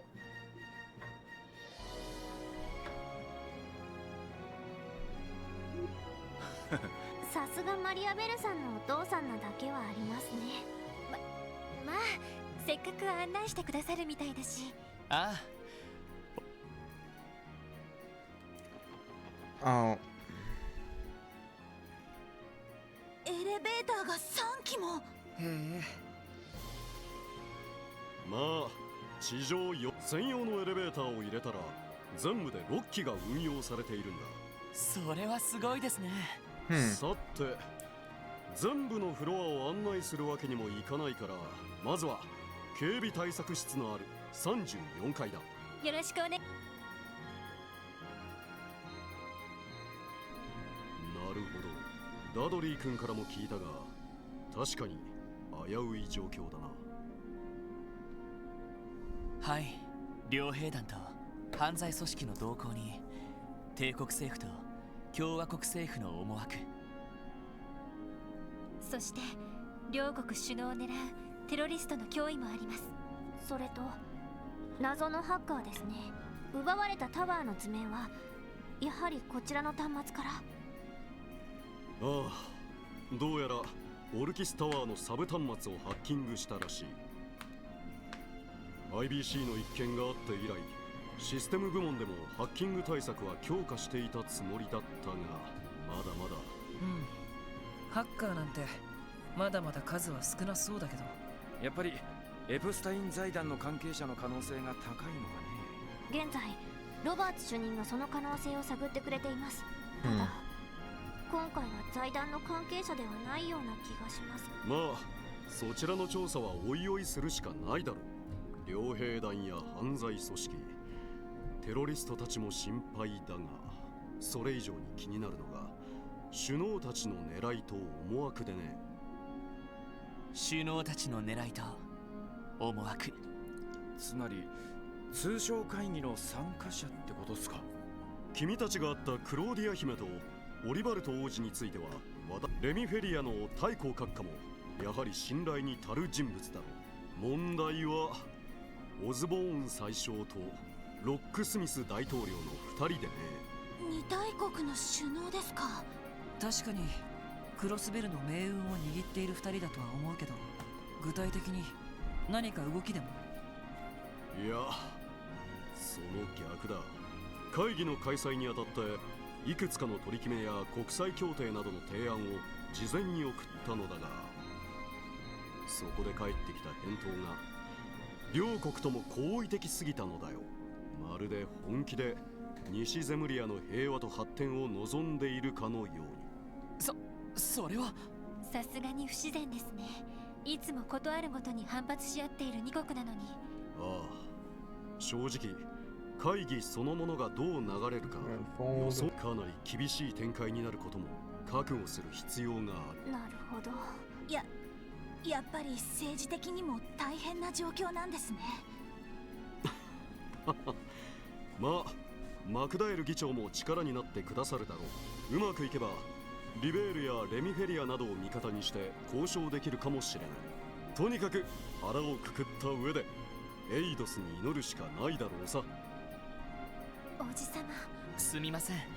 そんな大変な時に案内なんてさせてしまって。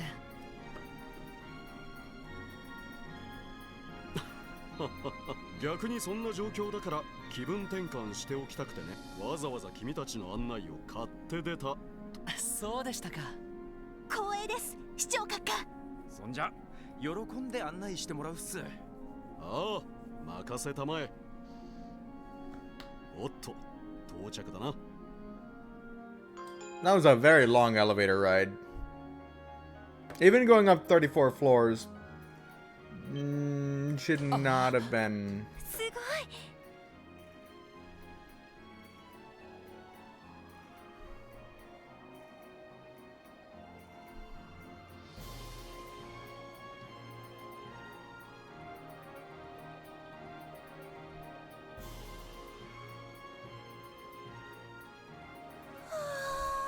すごい見晴らしですね。いやー、最高の光景だぜ。ここが34階。それでははい。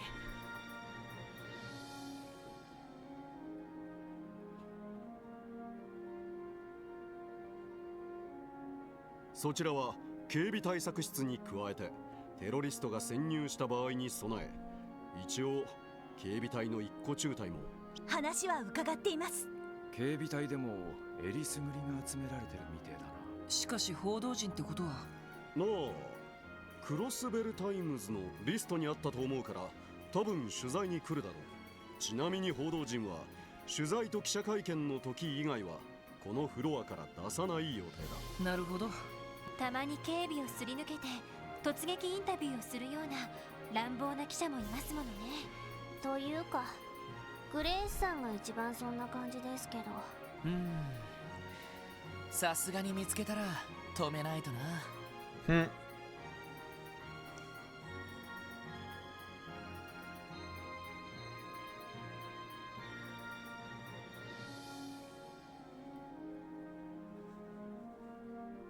一応こちらの部屋も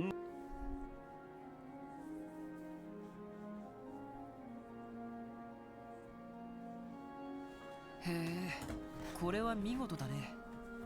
休憩室みたいだけど、ここは会議の関係者に用意されている休憩時間などに遠慮なく。はいさて、こんなところで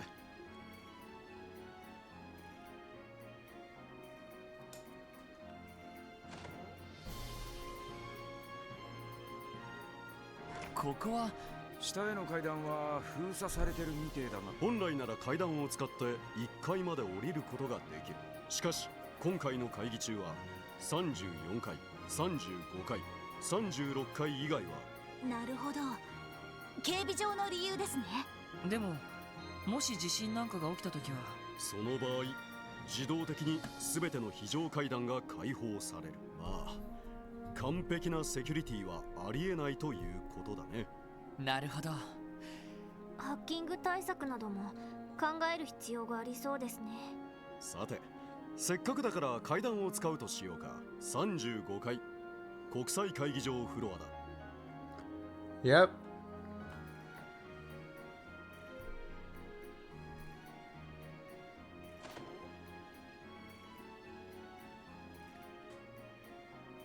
ああ、そちらが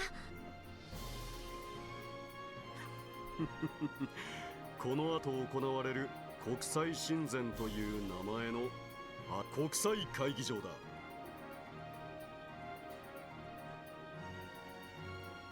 これはすごい見晴らしです。これだけ天井が高いってことは2フロアぶち抜きみてえだな。ああ、そのため上の36階はこの字型の構成になっている。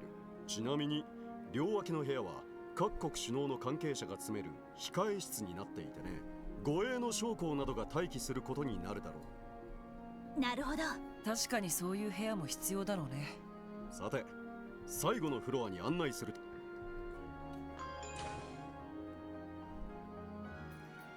ここは会議に参加する各国首脳に用意され、ざっとだけ案内し。お願いします。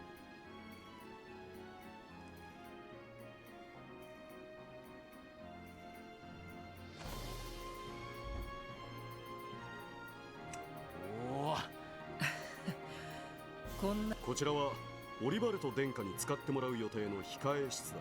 左翼にも部屋があって、まあ会議でヒートアップした頭を冷やしてもらうための場所。なるほど。一応こうした部屋にも動力ケーブルは。ああ、目立たぬ形で配線がされているはずだ。まあ他の部屋については割愛するとして、最後にあそこだけ案内しておくとしようか。これはディーター市長、お疲れ様です。この回廊室からは会議の様子を一通り確認することができる。機密性の高い会議などではカーテンを閉じることもあるが、今回は開いておく予定だ。なるほど。会場の様子を確かめられるのはちょっとありがたいな。そうね、何かあったら駆けつけることができそうだし、そういう意味では巡回ルートにしたいですね。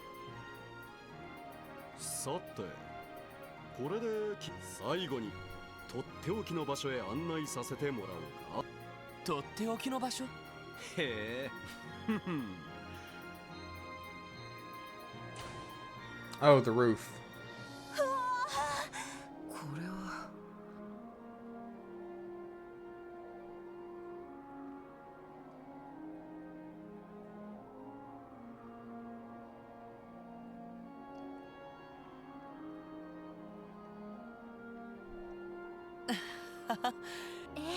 そうね。街がまるでいやー、夜はさぞかしすんげえ景色なんだろうな。いずれこの場所は政府関係者だけが独占するのはあまりにももったいないからね。なあ。キーヤちゃんも。おっと。ああ、そうか、わかった。どうやら首脳たちがタワーに到着したい。申し訳ないが、これでそうですか。どうもです。いやいい経験をさせていただきました。こちらこそいい気分転換をさ。それではまた後で。警備の方は頑張ってくれたまえ。はい。推薦文くらいは。エイドスのご加護。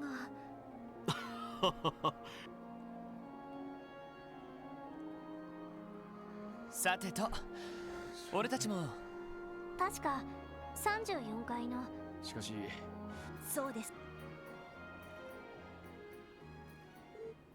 Same day, 1 p.m. それではこれより西ゼムリア通商会議の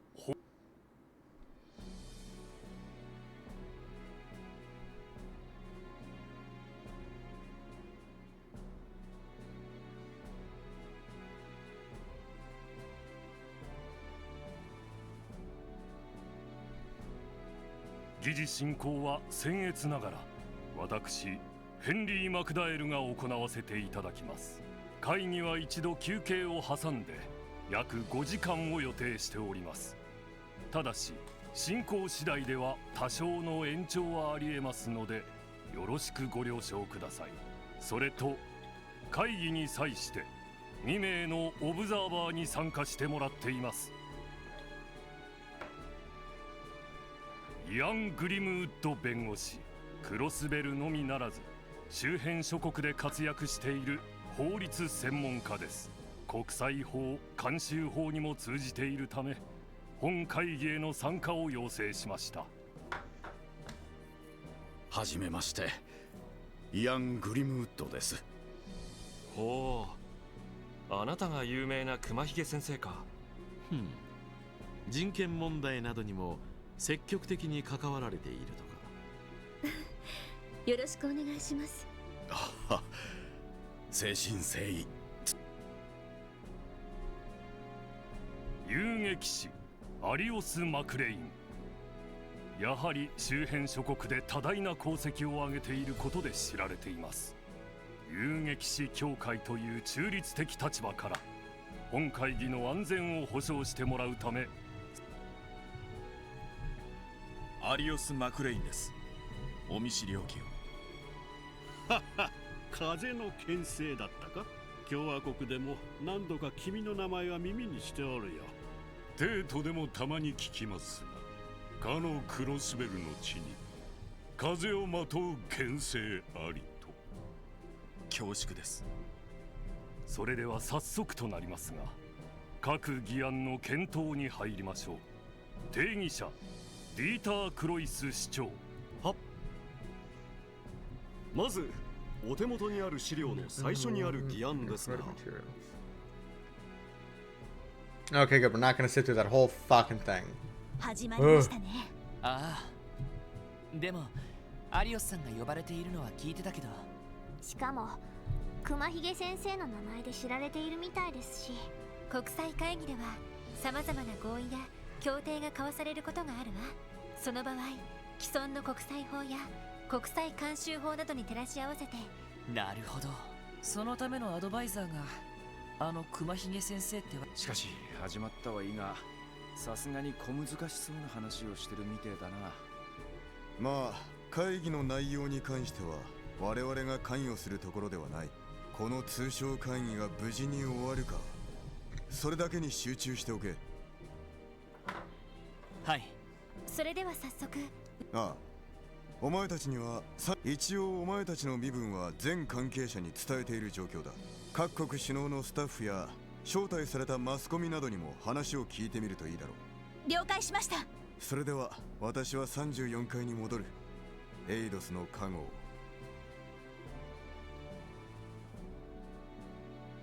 やっぱりダドリーさんも何。これだけ怪しげな動きがあって、どうやら気合を入れて巡回する必要がありそうですね。だな。早速巡回を始めるかい。ああ、一通り回りながら関係者に話を聞いてみよ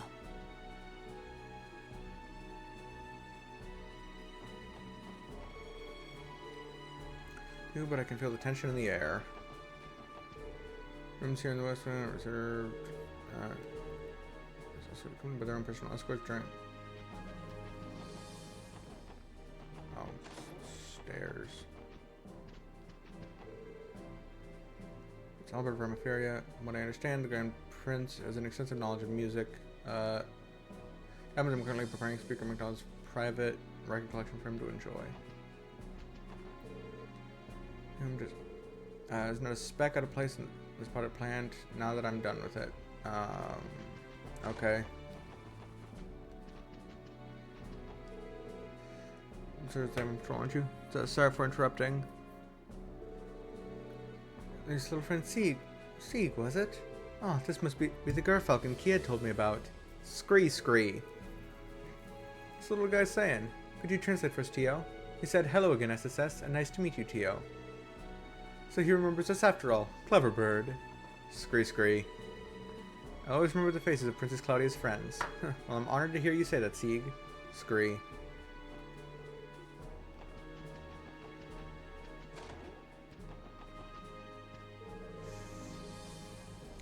Are those friends truly suitable for the president? I understand your concern, but the kitchen staff did their very best with them. I'm sure they'll be fine. Besides, they're patriotic in a way, don't you think? I suppose so, but surely there were better alternatives. Kind of issue with the snacks they prepared? Those sweet buns with meat on them. I would recognize them anywhere. They're mishi buns. I fail to see the problem there. Any other food stuff would be objectively inferior. Calm down, Tio. Nothing else. They'll give the president something to remember Crossbell by.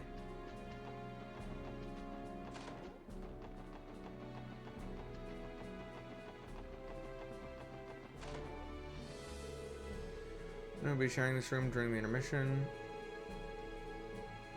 So I'm going to make this place spick span. Okay. So I took the liberty of fetching some to decorate his room with. I hope he enjoys them. This room will be set. Prince Oliver. Okay. Ah. Get a load of that view. Ain't it something, SSS? Lecter? What are you doing here? Oh, come on, you guys. I'm part of His Excellency the Chancellor's staff. Nothing unusual about me kicking back in here. It's been a few weeks, guys and gals. We really gotta stop meeting like this. Even today, of all days, you look like you don't have a care in the world. What he looks like is someone with something to hide. Hey, don't be like that, little lady. Only thing I'm hiding under all this charm is additional surplus charm. So, those glares on your faces tell me you guys have a buttload of questions you want to ask. That's right, learned a thing or two in the past 24 hours. Specifically about the Imperial Government's actions, or lack thereof, regarding the trade conference. Alright then, I'm not exactly sure what you've heard. So let me shoot you a question of my own. Did you know that I'm working with the Noble faction to take Gilly Thosborn's Wait, fucking what? What? Oh. Consider the source, everyone. Don't listen to a word he says. I ain't falling for this one again, pal. Foolish ones, shame on you. Dang, don't ruin a guy's fun like that. 2 out of 6 ain't bad, but I was hoping to string half you along at least. I suppose we can just chalk that one up as a crude attempt at humor then.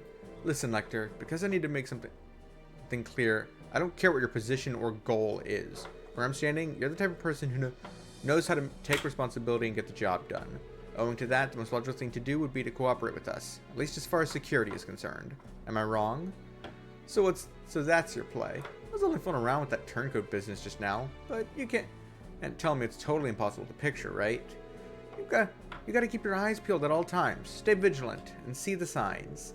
That's the key to a good writer finding inspiration, you know. I don't know any aspiring authors in this room, last time I checked. I've seen Broken Rifle shoot straighter than this guy. Sorry, but that's all the advice I can give you at the moment. You should keep an open mind about how things might play out. Expect the unexpected and all that jazz. That's real helpful, thanks. Even now, I can't get a read on what he's thinking. I feel like I understand him even less than I did before.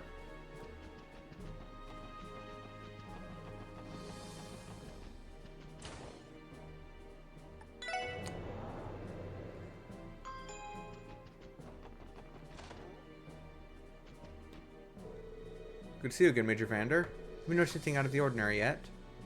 Hello there, SSS. It's hardly enough reason to let our guards down, but things have been calm thus far. Even the discourse of the conference itself has been civil. I'm admittedly impressed by how smoothly things are going. If the conference continues to go well, that will at least alleviate some of the stress on the prince's shoulders. Is everything okay, Major Vander? You seem to have a lot on your mind. I suppose you could say that, in a sense, we've only come this far because of the seeds he chose to sow.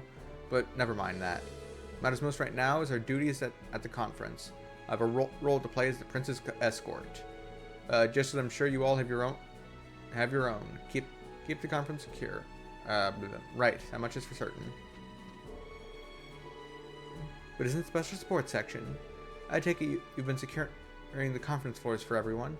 That's right. We managed to eke out an assignment as part of the security. So, this room is where you've stashed all the big guns, is it? Metaphorically speaking, of course. I bet every last person in here is a ranking officer. Correct. By all accounts, this room alone could prevent a major incident. Absolutely. Not to mention Senior Captain Schwartz's swordmanship. It's hard. I've heard it's as fearsome as it is elegant.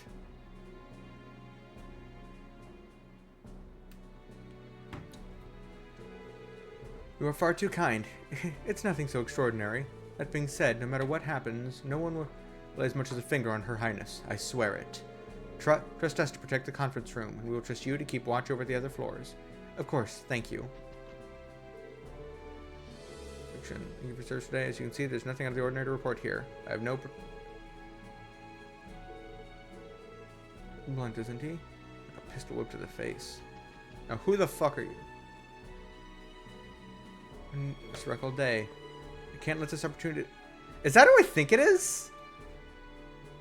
Oh, I think I actually know about this character. She's in a future game, but her model and name was reused in a completely different series from this developer. Is that... Oh, fuck. What's her name? I'm sure. Stores. I've got to pull myself together and chip in. What's a girl in a school uniform doing here? Did hear that a student was going to be accompanying the Imperial government to the conference. Supposedly they're hoping to gain some real-world experience, being one of the best and brightest of their academy. This must be her. Damn, here I was thinking someone just couldn't find a babysitter. Somehow I get the feeling she and I would have a lot to talk about. She has to have skipped a grade or two, right? Well, you never know. That girl just might be around the same age as you, Lloyd. She seems like she's got a good head on her shoulders, so I guess she could be older than she looks. It would be nice to get to know her, but we're a bit pressed for time today. I can't go in that room.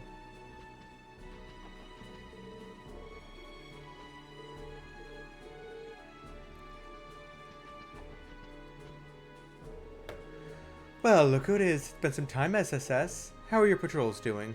Keelika. Ah, but where are my manners? The last time we met I was under different circumstances. Allow me to reintroduce myself. Keelika Ruan, aide to the President of the Calvard Republic, at your service. I have other responsibilities and titles, of course, but they're nothing worth mentioning.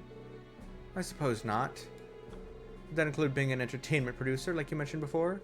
It would. Quite legitimately, in fact. It's just one of the many hats I don.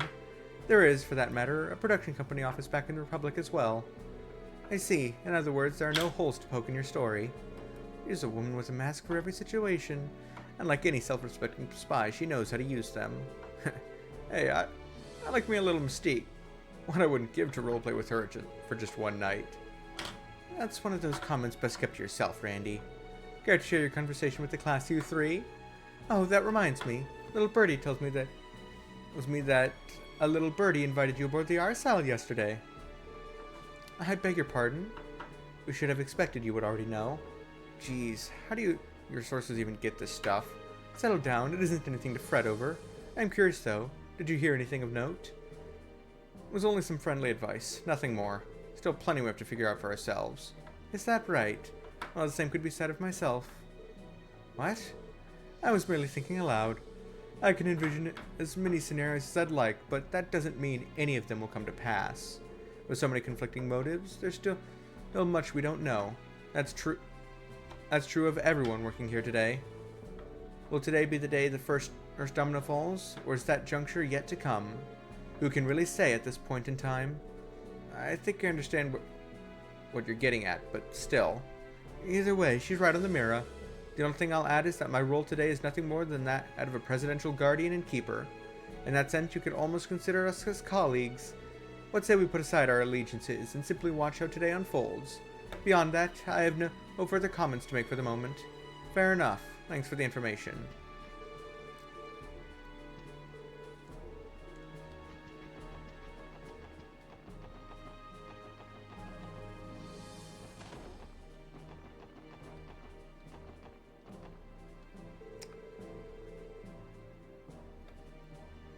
This time. Who's he mumbling about? It was Vice Commissioner Pierre. What? The Special Support Section? Oh, joy. Well, can I help you? If I may ask, Vice Commissioner, what are you doing here? I thought he got fired. Oh, that was the main commissioner, but who we never met, I guess. Dude, you can't just... Oh, nothing. Nothing except my job as director of the security command room. Huh, since when? Think of it, I do recall seeing your name sprinkled around in some of our materials. Ah, I see. I never read those, hence my confusion. You what? Here we go. Probably should have mentioned this to all of you sooner. Whoops. One question. If you're the head of security, why are you here instead of the command room? Taking a little break? Please, Dudley has full authority while we're here on site, with my permission, of course. So you see, there's no reason for me to be in the command room. Too many leaders spoil the group, as it were. Think of it however you like. As your superior, I know what is best for the operation. Now then, your six just focus on not getting in Dudley's way. Yes, sir. Listen up, there's a press conference scheduled during the intermission. Make sure everything is in order on the double. I'm sure we'll get right on it.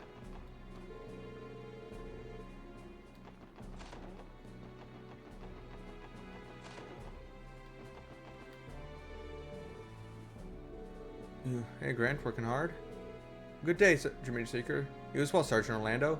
I suppose neither of you is technically part of the CGF at the moment. That's true, but my leave is only temporary. You can address me by whatever you find easiest. I don't really care either way. Are you two the only representatives from the CGF on this floor? That we are. It's out of consideration for the dignitaries and members of the press, you might say. Part of the CGF's orders for this assignment is to stay out of their sight and minimize exposure, hence the bare-bones deployment. Sounds like the reasoning goes deeper than that. It does. Essentially, the decision is a way of tiptoeing around two major powers. While the Guardian Force's weaponry is restricted by state law, it still functions the same way as any other state military. We stay within budget, but a great deal of our funding goes toward maintaining and improving the arms we are allowed to have. Those expenditures would be an easy point of contention if they were out in the open during the conference. Out of sight and out of mind, in other words. Diplomacy can be one fickle mistress. All true, but I try not to think about it too much. In the end, the both of us are only appeared here for appearance sake. Still, there's an entire company of guardsmen one story below, ready to mobilize at a moment's notice. Should something happen, they'll be on this floor within seconds, rest assured. Good to know. We'll be counting on you if it comes to that.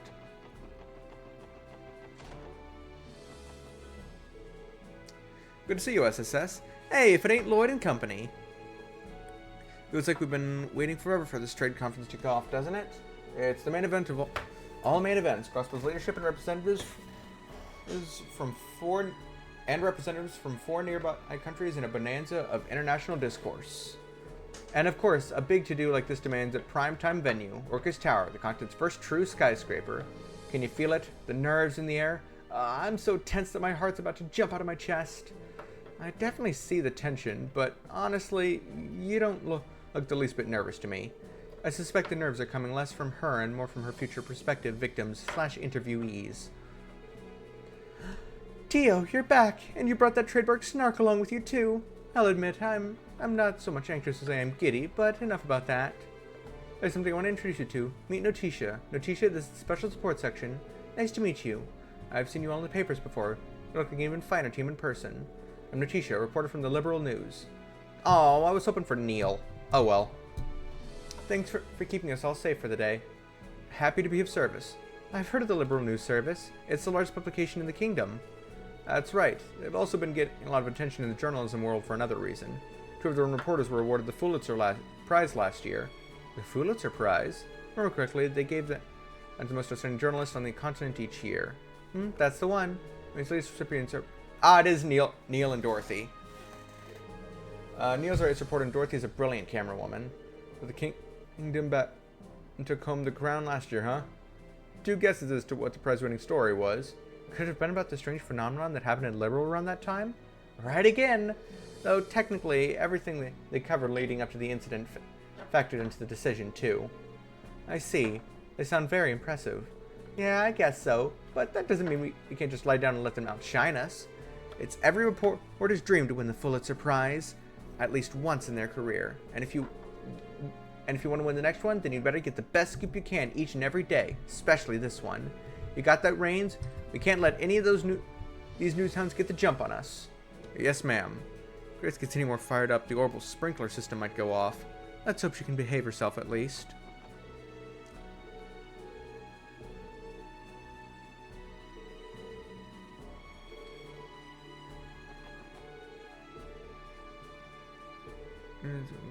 New CBD shortcomings. Wow. Extraordinary. I've never covered anything like this before. Conferences between 2 of these countries aren't uncommon, but between Crossbell and its 4 neighboring nations, that's unheard of. Not to mention both Chancellor Osborne and President Rocksmith are attending in person rather than sending surrogates. Essentially the first time those 2 men have ever met face to face. Talk about history in the making. It's unprecedented to say the least. Reporters from every participating nation have gathered for the sake of covering this day. You and your Imperial Chronicle colleagues included.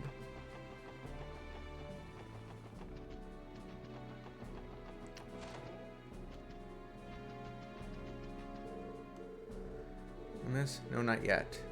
Monitor over there gives you security over the entire tower at once, right? Correct. We have access to every critical area of the building in real time. That includes a conference room, of course. Thankfully, this tower is equipped with the most advanced security system on the planet. Numerous locations are beginning to incorporate video surveillance as I recall from the IBC to orbital stores. I've never seen such a large quantity of them in one place, however. How many there are is only half of it. The fact this technology even exists is amazing on its own. I I wouldn't be surprised to see them used to survey areas outside the city someday. CGF's days might be numbered, Noel. I don't think it'll ever be that simple. How widespread they become is going to depend on the public's approval. Digressions aside, there are more than welcome convenience for this assignment. Without any leads on the terrorist plans, all we can do is nip things in the bud the moment they strike, whether right before or just after. So we have to keep our eyes sharp. Can't afford to overlook even the tiniest detail. If you come across anything suspicious, be sure to report it at once. Understood. Able to access the database CPD headquarters should the need arise. We'll have detailed info for suspicious characters.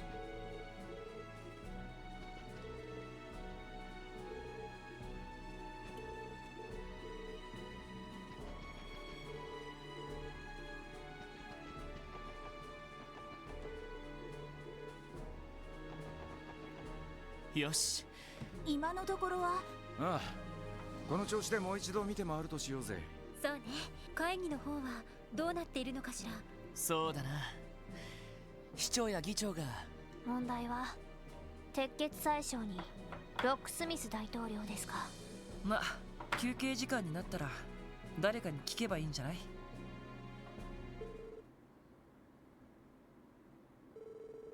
Almost going to reach its halfway point. Before the intermission officially began, the heads of state held a brief press conference for the media.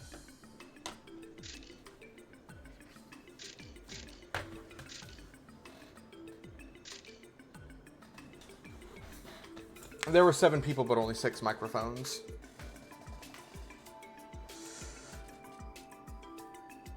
And meanwhile, one of the others took the opportunity to speak with Mr. Grimwood, who had started his break ahead of the others. Aye. なるほど。そんな事情で君たちも警備に参加したのか。ええ。正直気休め程度にしかなっていないかもしれませんが。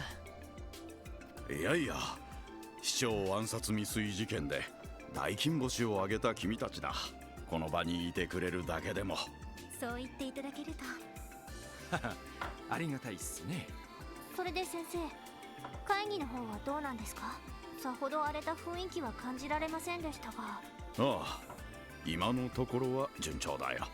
いくつかの通商協定には各国の同意も得られたし、ディーター市長の呼びかけも無駄にならなかったようだね。そうですか。ちょっと安心ですね。しかし今のところってことは何か懸念でもあるのかな。そうなんですか。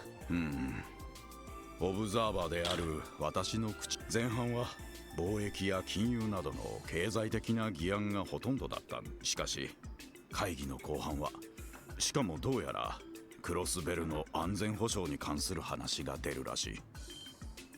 それは安全保障ってことは軍事の話も入るってことか。でも2年前に締結された不戦条約もありますよね。あれはリベールの女王陛下が当時のクロスベルの危機的状況を抑えるために提案したものだ。レミフェリアは関わっていないし、何よりクロスベルそのものが不戦条約には関わっていない。その意味でそれとは別の新たな安全保障の枠組みが求められているのは確かでね。確かにそれは祖父も懸念していました。ならクロスベルを交えた新たな条約を結べばいいのでは。そうですよ。不戦条約と同じ国家間の争いを武力で解決するのを禁止するような枠組みを。そうか。クロスベルは国家じゃない。帝国と共和国によって承認された自治州でしかない。politics。そう。それはつまり国際条約を締結できるような国家主権を持っていないということだ。経済的な協定は結べても対等な立場での条約は結べない。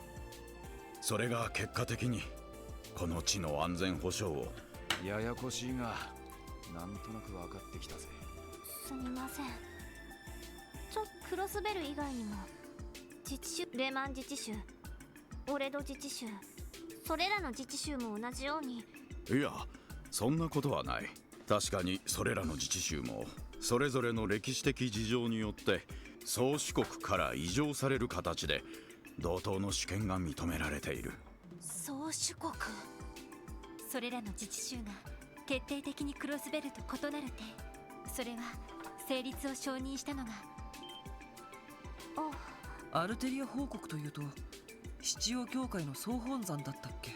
ええ、国土は小さいけど宗教的な権威は持っているから、自治州や自由都市の多くは。だがクロスベルは帝国と共和国に承認されて成立する、いわば宗主国を2つも持っている形になっているんだ。ええ、そしてそれが歴史的にさまざまなねじれと悲劇を生んだ。クロスベルに少しでも主権が認められれば、それを二大国が認めることは永遠にありえないでしょうね。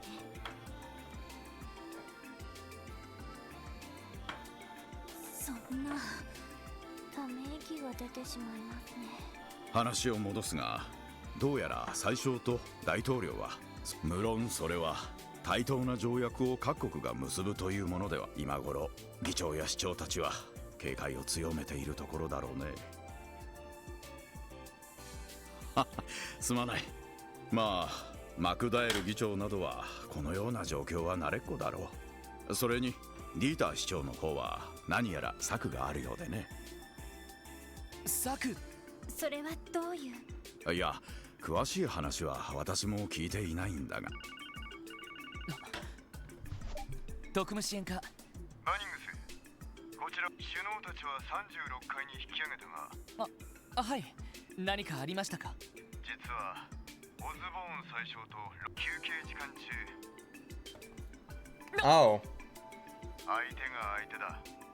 さすがに休憩時間中に36階にある左翼の採用が大統領、右翼の待ってください。一体何がどうして？さすがに荷が重すぎますよ。甘えるなバニン。両者の思惑を伺えるまたとない機会だろうが。わかりました。いざという時はエリー城に頼れ。ビップ相手は慣れているはずだ。話が終わったら報告に来い。了解です。ロイド、おいおい。ああ。ああ。へえ。どうやら冗談ではなさそうですね。いやはよ、どうやら思っていた以上に。いや、両首脳のスタッフにそれぞれ知り合いがいるんです。それで興味を持たれただけかもしれません。なるほど。だとしても断るわけにはいかないわね。ああ、36階の左翼と右翼の採用、早速訪ねてみよう。了解です。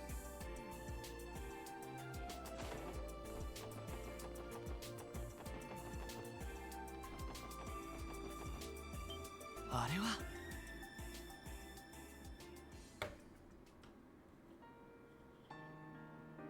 そうですか。ルーシー先輩と。ああ、この前レミフェリアに出張した時になんとか逃げようとしたんだが、ずかばっちまったよ。何発殴られたと思う？一発も。代わりにしがみつかれて泣かれてしまったんじゃないですか？ね。ルーシー先輩の気持ちはわかりますから。多分先輩が普段どれだけ危険なことをしているのか。女っての頭にやりにくくて仕方ねえぜ。自業自得ですね。懐かしいな。レオ先輩とも会っていませんし、いずれ同窓会とかしたいですよね。先輩、そこは見知らぬあたりでパーッと豪勢にやるか。一本取られたな。約束はできんが期待しないで待っててくれ。わかりました。楽しみに待っています。それでは私はこれで。ああ、ジークのやつにもよろしく言っといてくれ。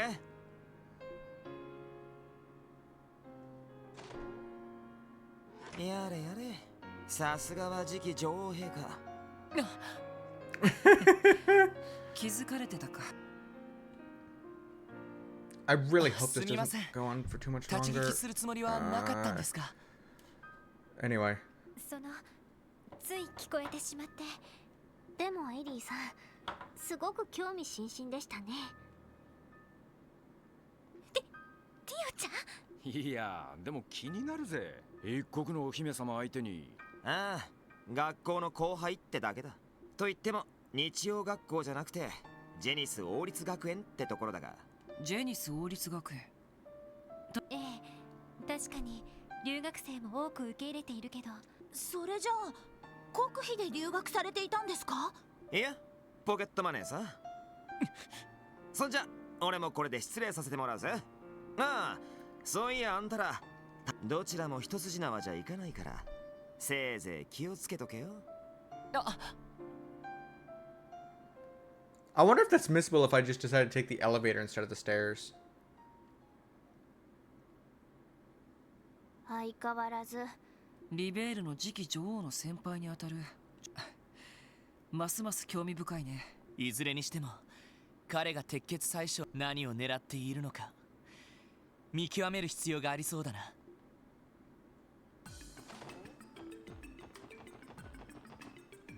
お待ちしていました。クロスベル警察特務士。はい。ええ、あなた方が来たらとどうぞ。それでは失礼し、大陸最大の国家の一つ。さすがにちょいとばかり緊張してきたぜ。失礼します。クロスベル警察特務支援課。おお、よく来てくれたな。遠慮はいらんよ。さあ座ってくれたまえ。はい。それではお言葉に甘えて。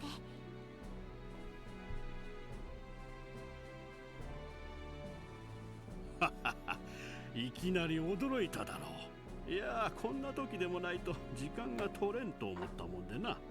忙しいだろうにすまんな。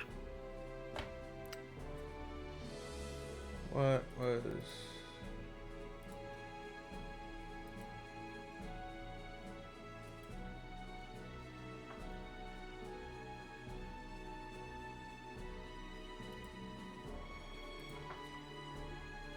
いえ、そんな。お気遣いいただき恐縮です。確か君はマクダエル市長の確か前に祝賀会か何かで。はい、祖父の付き添いで共和国を訪ねた折に一昨年のことになります。おお、確かにそうだった。しかしあのマクダエル市長が今は退かれて自治州議長とは、あのお年にしてあの情熱。祖父が聞いたらところで閣下、今日は君たちの話はシュバルツオークションの顛末も痛快。こう言っちゃなんだが、前のハルトマンという議長は鼻持ちならない男だったから。 Well, that's obvious. He was from the faction of your fucking そ rival. の失脚のきっかけを作った功労者たちの顔ぶれは恐縮です。まあどっちかというと勝手に自滅しただけみたいですけど。そうですね。あんな教団と関わっていた時点で。そうそう、 DG 教団。大陸各地で悪さをしていたが連中にとどめを刺してくれたことも。いえ、当然のことをしただけですから。それに自分たちの貢献などほんの些細なもので。なんでも警備隊すら操られていた危機的状況だったそうじゃないか。そんな中一人の少女を守って邪悪な教団に立ち向かった。いやはや、なかなかできることじゃない。いや、過分なお言葉痛み入ります。実際あの事件が下手に転んだら IBC も邪悪な教団に占拠され、国際貿易と金融が、そうすれば共和国経済にも深刻なダメージだったに違いない。それはそうなると君たちには勲章でも送らないとか。よし、帰ったらすぐにでも。いや、自治州での事件なのに共和国政府から勲章をも。マクダエルのじい様からもすでに表彰状をもらってるしな。何もおかしいことはない。クロスベルの問題はすなわち宗主国である我が国の問題だからな。Yeah, we don't like that. That's the situation, though. そんな顔をするもん。鉄血宰相にも呼ばれておるのだ。もう少し話したいところだが。ああ、勲章は必ず手配するから。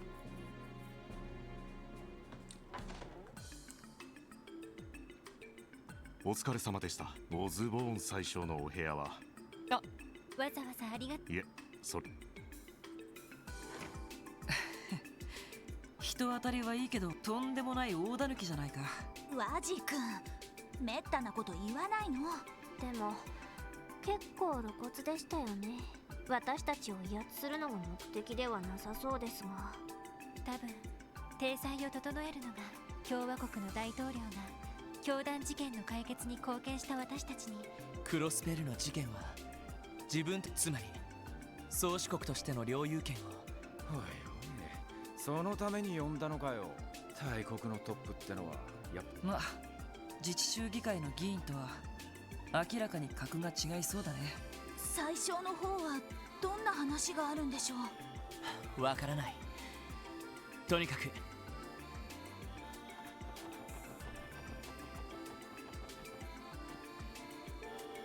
Good to see you again, SSS. You have a status update to make? Nothing to report for now. What about the two of you? Have you learned anything? Unfortunately not. Things have been quiet thus far. We're exhausting every avenue on the Arabonian side of things as well. But unfortunately, neither the nobles nor the reformists are intent on giving us any leads to work with. That's unfortunate. A big goose egg from both imperial factions then, huh? They seem like real peaches to deal with. Yesterday, Prince Oliver mentioned the possibility of creating a third faction, didn't he? It's been on my mind ever since. If you wouldn't mind, Major, could you tell us more about his intentions? Ellie? Well, it's only natural you'd be curious. I'm not supposed to say much, but I don't think there'll be any harm in sharing a bit with the SSS. To put it metaphorically, you could say the Prince is attempting to shatter some long-standing barriers.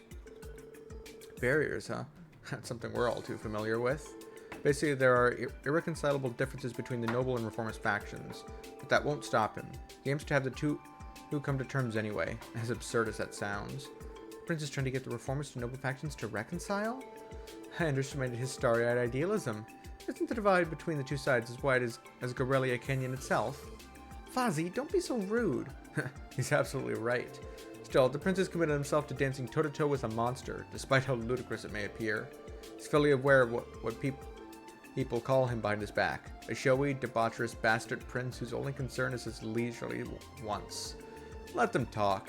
I've decided to stand by him regardless. I see. That's very admirable. Prince will always have an ally in Liberal, Major Mueller, just as Princess Claudia has stated. He may not always be able to intervene directly, but we'll assist you both in any way we can.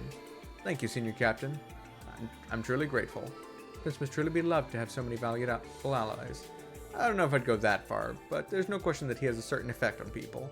Still, the best thing that could happen today would be the trade conference ending without incident. That's the objective.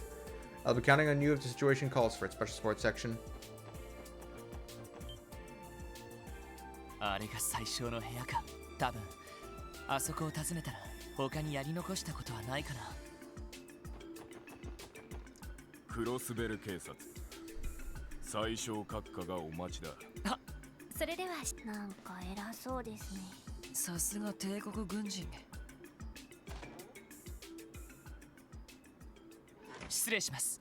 クロスベル警察特務支援。入ってきたまえ。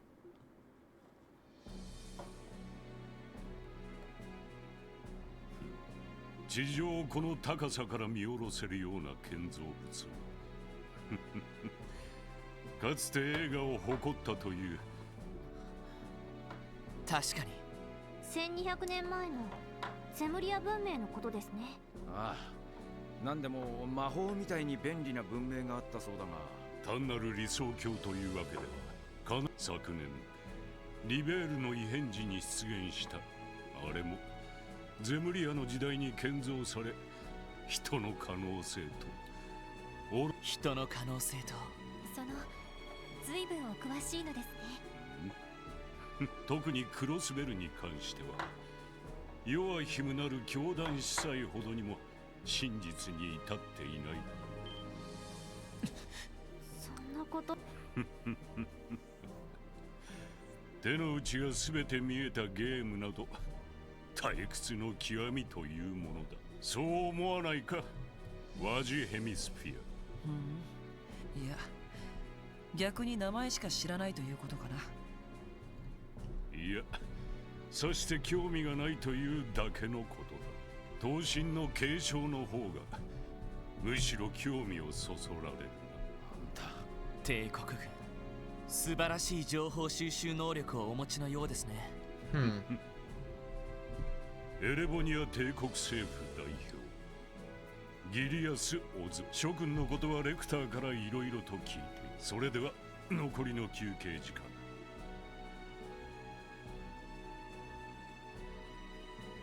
それでお話に付き合うというのは一体どういう。どうやら大抵のことはすでにご存知みたいですが。何、単なるおしゃべりだ。もしくは意識調査。ああ、君たちはこのクロスベルがどれだけ。また露骨な質問だね。別に大はない。ただ栄枯盛衰は歴史の常。ましてや動力革命によってあらゆるものが加速し始めたこの時代において、この因縁の地がどこまで現状のままでいられると思う。それはいつまでもです。守ろうという意志が自治州の民にあるのならば。ノエル。そう、意志は常に重要だ。時に趨勢をひっくり返し、歴史そのものを動かすことも稀ではないだろう。人は無力な存在ではない。私もその可能性をそれじゃあ。だがその意志同士が簡単だ。小さな意志はより大きな意志に飲み込まれ、そうして生まれた豪華が地上にいくつも現れた時、あらゆる正義と倫理は灼熱に溶け、世界は一面の炎に包まれる。そんな光景が容易に原始できるのではないか。確かに帝国や共和国に比べたらですが、大きな炎が小さな炎を必ず飲み込むとは限らないでしょう。かつて帝国の侵攻を退けた12年前の100日戦役か。その通り。リベールの小さくも強き意志が帝国の大きく乱れた意志に、それは確かにクロスベルにとって、果たしてクロスベルの民にリベールの民ほどの誇りと強さがああ、帝国政府からは特に勲章を送るつもりはない。 Don't want one anyway. 下手に平民に勲章を送ったら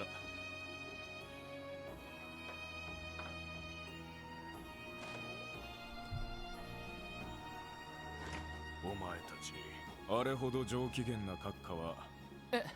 おいおい、お前たちのことを気に入ったということだろう。重い言葉かもしれんが、まずは受け止めてみるがいい。私の立場から言えたことではないがな。とてつもなかったわね。つうか、ああ、なんていうか立ってる次元が違う気がする。はい、あの人から伝わってきた。無理ないよ。私ですら何か見えた気がしたもの。鉄血宰相か。まさに怪物って感じだね。Yeah, that's 人飲みにしてしまいそうだな。でも俺たちをなぶるために呼び出したわけでもない。大統領もそうだけど、俺たちに興味があったというのもなら、いい勉強をさせてもらったと考えた方が。言うじゃない。あなたのそういうところはちょっと。ああ、ポジティブすぎんだろ。でも確かに落ち込んでも仕方ない。そうですね。得られた教訓は生かさないと。とにかく休憩時間も終わりだ。ダドリーさんのところに戻って。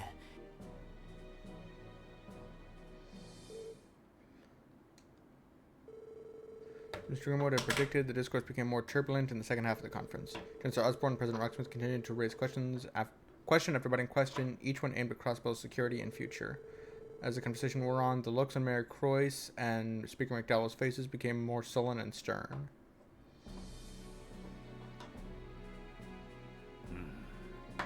問題はたかが宗教団体一つで、それも治安維持組織が操られるなど前代未聞の形によって。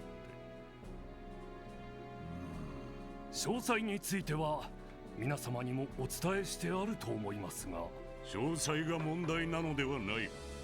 危機管理、事件の際滞在していた帝国人の生命と財産が脅かされた事実もある。そのことについては待ちたまえ宰相。損害賠償と慰謝料についてはすでに手続きが行われているはずだ。この上さらにミラーを出せというのは我が帝国の度量が問われるだろう。いえ、殿下、そういう問題ではありません。問題は彼らがクロスベル自治州政府が生命の安全、財産の安全、貿易、金融、戦争にかまけ怪しげな輩どもにつけ込まれるような者たちに果たして保証できましょうか。だがハルトマン元議長が失脚し腐敗も浄化されつつあると聞く。今後は健全な政治体制の下でしっかりとした安全保障の枠組みが築かれればいいのではありませんか。いやいや、対抗閣下、ことはそう簡単ではありませんぞ。クロスベルの政治風土はもともと腐敗しがちな傾向にあります。Every political foundation is prone to corruption by nature. What?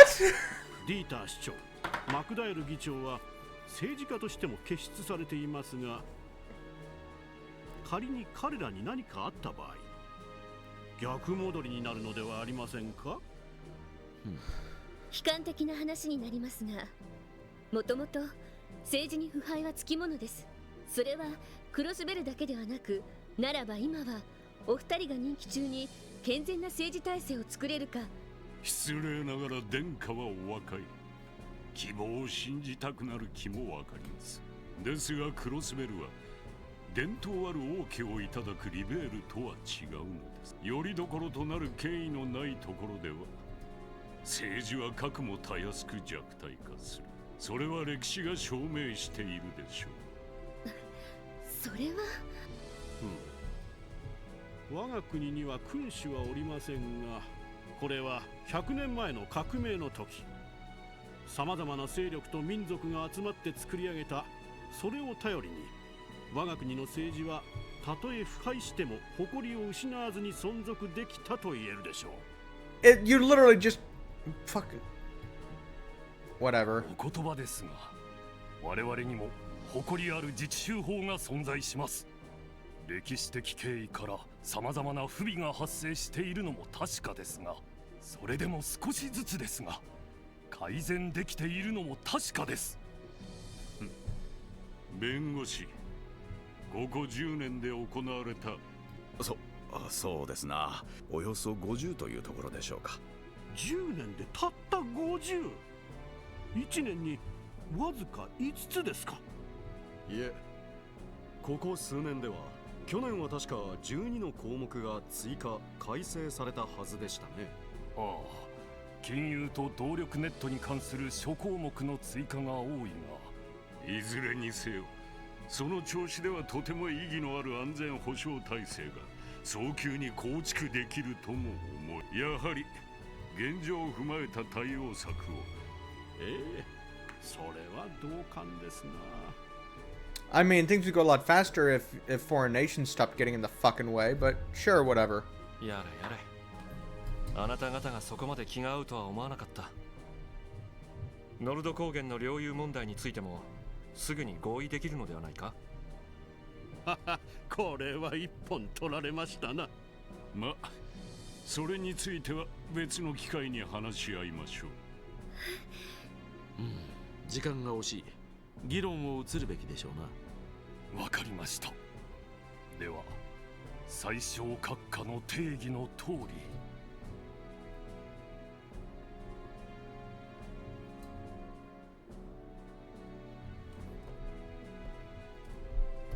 これってイアン先生が心配していた通りですか。鉄血宰相と大統領に押し切られてるって感じだね。反論の糸口はないのかい？実際自治州法に様々な構造的欠陥があるのは事実なの。だからおじい様にしてもディーターおじ様にしても。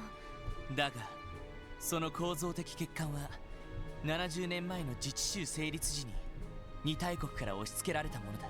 Exactly. その上でのあの強引な発言は到底納得できるもんじゃないな。は、確信犯ってことかよ。いずれにせよ会議の内容は我々の感知するところではない。今は会議そのものが無事終了することに集中しておけ。はい、もちろんです。それではまた一通り巡回を。捜査一課ダドリーだ。エマ君か。なんだと。何かあったみたいね。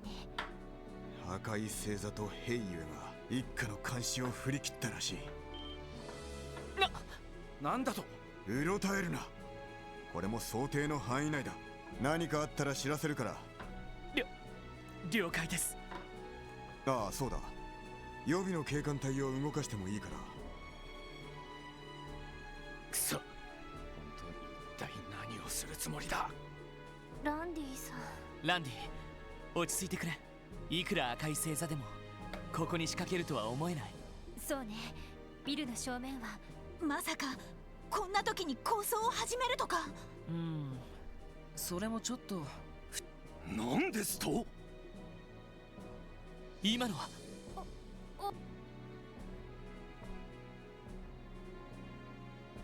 最小閣下、今申し訳ないが今一度繰り返していただきたい。クロスベル警備隊は解体、さらに他国の治安維持部隊をクロスベルに常駐させるこ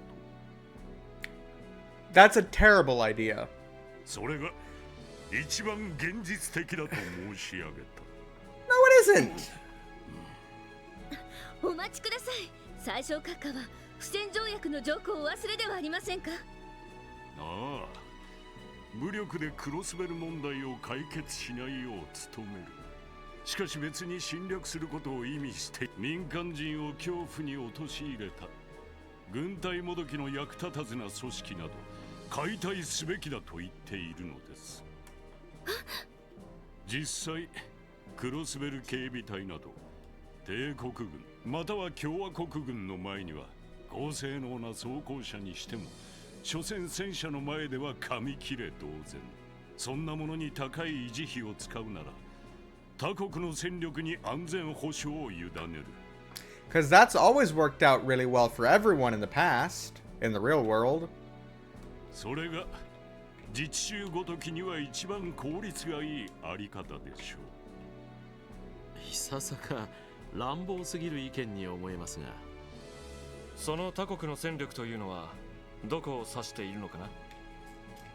まさか最小閣下ともあろう人が歴史的経緯を忖度もせず帝国軍などと言わないだろうね。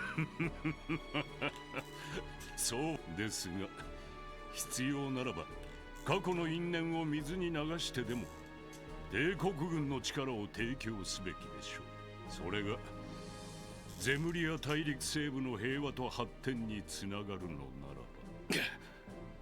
まあまあ皆さん、最小閣下の提案はただまあ警備隊などという軍にもなりきれない治安維持組織が中途半端というのもわかります。 So revamp it, restructure it. そこで提案なのですが、代わりにベルガード門を帝国軍、そうすればクロスベル市の有事にもすぐに駆けつけることができましょう。Slightly more reasonable, but still really bad idea in the long run. それは検討に値するかと。さすがは大統領閣下。あまたの野党の突き上げを裁きながら政権運営されているだけはありますね。いやいや、顔面な貴族勢力を抑えて改革をされている最小閣下に比べれば。あなた方は。いい加減にしたまえ。ここは二国だけの会議ではないぞ。いずれにせよかような方向に議論は流れてきたわけだが、お二人の意見はどうかな。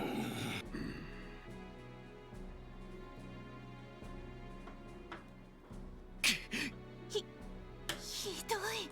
むちゃくちゃです。よくもあそこまで面の皮が厚くなれるもんだぜ。でも全く根拠がない提案というわけではないわ。こういう流れにだけはなってほしくなかったけど。ここがしのぎどころって感じだけど。ダドリーさんから。はい。俺だ、セルゲイ課長。時間がない。ソーニャから連絡があった。タングラム、ベルガード両門の付近に設置されたレーダー施設が破壊された。自治州領空に侵入する不審な飛行船を捕捉するための。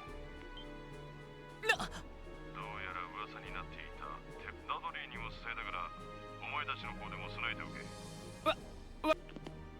どうしまさか。いや、皆さん、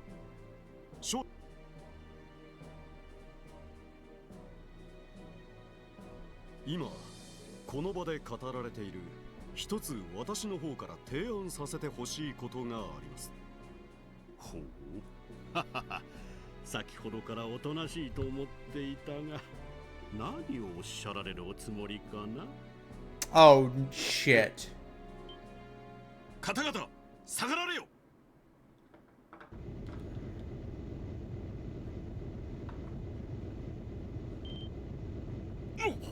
飛行艇。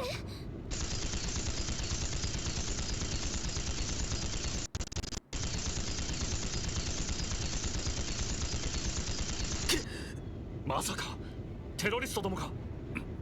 ここで来たか。ご安心を。砲撃にも耐えられると。ですが念のため全員お下がりください。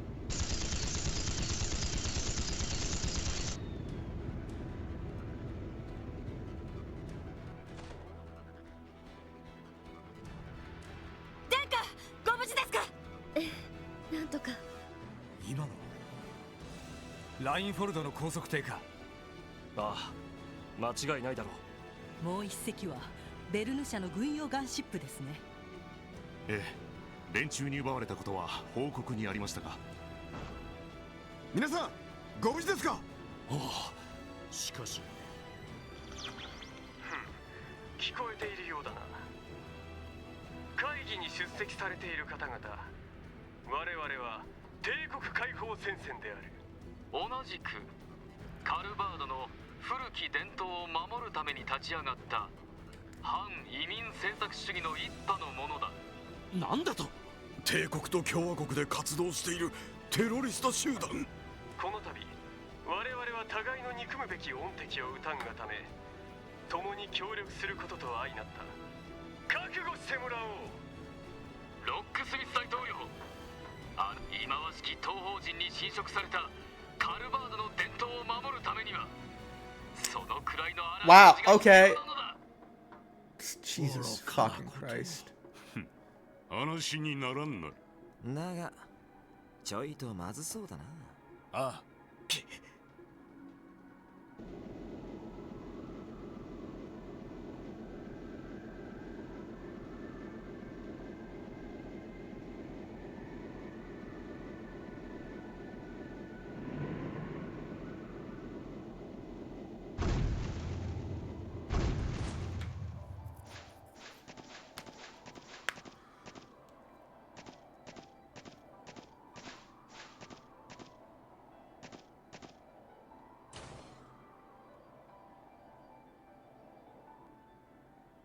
こちらにまっすぐ向かっているだと。あの図面はこのために。とにかく待機させていた警備隊を。なんだと。なんだこれは。どうしていきなり。なんだ。ダメです。何がどうなっている。ちょっとこれじゃ取材ができないじゃないの。レインズ君、無茶言わないでくださいよ。Well, this isn't good. これはオルキスタワーの制御を奪われたようです。昨日のハッカーの仕業かもしれません。俺たちも行くぞ。とにかく35階に降りて。了解です。エレベーターがダメなら非常階段しかなさそうだな。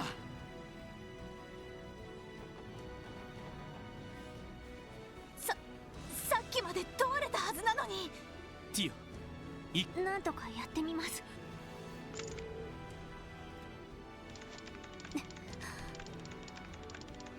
少々厄介ですね。でも開いた。さすがティオスケ。いえ、セキュリティがですが、今の解除で他の扉のセキュリティが強化、とても全部は開いていられないかもしれません。そりゃまた用意周到な。と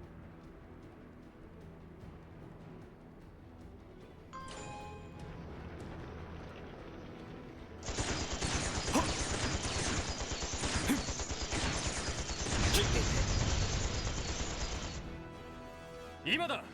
最小の首を狙え。ここは倒産。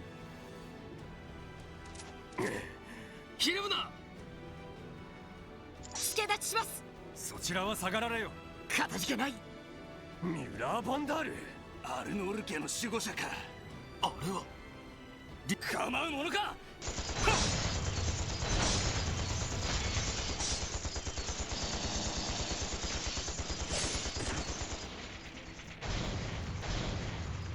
すごい。でもあれならなんとか。お、来たか。レクターさん。出席者の皆さんは。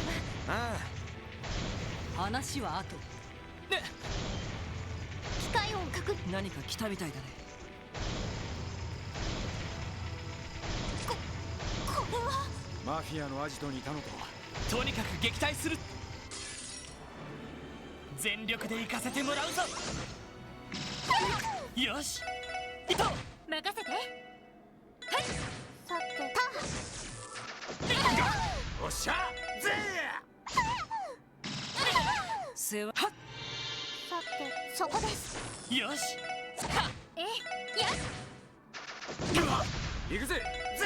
さてと。はい。行くぞ。私の番です。任せてくれ。さてと。行くぜ。私の番です。行くぞ。任せて。行きます。そこです。敵集団撃破しました。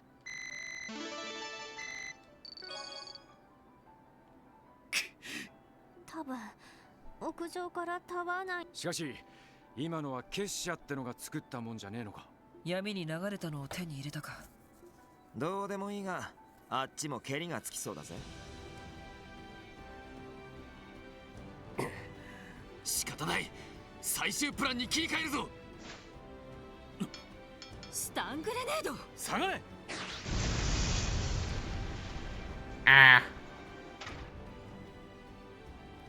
このシャッターは。どうやら簡単には突破できなさそうですな。皆さん、お前たちか。どうやら無事撃退できたみてえだな。ああ。ティオ。自信はありませんが、やはりセキュリティレベルが A4 を使ってもこのノート型の端末では。そうか。私だ。ああ。何？連中がエレベーターで地下へ降下しているだと。どうして？屋上にある飛行艇で逃げ。考えられるとしたら、飛行艇に搭載した動力爆弾を自爆させるってところか。そうか。このビルごと最小たちを葬りされるというわけか。確かにテロリストたちならそこまでやりかねないわね。さすがにピンチだね。こうなったら力ずくでもこのシャッターを。どうやらなんとかなるかもしれません。何？へえ、これはこれは。てめえが僕のベースをめちゃくちゃにした犯人か。絶対許さねえ。吠え面かかせてやる。威勢がいいな。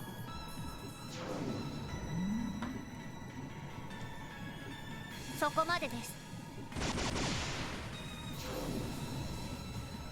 おとなしくタワーの制御を解放してもらいましょうか。仕方ない。まあほんの暇つぶしだったし、それじゃせいぜい死なないように頑張ってね。そちらは後です。ヨナ。ええ、どうやら今日の便で帰ってきたみたいですね。やりました。やった。エレベーターは使えるか？ええ、ロックはテロリストたちが使用中の1機は使えませんが。ならば私は屋上に飛行船に搭載された動力爆弾を解除するわ。キリカさん。ええ、傍聴関係者にはレクター書記官手分けするとしましょう。しゃあねえか。ならば我々も付き合おう。連中が人形兵器の守りを残している可能性はありそうだ。そちらはどうか。今なら何とか捕まえられるかもしれません。承知した。バニングス、我々も追撃に出るぞ。敵は2組、手分けする必要がある。了解しました。あいあいさ。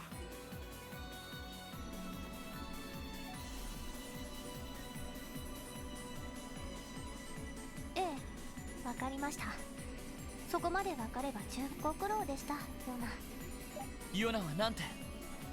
テロリストたちの逃走ルート、オルキスタワー基部。基部ということはタワーの地下部分になるのね。Oh, great, now I have to go through another fucking dungeon. This is going so why?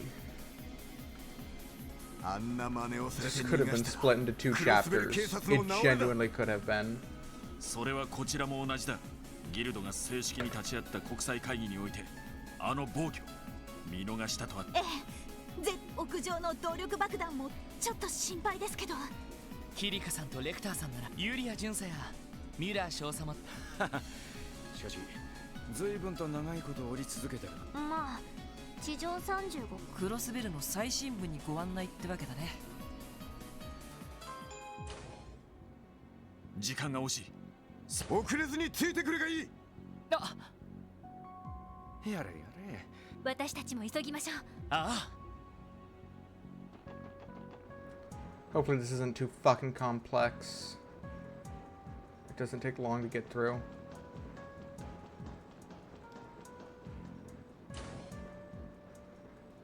これはなんだか圧倒されますね。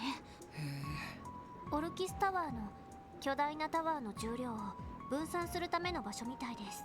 話は聞いていたけど。まあとにかく急ごうぜ。ああ。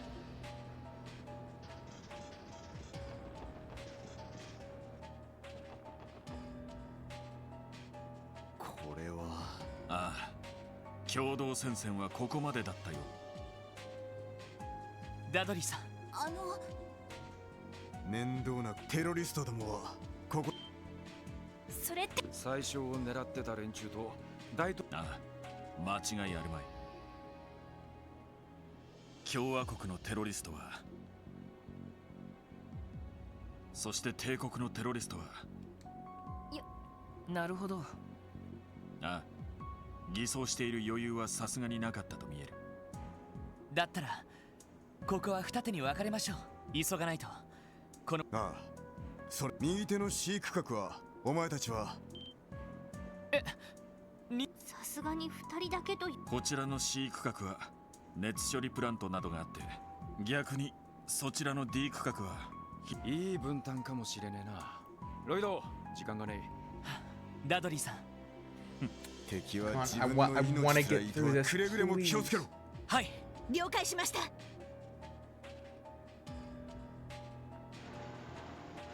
よし、ジオフロントから脱出される前に。ええ、きっちり落とし前を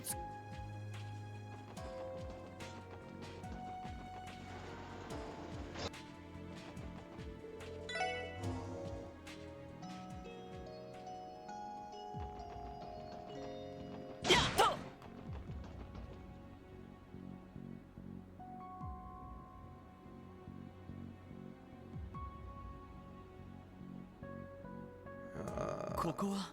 ええ、いずれ車社会が。いや、それにしたってそんな需要があるとはとても思えねえ。察するに議員と役人たちがありもしない需要をでっち上げて。なるほど。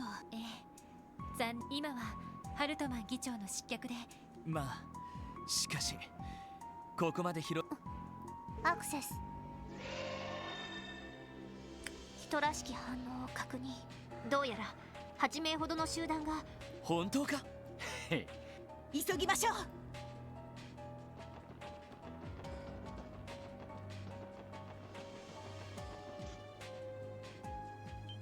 あ、皆さん。まずい。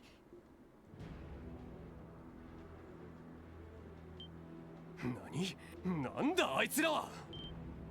追ってか。どうして嗅ぎつけた。この小銃で武装するぞ。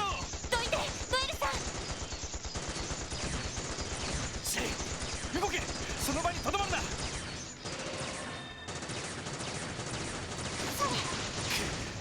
な。なんだあのガキどもは。構うな。このうちの女性陣はとにかく追いかけるぞ。多分おう。 Come on.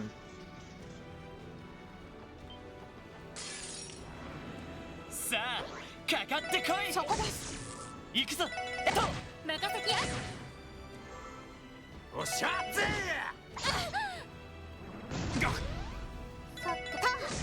行くぞ。さて、そこ。任せろ。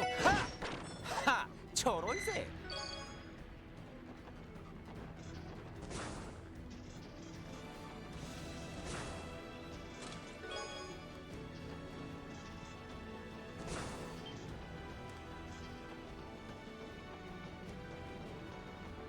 Great.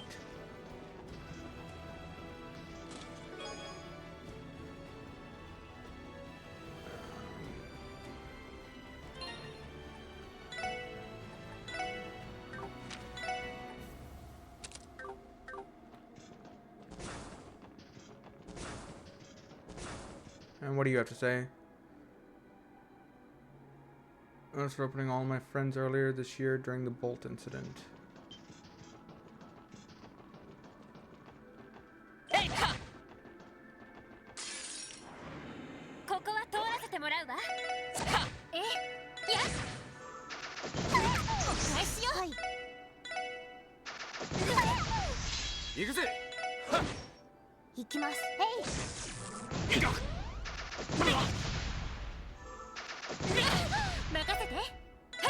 行くぞ。手こずってるかい。おっしゃぜ。私の番です。任せてくれ。行きます。おっしゃ。よし。私の番。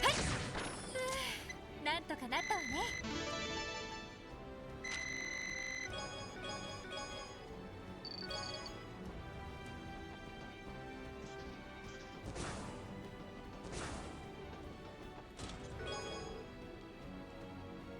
Chests weren't important enough to invite to the trade conference HUD, Dieter? Fine, we'll be holding our own Chess-Zamaria trade conference. This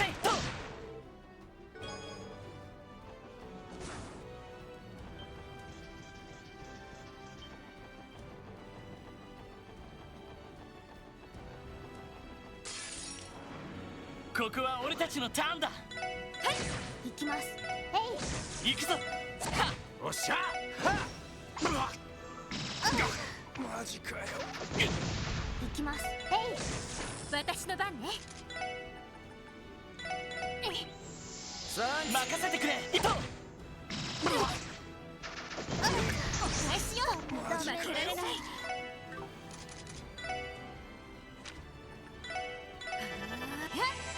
助かりました。大丈夫ですか。俺の番だな。やっ。私の番です。よし。俺の番だな。はい、そこです。任せて。やっ。守りたい。このクロスベルを。Oh, I didn't even realize it was there now. How often do you think Riparian general stores get phone calls asking if they have Prince Albert in a can?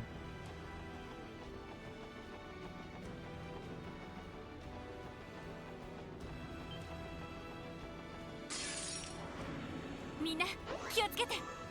私の番、そこです。俺の番だ。任せてくれ。全力全開。行くぞ。オッケーです。いってや。さてや。私の番。行くぜ。よし。私の番ね。はい。行きます。俺の番だ。俺の番だな。任せて。そこ。みんな大丈夫か。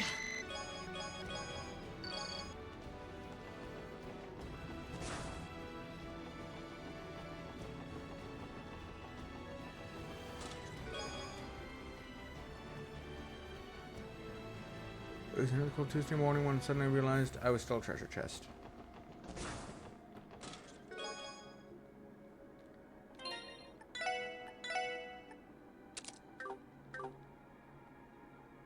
I got to speak with Lecter again. Maybe now she can finally have some closure.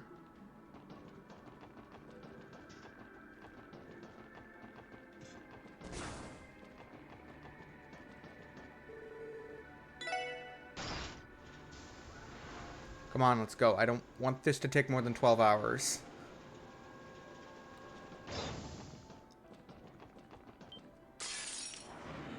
Teki hakken! 一気に決めるぞ。さて、私の番です。さてと、えい。おっしゃ。任せてくれ。やってや。マジかよ。負けられない。負けるか。世話。まだやれる。それ。負けられない。負けるか。Oh my god! Stop! Please, for the love of God. 負けるか。負けるか。その程度じゃ俺たちは止められない。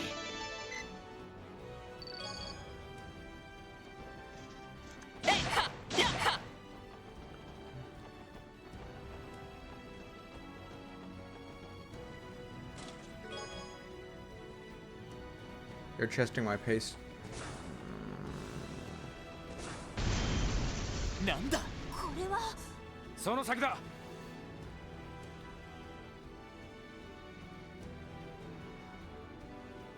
ここは。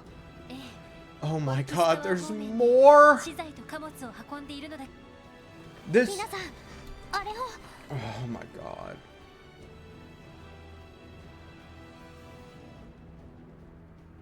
これは。追撃を振り。他にルートはないか。やはセット。みんなチャンスよ。チャンスだ。よし。よし。上出来だ。やるね。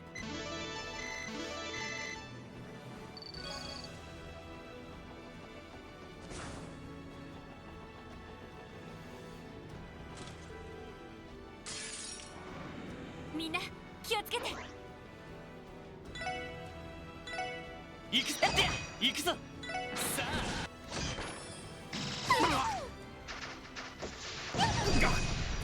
なんとかしないと。ありがとう。ました。行きます。俺の番だな。任せろ。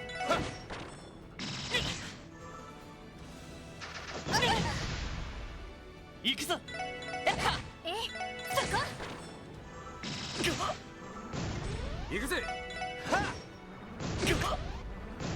私の番で。任せてくれ。電池ネット。 Appreciate if you'd stop running away. 私のそこ。任せてくれ。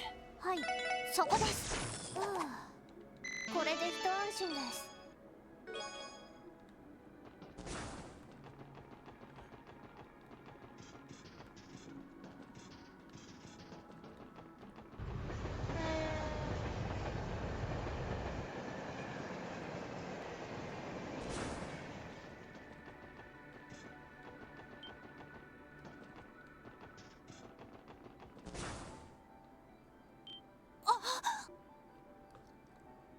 よっしゃ。ああ、追いつくチャンスだ。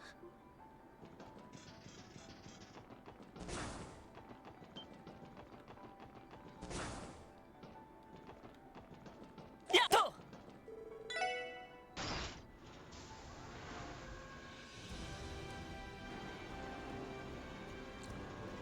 How many levels of this are there?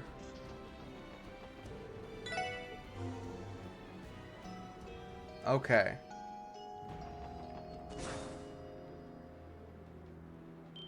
Are wa? どうやら結局タワーの爆破は阻止されてしまったか。憎むべき鉄血宰相を抹殺する好機が。共和国の連中と手を組んでまで気を落とすな。我々の味方は多い。火炎口をはじめ例の連中もこの場さえ逃れられれば次なる機会が。そこまでだ。先ほどのガキどもバカな。残念ながら別のルートからなんとか追いつどんなデータを入手したのかは知りませんが、大体何なのだこの。クロスベル警察、テロ活動、破壊工作の現行犯及び要人暗殺。警察だと。たかが自治州の警察ごときが。あなたたちこそどれだけの人を巻き込むつもりだったの。やれやれ、いるんだよね。大義名分と自分に酔っちゃって周りが見えなくなる連中って。黙れ。誇りを忘れて虚しき繁栄を貪るだけの愚民どもが。反省する気。我々とて無関係の者を巻き込むのは本だが、これ以上あの男を放置すれば帝国はめちゃくちゃになってしまう。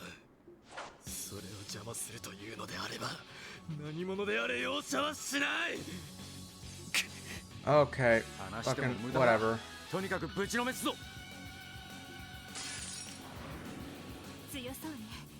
みんな気をつけて。わかった了解です。はい、はい、そこです。任せろ。俺の番だな。行くぜ行くぜ。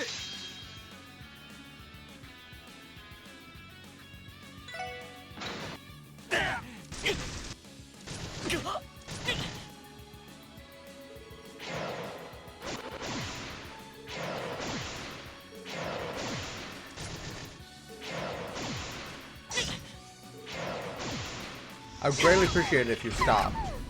任せてくれ。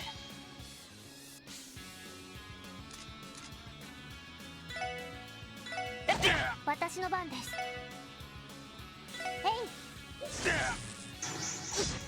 私の番ね。そこ。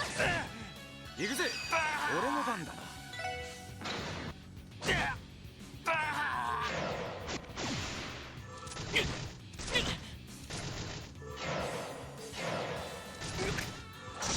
まだやれる。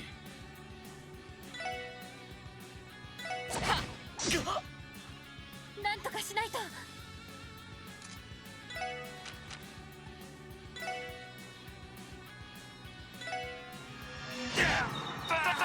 んとかしないと。そこです。今のはなんとかしないと。ありがとう。任せろ。はい。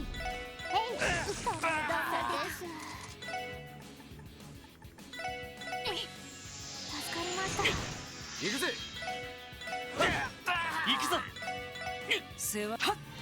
手こず。はい。すまない。みんな。そ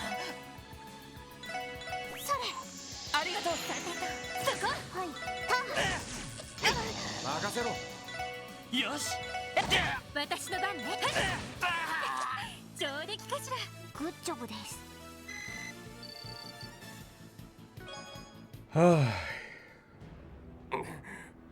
自治州の警察風情がここまでやるとは。確かにクロスベルは富を享受しているのかもしれない。だが俺たちはそれに溺れてさまざまなしがらみと圧力、それらに押しつぶされながらも壁を乗り越えようとあがいている。ロイドさん。どうやら少々お前タワーを爆破しようとしたのもやりすぎだったことは認めよう。それじゃだがそれでも我々は皆さん来るぞ。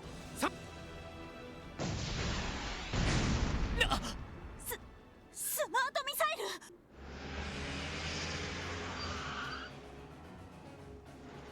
あ、クロスベル警備隊の。めらなかなか便利な協力者がいるものでな。せいぜいそこで遊んでいくがいい。これ以上の問答は無用。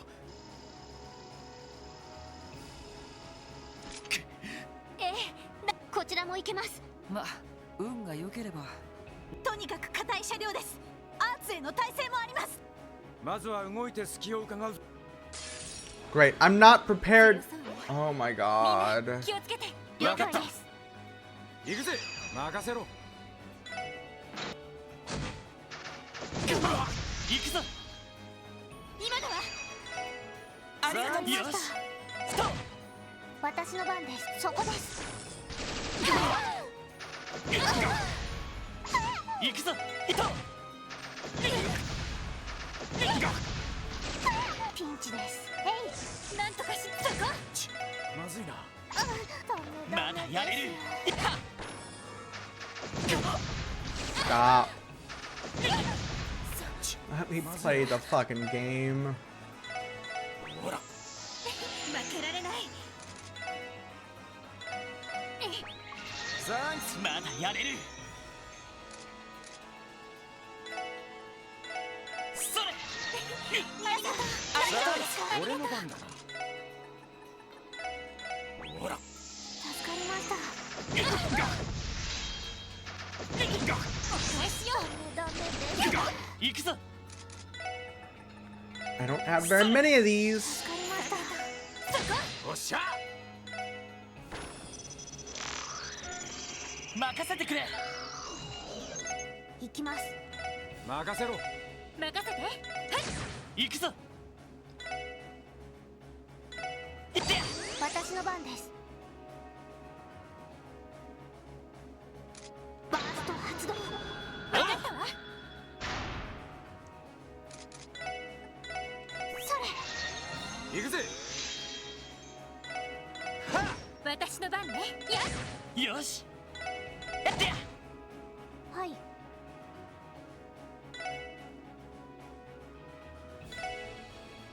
俺の番だな。行くぜ。赤き海の瞬間。さてと。そこ。行くぞ。任せてくれ。行きます。行くぜ。行きます。私の番ね。そこ。よし。ストップ。俺の番だな。今だわ。さてと。ありがとう。行くぞ。私の番。世話。任せてくれ。そこです。行くぜ。私の番。よし。ストップ。はい。任せてくれ。行ってや。私の番や。さて。おっしゃ。よし。行きます。行きます。はい。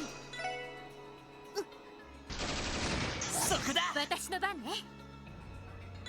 そこ。おっしゃ。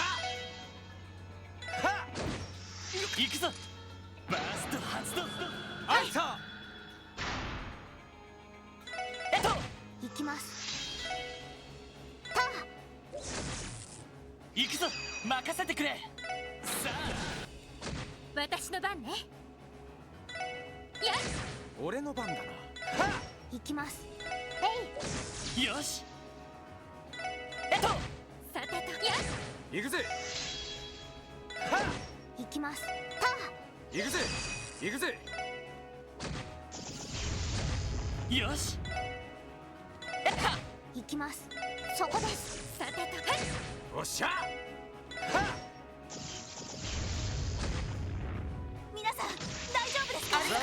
行くぞ。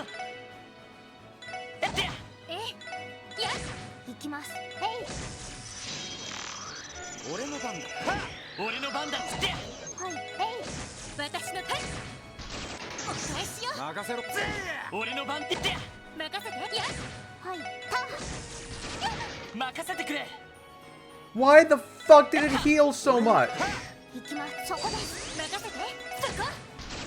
手こずってるかい。行くぞ。俺の番。私の番ね。はい。リミットを解除します。了解。行くぞ。スト。行くぜ。さてや。行きます。任せてくれ。やってや。任せろ。私そこ。行きます。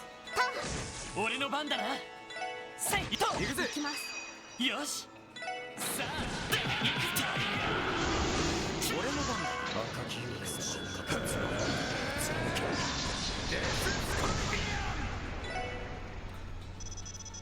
さてと。行くぞ。行きます。俺の番だ。任せてくれ。スト。任せて。さて。行くぜ。そこ。はい。行くぞ。スト。俺の番だ。さてと。行きます。よし。つってや。お返しよ。援護電磁ネット。投射。おっしゃ。任せてくれ。と。さてと。お返しよ。私の番。そこ。行くぞ。行ってや。私の番です。任せろ。任せてくれ。バースト発動。 OK です。さてと。行くぜ。行くぞ。私の番。そこ。私の番です。おっしゃ。俺の番だ。よし。上出来だ。お疲れ様。はい。クラフトゲットです。やりました。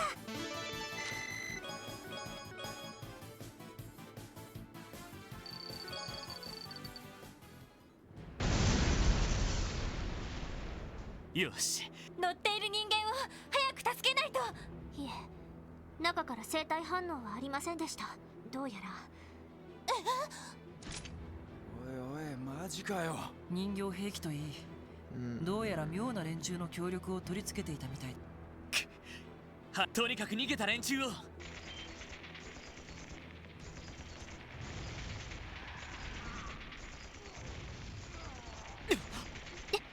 銃撃戦の音。一体。とにかく行ってみ。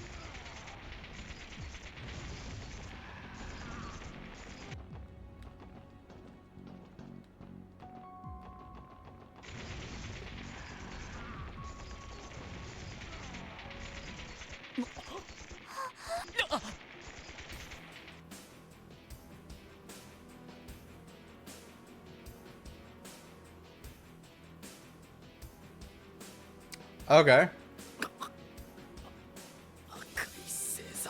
ま、これも契約でな。対空レーダーを潰した連中もエイド水域にしておいた。心置きなくいけ。 How regrettable. シャーリー、残りもやっていいぞ。いいの？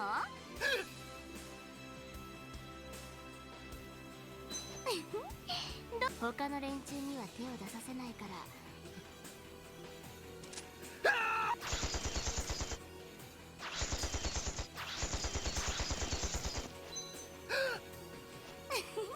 ああ。それじゃあやめろ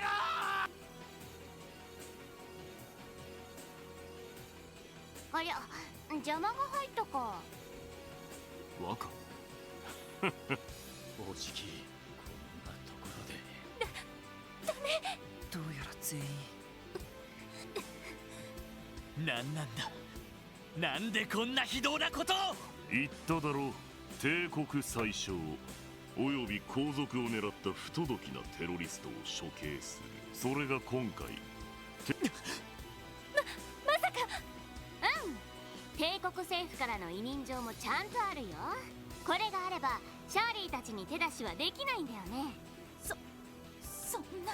自治州法大帝国共和国政府によるクロスベルデつまりこの件に関しては正式な処刑人ってわけだ。Whatever. 用意周到じゃないか。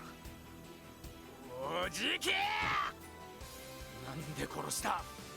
あんたなら殺さずに無力化できただろうが。なのにぬるいわ。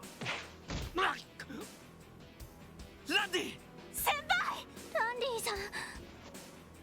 言っただろう、処刑を請け負った。それにこの程度の殲滅戦。そもそも貴様らがとっとと連中を捕まえておけばこの結果が鉄血に政治的に利用されることもな。そんな。せめてもの情けに。シャーリー。もったいないな。まあいっか。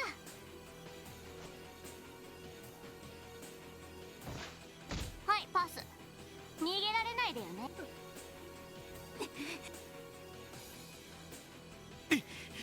さて、報酬も入ることだし。よっ。それじゃわかった。じゃあな、ランドルフ隊長。ふ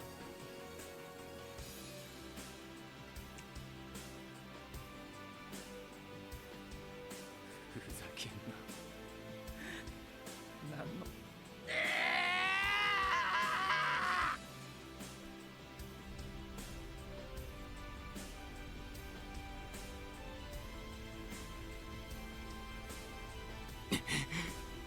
バカな。サオ社長、共和国政府の委任状があっても連れて行く権利などないはずだ。そう言われましても長老方、納得できないようであれば実力行使をされても結構ですよ。そこの風の剣聖殿ならば我らの友人とも良い勝負でしょうし。伝説の教主イン、それ以外もかなりの手だれ。心配せずと、せいぜい政治犯として民族主義者たちへの牽制に利用されるだけでしょう。ふざけるな。貴様ら東方人のせいで我らの金。ロックスミス大統領。個人的には親近感を文句や抗議が終わりでしたらどうぞ大統領府の方へ。それでは。はっ。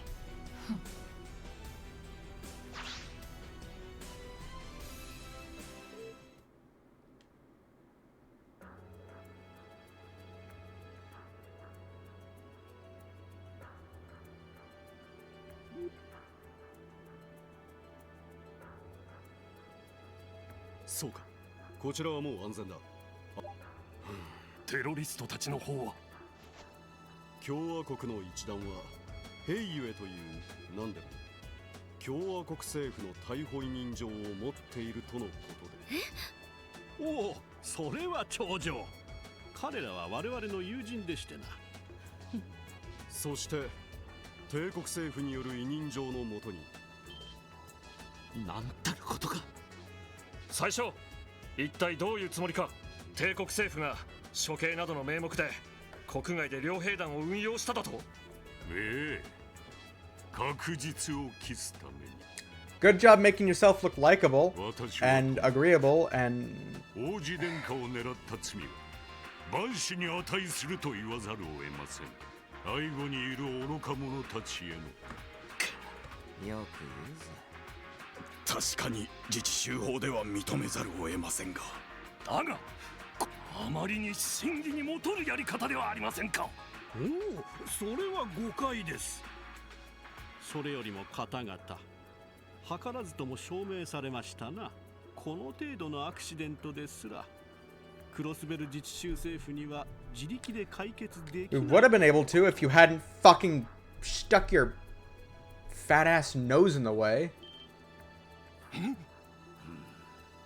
まんまとテロリストを無様に取り逃がし、結局は我々の配慮によって逃亡を阻止できたわけ。確かに先ほどの議案の良い事例と言えるであろうな。ええ、失礼ながら実際に命を狙われた皆様方にとって先ほどの駐留案、もはや真剣に検討。なんと強引な。まさかそのためにここまで悪辣な仕掛けを用意しているとはね。皆さん、議論が脱線しているようです。宰相閣下と大統領閣下のご意見も拝聴。その前に襲撃によって邪魔されたしてどのような手。いえ、定義ではなく迷いもあったのですが、この事件で今この場をお借りして我々はもはや他国の思惑に振り回されるわけにはいきません。周辺地域の、いや大陸全土の、私はここに市民及び大陸諸国に対し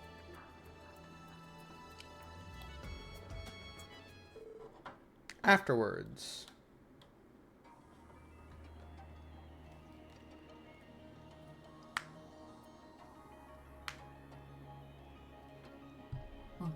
ほこれはこれは奇遇だね。赤い星座の戦記とその娘か。シグムント様。お互いクライアントのオーダーをクリアした後だ。これ以上のお楽しみは。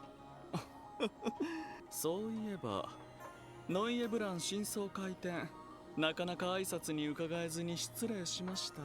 なんのこちらこそ知らぬ中でもないのに。あ、そういえば死に損ないどもは元気か。まあ、あなた方のおかげで未だに夢見が悪いご老人もいらっしゃるようです。長老会を襲って人質に取ったりしたからね。依頼で不在で正解だったようだな。あ、ひょっとしてイン東方人外最強っていう伝説の教主って。そういうお前はわずか16で最強の両兵団の大隊長を務めているという。一人の方が動きやすいんだけどね。それよりもね、かっこいい覆面をしてるけどつけない方が強いんじゃないの？筋肉の使い方も不自然だし、普通にしてた方が強いはずなのにもったいないんじゃないかな。ほほ親バカかもしれんが、ま、気に障ったのなら俺からも謝罪させてもらおう。別にザオ、くだらぬ挨拶を続けるのなら先に行くぞ。では。ああ。またね。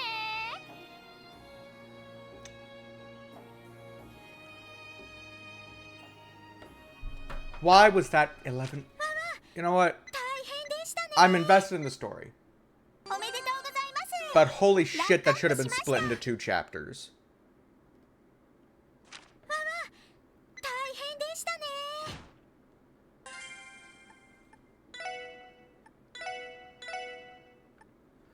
And that is where I'm going to end that. Holy shit.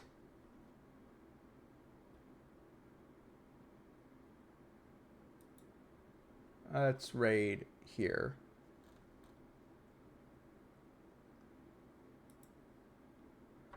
All right. Thank you to everyone that showed up. To the people that followed. Thank you as well. I greatly appreciate it. If that stream went very well today. Way longer than I would have wanted it to. I greatly appreciate. I will see you all next time, whenever that may be.